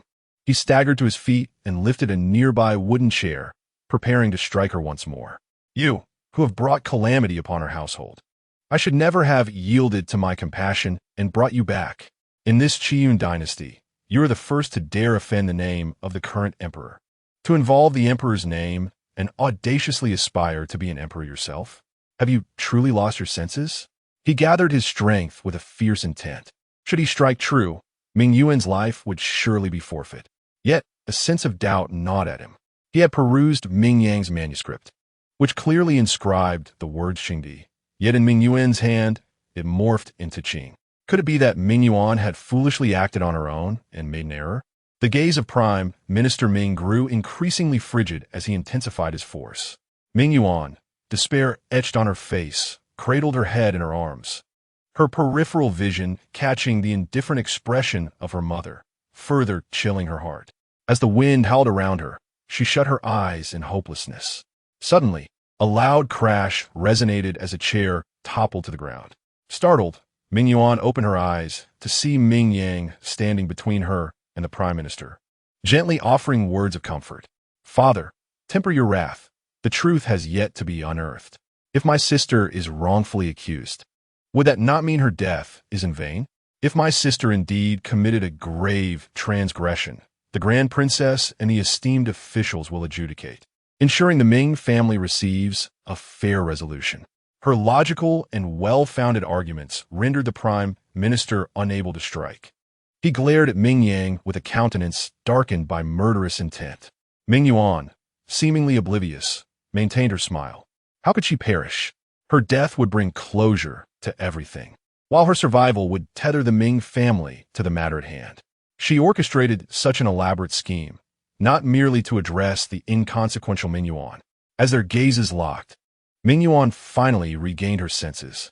She felt no gratitude towards Ming Yang for her intervention. Instead, her eyes flared with rage as she pointed accusingly at her. It was not me. Truly, it was not me. I am wrongfully accused. That poem was penned by Ming Yang. She harbors treasonous intentions, and it has nothing to do with me. Chapter 44. The Prime Minister faces a counterattack as soon as Ming Yuan spoke. A mocking laugh resonated through the air. The second prince set down his wine cup, his slightly intoxicated eyes glimmering with derision. How absurd. Just moments ago, I distinctly heard Ming Sanmi's claim that this poem was authored by you. When it was your moment to shine, you rushed forward, but now that a blunder has occurred, you wish to cast the blame onto another. Hasn't all the fortune of this world been monopolized by you alone? Ming Yuan found herself at a loss for words. Anxiously, she moved her lips, casting a furtive glance at the prime minister. Father, you must inform everyone. It was Ming Yang who altered my poem. She intends to harm me. The Prime Minister's eyes flickered momentarily, and he grasped her intent in an instant. In a flash of inspiration, he made a decisive statement. I humbly report to your highness. I can attest that the poetry composed by Ming Yuan bears no rebellious intent. It is Ming Yang. The Prime Minister's gaze darkened. His voice icy as if laced with poison. Driven by jealousy, she has tampered with the words, seeking to harm my daughter. Ming Yang's malicious intentions, harming her own sister, are a betrayal of moral conduct and must be met with severe punishment. The Ming family has no objections. Upon the Prime Minister's declaration, the atmosphere became charged with uproar. Many were swayed by his words. It was truly unexpected. Ming Yang, with her serene and gentle demeanor, harbored such a vile nature within. What motive could she possibly have to ensnare Ming Sanmis? Was it not envy that she had been supplanted in her identity? The Prime Minister likely regretted ever taking Ming Yang in, for otherwise he would not have embroiled himself in such a calamity. The crowd exchanged remarks, each expressing disdain for Ming Yang. Just as the Duke of Yong'an returned from the small garden, having sought fresh air to alleviate his earlier boredom, he overheard the unfolding discourse. Naturally, he could not remain idle while his daughter-in-law was being wronged. He boldly strode back to his seat, his voice booming. I have been away from the capital for some time, yet I was unaware of the drastic changes in its atmosphere. It seems that verdicts are now rendered without regard for evidence, but rather depend upon the eloquence of one's tongue. If merely a few words from one person can easily condemn another, then I too can suspect that the Prime Minister is shielding his biological daughter by casting his foster daughter as the scapegoat. These incisive words rendered those who had previously chimed in quite sheepish, silencing them. A palpable quiet fell over the assembly. Only the second prince clapped his hands in delight. Excellent. Truly excellent. The Duke of Yong'an speaks with wisdom. His speech was somewhat slurred, having indulged in a couple more cups during the earlier exchange. And now his complexion betrayed a rosy hue. With a dazed gaze, he scanned the crowd and declared loudly, before a criminal is sentenced, they must be interrogated. Have you even questioned Ming Sanmis before condemning her? Me. Ming San, Mississippi. The second prince shook his head, squinting as he tried to locate Ming Yang among the throng, calling out, speak freely if you have any defense. I, the prince, shall advocate for you. He thumped his chest with a resounding thud. At his words, the crowd turned their attention towards Ming Yang. Ming Yang gently lifted her eyelids, the corners of her lips slightly raised. Even in the face of relentless accusations from the crowd, she remained utterly composed. I am profoundly grateful to Duke Yong'an and the second prince for their righteous words. After expressing her gratitude, she disregarded the warning glare from Minister Ming and cast a piercing gaze toward Ming Yuan. Since my third sister claims that I altered your poem, I am curious to know, what were the words in your original verse that replaced Chingdi? Ming Yuan was momentarily taken aback. This, she stammered, unsure of how to respond, a cold sweat forming on her back from anxiety. Instinctively, she sought Minister Ming's help, but her line of sight was obstructed by Ming Yang's turned body. Ming Yang looked at her mockingly. What is the matter? Has my third sister forgotten her own poem? She continued, allow me to enlighten you. The complete verse is, the rustling west wind fills the courtyard, the cold fragrance chills, making it hard for butterflies to come. If in another year I were to be the Qing emperor, I would repay by blooming alongside the peach blossoms. The term Qing emperor refers to the deity of spring. If you wish to make a stunning impression next time, dear sister, it would be wise to put in more effort. Otherwise, you might find yourself unable to produce evidence even when attempting to frame another, bringing ridicule upon yourself. With Ming Yang's explanation, Ming Yuan's complexion grew increasingly pale. She suddenly realized that she had unwittingly committed the same taboo thrice. Ming Yuan's form began to tremble uncontrollably. At that moment, even she, no matter how naive, understood that the previous two instances were not mere accidents, but rather the result of Ming Yang's meticulous scheming. A chill of fear gripped her heart. Ming Yang was truly formidable. No matter how they had pressured her before, Ming Yang had shown not a trace of resentment, appearing docile as if she were a pliable dumpling. It was this very demeanor that had lulled them into a false sense of security, allowing Ming Yang to quietly ensnare everyone from the Ming family, even the astute Minister Ming, who had remained oblivious. Ming Yuan was thoroughly flustered, lacking even the courage to meet Ming Yang's gaze. In her panic, she called out, "Father!" Ming Yang no longer obstructed their eye contact and slightly turned aside. Upon seeing Ming Yuan's pleading look, Minister Ming's expression darkened. He admonished sharply, "Silence. You foolish child. Like mud that cannot be supported." He turned to Ming Yang, intending to explain, "Yang, I did not mean to misunderstand." Before he could finish, he noticed Ming Yang's disappointed gaze as she averted her eyes. She spoke slowly, "Father, no need to elaborate. I understand completely. Third sister is your own flesh and blood. Naturally, you cannot bear to see her bear the stigma. I comprehend your desire to absolve her of guilt. However, Father, I am but an ordinary person. How could I dare accept the sins of rebellion? Father, after so many years of nurturing, can you truly bear to drive your daughter to despair?" Ming Yang's voice was soft, her expression desolate. Though she did not raise her voice, her tone conveyed a profound sense of suppressed grievance. Coupled with her naturally delicate beauty, her forlorn expression resembled a vibrant flower battered by a sudden spring rain, adding an air of melancholy and fragility that evoked deep sympathy in others. Even the eldest princess shook her head and sighed, deeming the Prime Minister Ming to be rather ruthless. Nevertheless, it was evident that his paternal affection had clouded his judgment. One could only lament the hearts of all parents in the world. No sooner had the princess's words fallen than they were loudly interrupted. Not all. The second prince, inebriated, rose unsteadily to his feet. "I believe Prime Minister Ming's motives extend beyond the reputation of his offspring. He is likely concerned for his own official standing." "What?" The eldest princess appeared momentarily taken aback. The second prince continued, "Has my aunt forgotten? Prime Minister Ming once staked his 2-decade-long career to guarantee that Ming Yuan would not err again. Now that Ming Yuan has faltered, Prime Minister Ming cannot absolve himself of blame." As he spoke, his fervor grew, and clutching a wine jug, he swayed toward the center of the grand hall, declaring with righteous indignation, if he were a man of his word, he should proactively resign, merely a verbal promise. What consequence is there if he chooses to disregard it? Yongping provocatively inquired. The second prince, oblivious to the implications of his drunken revelry, scoffed. "Naturally, there are no repercussions. We merely gain a hypocritical scoundrel in our court who lacks integrity. Should we engage with foreign nations in the future, we shall surely be the subject of ridicule." With a laugh that seemed to amuse him, he continued his tirade, his words flowing rapidly, leaving the eldest princess unable to intervene in time. Only Yongping smirked.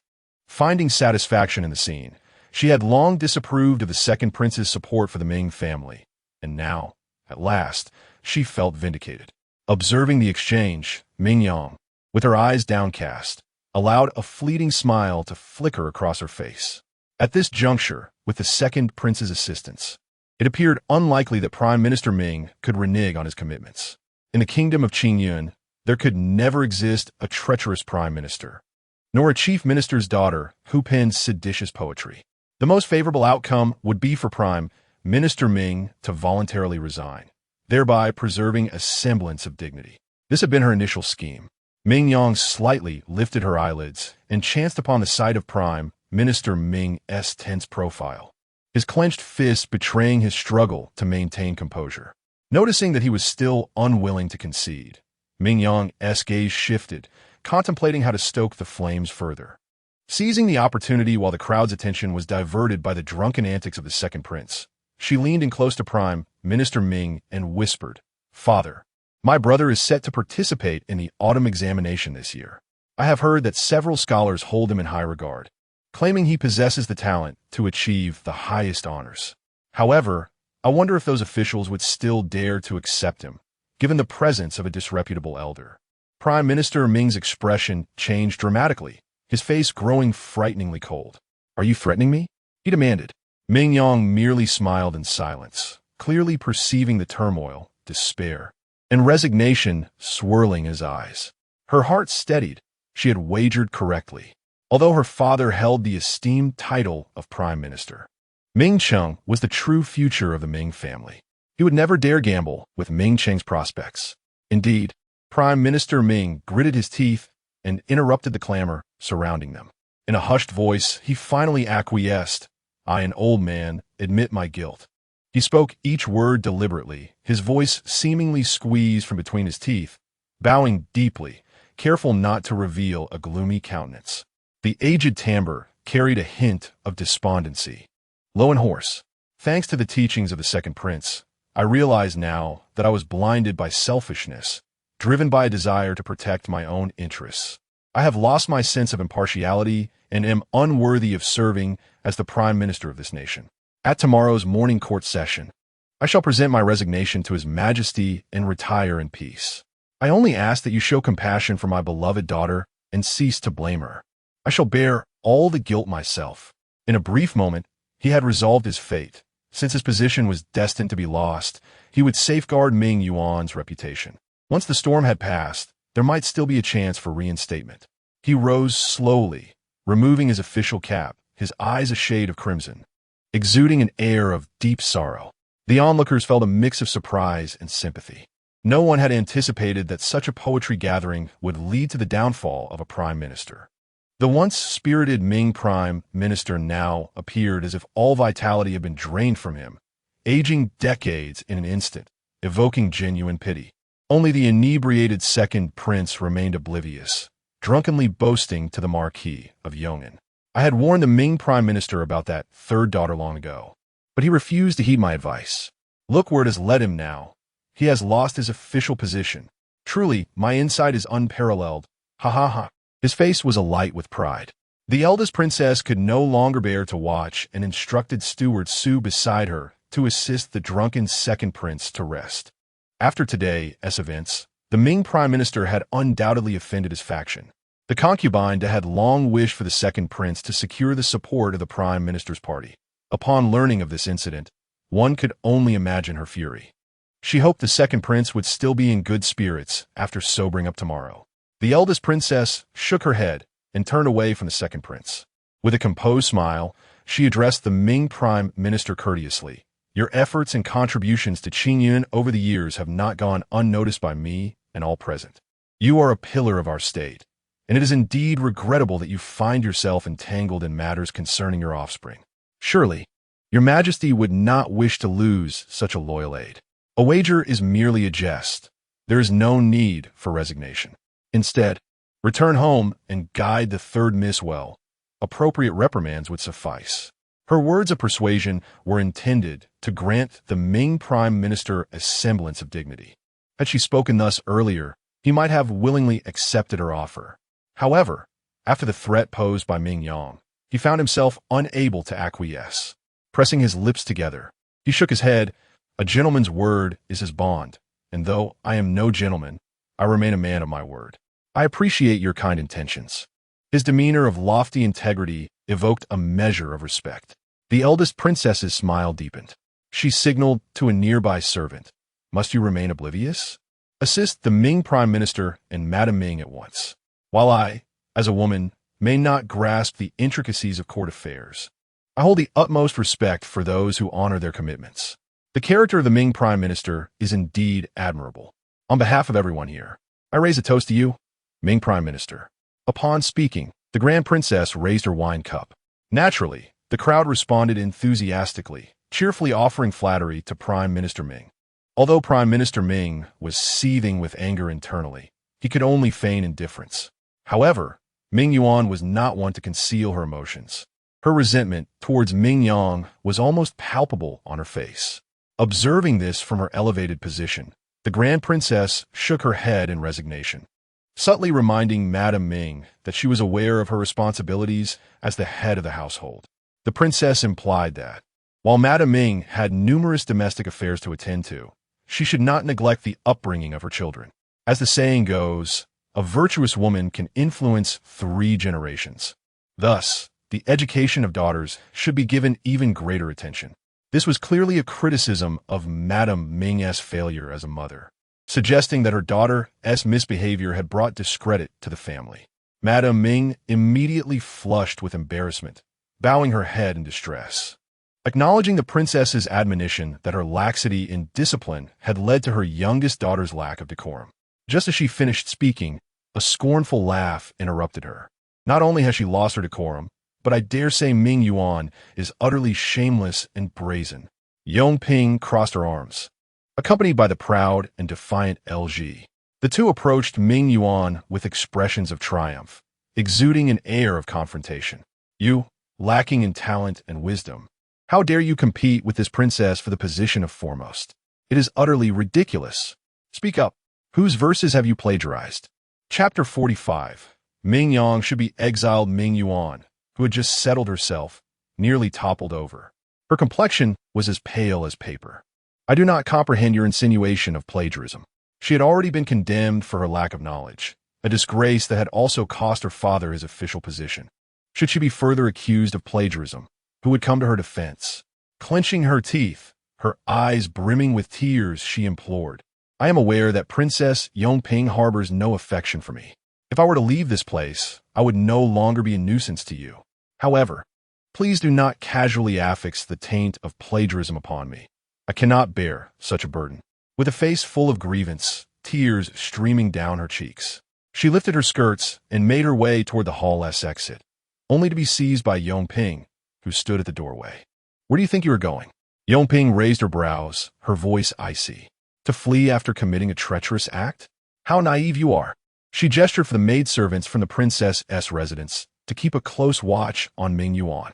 Turning to Lu Ji, she commanded, Lu Ji, bring forth the witnesses and the evidence. Lu Ji promptly complied. As she retrieved a crumpled piece of rice paper from her sleeve, she called for the maid who had destroyed the evidence to be brought forth. Moments later, Tao Ji appeared in the grand hall, her face a mask of panic. Upon entering, she saw Ming Yuan being restrained like a criminal, surrounded by piercing gazes that bore down upon her. Overwhelmed, Tao Ji fell to her knees, trembling uncontrollably. It has nothing to do with me. Please spare me, noble one. Yongping cast a disdainful glance at her, finding her utterly useless. A few words of intimidation from Lu Ji had left her in such a state. Truly, servants mirror their masters, ineffectual in accomplishing tasks, yet adept at causing trouble. With a cold smile, she redirected her attention to Ming Yuan, shaking the crumpled paper before her. In her flustered state, the familiar, wild calligraphy caught her eye. The characters Chun lie elegantly inscribed on the far right. Ming Yuan's face grew even paler. It was over. She had been discovered. Gritting her teeth, she desperately protested. I maintain that I did not plagiarize. I did not. Your words hold no weight. Ming Yuan was clearly intent on being obstinate.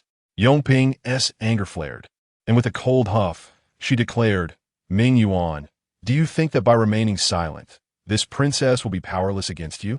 The person who communicated with you, who enabled your plagiarism, is undoubtedly not far from you.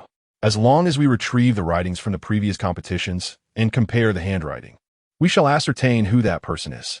As she spoke, Yongping, with unwavering resolve, dispatched individuals to commence the search.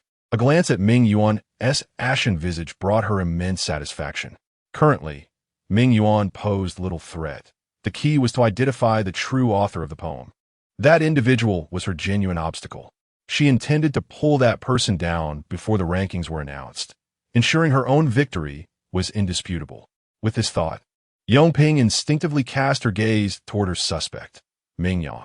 A malicious smile curled at the corners of her lips. Ming Yang had better hope that she did not inadvertently assist Ming Yuan in sabotaging her own success. Otherwise, one should be prepared to face a disgraceful downfall. As she pondered, Luoji exclaimed with delight, My lady, I have found it. She held out a scroll, brimming with excitement, and presented it to Yongping. Look, my lady, this manuscript from Yongchuan bears an identical handwriting to that of Chunlai.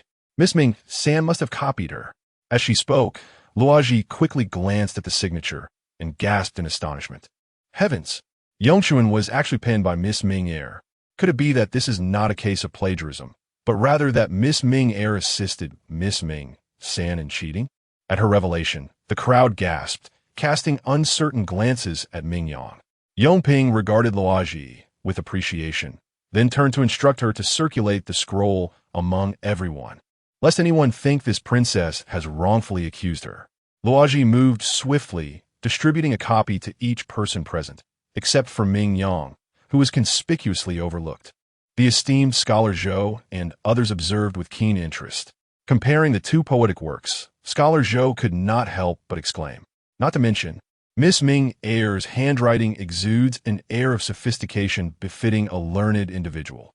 The strokes and structure indeed suggest they were crafted by the same hand. Zhang Yushi concurred, affirming the striking resemblance.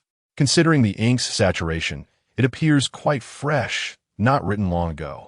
Minister Sun nodded in agreement. With several endorsements, dissent was quelled among the others. Yongping's confidence surged. She stepped forward, addressing Ming Yang with a mocking tone. Ming Yang, the evidence is irrefutable. You have aided Ming Yuan in her deceit. What further excuses can you offer? Previously, many believed Ming Yuan had ensnared you and sympathized with your plight. Is this how you repay their trust? This poetry gathering was meant to foster camaraderie among friends, not to serve as a stage for your sisterly schemes.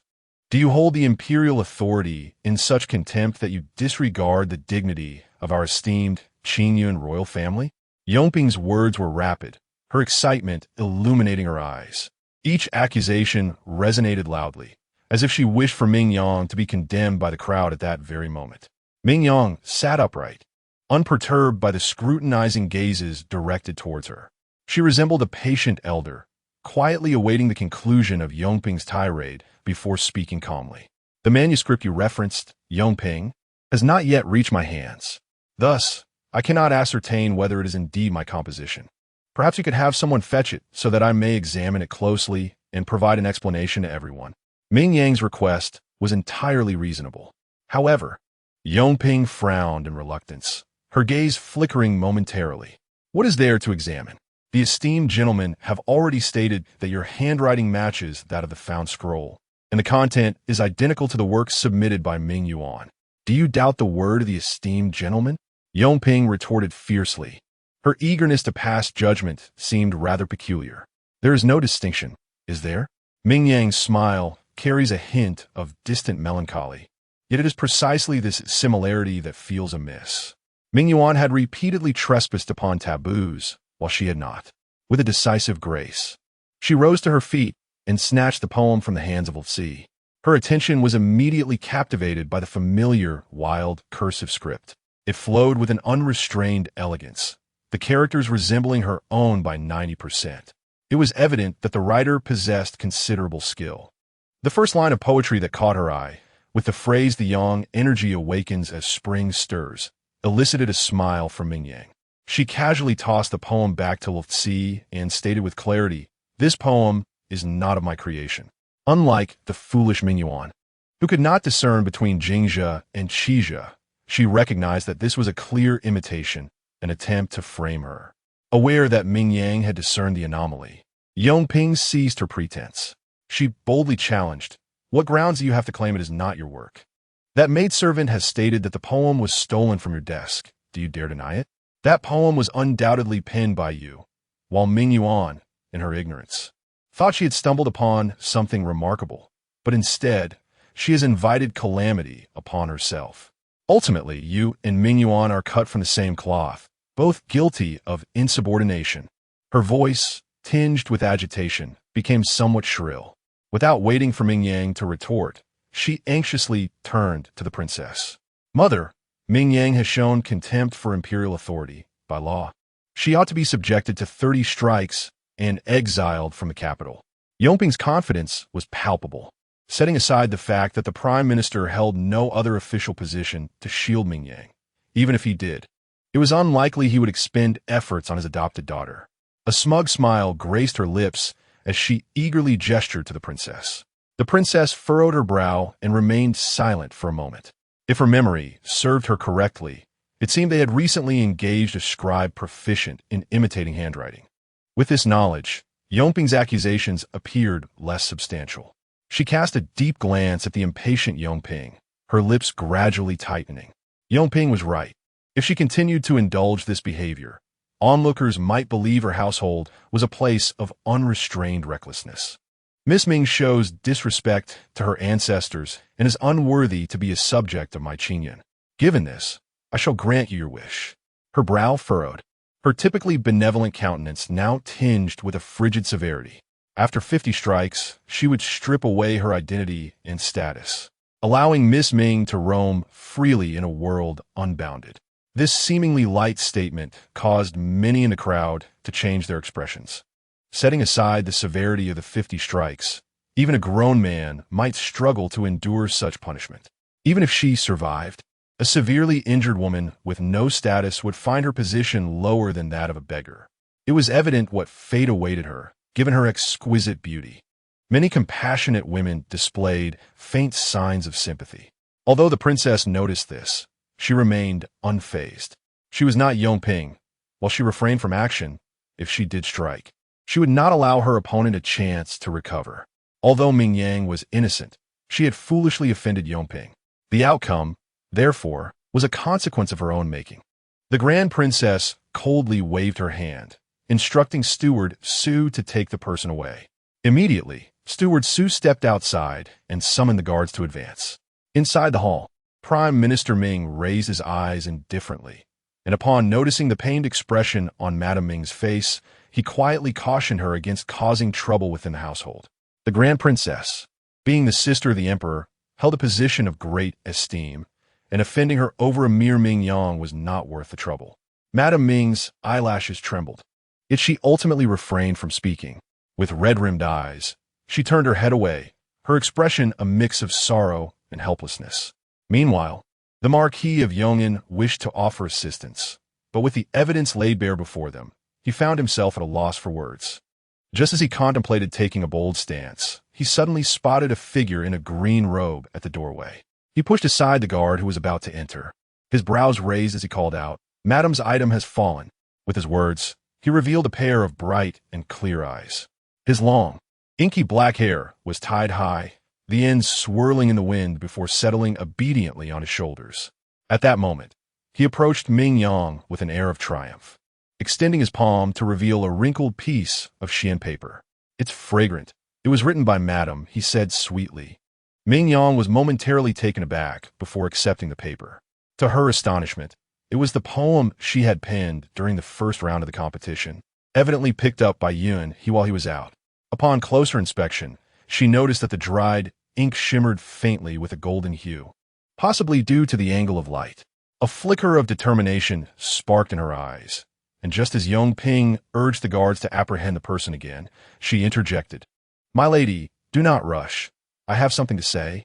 With such irrefutable evidence, do you still wish to argue? Yongping scoffed, raising her chin defiantly. "I possess evidence," Ming Yang declared, lifting the crumpled paper in her hand. Her voice was calm, yet resonant. "This is the draft I lost during the first round of examination. I implore the esteemed officials to examine it." Rising, she presented the paper respectfully to the central figure, Master Zhou. "I have heard that Master Zhou has a fondness for collecting fine ink works. I dare to request your appraisal." "What do you want me to appraise?" Master Zhou inquired, somewhat perplexed. The next moment, a delicate fragrance wafted into his nostrils, invigorating his senses. After a brief moment of astonishment, he shook the wrinkled Xian paper in his hand, revealing an expression of incredulity. "Songjin Zihue ink? This is a rarity that has long been extinct. This ink, worth its weight in gold, produces smooth and flowing characters, and when dry, sparkles under sunlight." Master Zhou, an avid collector of literary treasures, found himself captivated. Noticing his discerning eye, Ming Yang felt a wave of relief wash over her. She then pointed to the poem titled "Spring Arrives," which she had written during the second round of the competition. "Please, Master, take another look at the ink used for Spring Arrives." Master Zhou turned to her at her request. Previously, he had focused solely on the content and had not paid attention to the ink. Upon closer examination, he was astonished to discover that it was also Songjin Zihue ink. Without Ming Yang's prompting, Master Zhou began scrutinizing the poem brought by Yongping. Upon his inspection, he instantly sensed something amiss. This poem, which has offended taboos, was composed with ink from the ancient plum tree, not the pine gold purple ink. Thus, it can be concluded that the poem brought back by Princess Yongping was not penned by the third Miss Ming. It seems that everyone has misunderstood Miss Ming.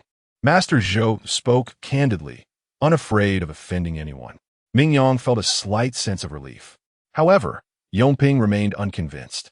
What does it matter if it is not the same ink? What can that prove? What if she changed the ink midway? Seeing that Yongping was still unconvinced, Ming Yang lowered her brow and replied coldly. Those present can bear witness that during the contest, this humble daughter used only one type of ink. There was no time or additional inkstone to change it. Yongping was momentarily at a loss, her gaze shifting as she awkwardly asked, "What about the handwriting? If the handwriting is identical, how do you explain that?"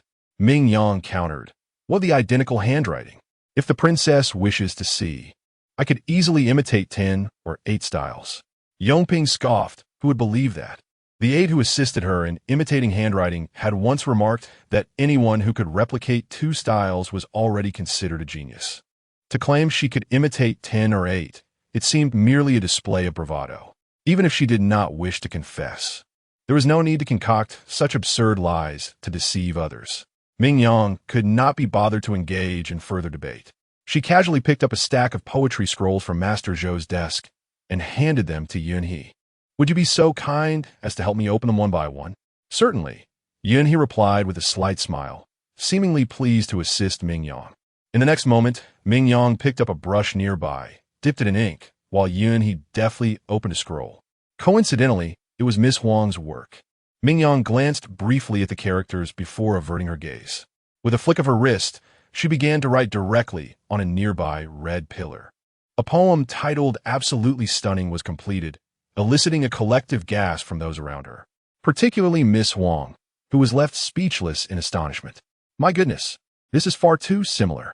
If she did not know it was not her own writing, she might have been mistaken. Yet, Ming Yang did not raise her head in response. Yunhe continued to unveil the poetry scrolls, this time revealing a poem composed by the second prince. His unique script, exclusive to the Royal Academy, was seldom seen by other students, let alone studied. Ming Yang lingered over this piece for a moment longer. With a style as firm as iron and as fluid as a dragon in flight, she completed the poem. Master Zhou, a former grand scholar, was so astonished that he rose from his seat. This is simply unparalleled. Subsequently, whether it was Ms. Zhang, young Master Li, or young Marquis, every poetry scroll that was drawn was perfectly replicated by Ming Yang on the redwood pillar. The light from outside filtered through the intricately carved windows, casting a soft glow upon her delicate silhouette. Her graceful figure resembled a flower bud poised to bloom in a gentle rain, both gentle and resilient. The atmosphere in the hall grew hushed. The sound of a pin dropping could be heard, occasionally interrupted by subdued cheers of admiration. Excellent. Magnificent. Chapter 46. Striking back with strength, sunlight poured into the hall, illuminating the 4 massive mahogany pillars that towered like giants. The onlookers instinctively quieted their breaths, desperately suppressing their excitement, not wanting to disturb the figure gracefully wielding the brush. It was only when Yunhe completed the final strokes of the poem that Ming Yang withdrew her hand. She rotated her slightly sore wrist and turned with a smile. Addressing the princess of Yongping, "I wonder if the characters I have imitated will meet your approval?" Since Yongping had claimed that her handwriting was difficult to replicate, Ming Yang decided to demonstrate her skills personally. Now, she leisurely awaited Yongping's response, savoring the moment. Yongping, taken aback, lifted her gaze. The fragrance of ink enveloped the hall, and the myriad styles of calligraphy resembled 1,000 voices writing in unison, sending shivers through her heart. In comparison to Ming Yang's prowess, the imitation she held felt so juvenile that she could hardly bear to look at it. Very impressive, she begrudgingly admitted, her voice tinged with a hint of bitterness. This was indeed a concession. The Grand Princess, observing the exchange, felt a sense of disappointment towards Yongping. If one intended to harm another, one should not grant the opponent a moment's respite. Yongping's methods were still too naive. Had it been her, the moment Ming Yang made her move, she would have sought a way to disrupt her hand, utterly extinguishing any chance of Ming Yang's resurgence. The Grand Princess closed her eyes momentarily, a shadow of darkness flickering within, before smiling and praising. "Miss Ming, your skills are remarkable. Your proficiency in imitation rivals that of Her Majesty in her youth. Yet, I still have a lingering question, which I hope you might illuminate. Please, Your Highness, I shall speak candidly. Ming Yang perked up, feeling a heightened sense of caution towards the Grand Princess, who had always exuded kindness. The Grand Princess slightly raised her lips, though her smile seemed insincere. I merely wish to know how your poetry ended up in the hands of Miss Ming San. Ming Yang had anticipated this inquiry and was prepared to respond with ease.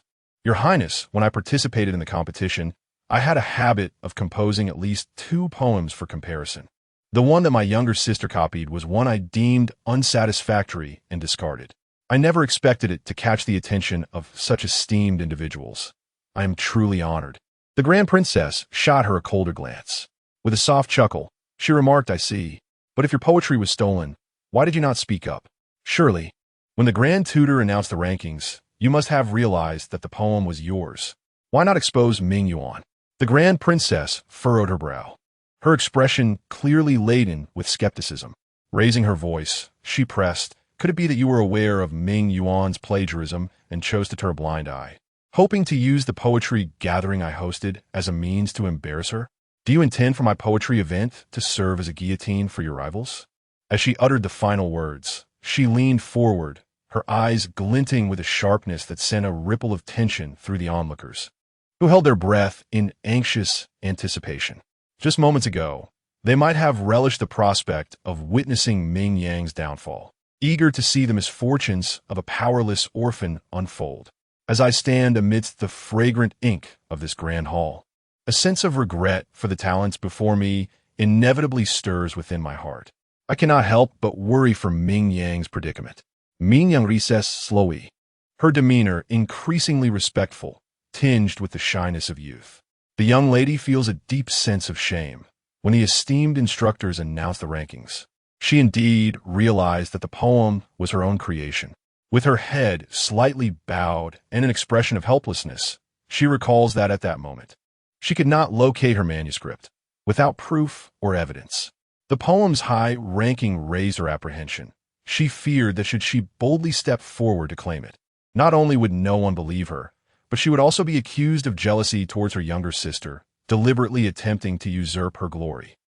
Of self-preservation, she chose to remain silent, burdened by guilt. Ming Yang's words were undeniably reasonable, garnering nods of understanding from the assembly. Indeed, as a foster daughter of the Ming family, how could she dare to seize what a true daughter so desired? Earlier, everyone witnessed how Prime Minister Ming would rather relinquish his official position than risk the safety of his biological daughter. Yet, when the second Miss Ming was nearly exiled by the Grand Princess, the Prime Minister and his family did not utter a single word in her defense. In times of peace, they appear to treat the second Miss Ming as their own flesh and blood, unwilling to let her go. However, once trouble arose, their true colors were revealed, illustrating the stark contrast between biological and adoptive kinship. The assembly was not naive. They could all perceive the bias of the Ming family and their inclination to sacrifice a pawn to protect their queen. Had Ming Yang spoken out to identify Ming Yuan at that moment, it was likely that she would not have had to wait for the Grand Princess's interrogation, as the Prime Minister and his allies would have torn her apart. The Grand Princess, her eyes glimmering with insight, recognized that Ming Yang had already won the hearts of the crowd. Should she persist in her harassment, she would risk losing her dignity and inviting doubts about her impartiality.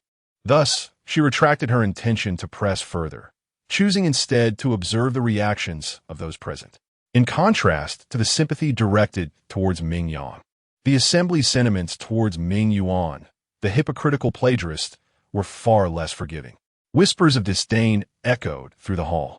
This Miss Ming, who appeared so demure and pitiful, was revealed to be utterly shameless.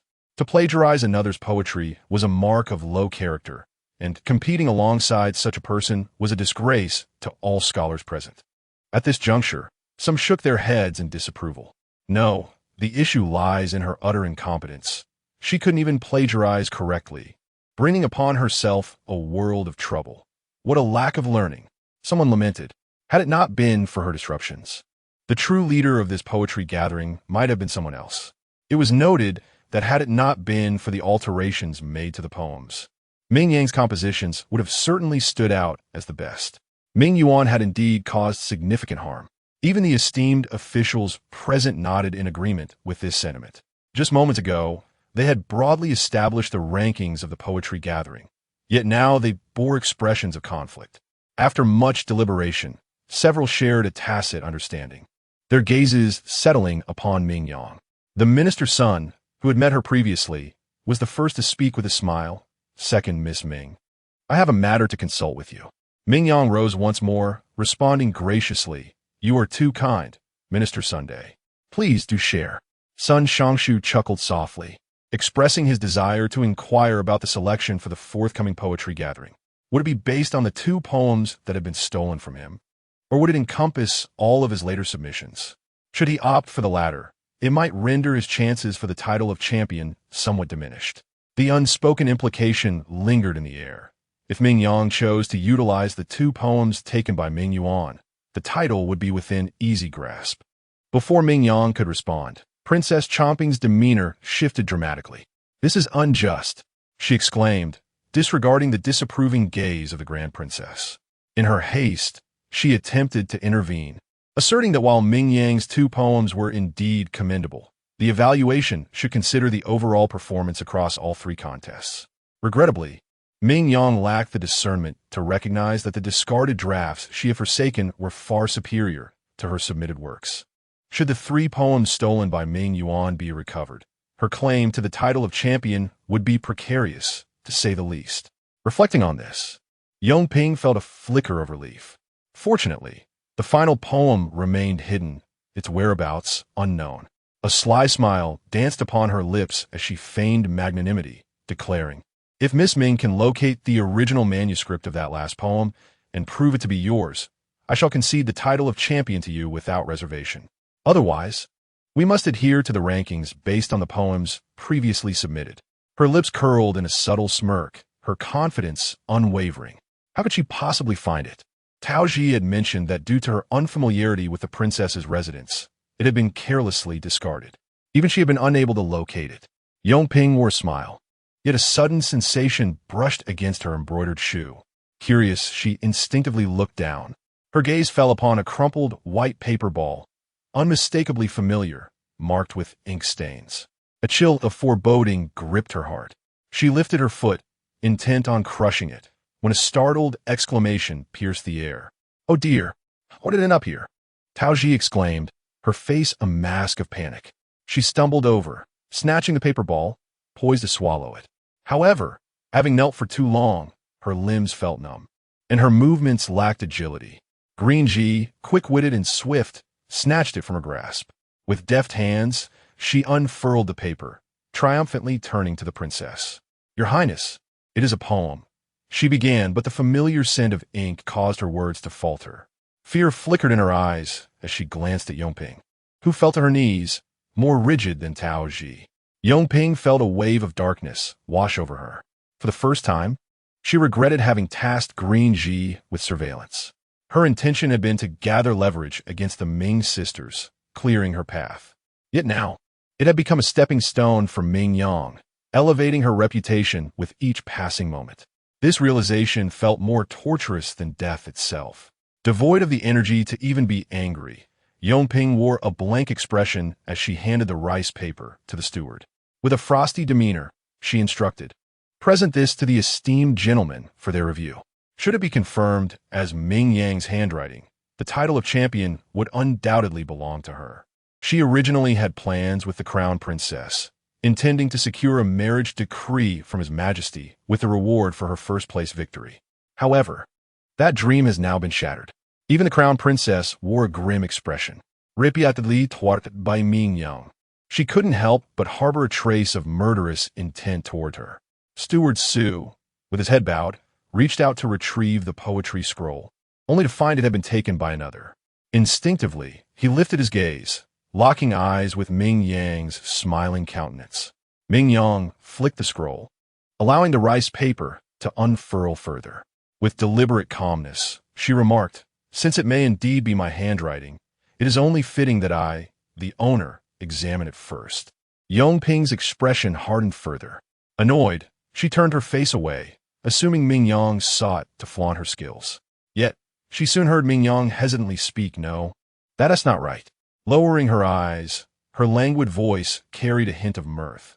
Although it is all in cursive, the strokes of this individual possess greater vigor, and the ink is richer. Clearly, this was penned by a man, not by me. Ming Yang's tone was light, tinged with regret as she closed the poetry scroll, showing no intention of handing it back to Steward Su. As she turned to return to her seat, her gaze fell upon my dong, who had quietly returned, and she casually passed the scroll to her. Since the poetry gathering has concluded, it would merely be waste paper if left behind. Please dispose of it. Yes, my dong replied, immediately taking her leave. With swift movements, she reduced the scroll to mere fragments. Everything transpired with such rapidity that even if someone wished to intervene now, it was already too late. In the midst of the astonished crowd, the esteemed minister's son broke the silence with a hearty laugh, exclaiming, "I must be losing my senses. At my age, I have yet to encounter a young lady so carefree. The honor of this victory may be esteemed by others, but perhaps not so for Ming Yang." Having realized this, Minister Sun decisively declared, "Now, I shall announce the rankings of this poetry gathering. The champion of this poetry gathering is Princess Yongping. Miss Ming Er has secured second place, while Miss Huang has claimed third. Congratulations to the esteemed ladies." The hall erupted in a chorus of blessings. No one dared to inquire further about the poem Ming Yang had destroyed, questioning whether it truly belonged to her. Seizing the favorable atmosphere, Steward Su smilingly reminded the crown princess, "Your Highness, shall we bestow the previously prepared rewards now?" The crown princess nodded with a smile. "Yes, distribute them all." According to prior promises, a cool jade box was presented before Ming Yang. She opened it to find a precious white jade booty within. Additionally, nestled inside was a rare dragon scale herb. This herb was a key ingredient for the 9 turns revitalizing pill. As long as the patient drew breath, consuming this pill could restore their life. Her master had long sought this herb, rumored to be scarce even within the royal palace. Such a valuable item was so casually gifted to her by the crown princess.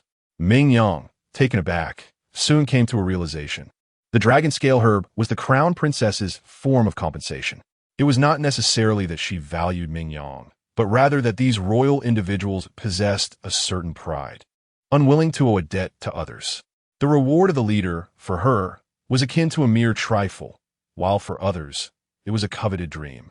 Ming Yang had never intended to antagonize the princess's residence while still unprepared. Thus, she casually rendered a favor. Little did she expect, however, that it would yield an unexpected delight. She could not help but curve her brows and eyes in amusement, finding the transaction indeed quite advantageous. Ming Yang discreetly closed the jade box and handed it to Mai Dong for safekeeping. When their gazes met, she quietly inquired, "Is everything arranged?" "Rest assured, miss," Mai Dong replied, a smile gracing her features. With that, Ming Yang felt completely at ease. In the latter half of the banquet, the young gentlemen and ladies moved to the nearby Lushan Pavilion. Within the pavilion flowed a hot spring, designed to resemble a gentle stream, where guests sat by the water's edge, indulging in wine and song, their interactions less hindered by the usual reservations between genders. This was, after all, the secondary purpose of the poetry gathering, to facilitate encounters among unmarried individuals. If a mutual attraction blossomed, it would allow the elders to propose courtship. As youthfulness reigned, familiarity blossomed swiftly, and soon groups of 3 or 5 found themselves gathered together. It was unclear when Yun Jing arrived beside Ming Yang, his expression a tapestry of complexity and remorse. Yang, I apologize. I should not have condoned Ming Yuan's plagiarism of your work. What has sparked your sudden sense of conscience?" My dong blurted out, her face paling as she quickly covered her mouth like a startled quail. Ming Yang nearly burst into laughter at her timid demeanor. Yun Jing's countenance shifted slightly. Striving to suppress his dissatisfaction, he curved his lips into a gentle smile, his gaze imbued with warmth. Yang, I've come to understand your feelings.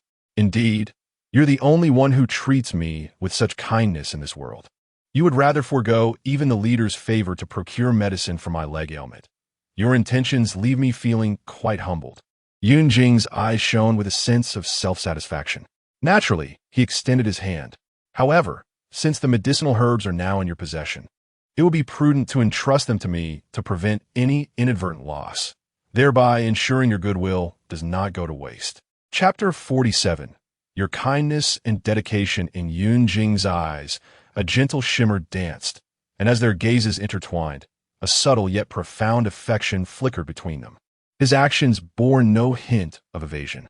The young gentlemen and ladies engaged in idle chatter around them ceased their conversations, their expressions turning to astonishment as they oscillated their glances between the two. Ming Yang was rendered speechless by Yun Jing's words. She parted her lips, hesitatingly inquiring, "My dong, is there something written on my face?" "Not at all, miss," my dong replied earnestly, shaking her head. "Ming Yang est bewilderment diepened." She touched her cheek and laughed softly. "How peculiar. I thought perhaps the word fool was inscribed upon it. Otherwise, why would such a precious item be so easily given away?" "Miss, you're certainly no fool, my dong." Inheriting Nanxing's protective nature, retorted impulsively, it is the one who casually asks others for things that is truly foolish. The moment the words left her mouth, she felt the piercing gaze of Yun Jing upon her. My dong's countenance wilted. Oh no, she had misspoken again. She covered her mouth, retreating behind Ming Yang and falling silent, yet clinging tightly to the jade box, unwilling to relinquish it. Her demeanor suggested that Yun Jing was a covetous little thief eyeing a treasure. Yun Jing's smile abruptly froze. Unable to endure further, he spoke, Yang. "Since when has your maid become so lacking in decorum? The master is engaged in conversation. Where is her place to interject? If you cannot find a suitable maid, my Duke of Yong'an's residence has several clever attendants, and I shall send them to you shortly." This remark was exceedingly indiscreet. Were it not for Ming Yang's understanding of him, one might assume Yun Jing was intentionally placing people around her. Yet to the onlookers, it merely signified that their relationship was sufficiently intimate. Ming Yang shot him a cold glance. My dong is loyal and protective of her mistress. I cherish her dearly. Even if she occasionally falters, I, as her mistress, will take responsibility. This is far preferable to replacing her with an inconsequential maid who would shamelessly ask for things from others. Her sarcasm was strikingly direct. Yun Jing stood frozen in place, retracting his hand stiffly. Are you speaking of me?" Was Ming Yang expressing disdain for him? But how could that be? Had she not gone to great lengths to obtain the white jade bodhi to remedy his leg ailment? Why go to such great effort to seize it from me, only to hesitate in giving it now? Yun Jing remained genuinely perplexed. Just then, a soft feminine voice interjected. "Brother Yun Jing, do not blame sister for being selfish. The white jade bodhi is indeed precious, and it is only natural that sister would be reluctant to part with it." Ming Yuan, unbeknownst to them, had changed into a lightweight pale yellow garment, with ribbons dancing around her waist, accentuating her slender figure, delicate enough to be grasped in a single hand. Her voice was gentle as she half-crouched, tenderly stroking Yun Jing's shoulder, her eyes filled with remorse. "Brother Yun Jing, it is my failure. I did not manage to secure that medicinal herb for you. Had I been more capable and obtained the white jade bodhi, I would have willingly given it to you without you needing to ask. If I could cure brother Yun Jing's leg ailment, bearing the stigma of being a plagiarist would be of little consequence." Her eyes were rimmed with red, tears brimming within, as she gazed at Yun Jing with an indescribable depth of feeling. Even Yun Jing, who initially intended to push her away, withdrew his hand. He felt a twinge of emotion and sighed. "Ming Yuan, you have endured so much." Ming Yuan silently shook her head, choked with unshed words. The onlookers regarded the pair with astonishment. Some, with soft hearts, covered their mouths in disbelief, whispering to one another. So it was. All of Miss Ming's previous machinations had been for the sake of young Master Yin, to heal her betrothed's leg ailment. She had transgressed her conscience by pilfering her sister's poetic works. Surely, Miss Ming felt some guilt. This act of Ming Yuan, in fact, lent her prior plagiarism a semblance of justification, cloaking her in the guise of deep affection. The crowd's animosity towards her noticeably diminished. Even Ming Yang, upon witnessing the scene, could not help but marvel at Ming Yuan's clever maneuvering. If her sole aim had been to redeem her reputation, this moment would have been an opportune time to retreat gracefully. Yet, Ming Yuan was not one to be easily satisfied. Seeing that others were taking her side, she tearfully lifted her gaze, directing the crowd's ire towards Ming Yang. "Elder sister, I know your heart is ever so kind. You would even offer treatment to beggars by the roadside. After all, Brother Yunjing is your childhood companion, and you were once betrothed. Your bond is surely deeper than that of strangers. Elder sister, I cannot believe you would truly turn a blind eye to Brother Yunjing's suffering." Ming Yuan's emotional appeal placed Ming Yang upon a moral pedestal. Should Ming Yang refuse, the surrounding crowd might think she harbored resentment for Yunjing's earlier withdrawal from their engagement, thus refusing to lend assistance. Yet, Ming Yang was impervious to such tactics. She gently lifted her eyelids and smiled. "Sister 3, your words are indeed heartfelt, and I am genuinely touched. However, there must be some decorum in all matters. If everyone, like you, were to come crying to me whenever they desired something, even if I opened a pharmacy, it would hardly suffice for doing good deeds." With a playful demeanor, she deftly countered Ming Yuan's sentiments. However, Ming Yuan was unwilling to relent. Tears streamed down her cheeks as she beseeched Ming Yang, "Elder sister, Brother Yunjing is not a stranger. In the future, when we marry into the Yong'an Marquis, we shall be family. Why must we keep such meticulous accounts? A husband is the family's future hope. Only if he is healthy can he continue to achieve success for the Yong'an Marquis and for Qingyan. For both personal and public reasons, it would benefit you as well." She spoke with understanding, as though she genuinely considered Ming Yang's interests. Yet to her dismay, Ming Yang did not even raise her brow, clearly disregarding her words as if they were mere air. Frustrated, Ming Yuan bit her lip, inwardly lamenting that her mother's teachings seemed ineffective. Suppressing the fire in her chest, her gaze grew increasingly helpless. In a moment of tension, it appeared she had an epiphany, her expression shifting to one of astonishment. Could it be that Ming Yuan blinked vigorously, her tone rising, suggesting that my second sister is irked by my usurpation of your marriage, and thus reluctant to offer assistance? As she spoke, Ming Yang had yet to respond, but Yunjing's countenance visibly darkened. He hesitantly glanced at Ming Yang, suddenly, as if a realization dawned upon him. "Why are you unwilling to hand over the items to me?" "Ming Yang." Yunjing's expression turned icy as he pressed. "Are you forcing me to plead with you?" Previously, he had rashly exchanged brides, tarnishing Ming Yang's reputation. Now, given the opportunity, Ming Yang seized the chance to retaliate, subjecting him to humiliation. The more Yunjing contemplated, the more convinced he became of this notion. He forcefully pulled Ming Yuan closer, his gaze somber as he stated, "Do not beg her anymore, even if I remain a cripple for life.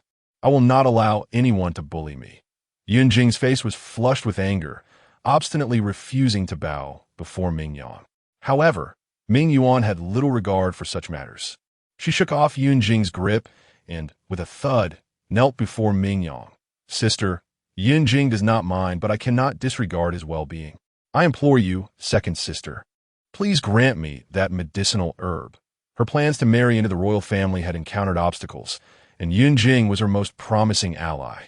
Their father had just mentioned that with his resignation, his connections would dwindle. If she intended to leverage those relationships, she needed to act swiftly. While he still held sway, it was crucial to ensure Yunjing's recovery. He would utilize his connections to secure a vital vacancy for Yunjing, thus providing her with support. Before Ming Cheng established himself, the Ming family would also gain a formidable alliance through marriage. As she calculated rapidly in her mind, when she lifted her head again, her demeanor had become increasingly humble. "Second sister, even the most precious herbs, if rendered ineffective, are mere lifeless objects. Not to mention, as a healer, you ought to alleviate suffering and be compassionate. In the future, when you marry into the Yong'an Marquis, you will also be kin to Yunjing. Would you not wish for your loved ones to be healthy and prosperous?" Ming Yuan's tears flowed freely, yet her words were articulated with clarity. The onlookers were acutely aware of the conversation, their expressions turning peculiar. Miss Huang furrowed her brow and stepped forward gently to assist Ming Yuan, only to be rebuffed. Turning to Ming Yang, she displayed a hint of disapproval. "Ming Yuan's words hold merit. After all, you will become a family in the future. Why cling to that lifeless object? Once you marry, you will be the future matriarch of the Yun family, and it is only right to be magnanimous and consider your kin. Miss Huang's earnest admonition bore the weight of a matron, garnering considerable admiration. Yet, Ming Yang regarded her with displeasure, lifting her eyelids disdainfully. Even if Yin Jing were to perish, what relevance would it hold for me? Let alone the fact that I am not yet wed. I have no ties to the Yeoman Marquisate or Yun Jing. Even if I were to marry into the Marquisate, I would merely be his nominal sister-in-law. She gently set down her wine glass, producing a crisp clink, her expression imbued with indifference. Mockingly, she remarked, I have yet to hear of a familial elder who, yet unmarried, ponders the dowry of his future sister-in-law. She turned her gaze towards Miss Huang, a light laugh escaping her lips. If Miss Huang finds it hard to bear, I have a suggestion. It is said that the esteemed elder Huang was once bestowed with a longevity fruit by the emperor. Those who consume it not only enhance their martial prowess, but also extend their lifespan. In terms of efficacy, it rivals the white jade Bodhi. Rumor has it that this longevity fruit is included in Miss Huang's dowry list. Since you are so benevolent, why not present it as a gift to your future brother-in-law? Miss Huang's expression shifted dramatically upon hearing this. How could that be? She exclaimed, never anticipating that the flames of this matter would reach her. The longevity fruit was a treasured heirloom. Had she not been marrying into the Xiang residence, her grandfather would not have deemed it fit to augment her dowry. If it were to vanish in such a manner, her grandfather would surely erupt in fury. Noticing Miss Huang's reluctance, Ming Yang raised an eyebrow, her tone laced with playful sarcasm. What's this? Wasn't Miss Huang just quite generous? I had thought you regarded worldly possessions with indifference, standing on a level above us. It seems I was mistaken. Indeed, Miss Huang is generous, but only with the generosity of others. With a derisive glance, she cast her eyes towards Miss Huang, who instantly flushed with embarrassment. It appears I have overstepped, she murmured, her voice trembling, lacking the boldness of Ming Yuan. With a sob, she covered her face in shame and fled in a flurry. Once Miss Huang's silhouette had vanished, Ming Yang approached Ming Yuan, her eyelids drooping, voice subdued. Sister, have you knelt enough? Now that no one is holding you back, you may kneel to your heart's content. Casting a disinterested glance at Ming Yuan, she turned to leave. As she passed, the hem of her elaborate garment brushed against Ming Yuan's cheek, the ornate fabric, heavy with embellishments, inadvertently leaving a delicate red mark where it had grazed her tender skin. Ming Yuan nearly lost her composure in frustration. Stifling her anger, she rose, mindful of the onlookers. Yin Jing stepped forward to offer some comforting words, but seeing that Ming Yuan was not gravely harmed, she lost interest and was escorted away by her servant. The crowd, sensing the excitement had dissipated, began to disperse, leaving Ming Yuan isolated in her solitude. A compassionate young lady, intending to offer some words of solace, was halted by her companion. Hurry away. Do you dare provoke the third miss of the Ming family? Be careful, or she may demand something precious from you. The young lady froze momentarily before swiftly turning on her heel, retreating to a safe distance from Ming Yuan. Just as Ming Yuan was engulfed in her ire, Taoji appeared from nowhere, hastening towards her. Third miss, are you well? I have arrived late. Ming Yuan, already perturbed, angrily swatted away Taoji's hand. What good are you? Where were you when I needed you earlier? Taoji pouted in grievance. Third miss, it was the madam who summoned me to be questioned. As she spoke, Taoji extended her palm, still seeping blood. In a hushed tone, she confided, the mistress suspects that I, a mere servant, have betrayed the young lady, compelling the matron to interrogate me. Should they uncover even the slightest hint of treachery, the next sighting of Ming Yuan would likely be her lifeless form. Taoji shuddered in fear. Relieved to note, fortunately, my unwavering loyalty to the young lady has spared me from severe punishment. It was thus revealed. Ming Yuan, taken aback, soon found herself disdainful of her mother's meddling. Truly, it was an unnecessary act. We are akin to sisters. How could I ever betray you? She casually placed her hand upon Taoji's, entirely oblivious to the pain etched upon Taoji's face. Continuing to speak for herself, she said, for your sake, I deliberately had her neighborly brother's hand broken, so he would cease his incessant requests for money under the pretense of studying. and your sickly father, despite consuming countless remedies, shows no signs of recovery.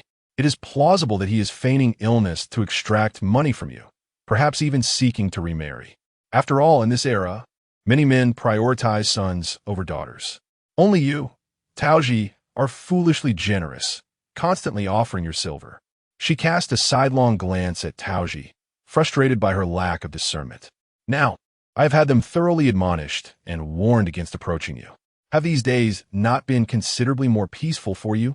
Taoji, with her head bowed, momentarily stiffened before quickly mustering a smile. Yes, young lady. No one has sought money from me anymore. That blacksmith father who took me in during the years of calamity will no longer come to demand money, for he has passed away. Brother Qingzhu will no longer shyly sign double the promissory notes, blushing as he spoke of marrying me after his success in the imperial examinations. For he has lost himself in the search for his father and now lies gravely ill. In pursuit of funds for the blacksmith, Brother Qingzhu roamed far and wide, only to be deceived and rendered a eunuch in the palace. Now, I am unburdened without family ties. Taoji fought back tears, her demeanor growing increasingly submissive. Rest assured, young lady, I shall repay your kindness wholeheartedly. Yes, I shall repay you. Chapter 48. Dealing with the traitor, Ming Yuan nodded in satisfaction, deeming there was still hope for him. Throughout my life, I have harbored a profound disdain for those ensnared by romantic delusions. I shall never allow you to be deceived. Miss, what is a romantic delusion? Taoji inquired, somewhat perplexed. Ming Yuan paused momentarily before explaining.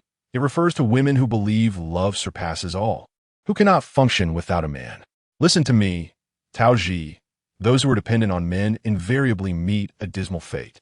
We must strive forward, aiming to embody the great heroine. Her expression radiated pride, tinged with an air of condescension as she imparted this lesson. Taoji gazed at her with admiration. Miss, I understand now. I shall learn from you henceforth. I will no longer gather information about the second prince for you. Those wretched men will only hinder your progress. Ming Yuan hesitated, her countenance slightly awkward. I am different. She shook off Taoji's hand and stated imperiously, those men are merely tools for my advancement. Without courting them, how can one aspire to be the heroine? How can one reign supreme in the harem? How can one stand above all others? Fearing that Taoji might become muddled and jeopardize her own ambitions, she quickly instructed, ensure that money is spent on the various routes leading out of the second prince's estate to guarantee opportunities for serendipitous encounters. Understood, Miss. Taoji nodded obediently. Only then did Ming Yuan feel a sense of relief, beckoning Taoji to proceed to the front hall. Let us return home. We must seek out Mother. Yes, Mississippi. Taoji slightly turned to shield against a shadow from the northeast, hastening away with Ming Yuan. As their figures vanished, a retching sound emerged from the corner. Ugh! The second prince leaned against the wall, overcome with nausea. After a considerable time, he finally steadied himself, swaying as he stood upright. Pointing in the direction where Ming Yuan had disappeared, he seethed, dare to spy on me. Peng Fei, he bellowed, his voice echoing. A shadow promptly descended from a tree nearby. Your Highness, how may I serve you? The second prince, still burping from the alcohol, replied.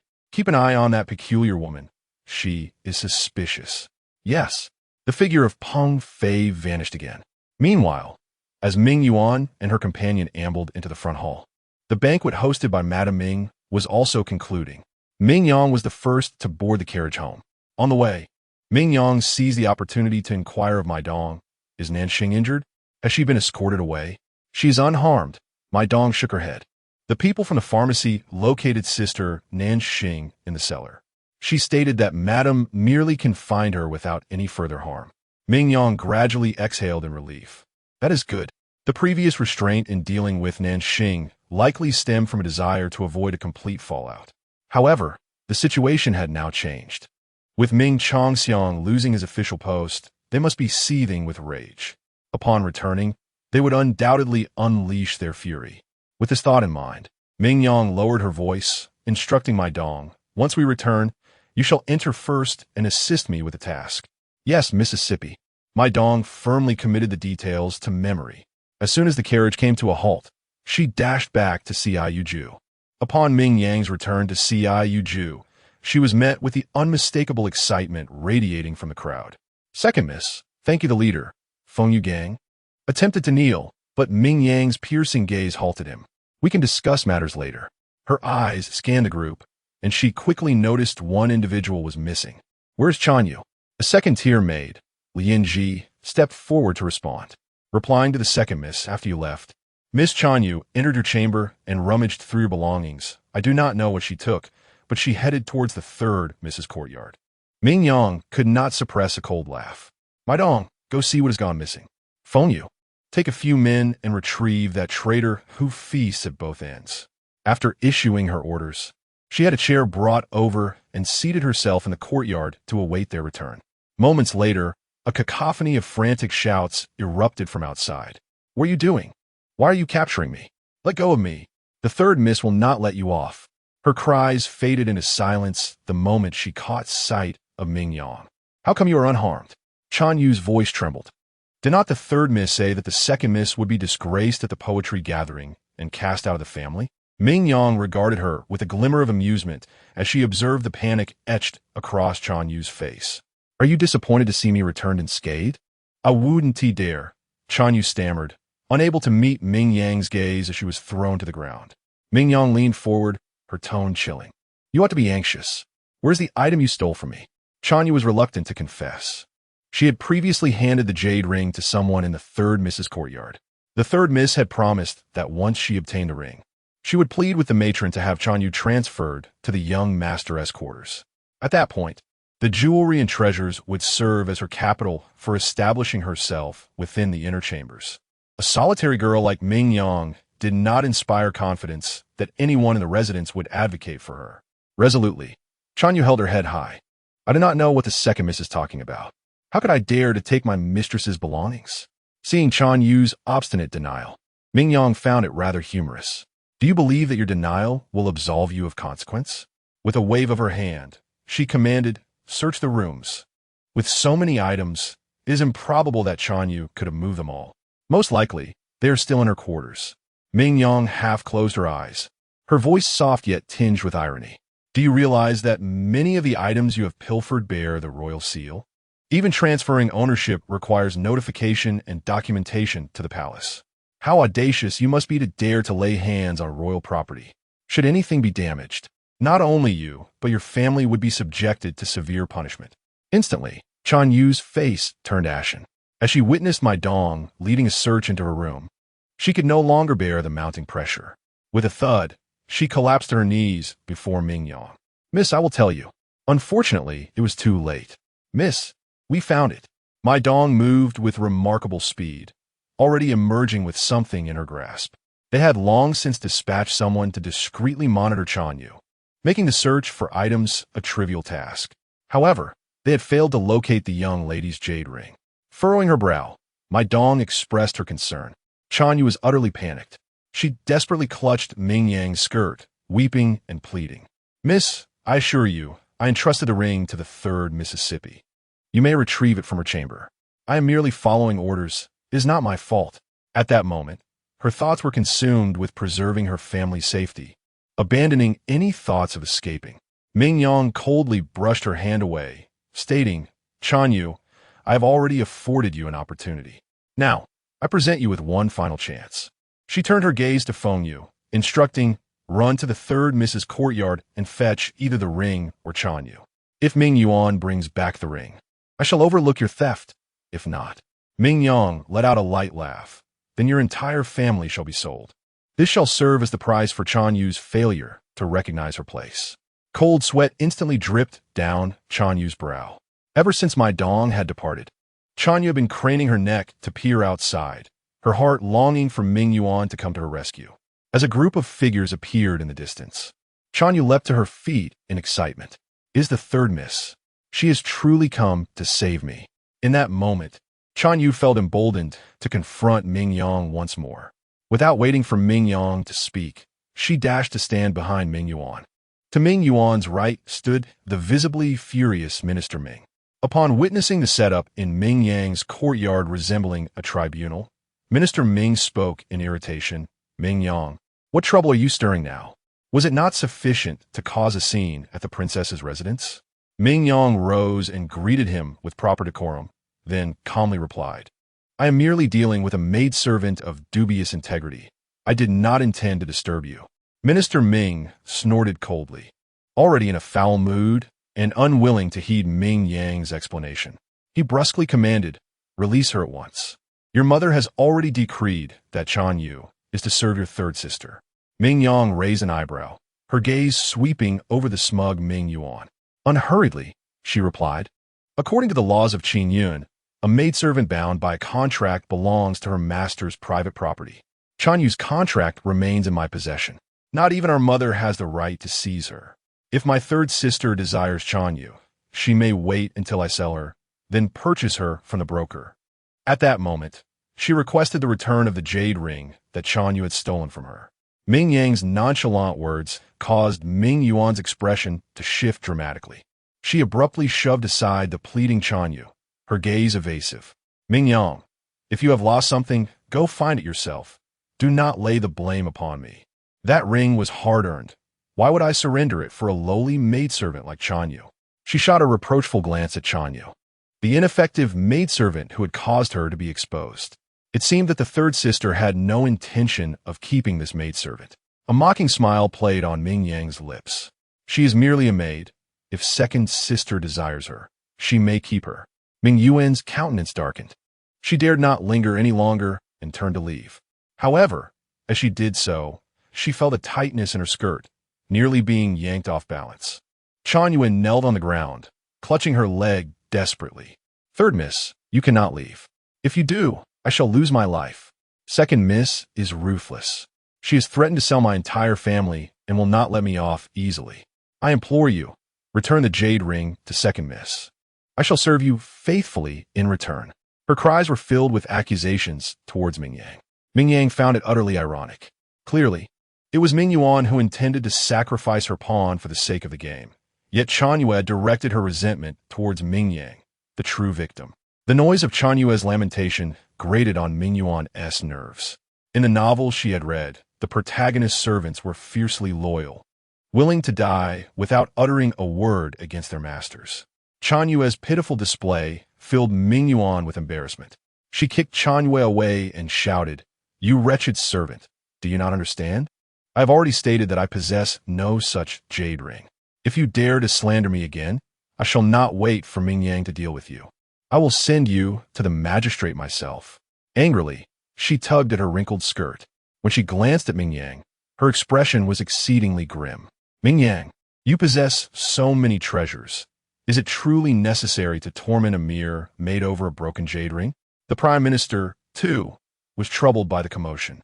He cast an unsatisfied glance at Ming Yang. Your third sister speaks truth. The Ming family is not what it once was. We should not make a great fuss over trivial matters. If word gets out, people may think you are harsh and merciless. Their words flowed together, dismissing Ming Yang's grievances lightly. The absurdity of their remarks even made the timid Maid Winter unable to remain silent. She cautiously peeked from behind Ming Yang, her voice timid yet insistent. Chan Yu has overstepped.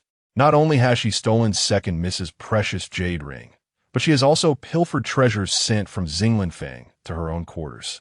Among them are many imperial gifts and heirlooms from various families. To allow such treachery to go unpunished would be unjust. As she spoke, Maid Winter gained confidence, her voice growing stronger. She nervously glanced at the Prime Minister and added cautiously, Even a lowly maid knows that without rules, chaos ensues. Surely, the Prime Minister understands this as well. After speaking, she quickly withdrew her head, shrinking back like a quail, too frightened to continue. Her cowardly demeanor made it difficult for the Prime Minister to unleash his anger. He took a deep breath, realizing that Ming Yang would not yield. After much contemplation, he exchanged glances with Ming Yuan. Since the matter of the jade ring does not concern you, you may return. This maid belongs to your second sister and should be dealt with by her. Thus, he resolved to abandon Chan Yu. Ming Yuan was momentarily taken aback, but she soon nodded without hesitation. Yes, father. Seizing the opportunity while the servant detained Chan Yu, she dashed outside in a flash. Chan Yu's expression instantly morphed into one of despair. Just as she was about to plead for mercy, her mouth was silenced. With a mere wave of his hand, Ming Yang dragged her outside, where he would break her limbs. The entire family was to be sold. Yes. Feng Yu lowered his head in obedience. Once outside, he took the initiative to lead Chan Yu on a tour of the estate. Ultimately, he forced her to a halt in the garden, where the crowd was thickest. In full view of everyone, he delivered a brutal beating. Blood pooled upon the ground. Chan Yu's screams escalated from piercing to faint, sending chills down the spines of all who listened. In the days that followed, even after the bricks outside had been washed repeatedly with clean water, a lingering scent of blood remained. Meanwhile, in the courtyard of Ming Yang, the Prime Minister sat in the principal seat, his gaze fixed upon Ming Yang. Yet he remained silent for an extended period. When he finally spoke, his words were laced with icy sharpness. Thanks to you, I am no longer the Prime Minister, and the Ming family can no longer afford to support your lofty presence. You are no kin to the Ming family, and there is no reason for us to continue providing for you without cause. He gently adjusted his sleeve, his brow furrowing as he raised his gaze with an air of dominance. If you still remember the kindness of the Ming family, you shall return all the items previously bestowed upon you from Xinglan Fang to be utilized for household matters. Otherwise, the Prime Minister's gaze swept across the gathered assembly, threateningly asserting, your maidservants and servants shall await the same fate as Chan Yu. Chapter 49, Paying the Price. Departing from the den of beasts, the gaze of the Prime Minister Ming swept over the crowd in the courtyard. His eyes did not regard the dozen or so vibrant lives before him as anything but worthless objects. The pent-up fury within Ming Yang was suddenly ignited. It seemed her father's will could not be fulfilled. She gently lifted her eyelids and spoke with deliberate clarity. There is nothing of value. However, I shall certainly safeguard my own life. The Prime Minister's brows furrowed instantly as he rose abruptly. Impudent! Who taught you to address your elders in such a manner? The Ming family has raised you for so many years, yet you quibble over trivial possessions. How heartless! Upon hearing his words, Ming Yang gestured for something to be brought forth. Mai Dong promptly delivered a heavy, lacquered redwood box. Under Ming Yang's subtle indication, it was swiftly opened. The box brimmed with silver ingots, sparkling brilliantly under the sunlight. Judging by the quantity, there were at least 30,000 taels of silver. Even if Ming Cheng were to marry in the future, this would suffice as a dowry. The Prime Minister was momentarily rendered speechless by the sight. A satisfied smile graced Ming Yang's lips. Truly, one must believe in the power of wealth. It was not in vain that she had arranged to exchange banknotes for silver ingots. Here lies 30,000 taels of silver, should you sign the contract. The Ming family shall no longer interfere with my decisions, and this sum shall be a gift to the Ming family. Consider it a repayment for their years of nurturing. For a moment, the Prime Minister was silent. To speak honestly, he was tempted. Though the Ming family appeared prosperous, the hidden expenditures required to maintain that facade were astronomical. The family was already burdened beyond measure, primarily relying on the bribes of subordinate officials to balance their accounts. Yet he ultimately declined. You may keep the items. The silver is yours, but the Ming family will never interfere with your fate, be it life or death. The Prime Minister coldly surveyed the servants who lingered behind. I am aware of your concern for those beneath you, though I am soon to retire. It would not be difficult for me to make a few disappear in my own household. At present, the Ming family sought not only wealth, but also tangible assets. Both he and Ming Cheng had ambitions to rise after the autumn examinations and required substantial arrangements. To achieve their ends, he was unperturbed by the use of despicable means. Seeing the Prime Minister's obstinacy, Ming Yang grew weary of further entanglement. She placed the box upon the table and, with a commanding tone, called for her belongings to be gathered. Prepare my personal effects. I shall depart this estate. She wished to linger not a moment longer in the Ming household. Dare you? The Prime Minister's expression darkened as he waved his hand. Stop them. Anyone who follows Ming Yang from this residence shall be deemed a traitor and face execution. In an instant, the household guards of the Prime Minister surrounded them, wielding clubs. Yet, those from Ci Yuju showed no fear. Standing at the forefront, Feng Yu straightened his posture and produced a contract from his bosom, raising it high. Who dares to act against us? We are law-abiding citizens. The steward at the front was taken aback, his pupils dilating in shock as he reported to the Prime Minister. Master, it is a release of servitude. The second young lady, with merely a pittance, has managed to liberate these individuals. They can no longer be deemed as lowly slaves. These persons are no longer the pawns of the Prime Minister's residence, whom one could casually dispose of. The steward, with a grim expression, obstructed the housekeeper from taking action. The Prime Minister, Ming, was equally astounded by this scene. He gazed at Ming Yang, his teeth clenched in fury. Ming Yang, were you not already certain that I would come seeking you? Otherwise, why would you have prepared the release documents in advance? Ming Yang merely smiled serenely, choosing silence. Beware of the gentleman, but not the rogue, she thought, grateful to her father for not forcing her to act ignobly. Unsure if this tactic would come to fruition, she had merely prepared based on her past experiences. With composure, she raised her gaze. Father, may we take our leave now? The Prime Minister remained silent, clearly unwilling to concede. Ming Yang sighed silently. Father, I truly do not wish for matters to become so undignified. Today, my departure is inevitable. She gently clapped her hands, producing a clear, resonant sound. In the next moment, the air above the Ming residence was pierced by the sound of signaling arrows. Moments later, a commotion erupted outside the Prime Minister's estate, even reaching the ears of those within the CIU residence. What is happening? Who dares to cause a ruckus at the Prime Minister's gates? The Prime Minister's face darkened as he sent the steward to investigate. Yet, Ming Yang remained composed, counting the seconds in her mind.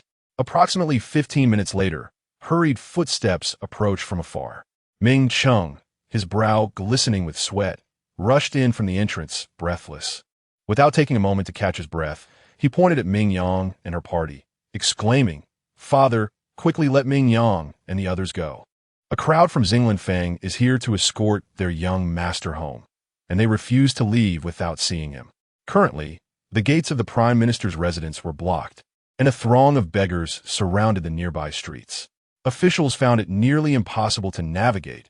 Even returning home had become a challenge, and many sought the Prime Minister for an explanation. The thought of encountering his recently appointed superior among those officials made Ming Cheng feel faint. He lowered his voice urgently. Father, regarding the poetry gathering, Minister Sun has already harbored grievances against our family. He questions the Ming family's upbringing and has begun to doubt my character. If we offend him today, I fear I shall find it impossible to maintain my position within the Ministry of Revenue. Father, your own position is already precarious. Must you drag me down with you? With this declaration, the last vestige of hesitation evaporated from the Prime Minister's demeanor. In comparison to Ming Cheng's future, everything else must yield.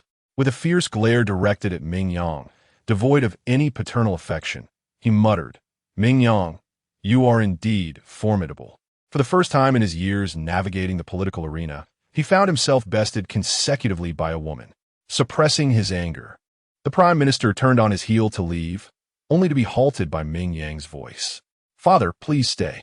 Ming Yang smiled brightly at him, her gaze drifting to the silver ingots nearby. Have you perhaps forgotten something? The Prime Minister furrowed his brow, instructing Ming Cheng to retrieve the items. As Ming Cheng nodded and reached for them, he was met with Mai Dong brandishing a prepared contract. Mai Dong cautiously extended the brush to Prime Minister Ming, respectfully stating, My lord, please. What lay before him was a document severing their ties. The Prime Minister's expression darkened further. Yet, Ming Yang appeared oblivious to the gravity of the situation, her lips curving into a gentle smile as she spoke warmly. There is no need to trouble, Father. I have already prepared the contract. All that is required is your signature and seal. From this moment forth, our paths diverge, and I shall have no further association with the Ming family. The Prime Minister's demeanor grew colder, his eyes narrowing slightly. He swiftly signed and stamped the document, his voice low. I hope you do not come to regret this decision. Without the Ming family as her support, he was eager to witness how this solitary girl would manage to establish herself in the capital. Ming Yang paid no heed to his veiled mockery. After meticulously reviewing the contract, she tucked it away in her bosom and retorted bluntly, "My lord, rather than concern yourself with my affairs, it would be wiser to contemplate how to restore your own position. Otherwise, who knows how long you will be able to enjoy this residence." With the ties severed, Ming Yang felt no need to maintain pretense. Calling him my lord with every utterance only served to infuriate the prime minister further. She turned elegantly and departed, her entourage in tow, leaving behind a flurry of packages and not even a glance back at her former master. The prime minister's ire intensified, his fists clenched, veins prominent, his gaze icy. Ming Yang had grown assertive, disregarding even her own father. Ming Cheng, coming to his senses, recalled the raucous crowd gathered outside the estate and pursed his lips. They were merely a collection of lowly individuals. His younger sister, now devoid of the advantages of the residence, should not succumb to mediocrity by relying on such base company. The prime minister scoffed, dismissing any notion of her escaping the grasp of the prime minister's household. Knowing he would ultimately force Ming Yang to confront reality and return in tears, humbled, Ming Cheng's eyes flickered with understanding, clearly absorbing his father's words. Contemplating his next move, he was interrupted by the prime minister's low, cautionary reminder. "Do not take matters into your own hands. You aspire to a career in the officialdom and must leave no traces behind." The prime minister's expression grew serious, his tone softened. Sometimes, a woman's jealousy can be a far more potent weapon than a blade. "Ming Cheng, you are an astute individual. You know what must be done." A hint of profound darkness glimmered in his eyes, his words laden with meaning. Ming Cheng halted, a gentle smile emerging, his demeanor increasingly warm. "Father, rest assured." The last vestige of impatience vanished from his countenance. When he rejoined the gathering, he appeared as a refined young gentleman, exuding elegance. He even assumed the role of a protective older brother, accompanying Ming Yang in a carriage to her new residence. The new abode, previously suggested by Madame Zhang, was modest with only 2 courtyards, yet situated favorably. Whether Ming Yang intended to visit Xinglin Fang or later wed into the Yun family, the journey would take less than a quarter of an hour. Ming Yang could discern that Madame Zhang had put considerable thought into this arrangement. Above the entrance, the characters Ming Mansion, inscribed by the master himself, adorned the space. At this moment, Nanxing awaited within the residence, having already enlisted the help of the apothecary to tidy up the courtyard. As the group from Ming Yang entered the residence, Ming Cheng followed closely behind, eager to step inside. However, to his dismay, darkness enveloped him as the heavy door slammed shut before his eyes. Had it not been for a servant pulling him back, he would have injured his nose. His expression darkened momentarily, but upon sensing the curious gazes of the neighbors, he quickly regained his composure. His sister was at odds with the family, and even I, her elder brother, was not spared from her disdain. He helplessly touched his nose, his tone laced with affection. He clasped his fists in front of the onlookers, explaining that his younger sister, being a young lady, was alone outside and would inevitably be missed by the family. Should anything happen to her in the future, he kindly requested their assistance in notifying the Ming family at the prime minister's residence. Young Master Ming Cheng sincerely expressed his gratitude. His humble demeanor endeared him to the crowd, eliciting warm laughter in response. They reassured him that they would certainly help if any issues arose in the future. Young Master Ming is truly a good brother. Miss Ming will eventually understand your heartfelt intentions. In a brief moment, Ming Cheng had won the hearts of the neighbors. The grand door of the Ming residence swung open once more. Nanxing, hands on her hips, directed Feng Yu to affix a notice to the door. She confidently stepped into the crowd and spoke in a clear, resonant voice. Everyone could see the notice, which stated plainly that the young lady of the house was originally a foster daughter of the prime minister's residence. Before her departure, she was coerced into parting with 30,000 taels of silver to be allowed to leave. The debt of gratitude for her upbringing had been settled by her. She wished to live her life in peace from now on. There was no quarrel with her family here, nor was there a devoted elder brother. The crowd must not be deceived. Nanxing's articulate declaration swiftly dissolved the goodwill Ming Cheng had cultivated. The onlookers regarded him with astonished expressions. Good heavens! They had thought he was a loving father, but it turned out he was so selfish and self-serving. What need was there for 30,000 taels to raise a young lady? The Prime Minister's household seemed excessively avaricious. This young master pretended to protect his sister. Yet in reality, he was stingy, merely relying on empty words. We were nearly fooled by him. No wonder this young lady was insistent on residing away from home. She must have endured considerable grievances while living there. In mere moments, the rumors outside had transformed dramatically. Nanxing smiled with satisfaction. She turned her head to find Ming Cheng's expression soured and could not help but curl her lip. "Young master, what are you still doing here? Our residence does not welcome you." Ming Cheng's face stiffened, suppressing his rising anger, managing a good-natured smile. "You little maid, I was once your master. Must you speak so rudely? Regardless of your belief, in my heart, Yang is akin to my own sister. If you're concerned about the matter of money." Ming Cheng paused, revealing a troubled expression, and continued helplessly, "That was my father's decision, and as his son, I truly cannot go against it. Nansheng, allow me entry first. My younger sister has just moved into her new abode, and as her elder brother, it is only fitting that I warm her new home." He gestured to the attendant beside him to push Nansheng aside, preparing to enter the residence. Nansheng was momentarily taken aback by his shamelessness, unable to intervene in time. Just as Ming Cheng was about to cross the threshold, a group of servants clad in simple garments suddenly rushed forth. "Make way, do not block the path," they shouted, rudely pushing Ming Cheng aside. Dozens of them, 2 per box, hurriedly carried items straight into the courtyard. The boxes, delicately adorned with red silk ribbons, exuded an air of festivity. Valuable red jade ornaments were carelessly transported without any cover. Ming Cheng was momentarily bewildered, pondering the situation. Just then, a hearty laugh erupted from behind him. "Ha ha! Daughter-in-law, Yunha and I have come to warm your home." The Marquis of Yong'an emerged from the crowd. Grasping Yunha's sleeve in one hand and carrying a jar of apricot blossom wine in the other, he nonchalantly pointed at the items, remarking, "These are merely trinkets that girls adore. Consider them as decorations." At that moment, Ming Yang was also stirred by the commotion at the entrance and stepped outside. Upon hearing the Marquis's words, she hurriedly expressed her gratitude and invited them into the residence. Meanwhile, Ming Cheng was once again halted at the door by Nansheng, who indignantly pointed at the items and chastised him. "Do you see? This is what it means to warm a home. Young master, I implore you to show some sincerity next time. Do not simply come empty-handed." Nansheng huffed, taking it upon herself to close the door. Yet, feeling unsatisfied, she shouted through the door, unyielding and insatiable, "Are you not aware of your greed, seeking to extract more from our young lady? All are scholars here. How can they be so devoid of shame?" Chapter 50. A disruption. Ming Cheng's countenance darkened considerably. With a flick of his sleeve, he turned to leave. Just as he passed a narrow alley, a feminine voice called out to him. "Young Master Ming, is that you?" The voice emanated from a carriage, and upon glancing in that direction, Ming Cheng's gaze met the delighted eyes of Miss Huang. He immediately halted, donning a gentle expression.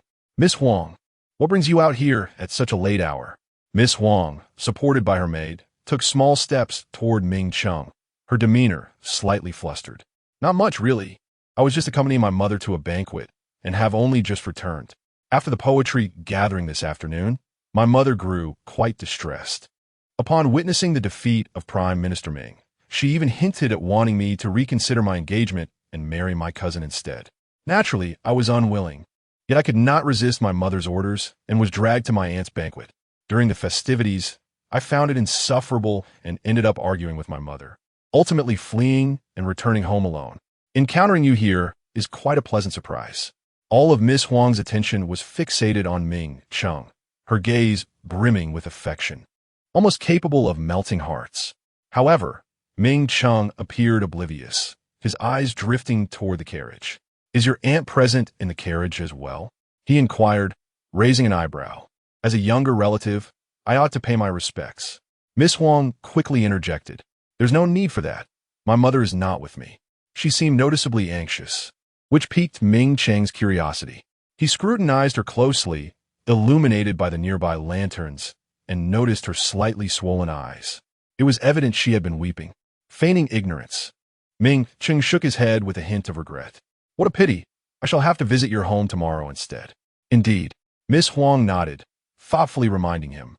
After the morning court session, you may accompany my father back to the Huang residence.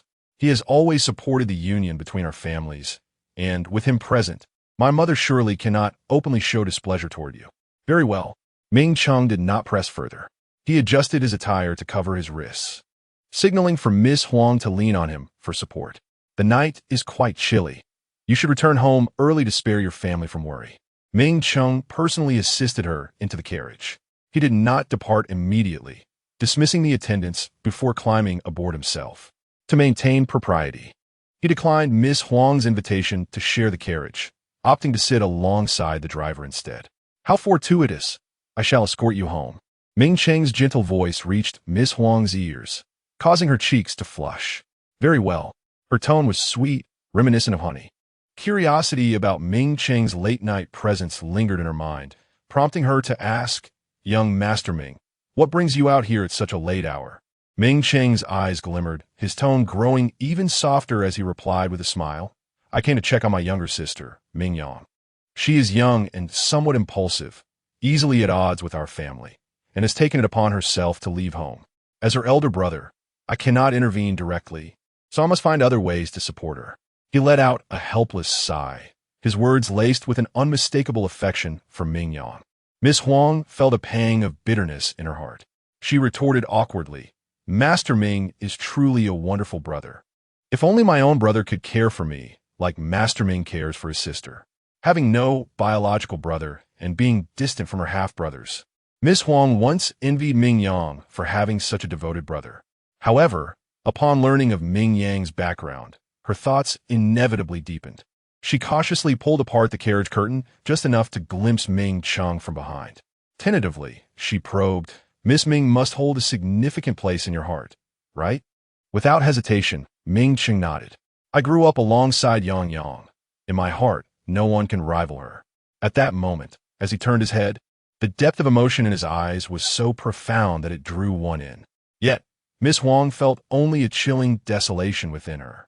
It was as if her heart had been submerged in a vat of sour pickles, the acidity overwhelming her and nearly bringing her to tears. Trembling, she released the curtain, concealing her grim expression. Casually, she remarked, "Miss Ming is truly fortunate. It makes one envious. So much so that one wishes to take her place." During the latter part of the journey, Miss Huang fell silent, and Ming Cheng appeared oblivious. After escorting Miss Huang to her residence, he alighted from the carriage. He bid farewell. "Since Miss Huang has arrived home, I shall take my leave.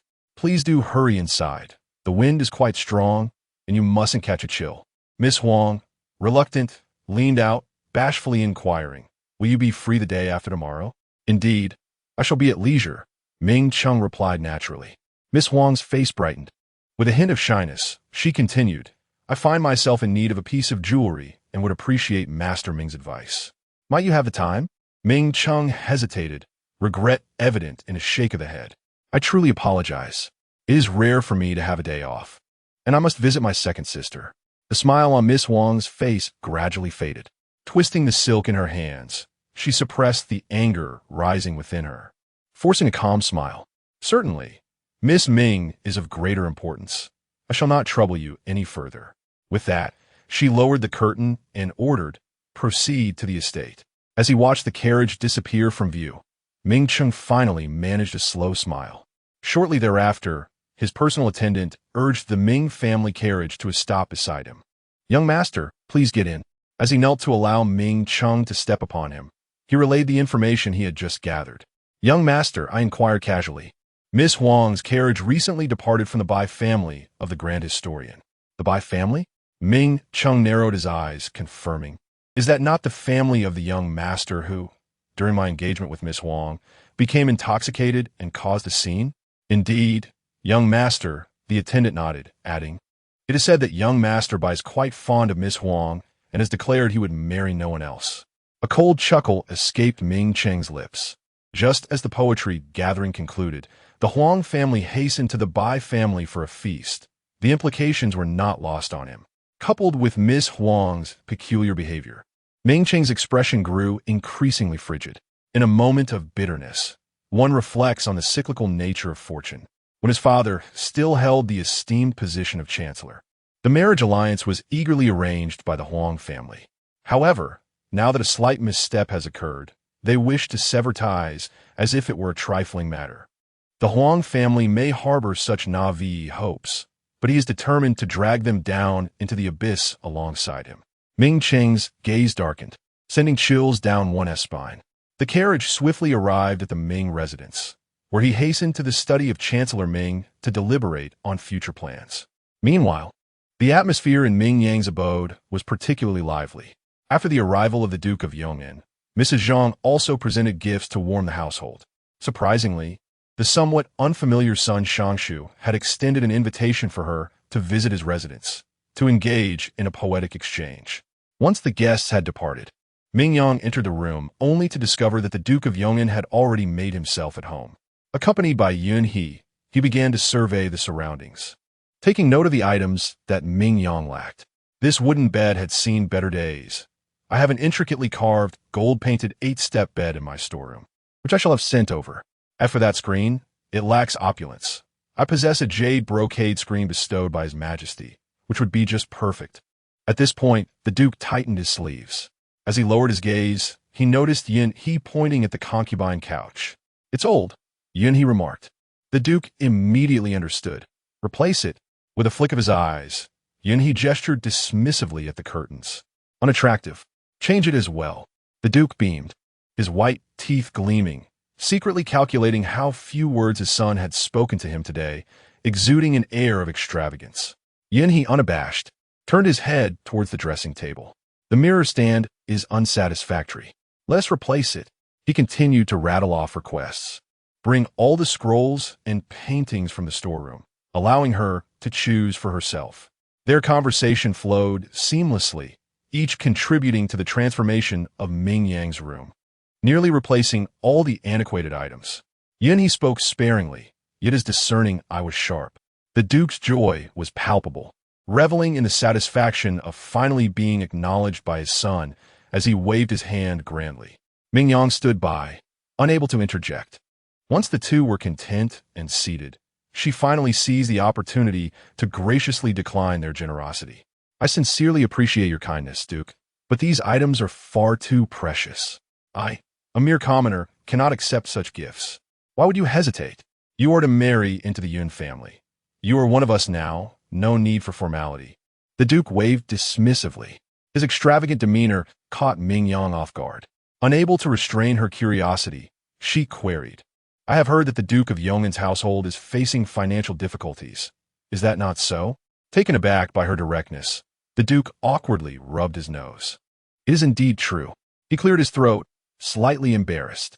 Ever since the passing of Yun He's mother, the businesses she left behind have been struggling.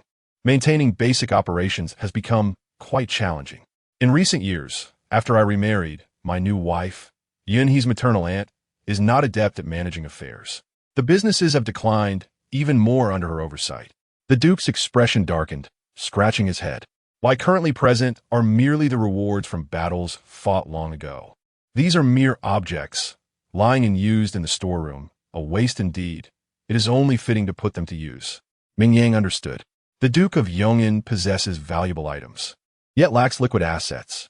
Most of these treasures cannot be readily converted into profit, rendering the Duke's estate akin to guarding a mountain of gold while being powerless to access it. However, it is somewhat curious that the Duchess of Yong'an hails from the Liang family of Longxi. The Liang family amassed their wealth through shipping, becoming affluent and powerful, with their dowries consisting of thriving businesses located in prime areas of the capital. The rental income from those shops alone should ensure no losses. It is perplexing how the Yun family could have mismanaged their affairs to such an extent. A fleeting moment of doubt crossed Ming Yang's mind. Aware that this was ultimately someone else's concern, she refrained from further comment. Just then, the kitchen announced that dinner was ready, and Ming Yang instructed for it to be served. The Duke had likely not dined yet. They should share a meal together. As she spoke, she casually handed over a bowl of lotus seed soup, a favorite of Yun He.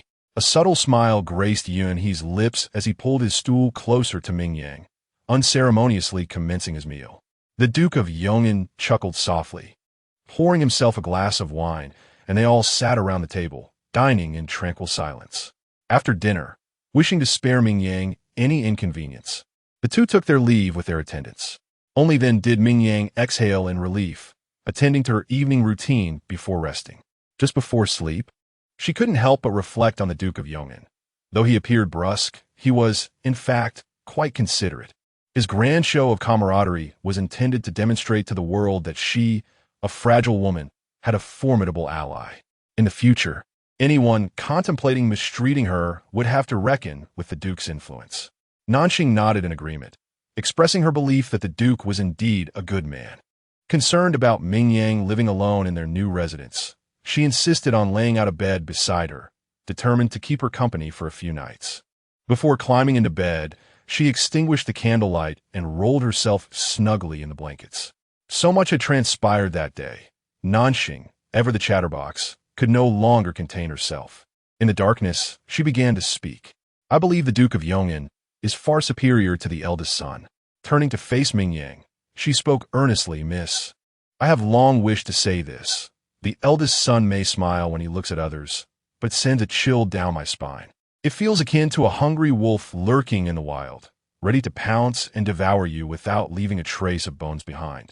Miss, you must be cautious of the eldest son. Previously, out of respect for Ming Cheng as her superior, Nanxing had been hesitant to voice her concerns so openly. Now that they had left the Prime Minister's residence, both Ming Yang and Nanxing felt considerably more relaxed. Ming Yang was taken aback by Nanxing's perceptiveness and gently reassured her. Do not worry. I shall be wary of him. A person who exploits women and keeps courtesans, no matter how polished their exterior may seem, has a heart that is utterly corrupt. After exchanging a few more words, both succumbed to sleep. The following morning, Ming Yang was awakened by Nanxing's urgent call. Miss, wake up quickly. Something has happened in Xinglin Fang. Startled, Ming Yang's drowsiness vanished in an instant. As she donned her attire, she inquired about the situation. What had transpired? The clinic had seldom been bustling with patients. Nanxing, quick of hand, assisted Ming Yang in fetching water for washing, expeditiously relaying the information she had gathered. It was said that a newly arrived apprentice had made a misdiagnosis, prompting the physician to act in fury, leading her family to ransack the pharmacy. Which apprentice? Ming Yang felt a tinge of curiosity, having recently taken on only one new female disciple, whom she had personally vetted after her examination. Nanxing eagerly nodded, affirming that it was indeed the one named Zhang Alan. With this knowledge, Ming Yang's heart settled. Without pausing, she boarded a carriage and made her way directly to the clinic. Before she could step inside, the clamor within reached her ears. Zhang Alan, though young, spoke with a vibrant voice, insisting. Such a simple pulse examination could not have been misdiagnosed. If you do not believe me, summon other doctors to verify. Why should you vandalize our establishment? A female voice, laced with anger and somewhat familiar, retorted fiercely. Vandalizing your establishment is merely a mild response. Should you continue to spout nonsense, I shall ensure you vanish from Kyoto. This recognizable voice caused Ming Yang to furrow her brow. She stepped through the door, hesitantly calling out to the figure with her back turned. Miss Huang, is that you? Miss Huang instinctively turned, her expression darkening upon recognizing Ming Yang. Ming Yang cast a glance at the young woman behind the curtain and inquired with a smile. Might I ask who this young lady is? Does she believe that the doctors at my clinic misdiagnosed the pulse? This is my cousin, Miss Huang curtly interjected, blocking Ming Yang's line of sight. Only then did she realize, exclaiming, So it was you, the quack, running this clinic. That is hardly surprising. My cousin is pure and virtuous. Yet you, a mere physician, dare to claim she is with child? Are you attempting to bring her to ruin? Chapter 51. Repaying kindness with enmity is not her style. Ming Yang was taken aback by Miss Huang's words. She furrowed her brows and glanced at the woman behind Miss Huang, recognizing her as the eldest daughter of the Bai family, Bai Su. A sudden shock coursed through her, recalling the rumors from her previous life. Before her marriage, she had attended a funeral held by the Bai family, accompanied by her mother. That funeral was for the eldest daughter of the Bai family. It was said that she had encountered bandits while out, and to preserve her purity, she took her own life. Many expressed sympathy for Bai Su, admiring her fierce spirit. Now, upon hearing the diagnosis from her own physician, Ming Yang could not help but feel a sense of alarm. She scrutinized Bai Su closely, noting her loose and oversized clothing, her hands instinctively crossed over her abdomen. The exposed portions of her face appeared round and puffy, slightly dull in color. Ming Yang's heart raced with unease. The mention of pregnancy might not be a misdiagnosis after all. With such thoughts swirling in her mind, Ming Yang nonetheless expressed her apologies publicly. I apologize, Miss Bai. Ms. Zhang is a newly recruited physician from Xinglin Fong. She excels in treating external injuries, but still needs to refine her skills in pulse diagnosis. Upon observing your round face, swollen hands, and pale lips, it seems likely you may be suffering from a gastric ailment. Please accompany me to the inner chamber so I may re-examine your pulse and prescribe some remedies to strengthen your spleen and stomach while dispelling the cold. As she spoke, Ming Yang gestured for Zhang Ilan to disperse the onlookers and led Bai Su toward the inner chamber. To her surprise, upon hearing that Ming Yang would personally examine her, Bai Su recoiled, retreating behind Miss Huang, her voice faint and trembling. Cousin, I do not wish to be examined. I do not trust Xinglin Fong, nor do I trust this female physician. Their physician merely glanced at my figure and hastily declared me a pregnant woman. If I were to follow her inside, who knows what slanderous words might be uttered against me? Bai Su's face was marred by humiliation as she clutched Miss Huang and attempted to leave. The crowd at the entrance, which had yet to disperse, immediately surged forward once more, pointing fingers at Xinglin Fong. Such inexperienced practitioners, with a few women in charge, how could they avoid mistakes? Indeed, in other places, seasoned male physicians are the norm. Even the apprentices are men. Yet here, at Xinglin Fong, they dare to recruit women as healers. Clearly, a blunder has occurred. To misdiagnose a respectable young lady like Miss Bai as a pregnant woman is to tarnish her reputation. If I were in her shoes, I would be so incensed by this humiliation that I would not rest until the foolish physician was dealt with. Bai Su, with her kind nature, was far too forgiving to let this go. The murmurs of the crowd reached her ears clearly. With her head bowed, her expression shifted, reflecting a mix of fear and turmoil in her eyes. At that moment, Miss Huang let out a discontented huff. I believe everyone is correct. That physician is indeed a quack. To let them off so easily is truly a disservice to us. If outsiders hear of this, they might not commend my cousin for her kindness. Rather, they may speculate that she is guilty of something. Bai Su's body stiffened, and she halted at the entrance. Turning back, her voice trembled, and her words sent a chill down one's spine. According to the laws of Qingyun, those who misdiagnose are to have their tendons severed and their tongues removed, thereby barred from practicing medicine henceforth. She bit her lip in struggle, pointed with a finger, and coldly declared, "Hand this physician over to me for punishment, and I shall no longer pursue the responsibility of Xinglin Fong." No one anticipated that the outwardly amiable and timid Miss Bai would strike with such ferocity. As her words fell, the servants of the Bai family encircled Xinglin Fong once more. Several robust men advanced directly towards Zhang Ilan, their weapons glinting ominously, their intentions unmistakable. Ming Yang's expression hardened, immediately positioning herself in front of Zhang Ilan. The previously stunned Zhang Ilan was now filled with indignation. The audacity of it all. Today, she witnessed firsthand the meaning of heartlessness and the betrayal of kindness. She held unwavering confidence in her diagnostic skills and understood that Ming Yang's prior remarks were likely aimed at safeguarding Miss Bai's reputation. Regrettably, she refrained from countering her earlier impulsive words, even willing to bear the stigma of a misdiagnosis. Little did she know, Miss Bai, rather than express gratitude, sought to destroy her, ensuring she would face no future repercussions. Enraged, she was about to reveal the truth, only to be restrained by Ming Yang. Ming Yang subtly shook her head and whispered, "If we completely tear away this veil of shame, there will be no room for negotiation." Zhang Ilan, of humble origins, lacked the power to withstand the Bai family's wrath, and Ming Yang realized she could not always protect her. The best course of action was to resolve the matter peacefully, lest Zhang Ilan suffer retaliation in the future. At that moment, Miss Bai's attack was merely an attempt to punish Zhang Ilan severely enough to convince everyone of her innocence. Ming Yang took a deep breath, resolved to offer Miss Bai a way out. She lifted her gaze towards Miss Bai, her smile devoid of warmth, and spoke calmly. If I recall correctly, the laws of Qingyun state that a physician who causes a patient's death through misdiagnosis shall face the severing of tendons and removal of tongue, thus prohibited from practicing medicine henceforth. Today, Ilan has not wrought any serious consequences. Miss Bai has already vented her frustrations upon Xinglin Fong. Why must one push another into desperation? Should Miss Bai be concerned about her reputation, Xinglin Fong is willing to post a notice to clarify the misunderstanding, ensuring that no rumors propagate. One should show mercy when able. I implore you, Miss Bai, to exercise restraint.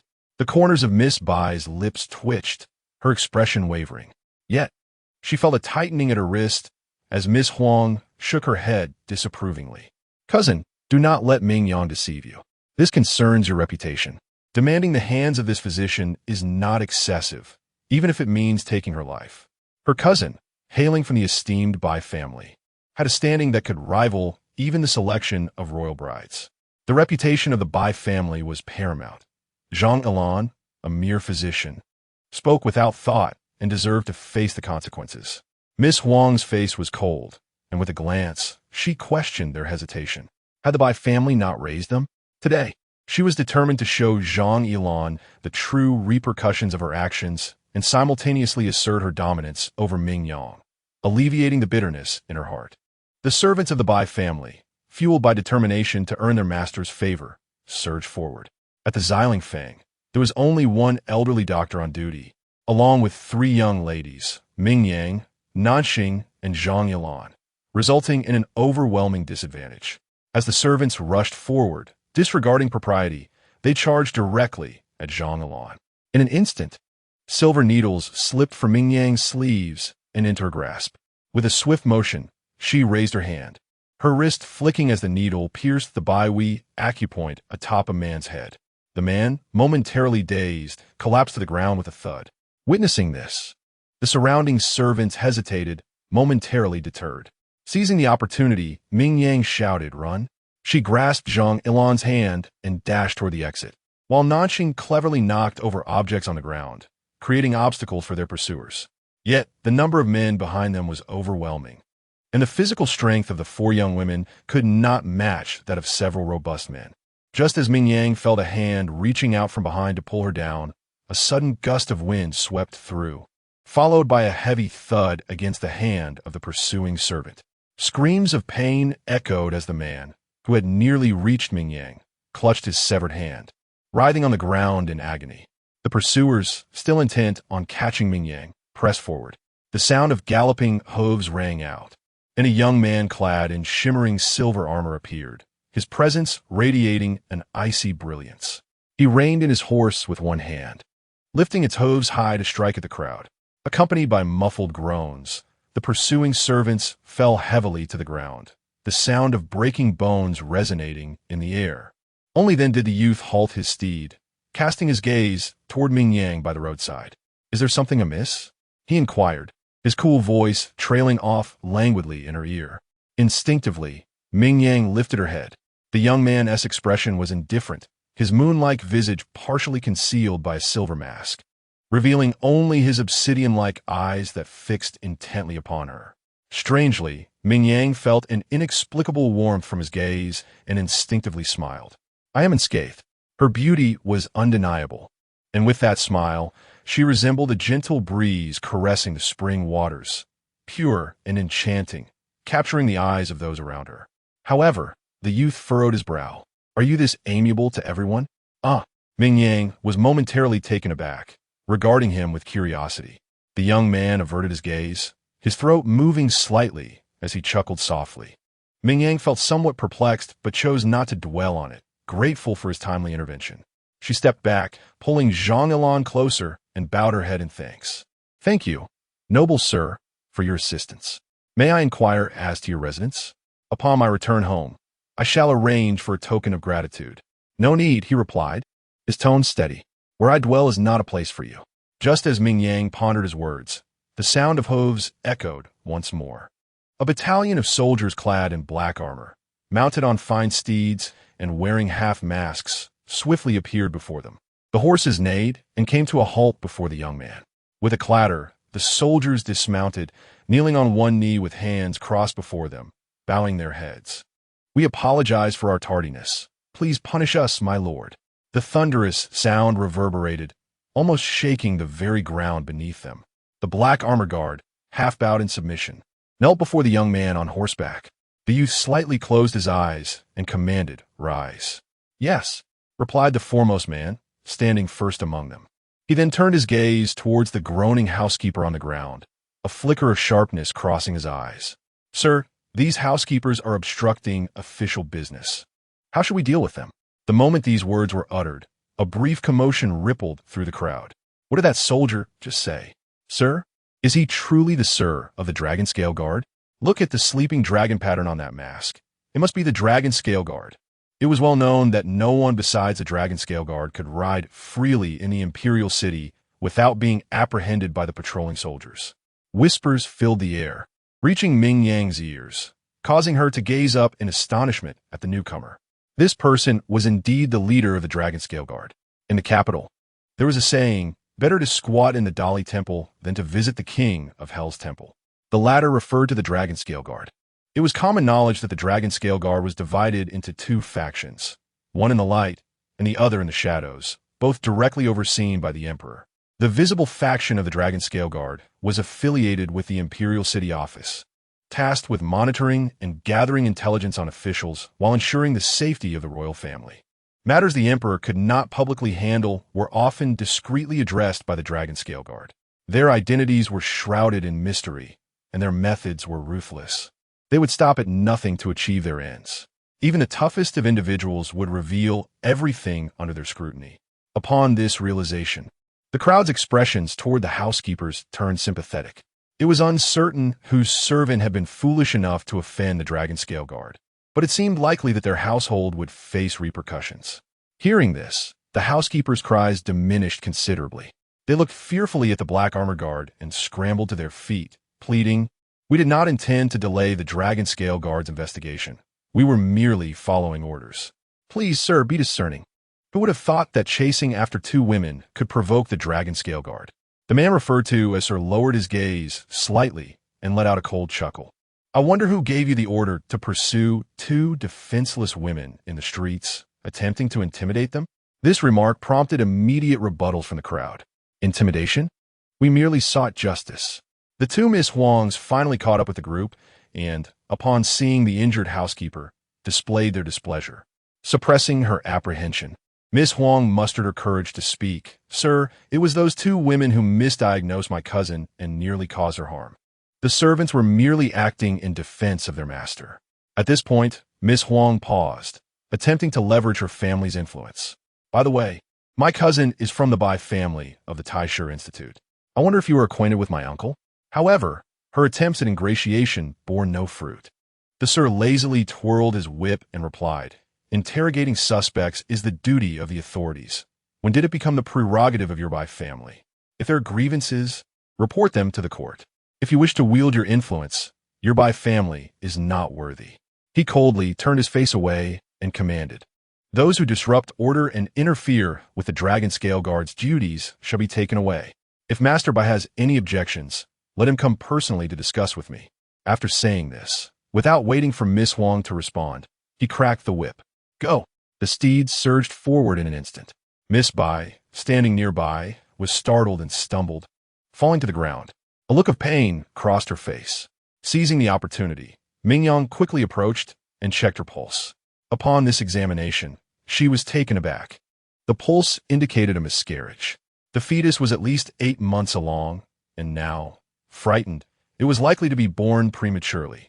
Her gaze swept over Miss Bai's abdomen, which indeed showed a slight bulge, though not prominently. It must have been bound tightly with cloth to conceal the condition. After grasping the situation, Ming Yang stood up and grasped Zhang Alan, intending to leave. "Let's go back." Just as she was about to depart, Miss Huang called out to her. "Stop! Where are you going?" She stared wide-eyed in a panic, anxiously exclaiming, "You must see to my cousin at once." Ming Yang turned back, a gentle smile gracing her features, her voice soothing. "We are merely a few humble physicians, unworthy to attend to Miss Bai. Should we inadvertently delay her treatment, We common folk have no lives to spare. With that, she averted her gaze and, in the moment of turning, slightly lifted her lips. It would be wise for Miss Huang to hasten and call for help to assist Miss Bai back for treatment, as the Bai residence is not far. After delivering this counsel, she walked away without looking back. After they had traveled a considerable distance, Zhang Yilan spoke up uneasily. Master, have I caused you trouble? Are we truly going to disregard Miss Bai? She seemed quite distressed, murmuring, after all, we are doctors. It does not sit right to stand idly by in the face of peril.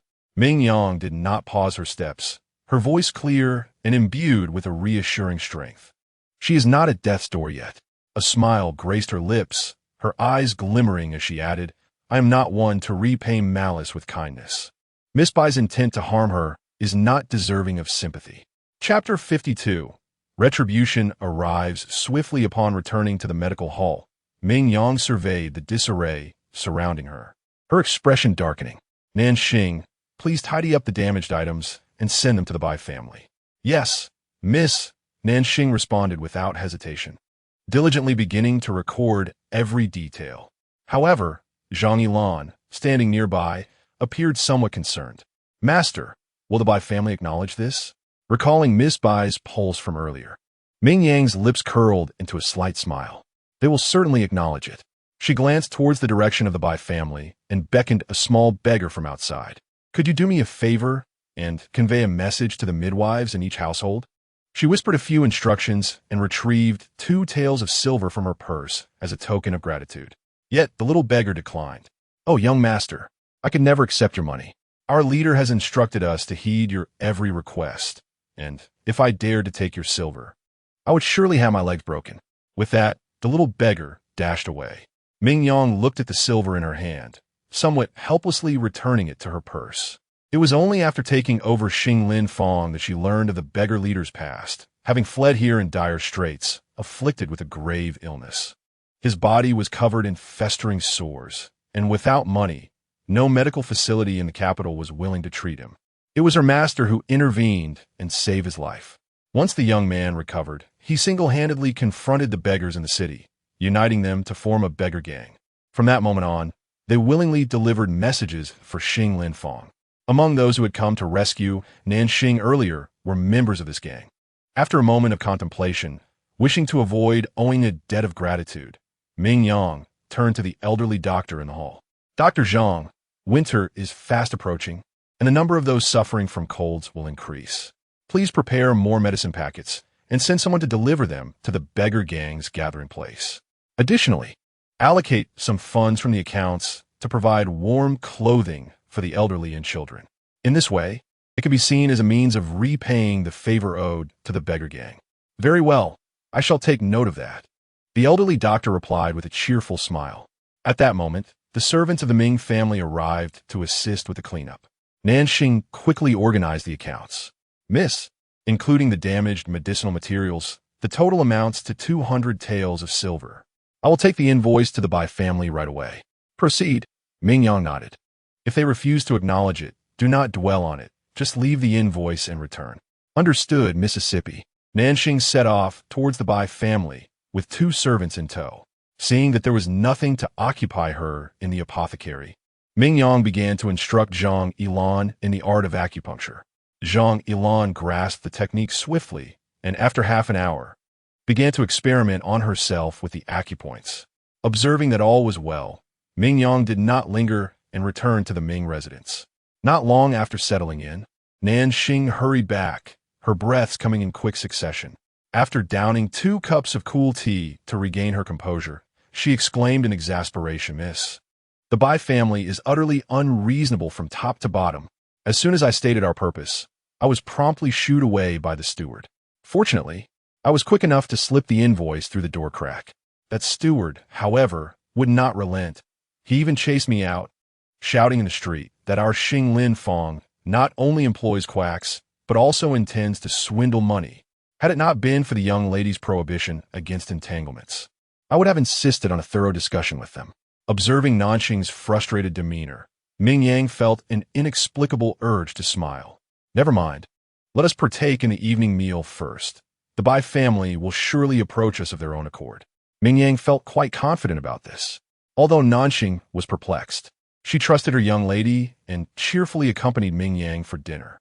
After the meal, Ming Yang organized her medical texts in the small study when a commotion arose outside.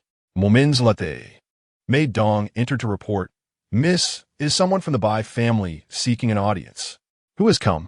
Ming Yang inquired. Her head turned away as she climbed a ladder with a book in hand.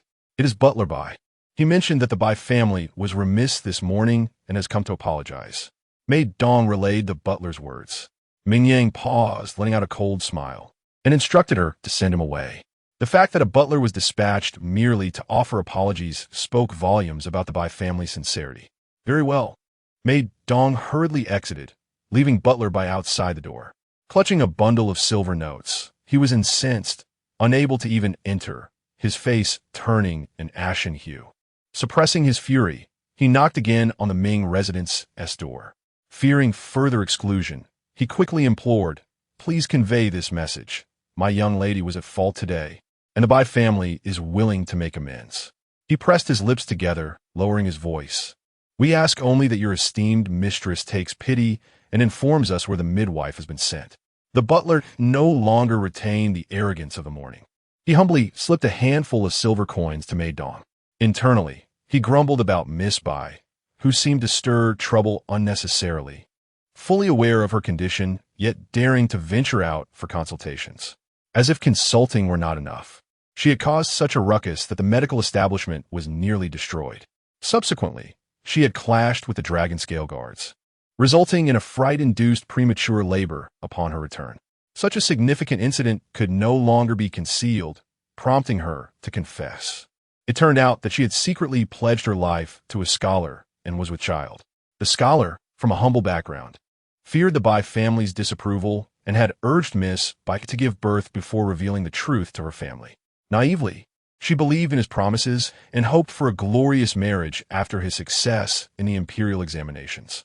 Lady Bai was greatly infuriated and sent someone discreetly to find the midwife. After visiting 10 households, they were told that the midwife was out on calls. The Bai family began to suspect that they were being deliberately thwarted.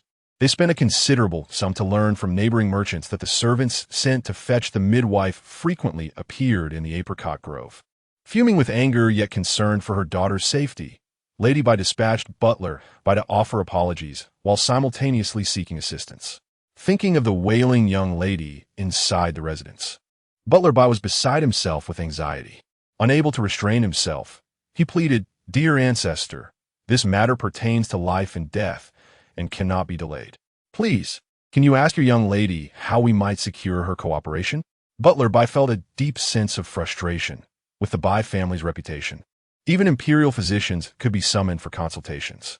Had it not been for their concern for reputation and a desire to avoid alarming others, they would not have found themselves in such a passive position.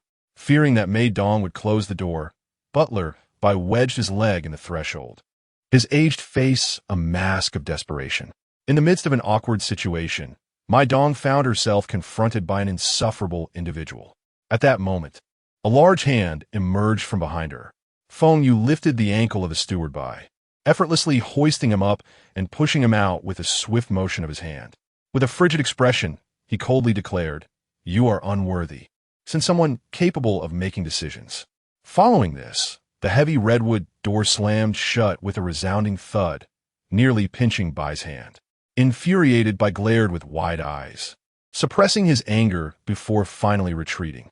It was best for him not to engage in discussions. If anything went awry, he would not be held accountable. Bai hurried back to the Bai residence, embellishing the tale as he recounted his encounter with Ming Yang. Mrs. Bai, incensed, found herself at a loss for options. As her gaze flitted about, it settled upon a young woman, causing her expression to darken abruptly. "Yin Jiao, how has your aunt treated you in the past?" The sudden mention of her name made Miss Huang anxious, prompting her to rise hastily. With a nervous clasp of her hands, she lowered her head and replied, "My aunt has always treated me exceptionally well." A sardonic laugh escaped Mrs. Bai. "I have always considered my treatment of you generous. Su'er has cherished you as her cousin, and Kuan-er has held deep affections for you." even when your family eagerly sought to ally with the Ming family and rejected Kuner's proposal. I, as your aunt, did not utter a single word of disapproval. The Bai family values kinship. How could you bear to ruin your cousin's life? Mrs. Bai questioned, her words laced with disappointment and anger. Miss Wang felt wronged. Aunt, how could I deliberately harm my cousin? I truly had no idea she was with child. She explained that she had invited her cousin out for a meal, during which her cousin displayed signs of discomfort and nausea. Mistakenly believing her cousin had simply eaten something bad, she insisted on taking her to a physician despite her cousin's protests. When a physician revealed her cousin's pregnancy, she was genuinely taken aback. Mrs. Bai, however, dismissed Miss Huang's explanations with a disdainful snort. Since the situation arose due to your actions, you must take responsibility. Your cousin urgently requires a midwife. If there is any delay that jeopardizes her life, can you bear that burden? Being still quite young, Miss Huang could not help but exhibit signs of fear upon hearing this. What should we do? The midwife has been hidden away by Ming Yang. Should we summon the royal physician? Mrs. Bai interrupted her sharply. Certainly not. Do you wish to bring about Suer's demise? My husband is exceedingly traditional and values family reputation. If he were to discover that our daughter has lost her virtue, Suer would be in grave danger. Miss Huang was utterly at a loss. Biting her lip in anxiety, she finally asked, what do you suggest, Aunt? I need you to beseech Ming Yang. No matter the cost, you must ensure that the midwife is brought here, Mrs. Bai instructed firmly, without beating around the bush. Bai, being merely a servant, would not suffice. If Ming Yang is displeased with him, you must personally apologize and request her assistance. Miss Huang hesitated for a moment, feeling reluctant. Aunt, I'm not on good terms with Ming Yang. Perhaps you could send someone else instead. Madame Bai narrowed her eyes, perfectly satisfied. It was just the right moment for Ming Yang to vent her frustrations. After speaking, Madame Bai exchanged a glance with a nearby maid, issuing a silent command. Ensure that the cousin is personally escorted. You know what to do. Yes, the two maids responded, one on each side, ostensibly assisting Miss Huang, but in reality, compelling her to move forward. Under Madame Bai's stern gaze, Miss Huang dared not resist. She shrugged off the maid's hands, trudging forward in a huff. Let go of me. I can walk by myself. Upon reaching the carriage waiting at the entrance, Miss Huang hurried to the Ming residence. Taking a deep breath, she reluctantly alighted from the carriage under the urging glances of the two maids. Summon Ming Yang. I wish to apologize, she stated, her tone somewhat brusque. The gatekeeper, recognizing her status, turned to inform Ming Yang. However, the person who emerged was not Ming Yang, but Nanxing, swaying slightly as she cracked sunflower seeds, reveling in the spectacle. Oh, I thought it was someone important. Turns out it's just Miss Huang, she chimed, her voice bright and teasing, winking playfully. Amidst Miss Huang's displeasure, Nanxing continued at a leisurely pace. What brings you to our humble abode in the dead of night? Did you not have your fill of chaos during the day? Miss Huang's brow furrowed as she glanced behind Nanxing, realizing Ming Yang was absent, her frustration mounting further. I come to apologize. Isn't your young lady coming out to greet me? Our young lady is quite preoccupied. For such a trivial matter, it suffices to have a servant present. Nanxing replied nonchalantly. Miss Huang inhaled deeply, recognizing Ming Yang's deliberate attempt to undermine her. With a sullen expression, she turned to leave, only to be firmly restrained by the two maids behind her. Cousin, the young lady is awaiting your assistance. Do not throw a tantrum, they warned, their tone laced with a hint of admonition, clearly a directive from Madame Bai. Reluctantly, Miss Huang halted her retreat. Gritting her teeth, she pivoted back, begrudgingly stating, the incident during the day was a hasty oversight on my part. The Xinyuan clinic did not misdiagnose, and the physicians there are not quacks. I have come to personally apologize and bring compensation. With that, she gestured for the maid to present the silver notes. Nanxing accepted the notes, glancing at them superficially, yet did not hasten to put them away. Instead, she regarded Miss Huang with a cheerful smile, causing an ominous feeling to stir within her. Furrowing her brow, Miss Huang demanded, what else do you want? I have already apologized. Are you still unsatisfied? Nanxing pouted. That you have apologized, who can truly say? Today, so many witnessed the spectacle, all believing that my Xinyuan clinic is unreliable and filled with quacks. Your actions have tarnished our reputation, and our future business will surely suffer. Shouldn't you take responsibility? Miss Wang found herself momentarily at a loss for words. Then will you propose? Nanxing smiled. It's quite simple. Our young lady has decreed that the Bai family must personally deliver a plaque proclaiming benevolence and skill to the Xianyuan clinic, complete with drums and fanfare. Leave the compensation behind and write a receipt. Let this matter be settled. What? Miss Huang exclaimed in astonishment, instinctively refusing. How can this be? Wouldn't it reveal that my cousin is pregnant out of wedlock? Nanxing shot her an exasperated glance. Are you foolish? Can't you come up with another excuse? If it weren't for your incessant fussing, who would know that Miss Bai has been diagnosed with pregnancy? It is precisely your meddling that has escalated the situation. Very well. Miss Huang's expression darkened, and feeling guilty, she reluctantly conceded. We shall simply say that we misheard. My cousin merely has a stomach ailment and mistakenly visited the wrong clinic. Nanxing smiled in agreement, about to nod in affirmation, when she was interrupted by Feng Yu's voice. He had just returned from outside, beads of sweat dotting his forehead despite the winter chill. It's too late. All too late. Nanxing was perplexed. What do you mean it's too late? Feng Yu gasped for breath and spoke hurriedly. The news has already spread through the streets. Someone from the Bai family is pregnant out of wedlock. It has been clearly stated that it is either Miss Bai or Miss Huang. What? Nanxing was taken aback, her astonishment evident. Who did this? Didn't the lady instruct us to keep it confidential? She only intended to teach the Bai family a lesson, not to have the news leaked. With this revelation, the reputation of Miss Bai and the others will be tarnished. Miss Huang understood this all too well. She immediately turned to rush to the carriage. Quick! I must return to the Huang family. At that moment, she was no longer concerned about Miss Bai's fate. Her primary worry was clearing her own name. However, Miss Huang was restrained. Two matrons, their faces stern, exchanged glances and reached a silent consensus. With Miss Huang's delicate condition, it would be best for her to return to the Bai family to recuperate. They covered her mouth and helped her into the carriage. They did not forget to remind Nanxing, the Bai family has agreed to your terms. Hurry and send a midwife to the Bai family.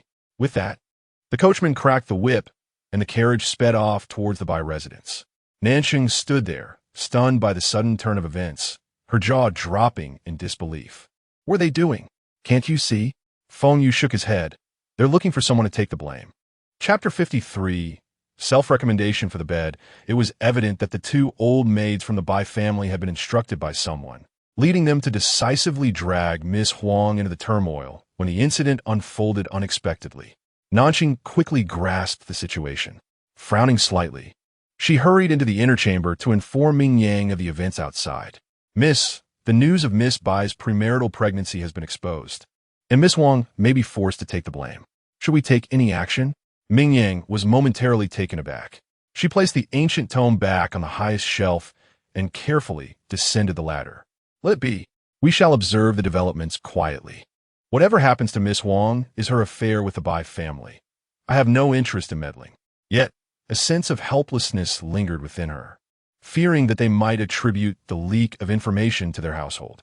The timing of these events was indeed too coincidental. Even if they explained themselves, it was likely that the Bai and Huang families would remain unconvinced. With this thought, Ming Yang earnestly instructed Nanxing, go to the beggars' gang and find a few individuals. Keep a close watch on Zhang Alan's comings and goings. I fear the Huang family might act against her. As for our residents, procure a few guards to rotate shifts, maintaining vigilance in the courtyard. Understood. Mississippi Nanxing took the matter seriously and promptly set about her tasks. A short while later, Feng Yu was summoned by Ming Yang. Feng Yu, go discreetly investigate and see if there are any updates from the Bai family. Also, find someone to monitor the Huang family. Report any developments back to the residents promptly. Yes. Feng Yu accepted the order and departed. The following morning, Feng Yu returned, his demeanor cloaked in frost. Ming Yang had just finished her breakfast and called him in to report. You didn't return last night. Did you uncover any information? Feng Yu nodded. Miss, the Huang family has called off the engagement with the eldest son of the Ming family. What? Ming Yang was taken aback. Miss Huang harbors deep feelings for Ming Cheng. How could she agree to such a thing? Naturally, she was unwilling. Feng Yu replied with a mysterious expression, a smirk playing at the corners of his mouth. Lowering his voice, he continued, "Last night, I snuck into the Bai family's residence and hid in the small garden of the side courtyard for the night. And I indeed gleaned some valuable information. Late last evening, Master Huang and Madame Huang were discreetly summoned to the Bai family. The two families convened, and though I could not discern the entirety of their conversation, I faintly heard raised voices and Miss Huang's reluctant cries. Shortly thereafter, I witnessed the steward of the Huang residence hastily departing to the Ming family to annul the engagement. As for Miss Huang, Feng Yu paused for effect. She has become engaged to the Bai family's young master, with the wedding set for just 7 days hence. Such haste? Ming Yang expressed her astonishment. Weddings among noble families are typically elaborate affairs. Even in her case with Yun He, they had planned for 2 months ahead, which felt somewhat rushed. Yet, Miss Huang's wedding was arranged for a mere week away. It was blatantly clear that something unusual was afoot regarding Miss Huang's marriage. Ming Yang could not help but recall the rumor from the previous day, a sudden realization striking her. She speculated, could it be that the Huang family truly intends to sacrifice Miss Huang, allowing her to take the fall for the scandal of premarital pregnancy? Miss is indeed astute. Feng Yu nodded and added, there are whispers circulating outside that Miss Huang has not been prudent, developing secret affections with the young master of the Bai family, leading to a tragic outcome. It is evident that Miss Huang has become a sacrificial pawn between the two families. At this point, Feng Yu found herself puzzled. According to her understanding, Miss Huang was the sole daughter of the Huang family, born of the legitimate wife, and had always been favored. Given Lord Huang's emphasis on reputation, how could he possibly consent to having dirt cast upon his daughter's name? It was clear that something of greater significance must have been exchanged. Ming Yang, half supporting her forehead, sighed. It seems the Bai family has offered something substantial, prompting Lord Huang to sacrifice his daughter's honor rather than relinquish it. As for what that something might be, she could not fathom at the moment. Continue to keep an eye on the Bai and Huang families, she instructed. Understood. Feng Yu promptly went to arrange personnel. Ming Yang then recalled information from her previous life. In that life, the scandal of Miss Bai's premarital pregnancy had not been exposed, and the engagement between Miss Huang and Ming Cheng had progressed smoothly. However, she later heard that several of the Huang family's illegitimate sons had failed the imperial examination, not even managing to secure the title of a Jiren. It was said that Lord Huang lost face because of this, and even contemplated resigning from his official position. With this thought, Ming Yang glanced at the imperial calendar and was startled to realize it was already the end of December. In just half a month, the examination would commence, wouldn't it? She casually inquired. Is that so? Indeed. I recall that the eldest young master will also participate in this autumn examination, Nanxing replied, carefully organizing the freshly washed garments into the wardrobe. She couldn't help but express her thoughts. Fortunately, the autumn examination is nearing. Surely the eldest young master will have no time to come here and disturb us any longer. Nanxing was unreservedly wary of Ming Cheng. Although he had yet to commit any overt actions, she could not suppress her inner aversion towards him. Observing Nanxing's reaction, Ming Yang couldn't help but feel a sense of admiration. It seemed that individuals with such straightforward personalities innately possessed a keen instinct for self-preservation, their intuitions sharper than others. Fearing that Nanxing would reiterate her caution regarding Ming Cheng, Ming Yang hastily reassured her, rest assured. The autumn examination has already been postponed for several months due to calamities, and it is now quite close to the spring examination. If the autumn examination proceeds smoothly, one can directly participate in the subsequent imperial examination in February. Should one fail, however, they would have to wait 3 years to try again. With the Ming family having lost their position as chancellor, there is an urgent need for someone to rise in the court. Ming Cheng certainly cannot afford to wait 3 more years. I believe we shall enjoy some peace for a while longer. Ming Yang's assumptions proved accurate in recent days. Ming Cheng indeed had not sought her out. However, his covert maneuvers had not diminished. On the very afternoon of the Huang family's broken engagement, Ming Cheng appeared alone in a small grove outside the city. After a while, a woman wearing a veiled hat hurriedly arrived. Upon their meeting, the woman rushed forward and embraced Ming Cheng, exclaiming, "Young Master Ming, thank you for rescuing me. You must believe me, I did not wish to call off the engagement. I have been framed. Miss Huang donned a gown of soft yellow, her hood partially lifted, revealing a face streaked with tears, evoking a profound sense of sympathy. Yet, Ming Cheng displayed no hint of compassion as he brusquely pushed her away. Miss Huang, please maintain your dignity. I am acutely aware that our private meeting contravenes the established decorum and propriety, but there are certain matters I wish to clarify in person. As he spoke, Ming Cheng took a few steps back, manifesting an air of detachment. Miss Huang's eyelashes fluttered slightly as she stood there, visibly hurt. Ming Gongzi, why do you become so distant with me? Are you blaming me for calling off the engagement? Her tone was tinged with urgency, her eyes brimming with grievance.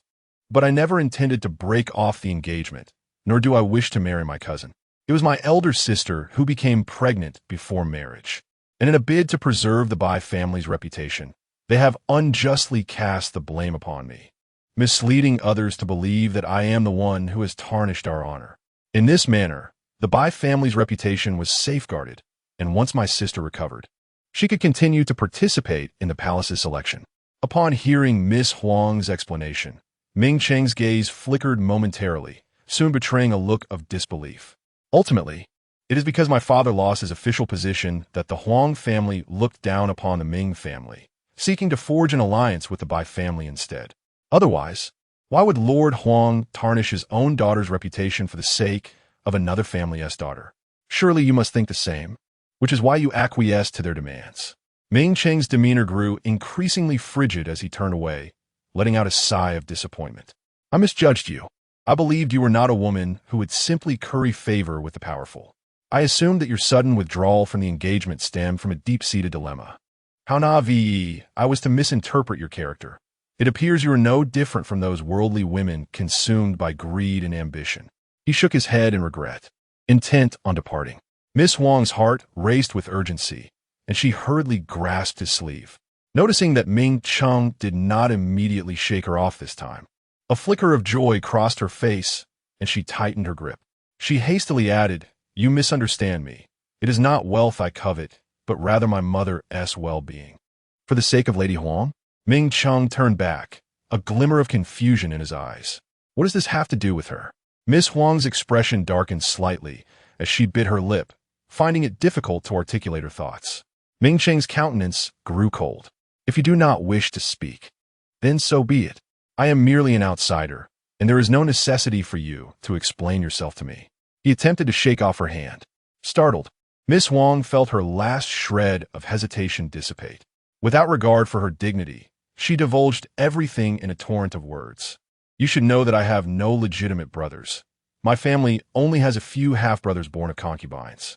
Due to the absence of a legitimate heir, my father harbors a significant bias against my mother and does not hold her in high regard. This autumn's imperial examination has my uncle from the Bai family as the chief examiner, and he has promised to assist in ensuring that my half-brothers do not fail. At this point, Miss Huang's dissatisfaction grew more palpable. Those half-brothers possess only mediocre talents. If they were to participate in the examination normally, they would likely end up with nothing. Only through the alliance of the Huang and Bai families can they hope to secure a less conspicuous position. The price, however, was the sacrifice of her happiness.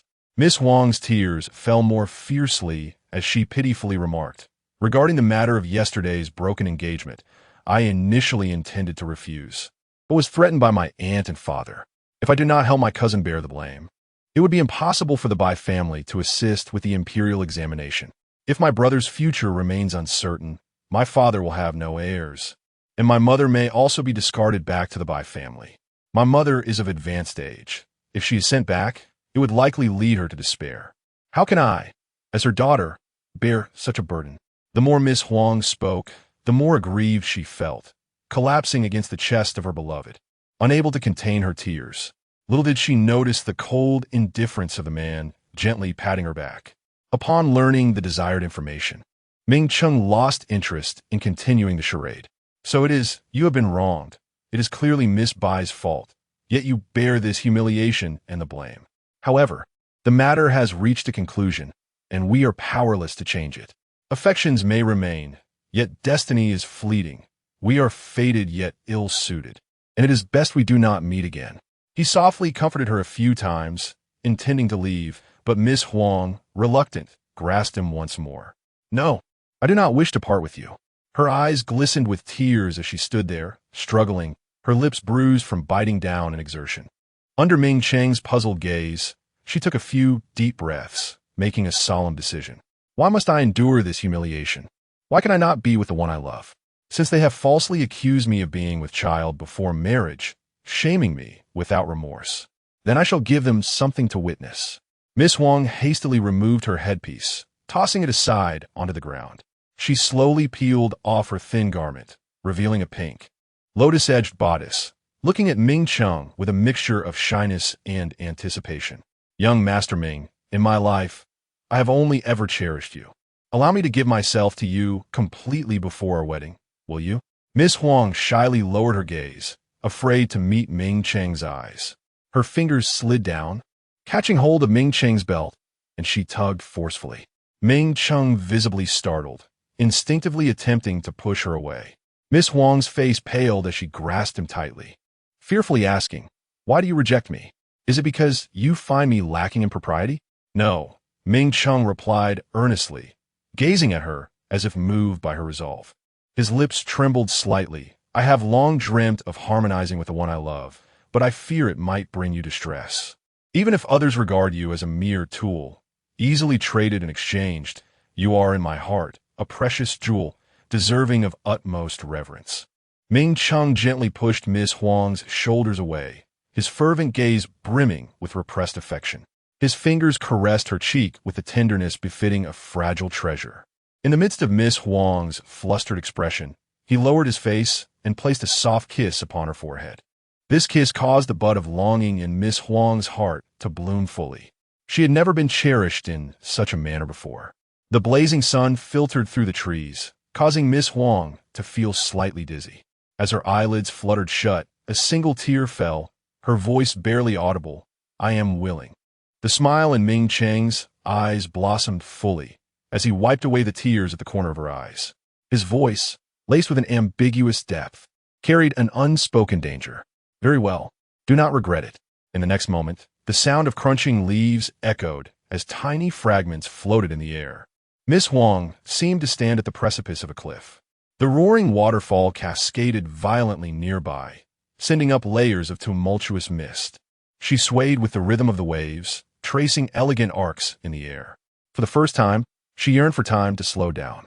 Yet, life seldom conforms to one's desires. The maid waiting outside flushed crimson, rushing in with urgency. "Miss, you must rise quickly. Someone is approaching."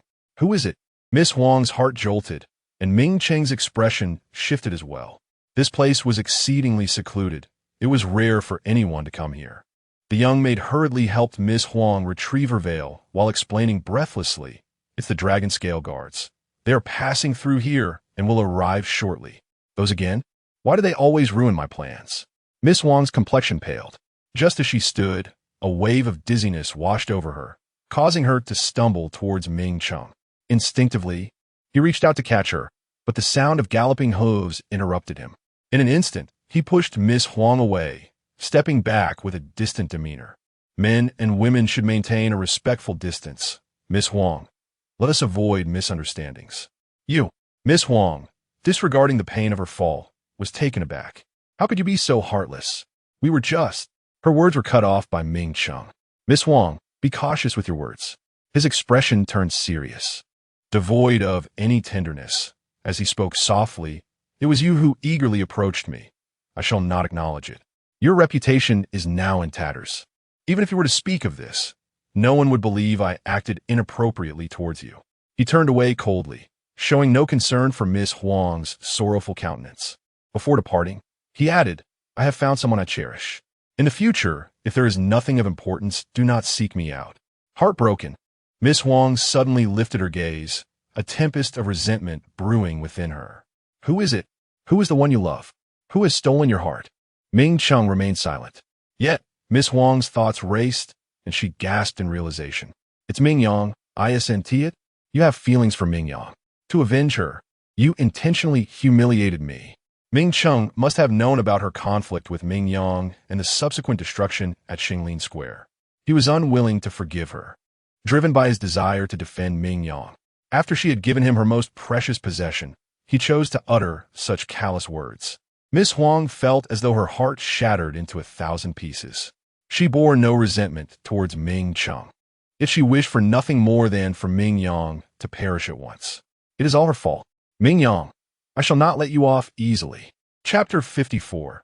Eliminating Ming Yang once and for all. Ming Cheng glanced back, clearly aware that Miss Huang had misconstrued something, yet he chose to remain silent. He merely uttered a vague remark, "Think what you will." To Miss Huang, this was tantamount to acquiescence. Clumsily, she rose from the ground, her gaze imploring as she looked at Ming Cheng. "Please don't abandon me. I don't care about Ming Yang. If you desire her, I can accept her." Ming Cheng raised an eyebrow in disdain. "Have you forgotten, Miss Huang, that you are no longer my fiancée? Had you still held that title, I would have honored my commitment and never taken another concubine. But now, you are on the cusp of becoming another man's wife. What right do you have to make demands of me?" Miss Huang was momentarily rendered speechless. Biting her lip, she pleaded, "I know I am unworthy, but as long as you acknowledge me, I will do anything you ask." "Really?" Ming Cheng arched an eyebrow, testing her sincerity. "Would you even be willing to coerce your father into concealing my actions during the autumn examination to ensure my success?" "What?" Miss Huang appeared taken aback, trusting him. "Young Master Ming, your talents are unparalleled. You need not resort to such sordid tactics." Ming Cheng averted his gaze, stating, "It's merely a matter of additional assurance. If you are unwilling, simply disregard what I said." His impatience was palpable as the sound of galloping hooves from the dragon scale guards grew ever closer. He wished to hasten his departure, not wanting to linger with Miss Huang. In an instant, she became frantic, grasping his arm. I am willing. I am willing. As long as you do not ignore me, I will assist you in any way. Since your father is prepared to sacrifice my happiness for the futures of his illegitimate sons, I can certainly use that to my advantage." Ming Cheng nodded in satisfaction. "As long as you understand, should I succeed, I will not forget you, no matter who else may enter my life. Your devotion to me shall always hold a special place." He extended his hand, patting Miss Huang's shoulder as one would soothe a pet. His fingers deftly untied the ribbon at the nape of her neck. With a flick of his wrist, he seized the loose bodice, pulling it into his grasp. In the wake of Miss Huang's astonished gaze, Ming Cheng gently withdrew his hand, remarking, "I shall keep this as a memento." Her face flushed crimson, and she shyly pressed her lips together, softly responding with an affirmative murmur. Seeing her lack of opposition, Ming Cheng's expression softened further. "Come, I shall escort you home." With that, he took the lead, walking ahead. In the instant he turned, the warmth that had briefly graced his features vanished, replaced by a chilling indifference. Ming Cheng had never held much interest in such an inexperienced young woman as Miss Huang. However, he was acutely aware of Bai Kuen's deep affections for her. Bai Kuen had audaciously taken his betrothed, and in return, Ming Cheng offered him the proverbial green hat as a congratulatory gesture, a fitting punishment for Miss Huang's broken engagement.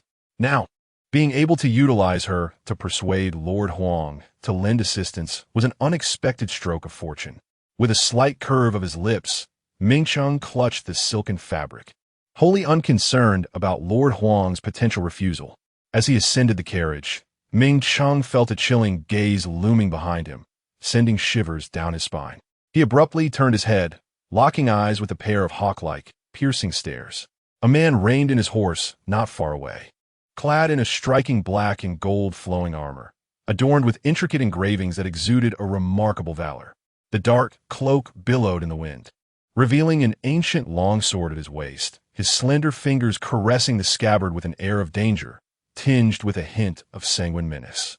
Though no words were exchanged, Ming Cheng could sense the oppressive aura emanating from the man before him. Instinctively, he tugged down the carriage curtain and urged the driver to hasten their departure from this place, his voice taut with urgency. If he was not mistaken, the man was none other than the infamous fourth master of the capital, known for his ruthless methods. Provoking such a figure would yield him no advantage. It was not until the carriage had traveled a considerable distance that Ming Cheng finally exhaled a long sigh of relief, only then becoming aware of the astonished gaze directed at him from Miss Huang. She sat there quietly, seemingly disappointed by his reaction. "Young Master Ming, are you truly frightened?" The earlier appearance of the fourth master had clearly unsettled him, marring the composed image he had cultivated in Miss Huang's mind. Although the fourth master has a notorious reputation, we have not wronged him, so why the excessive alarm? Her voice was barely above a whisper, and after speaking, she dared not meet his gaze. Ming Cheng regarded her deeply, his expression somewhat grim. Considering Miss Huang's usefulness, he refrained from displaying open displeasure, instead offering a perfunctory response. "You are unaware, but my father has had a prior conflict with the fourth master. He warned me that the fourth master is brazen and vengeful, adhering to no notion of sparing family from harm. He advised me to exercise caution in any encounters to avoid bringing calamity upon our household. If that leads you to perceive me as timid, I regret to disappoint you. After all, I cannot risk the lives of my entire family for a fleeting display of bravado." Ming Cheng spoke with an air of nonchalance, smoothing the creases of his garment, exuding an unruffled demeanor. Whether his words were true remained known only to him, yet Miss Huang appeared to take them to heart. Her cheeks flushed with embarrassment, remorse for her earlier doubts washing over her. "I apologize, I did not know." Before she could elaborate, Ming Cheng raised a hand, interrupting her. "No need to say more." He threw open the carriage curtain and coldly commanded the driver to stop. With that, he flicked his cloak and, as the carriage came to a halt, swiftly alighted. Turning away with an air of indifference, he entered a nearby alley, ignoring Miss Huang's pleas for him to stay. His demeanor clearly indicated his anger. Miss Huang hastily rose, adjusting her hood, and hurried after him. Though she moved quickly, her pace could not match Ming Cheng's long strides, and with a turn, she lost sight of him. In a state of panic, she darted through the narrow lanes, on the verge of despair when she suddenly heard a familiar voice. "As the autumn examination approaches, it is rare for my brother to find time to visit me. I thought I would not see him for some time." The woman's voice was charming, yet could not mask the affection underlying her words. Miss Huang followed the sound, her footsteps light and measured, and soon found herself before a partially open gate leading into a small courtyard. The courtyard, adorned with blue bricks and light tiles, exuded an air of elegance. Delicate yellow flowers dotted the top of the surrounding wall, swaying gently in the breeze. Even the stone table within was meticulously carved from bluish stone, the intricate patterns on its side clearly the handiwork of a master sculptor from the city. This familiar courtyard caused Miss Huang's brow to furrow in concern. At that moment, her maid, Qin Kai, hurried over. Noticing Miss Huang's perplexed expression, she glanced in the same direction. "Goodness, this is remarkably similar," Qin Kai whispered, covering her mouth in surprise. Miss Huang, fearing to alert those inside, swiftly pulled her aside and inquired softly, "Why are you so astonished? Do you know the owner of this courtyard? Isn't it you who knows her as well?"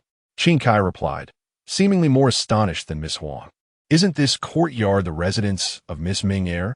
When we were at the Ming residence, it was arranged just like this, and you even praised its elegance." She sighed. "To replicate the exquisite Ciu of the Ming family here, the owner must have put in a great deal of effort." Miss Huang's eyes widened in sudden realization, comprehending where the sense of familiarity stemmed from. She surveyed the narrow alley and clenched her fists. Coldly, she remarked, "Haven't we been here before?" "Indeed," Qin Kai nodded. "Last time, you were outside the alley, witnessing young Master Ming escorting Miss Ming Air past. You were so furious then that you didn't pursue them, which is why you might not remember."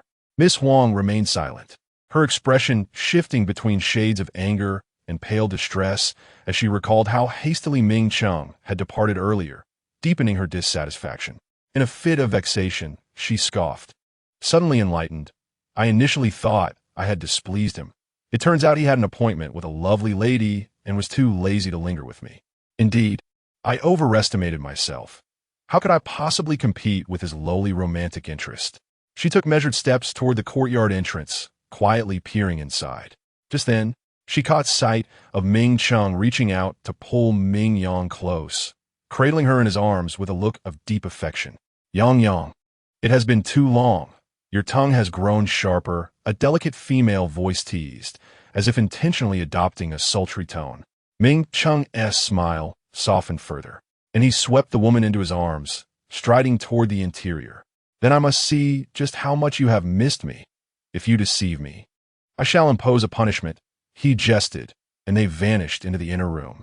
Moments later, suggestive murmurs wafted through the open window.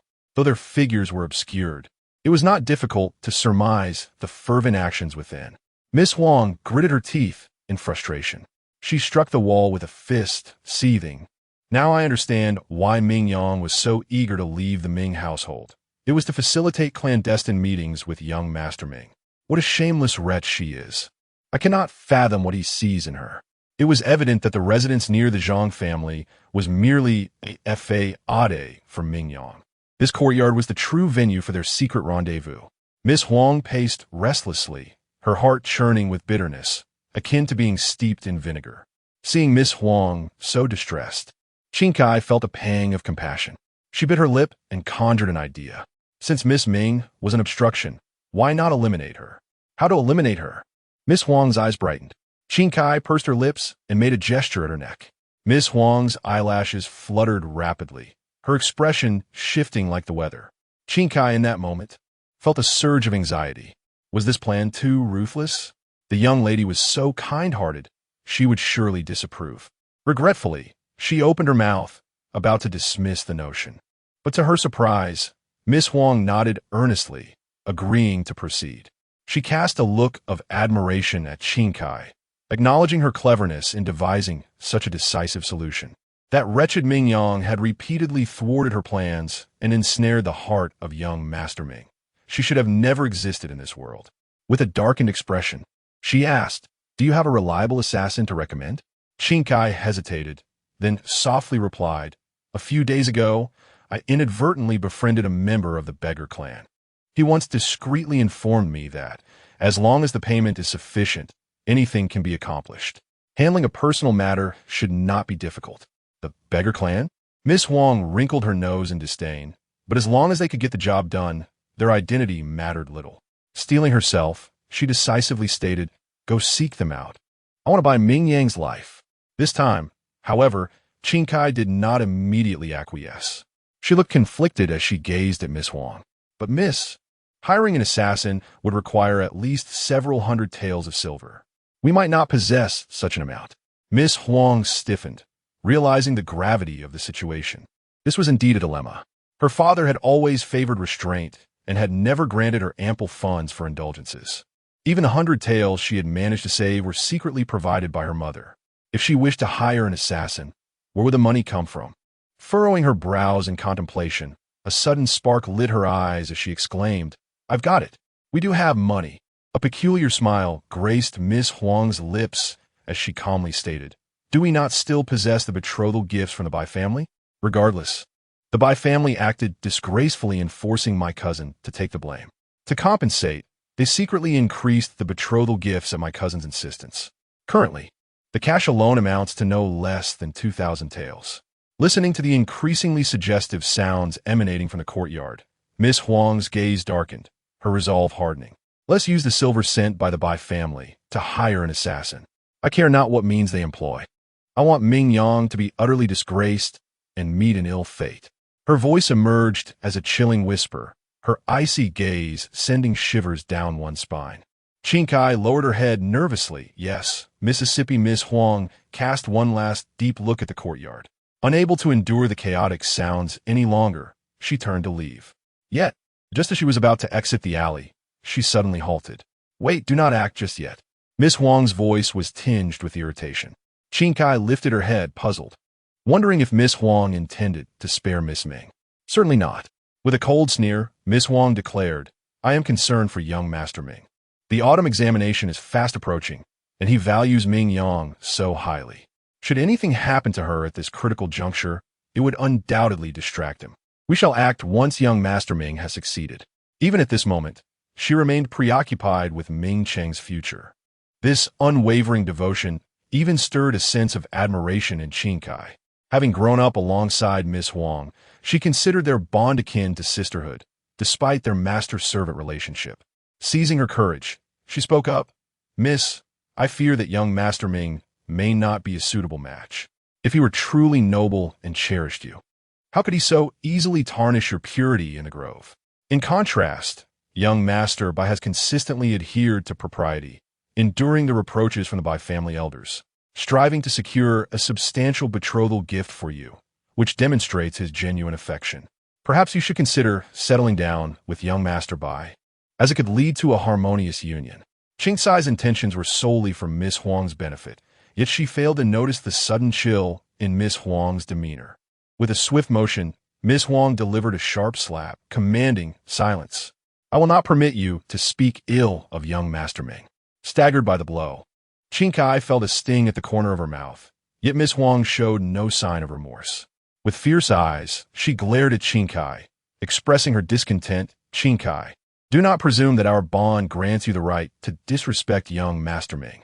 His virtues are known only to me.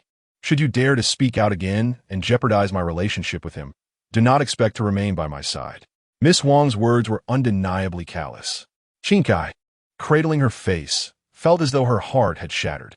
She fought back tears, kneeling on the ground, acknowledging her transgression. "I have overstepped, failing to recognize my place. Please forgive me, Mississippi. I shall not speak out of turn again.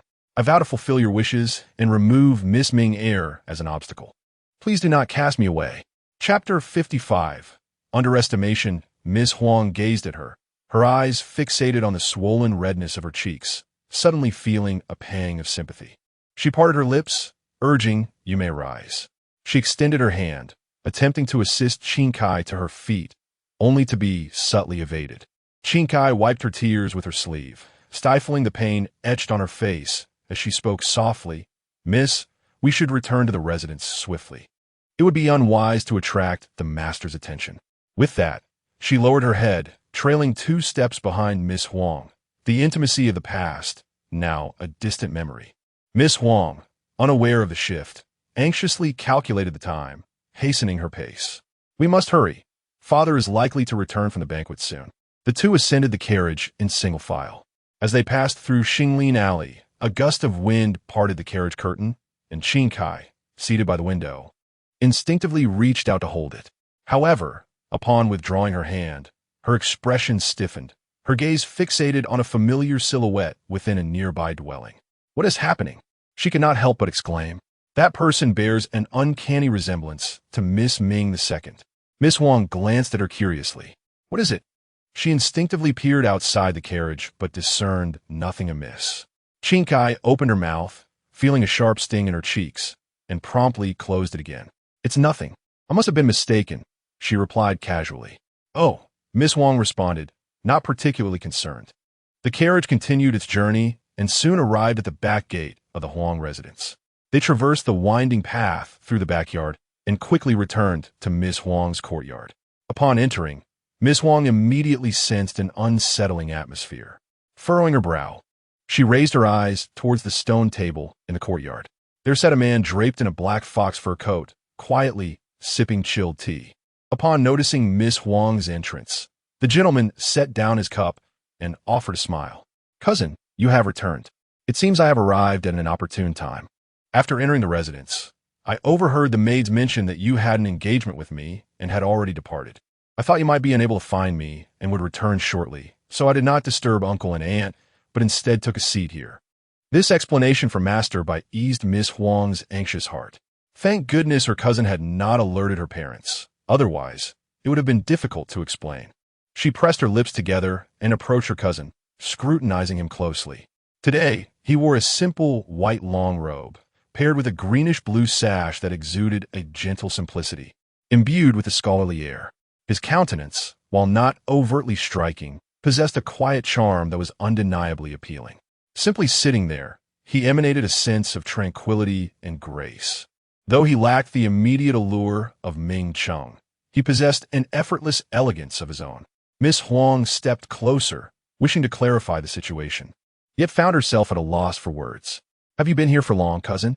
The excuse crafted by Ming Cheng to aid her escape was that she was seeking her cousin from the Bai family. To her surprise, he had coincidentally arrived at the Huang residence. Feeling a twinge of guilt, she averted her gaze, and without waiting for Master Bai's response, she hastily fabricated a reason. I intended to seek you at the Bai residence, but was delayed by matters along the way. Master Bai chuckled softly, choosing not to press further. He adjusted his fur coat to shield himself from the biting cold and rose with a smile. From a stone bench at his side, he retrieved a gift box and eagerly presented it to Miss Huang. It's nothing. I've come here with a gift for you. Miss Huang hesitated for a moment before reaching out to accept it. The box was somewhat heavy, requiring both hands for her to steady it. Fearing it might tumble to the ground, she placed it on the stone table and quickly opened it. Inside lay a wooden bird, equipped with a seat, upon which sat two tiny wooden figures. Upon closer inspection, it was evident that these small figures were miniature representations of Miss Huang and young Master Bai. However, Miss Huang felt no stirrings of emotion, retracting her hand in disdain. Is this what you traveled all this way for, cousin? At your age, playing with such childish trinkets? Aren't you worried about Uncle saying you are wasting your potential? He disapproves of your obsession with wood carving and wishes you would focus on your studies. Why do you refuse to listen?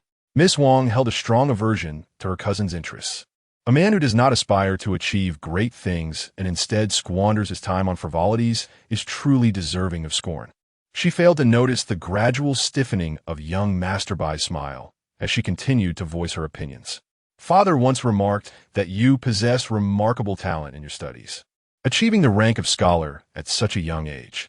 With the autumn examinations approaching, given your knowledge, you could even contend for the top spot. You should be diligently studying to shine in the upcoming exams, not wasting time on these trivial pursuits. With a look of disdain, Miss Huang pushed aside the wooden carvings, too disinterested to gaze any longer. Young Master Bai appeared somewhat bewildered, his fingers clenched in helplessness. But, cousin, weren't you the one who adored these wooden carvings? You once expressed a desire for a flying carriage to soar into the sky during the Mid-Autumn Festival to touch the full moon. Although I cannot yet create a bird that can carry a person, I can make a wooden bird that briefly flies in midair. If I continue to delve into this craft, I will surely reach the moment when my dream is realized. His eyes sparkled with enthusiasm, and his voice brightened as he spoke. Miss Huang, however, found him juvenile. Cousin, how can you still take childhood whims so seriously? Even if you could create a toy that flies, what purpose would it serve? It would merely amuse children. You're no longer a child. You should focus on the imperial examinations, which are far more important. Young Master Bai's expression darkened completely. He gazed deeply at Miss Huang, his eyes betraying a profound disappointment. Slowly, he uttered, I will not participate in this year's autumn examinations. Upon hearing this, Miss Huang's eyes widened in shock. What did you say? Why won't you participate? Young Master Bai fell silent for a moment, contemplating.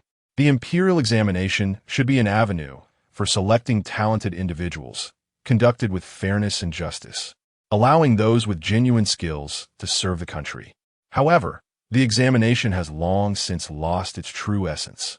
The smile of young Master Bai bore a hint of sarcasm as he expressed his disappointment, stating, My father, merely a third-rank grand historian, can manipulate the examination to his advantage.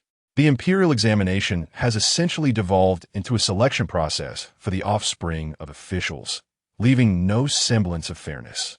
I am of lowly status and believe I lack the power to alter this situation. Yet I refuse to become complicit in their corruption and benefit from the malpractices of the examination. Thus, not only will I abstain from this autumn's examination, but I shall also never partake in such assessments again. Though he disapproved of his father's actions, he could not dissuade him. His decision to forego the examinations thus served as a silent protest against his father's behavior. Miss Huang could not comprehend young Master Bai's stance. In astonishment, she remarked, You are being rather impulsive. So many strive fiercely for a better rank, risking everything. Given your advantageous position, why not take advantage of it? This is truly foolish. She shook her head repeatedly. Young Master Bai, filled with a desire to express himself, felt as though a bucket of cold water had been thrown over him. Extinguishing his inclination to speak, he pressed his lips together, ultimately refraining from countering Miss Huang's words. Instead, he lowered his head, caressing the wooden sculpture he had brought, and gently closed the lid. In a subdued tone, he said, "Since my gift does not please my cousin, I shall prepare something anew next time. I will take this back with me." He cherished the wooden sculpture in his embrace and politely bid farewell. Naturally, Miss Wang had no intention of retaining him. She nonchalantly nodded, then changed her attire before heading to Lord Huang's study. Recalling Ming Cheng's earlier instructions, Miss Huang disregarded all else, resorting to tears and tantrums to compel Lord Huang to acquiesce.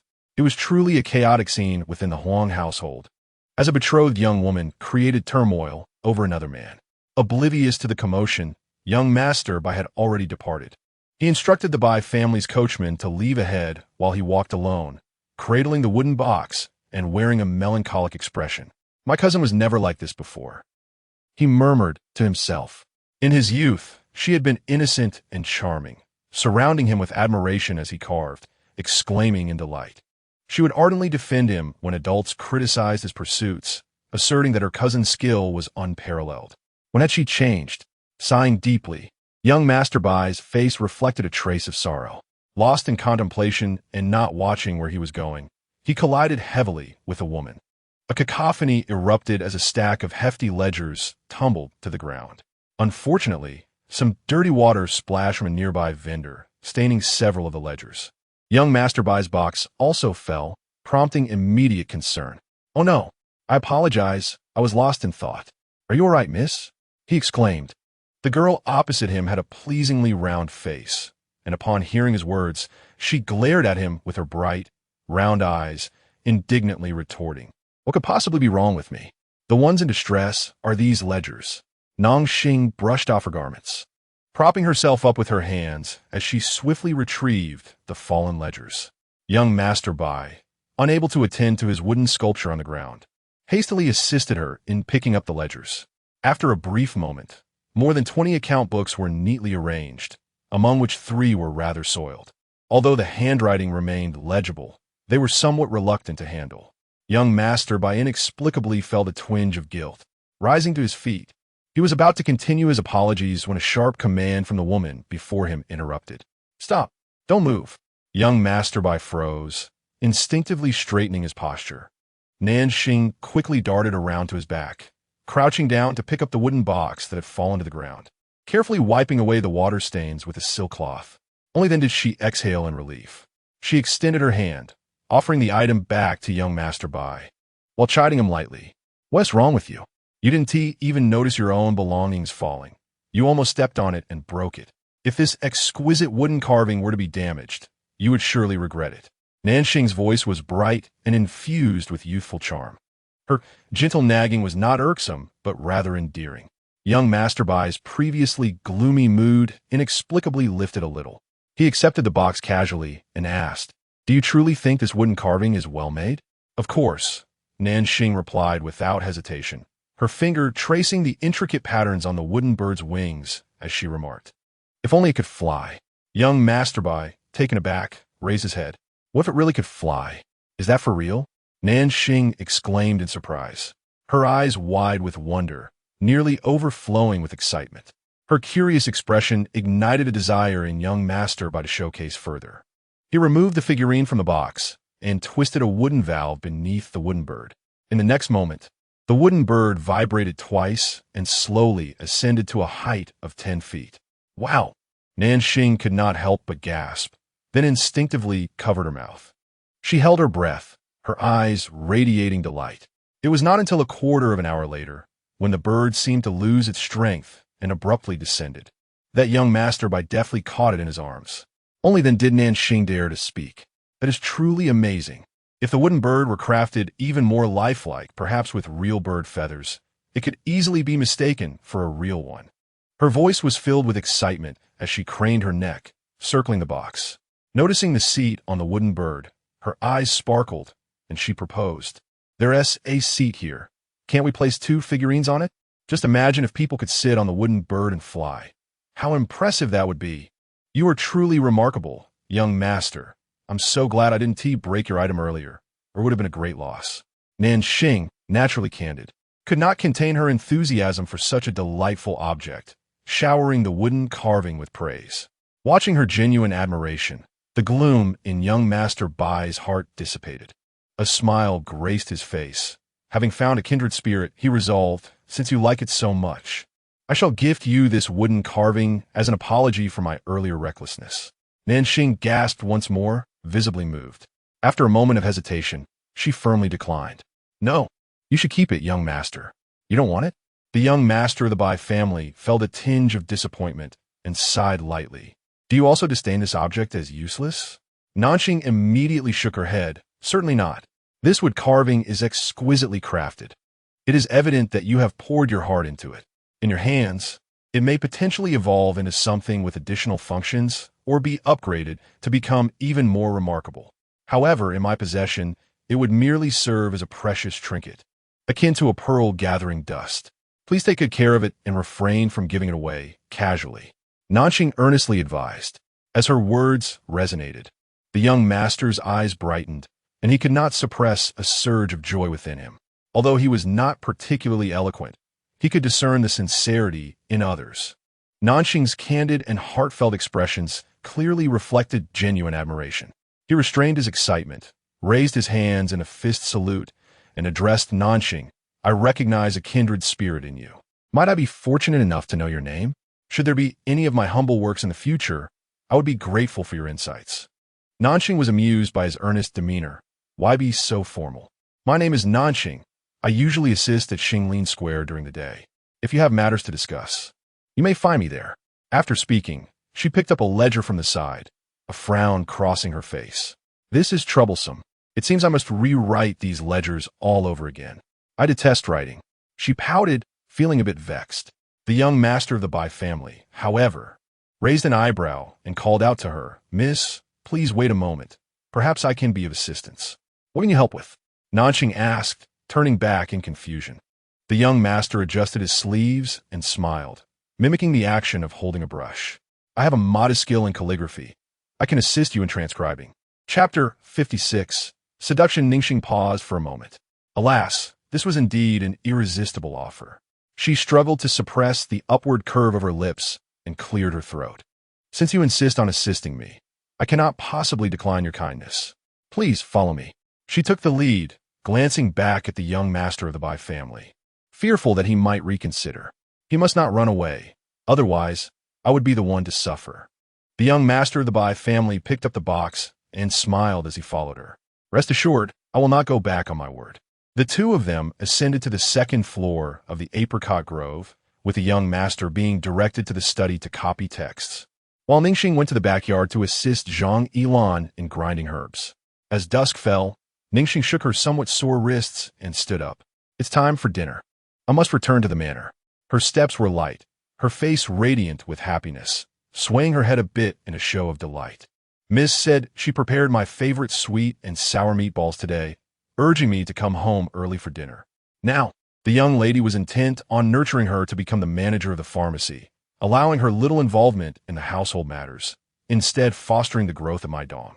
At first, she felt a tinge of jealousy, envious of my dong's prolonged companionship with the young lady. Yet, she understood that the young lady's intentions were kind, wishing to cultivate her skills. Seemingly aware of her inner conflict, Ming Yang assured her that as long as there were no other pressing matters, they would dine together each evening and discuss the day's events. Thus, when dinner time arrived, Nanxing dashed toward the Ming Manor without needing any reminders. She timed her arrival perfectly. As soon as she entered, the aroma of the food enveloped her senses. Noticing her return, Ming Yang pointed to the outer room. My dong has thoughtfully prepared warm water for you to wash your hands. Go ahead and get ready for dinner. All right. Thank you, Mississippi. Hangzhou, my zong. Nanxing smiled brightly, skipping over to wash her hands. However, while washing up, she froze for a moment. I feel like I've forgotten something. She blinked and quickly pondered. But then, she heard my dong calling from inside. Sister Nanxing, the lion's head meatballs are ready. The young lady is calling you for dinner. Coming. Nanxing's eyes sparkled, casting aside her earlier thoughts, and she cheerfully walked out. Miss, I'm here, she exclaimed, bounding toward the dining table. During the meal, conversations flowed from the widow Zhang in the East Street, discovering her deceased husband was not dead but had remarried. To the butcher Lee on the South Street, uncovering that the child was his brother's. Throughout dinner, her chatter was incessant, occasionally punctuated by gasps of surprise from the little maidservants, along with Ming Cheng's vivid recounting of events. Ming Yang watched her quietly, occasionally chiming in, instilling a sense of serene contentment in the atmosphere. It seemed that wherever Ningxing was, there was always a lively bustle. One could only wonder what kind of man Ningxing's exuberant and cheerful spirit would attract in the future. Only after dinner concluded did Ningxing, still brimming with enthusiasm, pause to discuss matters concerning the pharmacy. Just as she was about to speak, her expression turned to one of surprise. Oh dear, she let out a frustrated sigh, suddenly recalling the person still engrossed in transcribing the account books. How could I have forgotten him?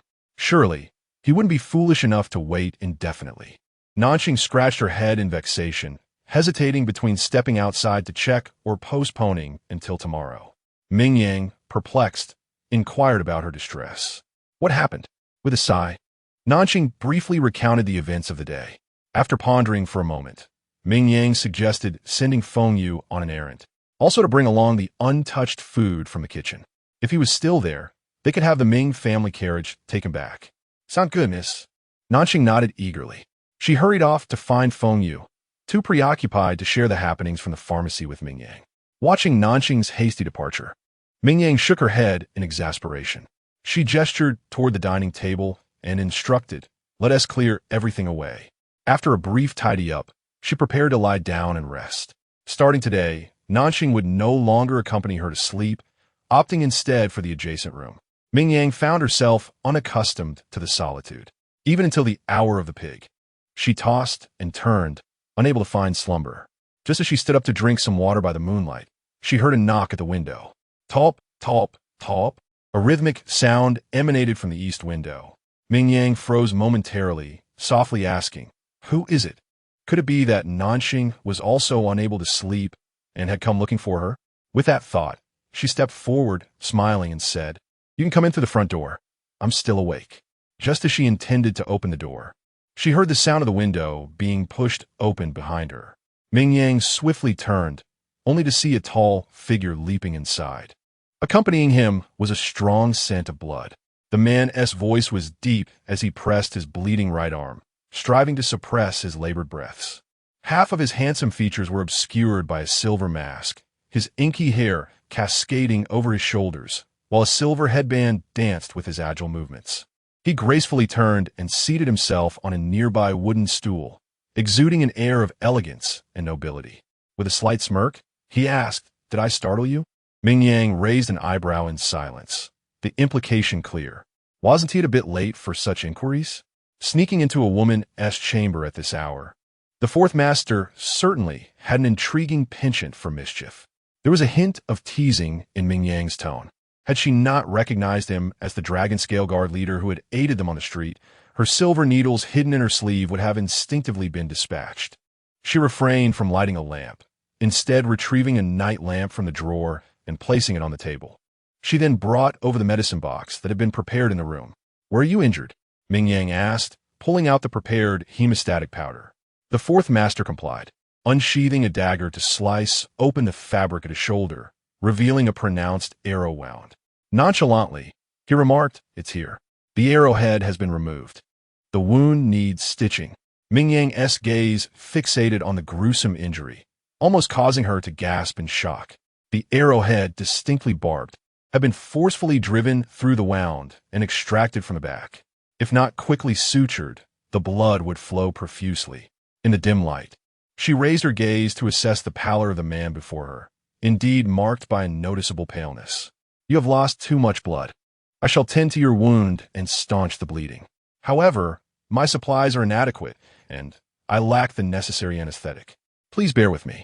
As she spoke, Ming Yang deftly retrieved a thick towel, gesturing for him to bite down on it to prevent biting his tongue. He grasped the towel firmly but shook his head, saying, "It's all right. I'm accustomed to it." "Then I shall begin," Ming Yang stated without hesitation, plunging into her task. With her head bowed, she expertly disinfected cut, sutured, applied medicine, and bandaged the wound. Her movements flowed seamlessly, a testament to her skill.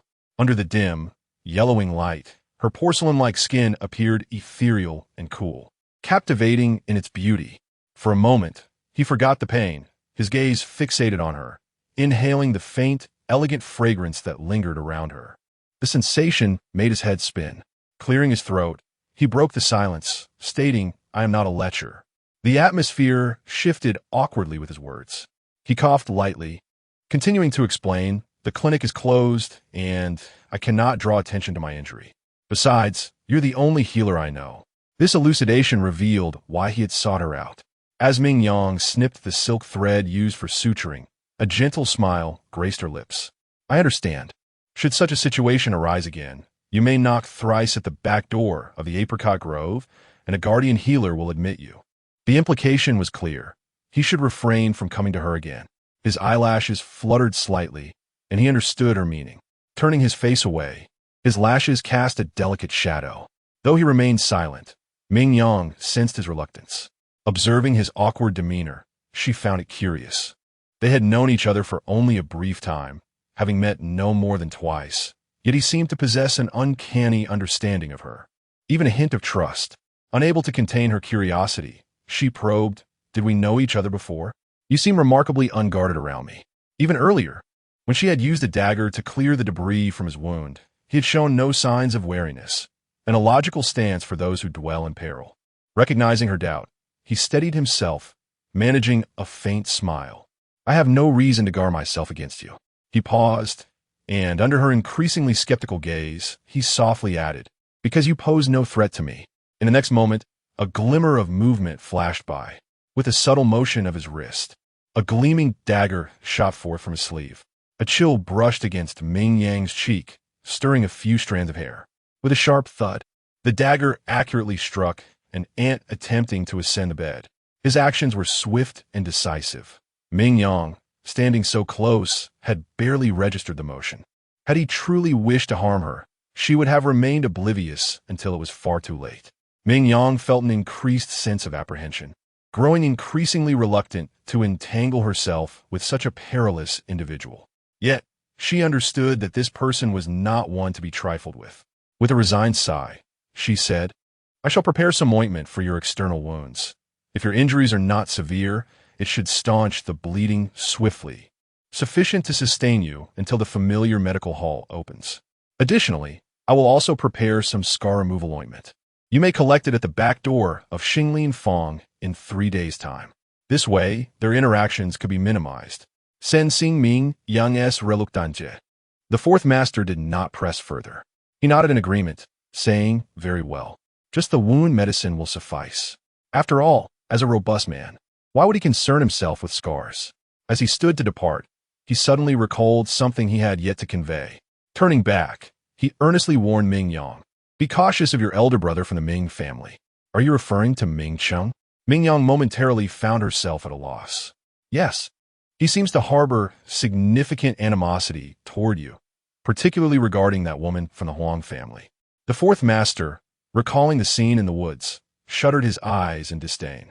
Out of concern for tarnishing Ming Yang's ears with his discoveries, he refrained from elaborating further.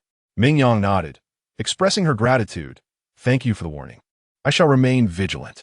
She had not anticipated that the seemingly cold fourth master possessed such a warm heart, causing her to feel a twinge of guilt for her earlier wariness. "Fourth master, did you come specifically to caution me about this?" she inquired. The iron-hearted fourth master, so seemingly indifferent, displaying such kindness? He averted his gaze, stating, "I naturally came to check on your wounds." He pushed open the window, lifted a leg, and prepared to leap out. Yet before closing the window, he paused, mumbling a vague question. "Do you find scars unsightly?" Ming Yang was taken aback, not expecting such an inquiry from him. After a moment's contemplation, she replied, "It's not too bad.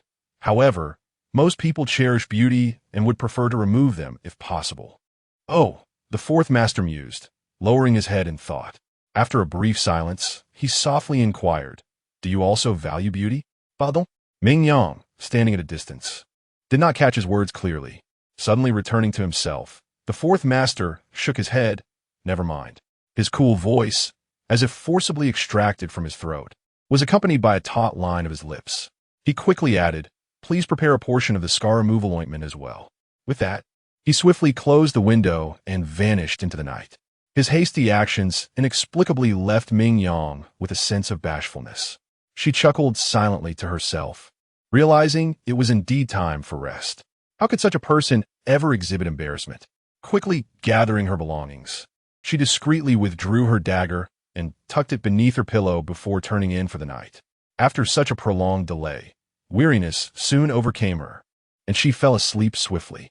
In the days that followed, aside from reviewing accounts and grinding medicinal herbs, Ming Yang focused on formulating a development plan for the pharmacy's future. Today, she finally organized her thoughts and summoned Nanxing. I have penned invitations to several senior brothers, urging them to come to the capital for the examination at Xinglin Fong for recruiting physicians. This recruitment will be open to all, regardless of gender. Anyone with a particular skill may apply for the examination. There are some detailed requirements that I have outlined on the notice. Please have someone transcribe several copies and post them throughout the city. Ming Yang extended her hand to pass the notice over. After a lengthy conversation, her throat felt parched, prompting her to take a sip of tea. In that brief moment, Nanxing had already dashed out, clutching the notice with exuberance. "All right, miss. I shall attend to it right away," she declared, her movements brisk. By the time Ming Yang set down her teacup, Nanxing had vanished from sight. Ming Yang found herself in a state of amused bewilderment. What could be the cause of Nanxing's hurriedness? Lately, even her visits to the clinic had been increasingly early. Was the Xinglin lane truly so busy? My Dong approached with a smile, refilling Ming Yang's cup and sharing the rumors she had heard.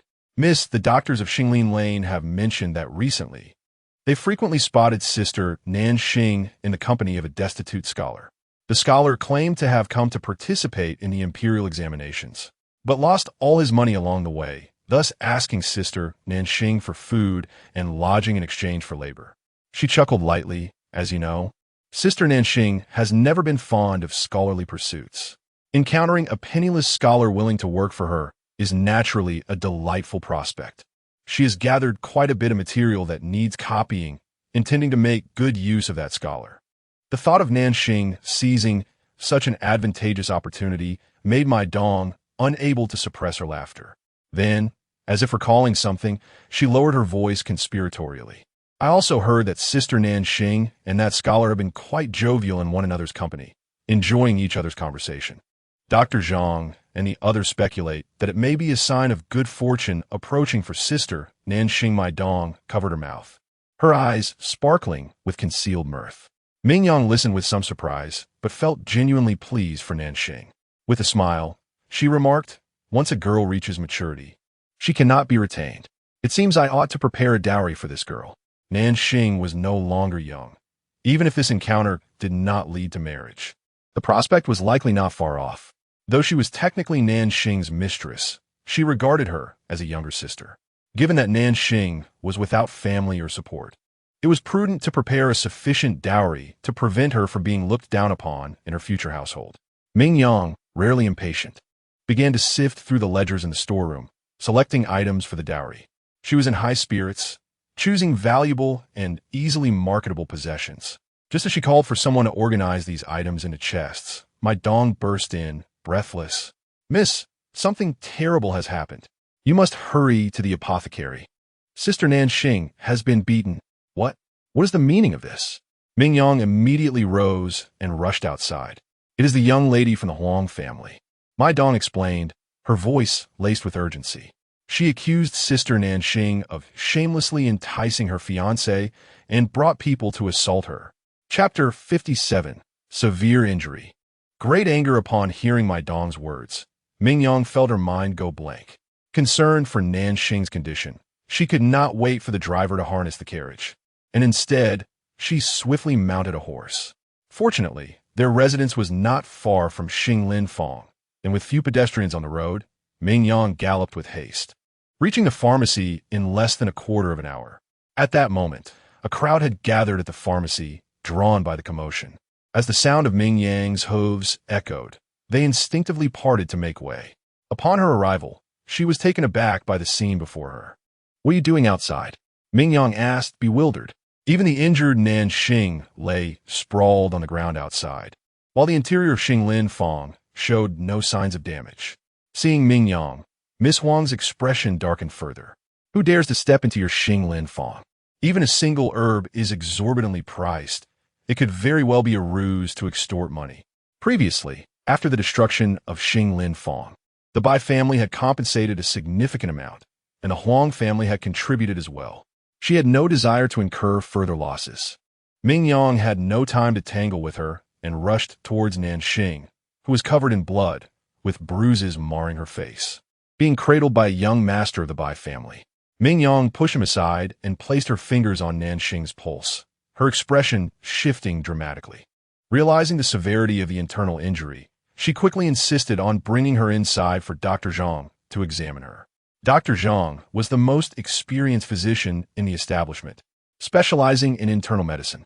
Given Nanxing's current state, Ming Yang was unwilling to take any risks and sought prompt medical attention.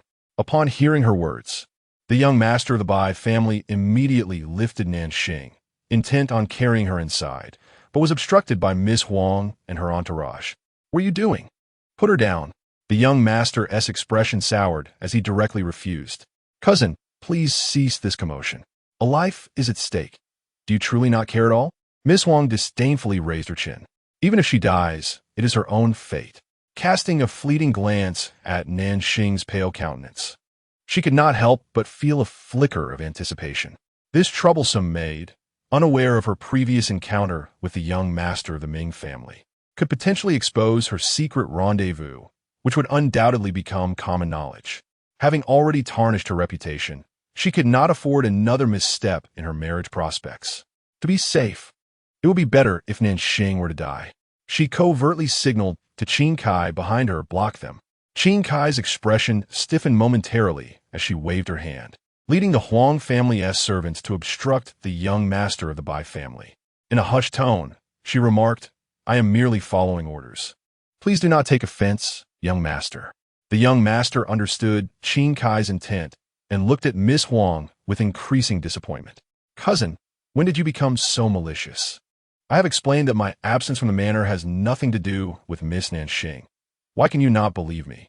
With the autumn examination approaching, his father's clandestine networking had become increasingly active.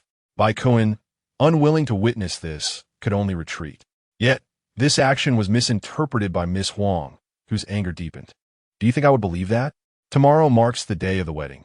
Yet instead of preparing at the Bai residence, you have come here to assist a maid. Do you expect anyone to believe that you two are merely idle?" She was unwilling to delay any further and commanded her subordinates directly. "Seize her, regardless of life or death." Instantly, the servants charged forward, their fists and feet aimed squarely at Nanxing's vital points. Had it not been for the Ming family's young master shielding Nanxing with his own body, the situation would have undoubtedly escalated further. Witnessing Nanxing's injuries, Ming Yang could not stand idly by. She dispatched someone to report to the authorities while swiftly maneuvering to the side of the Huang family's young lady. Seizing the moment of surprise, she drew a dagger and pressed it against the young lady's cheek. "Cease immediately." Ming Yang's expression turned icy. The blade exerted slight pressure, leaving a faint line of blood on the young lady's face. "If you dare to harm Nanxing again, you can forget about this pretty face of yours." The Huang young lady turned pale with fright, as her beauty was of utmost importance to her. She would go to great lengths to conceal even the slightest blemish. Ming Yang's sudden action left her too terrified to even breathe. In a panicked voice, she implored, "Stop. Everyone stop." At that moment, Nanxing was barely breathing, and even if a doctor arrived, her recovery was uncertain. There was no need for Ming Yang to sacrifice her own face. Upon hearing her command, the house servants immediately halted their assault. However, Ming Yang did not relent. She signaled to the Bai family's young master to take Nanxing inside. "Very well," he replied, urgency evident in his demeanor. He lifted his foot to leave, but was interrupted by a soft whimper from his arms. Nanxing slowly opened her eyes, her consciousness still somewhat hazy, instinctively turning her head toward the direction of Ming Yang's voice. "Miss." Nanxing's voice was faint. Ming Yang eagerly wished to approach, but was reluctant to loosen her grip on the Huang young lady. leaving her in a moment of quandary. Just then, a chilling sensation enveloped the back of her hand. The dagger was not meant to be wielded in such a manner. With a deft maneuver, the dagger was transferred into the hands of a man. In an instant, the sharp tip was poised against the Huang young lady's throat. With a forceful twist of his wrist, a drop of blood fell to the ground. The Huang young lady nearly buckled at the knees, teetering on the brink of collapse. The man found her comical state amusing and chuckled lightly, questioning how one so faint-hearted could dare to kill. He lazily released his grip, tossing the young lady to the guards behind him. "Keep a close watch on her," he commanded coldly, then turned his attention to Ming Yang, a rare smile flickering in his eyes. "Is my dagger still to your liking?" He leaned slightly closer to Ming Yang, a subtle blend of pine and a crisp, fragrant soap wafting into her senses. Ming Yang instinctively stepped back a few paces, murmuring, "Thank you for your assistance." Without pausing, she rushed to Nanxing's side. "Nanxing, do not be afraid. Although you have sustained internal injuries, with proper care, you will recover." Upon seeing Ming Yang, Nanxing felt a wave of relief wash over her, her eyes widening in gratitude. She pouted, tears streaming down her bruised face, unable to contain her emotions any longer. She let out a sob, Mississippi. Coughing, blood stained her throat, rendering Nanxing speechless. Her gaze grew increasingly hazy, summoning her last ounce of strength. She cast a furtive glance at the young master of the Bai family holding her, suddenly struck by a thought. With great effort, she managed to utter a few words. "Do not marry." Nanxing's hand gripped tightly onto the young master's collar. Ming Yang, standing nearby, could discern the urgency and alertness in Nanxing's expression. Yet there was not a trace of romantic affection between them. Confused, he pondered why she would say such a thing. The young master of the Bai family, equally bewildered, nevertheless nodded without hesitation. "All right, I promise you." After spending these days together, he understood Nanxing's character. Though spirited, she was not impulsive or reckless.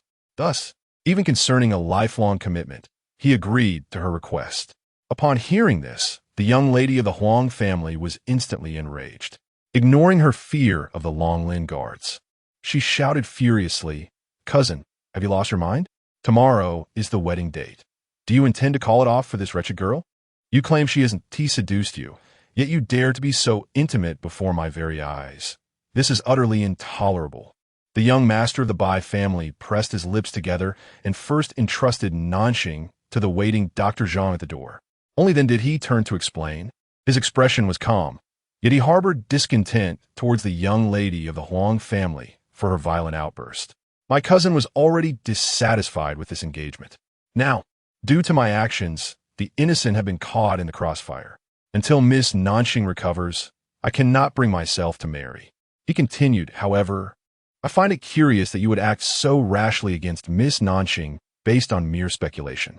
If you were deeply in love with me and thus felt jealous upon seeing me with her, that could be understood. Yet, I know well that you hold no romantic feelings for me. It has always been my unrequited affection. Therefore, your behavior appears exceedingly strange."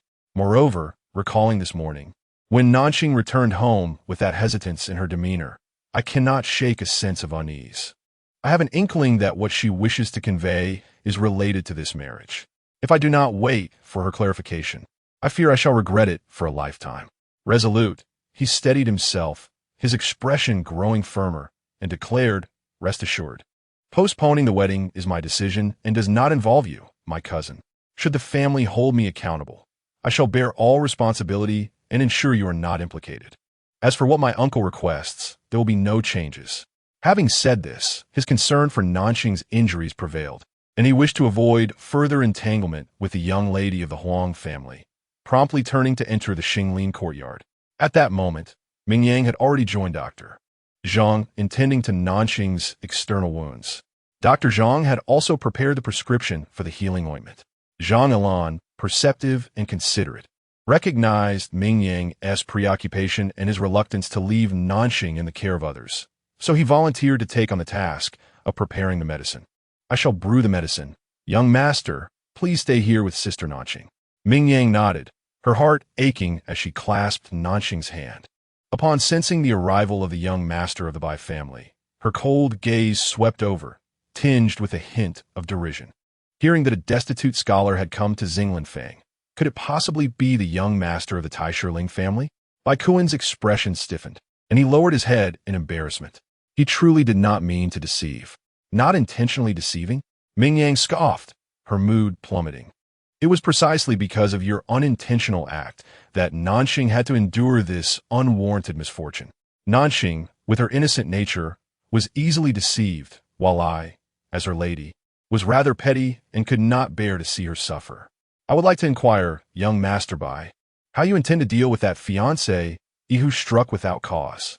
She fixed her piercing gaze on Bai Kuen, her fierce demeanor making him somewhat anxious. Indeed, her words left him at a loss. Over the years, the Huang family's young lady had not gotten into trouble without fail. Each time, she would beseech the young master of the Bai family to assist in rectifying the situation, and he had grown accustomed to bearing her burdens. Under pressure, Bai Kuen found himself apologizing without a second thought. I apologize. It was my cousin's fault. I extend my apologies to Miss Nanxing on her behalf. If any compensation is required, my Bai family will certainly comply without hesitation. His words tumbled out almost instinctively, but as soon as he spoke, a wave of regret washed over him.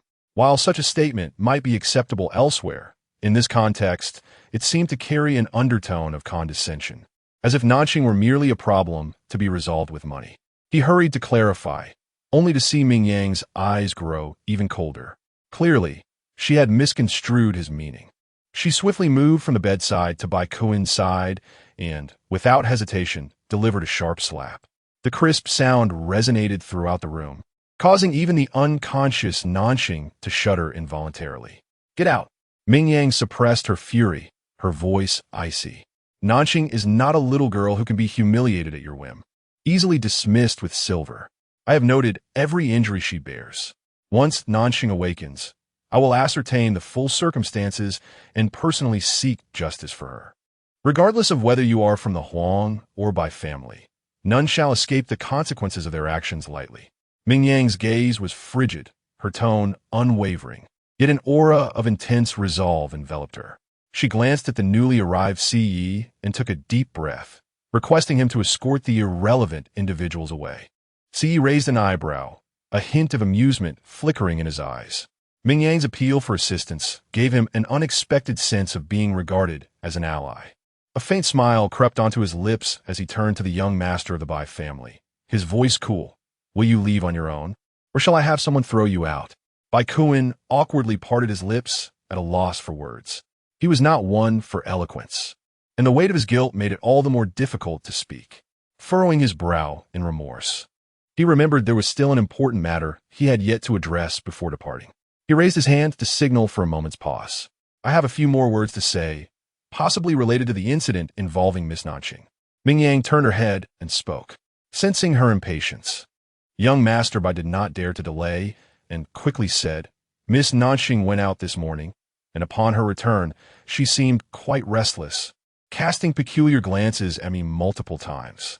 I inquired whether she had something to discuss, and after much hesitation, she seemed poised to speak, only to be interrupted by my cousin barging in. If my suspicions are correct, this matter may pertain to my engagement. In the coming days, I shall find a way to investigate the peculiarities surrounding my cousin, and I will certainly seek justice for Miss Nanxing. He clasped his hands together, his tone earnest. Seeing his genuine concern, Ming Yang's expression softened somewhat.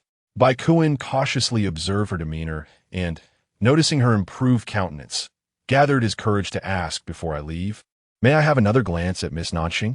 I promised not to disturb her, fearing he would find no peace unless he witnessed her well-being.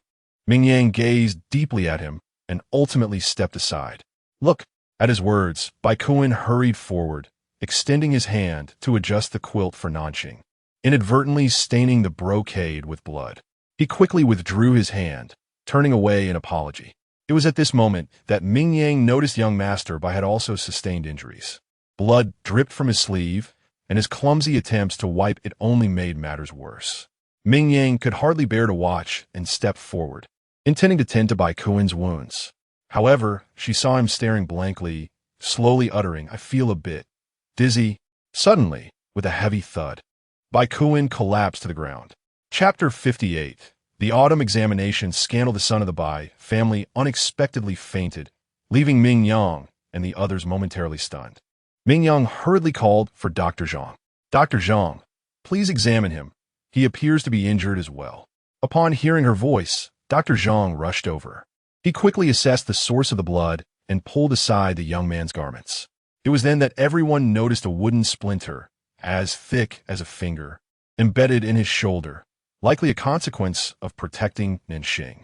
The young man had been wholly focused on Nanxing, and with numerous bruises covering his body, he had failed to notice the injury to his shoulder. Moreover, he was clad in a dark robe adorned with red lotus patterns, making the blood, once it flowed, blend seamlessly with the floral design, rendering it nearly imperceptible.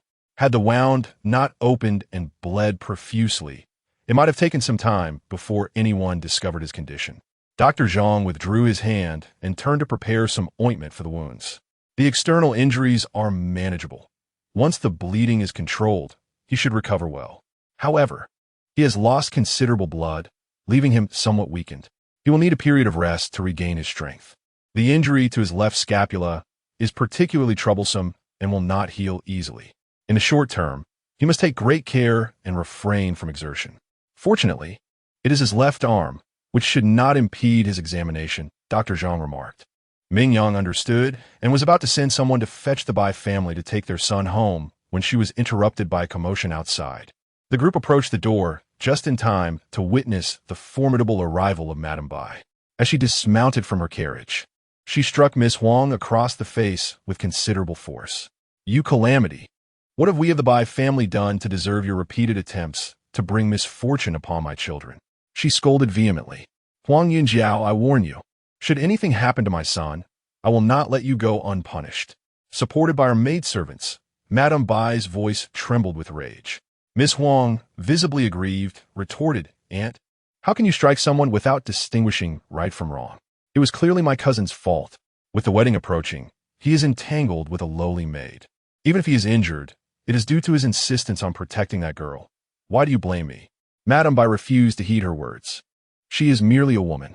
If Kuan truly cares for her, he could easily provide her with a proper title. As a young lady of a reputable family, do you not possess a modicum of tolerance? Kuan chose to defend that girl. You should not have interfered, and now my Kuan is injured. With him in a state of unconsciousness, the wedding must be postponed.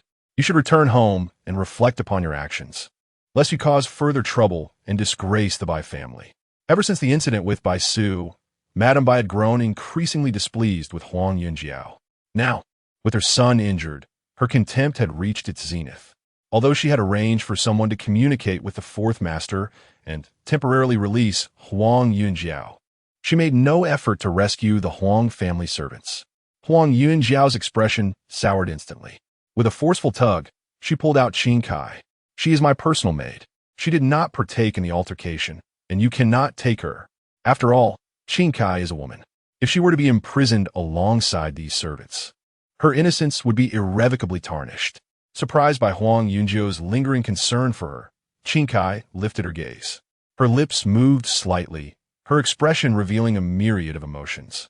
It seemed that as long as the matter did not involve young Master Ming, the young lady remained the kind and gentle woman she always was. She lowered her head and fell silent. The matriarch of the Bai family, weary of entangling with Huang Yunjiao, decided to let the maid accompany her back, postponing any reckoning until Kuan awakened. With a dismissive turn, she walked toward Xinglin Lane. Upon spotting Ming Yang and others, she nodded slightly and continued inward. Ming Yang shook his head, allowing no one to obstruct them. Before turning away, he cast a deep glance back at Huang Yunjiao. His dark gaze resembled an unfathomable abyss, instilling a sense of dread. Before Huang Yunjiao could comprehend the situation, Ming Yang had already followed the Bai matriarch into the room, concerned for her son's condition. The Bai matriarch rushed directly to the bed upon entering. She abruptly lifted the bed curtains, her body tensing. "Why is there a woman here?" Furrowing her brow, she scrutinized the unconscious Nanxing. With a slight lift of her brow, she coldly remarked, "Is my son injured merely to protect this little maid?"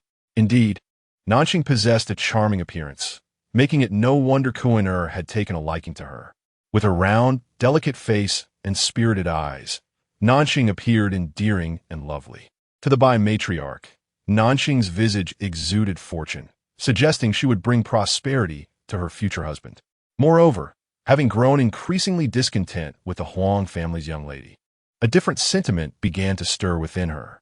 The resentment she initially felt was suppressed. Casting a cursory glance at Nanxing, she lowered her hand from the bed curtains and carelessly instructed, "Let her recuperate well. If connaît a désiras, the Bai family is certainly capable of supporting a concubine in the future." Turning back, she inquired, "Where's my Kuan-er?" Zhang Ilan happened to enter with a bowl of medicine, casually responding, "In the side room." The Bai matriarch promptly set off, bringing her entourage to the side room to carry the Bai family's young master away. For the next 3 days, Nanxing remained in a state of half-sleep. To alleviate her suffering, Dr. Zhang incorporated numerous soothing herbs into her medicine. Nanxing's recovery progressed rapidly, and on the following day, the Bai family's young master, upon regaining consciousness, stealthily visited Nanxing at Xinglin Lane, only to be caught and returned by his mother. Until the autumn examination commenced, the presence of the Bai family's young master was not seen again. Having rested well, Nanxing was now able to move about. She sat behind the counter, fiddling with the abacus beads while occasionally glancing outside. Upon entering, Ming Yang immediately noticed the distracted expression on Nanxing's face. With a gentle sigh, she got straight to the point, asking, "Nanxing, are you waiting for the Bai family's young master?" Instantly straightening her posture, Nanxing awkwardly scratched her head. "Miss, I was indeed thinking about the Bai family's young master." Her honesty took Ming Yang by surprise, as she displayed no shyness typical of a young woman, but rather a hint of entanglement. This demeanor brought a sense of relief to Ming Yang, who chuckled playfully at Nanxing. "Previously, after your awakening, I inquired if there was something you wished to disclose. You mentioned that this matter pertained to the young master of the Bai family, and that you needed to converse with him before informing others. Now, the young master is confined by his family, and it remains uncertain when he might be freed. If you are anxious, perhaps you could send someone to convey a message, seeking a means to meet with him for a detailed discussion." Nanxing's eyes brightened momentarily before she shook her head. "Never mind, let us wait a while longer. Today is the autumn examination, and Bai Kuan still needs to participate. I do not wish to disrupt his focus. I shall send for him once the exams are concluded." At this juncture, she suddenly tapped her head, exclaiming, "Oh dear, I almost forgot something." She swiftly turned to Ming Yang, urgently whispering a few words. "Miss, the other day I encountered the eldest young master, and the young lady of the Huang family was present as well. She claimed to have convinced old Master Huang, assuring that the eldest young master would achieve great success." As she emphasized the last few words, Nanxing's tone grew more pronounced, her gaze laden with peculiar implications. Ming Yang instantly grasped her meaning. She swallowed hard, suppressing a wave of trepidation. How audacious of Ming Cheng! They might resort to various means to manipulate the imperial examination. The questions are chosen by the emperor at the last moment. Thus, acquiring them should be impossible. However, if someone were to leak the questions, it would certainly allow for a preliminary assessment of the scope. The most straightforward method would be to carry cheat sheets and commit outright fraud. Yet, the imperial examinations are rigorously monitored. If malpractice is discovered, the candidate would be barred from future examinations, effectively obliterating their career prospects. They could also face corporal punishment or exile to remote areas. In severe cases, their family might also be implicated. Ming Cheng must possess considerable confidence to engage in such actions. Ming Yang gazed intently in the direction of the examination hall, her expression fraught with anxiety. Nanxing, equally agitated, began pacing and proposed, "Miss, should we not report this to the authorities?" She slapped her forehead in frustration, lamenting, "It is entirely my fault. My mind is preoccupied with trivial matters, causing me to overlook the important ones. Today is the autumn examination. Is there still time to alert the officials?" Ming Yang gently reassured her by patting her arm. "Do not fret. Allow me to devise a plan." Her mind raced as she swiftly dismissed the idea of alerting the authorities. This issue is far-reaching and ordinary officials would likely hesitate to involve themselves. We must find someone uninvolved with the Huang family and their associates. Ideally, this person should wield some influence and not fear offending others. As she pondered, a figure abruptly materialized in her mind. Fourth Master, are you referring to the one who came to collect the medicinal supplies? Nanxing tilted her head in inquiry. Indeed, that is him. Ming Yang furrowed her brow, quickly dismissing this notion. Their acquaintance was too fleeting. He might not be inclined to wade into such murky waters. Even if Fourth Master were willing, we have no means to contact him, rendering our efforts futile. Upon hearing Ming Yang's assessment, Nanxing immediately crouched down, retrieving a piece of stationery from beneath the cabinet. She joyfully raised it, exclaiming, "Miss, we have a way to reach Fourth Master." The last individual who came to collect the medicine left behind an address, stating that by presenting it and declaring oneself as a messenger from Xinglanfang, one could meet with Master C. In her moment of distress, Ming Yang's eyes suddenly sparkled with clarity. She hastily penned a letter, succinctly outlining the facts she knew along with her speculations. She summoned Feng Yu and urgently instructed him to personally deliver the letter to Master C, ensuring it was destroyed afterwards. Feng Yu, perceiving Ming Yang's seriousness, set aside all his tasks and swiftly departed for the address on the letter. After he left, Ming Yang arranged for a carriage and made her way to the vicinity of the examination hall. To secure a clearer view, she spent a considerable sum to rent an elegant room on the second floor of a nearby tavern. Fortune smiled upon her, for this particular room had been booked by a wealthy merchant who, due to unforeseen circumstances, was unable to attend, thus allowing Ming Yang to seize the opportunity. Accompanied by maid Xiaodong, she ascended the stairs in haste. The position of the window in the elegant room afforded a perfect view of the entrance to the examination hall. At that moment, a considerable number of scholars had gathered, with many seizing the fleeting moments before entry to recite their texts, showing no signs of complacency. Among them, one composed figure stood out remarkably. Ming Yang focused her gaze and was met with the sight of Ming Cheng smiling. Perhaps by chance, Ming Cheng lifted his head just then. Their eyes meeting, he offered a subtle nod, his gaze lingering on Ming Yang, twinkling with an unnatural light. An inexplicable discomfort washed over Ming Yang, prompting her to return his stare with cold intensity.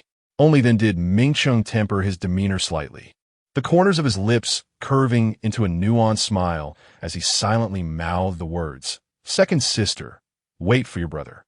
The words, articulated with deliberate slowness, conveyed their meaning with such precision that even in silence, Ming Yang grasped his intent. A wave of revulsion surged through her, threatening to overwhelm her. Had Ming Cheng not averted his gaze, she might have lost control and hurled the cup in her hand across the room.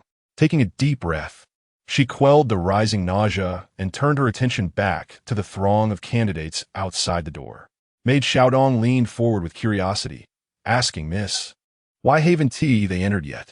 Are they waiting for something?" "It is not yet time. They are queuing to await entry into the examination hall," Ming Yang softly explained as she observed the scene.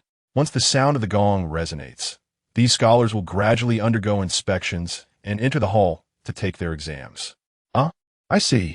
Xiaodong, oblivious to the underlying tension, appeared utterly fascinated, casually munching on the sunflower seeds the waiter had brought. Yet, Ming Yang felt a heavy weight in her heart. As time drew nearer, her anxiety began to mount. However, the figure she longed to see remained elusive in the distance. Suddenly, the loud clang of the gong echoed thrice.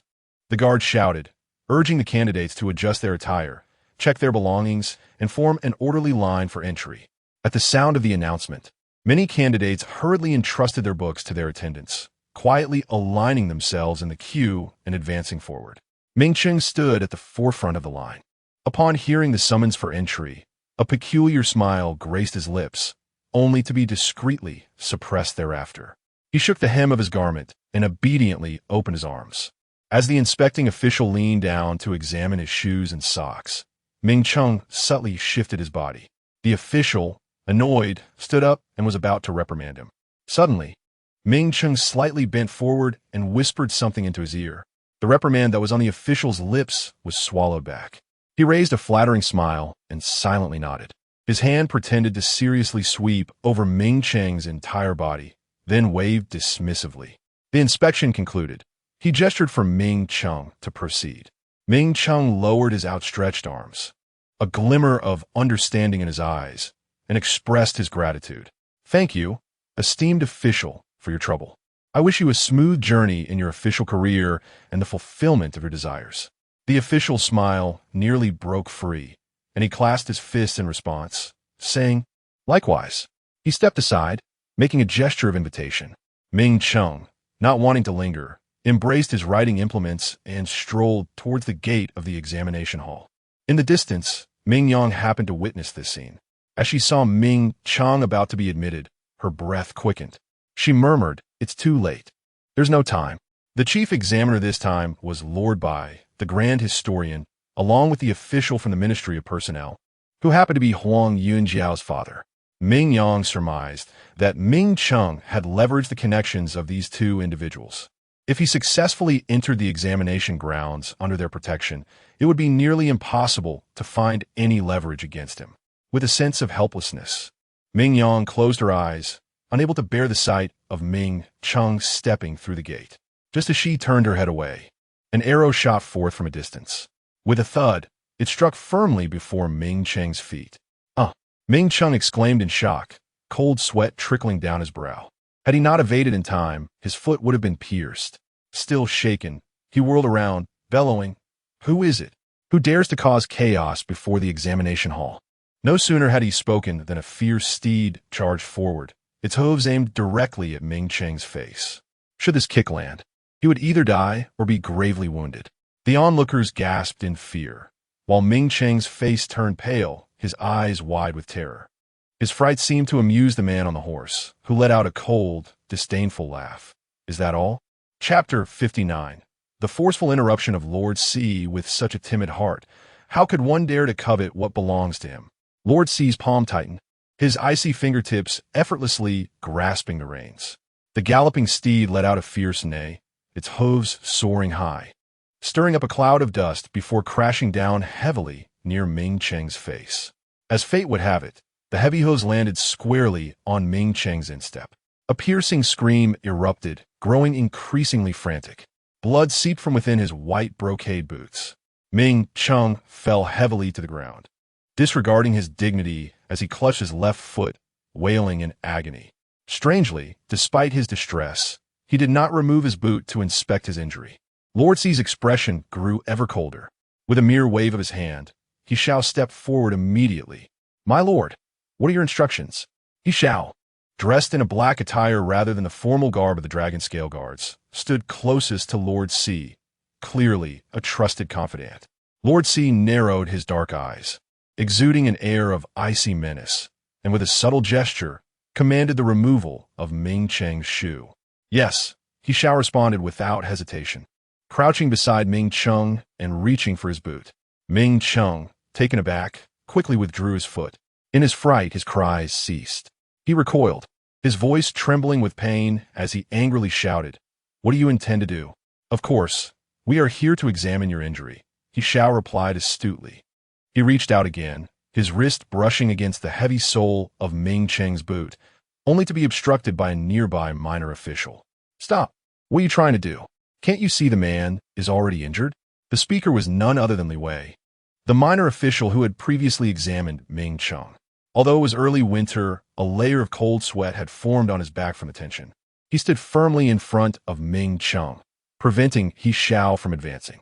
He Xiao's expression darkened instantly. He raised his sword, though it remained sheathed, and struck heavily against Li Wei's arm. "Stand azide. The Dragon Scale Guards are conducting an investigation. Those who obstruct us shall be deemed accomplices." Li Wei trembled in fear, inwardly lamenting his misfortune. He had already received prior warnings that anyone encountering the signal must feign ignorance and refrain from thorough examination. Ming Cheng was precisely the one who had responded to the signal. Li Wei had noticed the thickness of Ming Cheng's boot sole and had hoped that by turning a blind eye and allowing him to pass, he could earn a small merit and rise smoothly in his career. Unexpectedly, the Dragon Scale Guard had intervened. Regret washed over him. If the dragon scale guards discovered anything amiss, his own identity as an accomplice would be inescapable. With a grim visage, he steadfastly blocked Ming Cheng. Paralyzed by fear, yet unwilling to yield even an inch. Straightening his back, he declared with false bravado, "What does your investigation have to do with our examination hall? These are all candidates from this autumn's imperial examination, the future pillars of the nation, and you cannot bully them at will." Seeing his resolute stance, He Zhao's expression darkened, and he turned to Lord C with a questioning glance. "My lord, what should we do? After all, these are individuals from the examination hall, and those scholars are notoriously adept at creating a ruckus. They have previously lodged numerous complaints against the dragon scale guards, which makes me somewhat apprehensive." Lord C initially gazed towards the distant tavern, but upon hearing the words, he averted his gaze, his expression darkening with discontent. "He Zhao, when did you become so indecisive?" His brow furrowed slightly, shadows swirling his eyes as he cast a sidelong glance at Ming Cheng, his tone light, yet laced with sardonic malice. With an air of calm authority, he declared, "No need to remove your shoes. Simply strip the individual bare for me." The flicker of uncertainty within him transformed into resolute determination amidst the steadfast obstruction from Ming Cheng and Li Wei. Thus, there was no longer any need for circumlocution. His eyes, dark as night, glinted with a menacing intent as they swept across the crowd, locking onto a few individuals attempting to flee. With a mere gesture, he commanded, "Seize them." The dragon scale guard would conduct an investigation. All present would undergo a thorough re-examination. Should anyone attempt to evade or resist, they shall be executed. The bluntness of the command, delivered with an unruffled demeanor and devoid of any tonal fluctuation, sent chills down the spines of the surrounding scholars, their expressions betraying shock. Had anyone else uttered such words, they might have doubted their veracity, but Lord C's notorious reputation for ruthlessness was well known. Even royal offenders had met their demise at his hands, leaving no room for doubt regarding his audacity. Those of upright character, despite any grievances, were loath to offend the dragon scale guard and complied, awaiting their inspection. In contrast, those like Ming Cheng, who were morally compromised, found themselves increasingly restless. They clamored in disarray, rebuking Lord C. The examination of scholars is the responsibility of the Imperial Academy. The dragon scale guard's duty lies in safeguarding His Majesty and supervising the officials. This overreach is nothing short of usurpation. Lord C, you are favored by His Majesty. You ought to serve diligently, yet you exploit your authority to harass us, the powerless scholars. Do you not feel a sense of shame? Initially somewhat apprehensive, the scholars grew bolder in their protests, emboldened by the principle that the law does not punish the masses. They congregated, resisting the scrutiny of the dragon scale guard. Ming Cheng, his face pale from pain, gradually regained some composure. Supported by Li Wei, he rose, his eyes reddened with the agony. Yet he forced himself to confront the assembly, his voice grim. The imperial examination exists to select the virtuous and capable, to identify talents for His Majesty, and to govern the nation, upholding the prestige of our Qinyan. Is it within the purview of the dragon scale guard, with its overwhelming power, to interfere in the selection of officials? As blood seeped from his feet, his stance faltered, evoking an inexplicable sense of tragedy. The crowd instinctively parted, allowing him to stand at the forefront, where he unwittingly emerged as their leader. Ming Cheng recognized this shift. Dark glimmers danced in his eyes as a peculiar smile, cold yet frenzied, graced his lips. Straightening his back, he exhibited no signs of guilt over the imminent revelation of his deceit, instead seizing the initiative to confront Lord C. "We, your fellow scholars, have toiled for decades in the shadows, driven by the desire to serve the realm and uphold the state. Yet you intend to strip us bare, exposing us to public ridicule. Do you not care for the dignity and integrity of those who pursue knowledge? Such wanton disregard. Do you hold no regard for His Majesty's authority? And what of the prestige of Qinyan?" Ming Cheng's voice grew hoarse, each word a desperate cry, his eyes bloodshot. Coupled with the bloodstains beneath him, a profound sorrow enveloped his figure.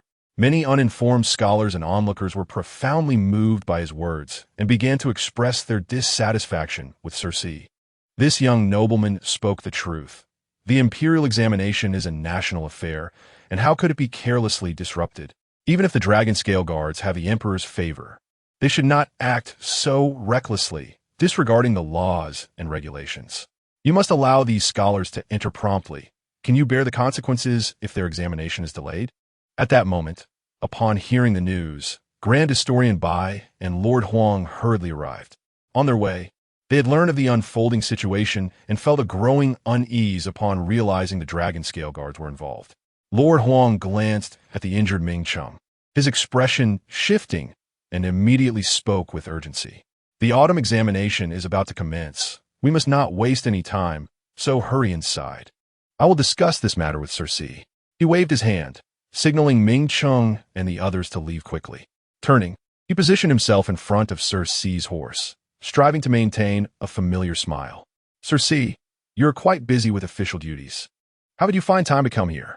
If you have matters to attend to, it would be best to return to your affairs. Lord Huang's words were clearly an attempt to dismiss him. However, Sir C was not swayed by such tactics. He lightly twirled the wooden grain of his whip and let out a cool laugh. How does Lord Huang know that my presence here is not a matter of official business? What did Sir C mean by this? Lord Huang's apprehension deepened. Sir C smirked coldly, declaring, I suspect that during this autumn examination, there are individuals engaging in corrupt practices, and I have come to investigate. His words fell like a heavy stone into still waters, creating ripples of shock. How could this be? Who would dare to cheat during the examination? Not only would they jeopardize their future, but they would also implicate their families. Grand Historian Bai stepped forward, his expression grave. Although the autumn examination was unrelated to the dragon scale guards, now that Sir C had raised the issue, we, as examiners, must conduct a thorough investigation. He waved his hand, and a group of guards from the examination hall immediately emerged. You will now re-examine these candidates in Sir C's presence. Yes, the guards responded promptly, moving towards the candidates. Seeing this, Grand Historian Bai felt a sense of relief. These guards had been briefed beforehand and knew precisely what to do. Yet, things did not proceed as he hoped. Sir C raised his hand slightly, and the dragon scale guards swiftly advanced, blocking the path of the guards. With a clang, the sound of black armor clashing echoed, and the chilling aura of impending violence surged forth. The guards were startled and stumbled back in disarray. As Grand Historian Bai seethed with anger, Sir C, with a hint of a smile, spoke again. Others may be entrusted to conduct the checks, but for certain individuals, I must personally assign someone to investigate. Why is that? Lord Huang's expression darkened, his tone harsh. Did Sir C think we would secretly protect certain candidates? Precisely, Sir C replied, showing no mercy. Lord Huang was so incensed that he nearly gasped, fighting to restrain himself from unleashing a torrent of curses. Meanwhile, Ming Cheng seized the opportunity to incite further discord. It seems that in Sir C's eyes, there is absolutely no trust in Lord Huang and his colleagues. Relying on his military authority, he threatened and coerced his colleagues. Lord C, do you believe you can act with such arrogance? Does His Majesty know of your conduct? As Ming Cheng's provocative words echoed, Lord Huang's anger escalated. His countenance darkened, and he retorted furiously, Ming Cheng speaks the truth regarding the imperial examinations. His Majesty has personally appointed me and Lord Bai to oversee the matter, rendering your dragon scale guard irrelevant. Should you persist in this disturbance, I shall escalate the matter to the throne, accusing you of disrupting the examinations and endangering the state. At last, Lord Huang displayed a semblance of firmness, commanding the guards to forcibly reclaim the students. Yet, a single remark from Lord C unsettled his composure. Was Lord Huang's agitation due to fear that his illegitimate son's cheating might be exposed? You speak nonsense. Lord Huang nearly leaped in outrage. His gaze swept the assembly, acutely aware of the suspicion reflected in their eyes. His wrist trembled beneath his sleeve, and his lips quivered slightly. However, Lord C seemed oblivious to his distress, leisurely chuckling. Whether it is nonsense or not shall be revealed once I dispatch someone to investigate. Would Lord Huang dare to obstruct such an inquiry? This statement effectively cornered Lord Huang. To refuse further would undoubtedly betray his unease. I naturally have nothing to fear, He gritted his teeth, replying with indignation, "But even if you suspect my son's integrity, you lack the authority to search. If you do not believe, you may observe personally. I will have the examination officials conduct a thorough check." Lord Huang believed he had devised a clever strategy. As long as the Dragon Scale Guard refrained from direct involvement, there remained a chance for him to evade repercussions. Yet, he miscalculated. Lord C was not one to be easily swayed. With a disdainful smirk, he bluntly rejected the proposition. "I have never subscribed to the fallacy of selecting the worthy without bias towards kin. It is human nature to harbor self-interest, to ensure fairness among the candidates. I shall personally oversee the investigation concerning the Huang family's son. By the way, there is also your former son-in-law, Ming Cheng." Lord C's gaze was sharp and frigid, laced with a hint of malicious mockery. With a mere glance, he promptly advanced, heading straight for the 3 illegitimate sons of the Huang family, along with Ming Cheng. Involving his own son rendered Lord Huang indifferent to Ming Cheng's plight. He instinctively moved to intervene, but was restrained by Lord Bai, who whispered a warning. "Do you not realize how suspicious this appears?" This time, with no one from Lord Bai's household participating in the examinations, even if someone was caught cheating, the most they would face would be a reprimand for negligence. Unlike Lord Huang, who, as one of the examiners, would be in turmoil if his biological son were implicated in cheating. Seeing Lord Huang still struggling against fate, Lord Bai tightened his grip on his wrist, admonishing him in hushed tones, "Do not act impulsively. If your sons are caught cheating, you, as their father, will only face minor repercussions. But should you insist on obstructing this inquiry, you may find yourself entangled in collusion, jeopardizing your official position. They are but a few illegitimate sons. Even if their futures are ruined, at your age, you could still father more. Consider whether you wish to safeguard their futures or preserve your own career." Upon hearing these words, Lord Huang's body tensed in alarm. He struggled to glance at his several sons, turning his gaze away in a display of utter helplessness. A sense of relief washed over Master Bai, prompting him to release his grip on him. Hidden amidst the throng, a few young scions of the Huang family, who had been inciting trouble from the shadows, were now stricken with panic as the Dragon Scale Guard drew near. Yet Lord Huang remained utterly nonchalant. They exchanged glances, and it was unclear who shouted "Run." The 3 young gentlemen turned pale and fled without hesitation. This act was tantamount to an admission of guilt regarding the cheating. Lord Huang's face drained of color as he turned away despondently. It was over. All was lost. His sons were irreparably ruined. As the Dragon Scale Guard pursued the fleeing young men of the Huang family, Ming Cheng too realized the tide had turned against him. Unwilling to succumb, he shook off the grip of the Dragon Scale Guard and glared fiercely at the leisurely Lord C. He growled, "Let me go. You have no right to meddle in our examination affairs." The Dragon Scale Guard brazenly slandered the purity of his fellow students. Could they truly acquiesce to such indignities? "Let us stand together," he urged, rallying the spirits of those around him. Some impressionable souls, swayed by his fervor, struggled to resist. At that moment, a shrill voice rang out from afar. "The imperial edict arrives. Everyone kneel to receive the decree." A voice echoed, "By the mandate of heaven, the emperor decrees, to safeguard the integrity of the imperial examinations, the commander of the Dragon Scale Guard is appointed as invigilator. During the examination period, he shall have the authority to handle all matters as deemed necessary." The sharp tone of the young eunuch pierced the air. In an instant, the expressions of the crowd varied dramatically. Lord Huang's eyes turned bloodshot, nearly causing him to faint. It dawned on him why the usually decisive Lord C had patiently tolerated their reckless provocations for so long. It was a deliberate ploy to buy time, awaiting this very edict. Indeed, no sooner had the eunuch's words fallen than Lord C rose with an air of inevitability to accept the decree. His gaze was dark, his presence formidable and cold, as he strode steadily towards Ming Cheng. Holding the decree aloft, he chuckled softly. "Might I inquire, young Master Ming, do I now possess the authority to search you?" Chapter 60. Who isn't biological? Ming Cheng's complexion was ashen, his throat parched, rendering him incapable of uttering coherent syllables. "You have one." He gradually closed his eyes, a visage of defeat etched upon his face. C let out a derisive snort, his tone laced with mockery. 1.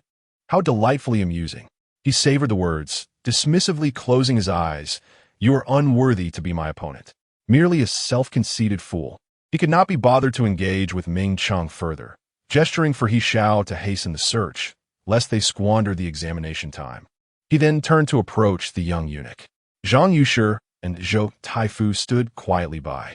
Upon Si Ye's arrival, they offered a slight nod, their gazes laden with significance as they scanned the anxious Lord Huang. In hushed tones, Zhou Taifu confirmed with Si Ye, you specifically requested imperial oversight and had His Majesty send us here. Yet it seems you have your own designs? Si nodded slightly. You have also observed. Those two appear rather dubious. He spoke candidly, his gaze briefly flitting towards Lord Huang and the white-clad Taisher. Zhou Taifu expressed his dissent. They cannot possibly be that brazen. Just then, a voice from Ming Cheng's direction broke the tension. Reporting to the Lord, prohibited items have been discovered in young Master Ming's shoe sole. Another report followed. In the hair of the 3 young masters of the Huang family, concealed documents have been uncovered. Gradually, several sons of prominent officials were found to be harboring illicit notes. Each of these individuals, to varying degrees, had close ties to Lord Huang. Zhou Taifu fell silent, casting a penetrating glance at Lord Huang, inwardly affirming Si Ye's suspicions. Yet, Si Ye was unfazed, directly issuing a command. First, administer 30 strokes of the cane as per the law, then detain them in prison until the autumn examination concludes, at which point His Majesty will decide their fate. Upon hearing this, Ming Cheng rose calmly, already steeled for the outcome. The young masters of the Huang family, however, were not so composed. They wore expressions of utter despair, wailing for Lord Huang as assistance. Father, save me. I cannot endure the beatings or languish in prison. Plead on my behalf. I am innocent. At that moment, the eldest son of the Huang family clung to a flicker of hope. Lord Huang averted his gaze with a heavy heart, stating, your misconduct has led to grave errors. You must be prepared to face the consequences. Though I am the chief examiner, I cannot shield you. He urged them to accompany the Dragon Scale Guard, declaring, let the law take its course. He endeavored to extricate himself from suspicion, his words cold and resolute before the assembly. Had the young masters of the Huang family been astute, they would have realized that Lord Huang was seeking to sacrifice them to preserve his own position and divide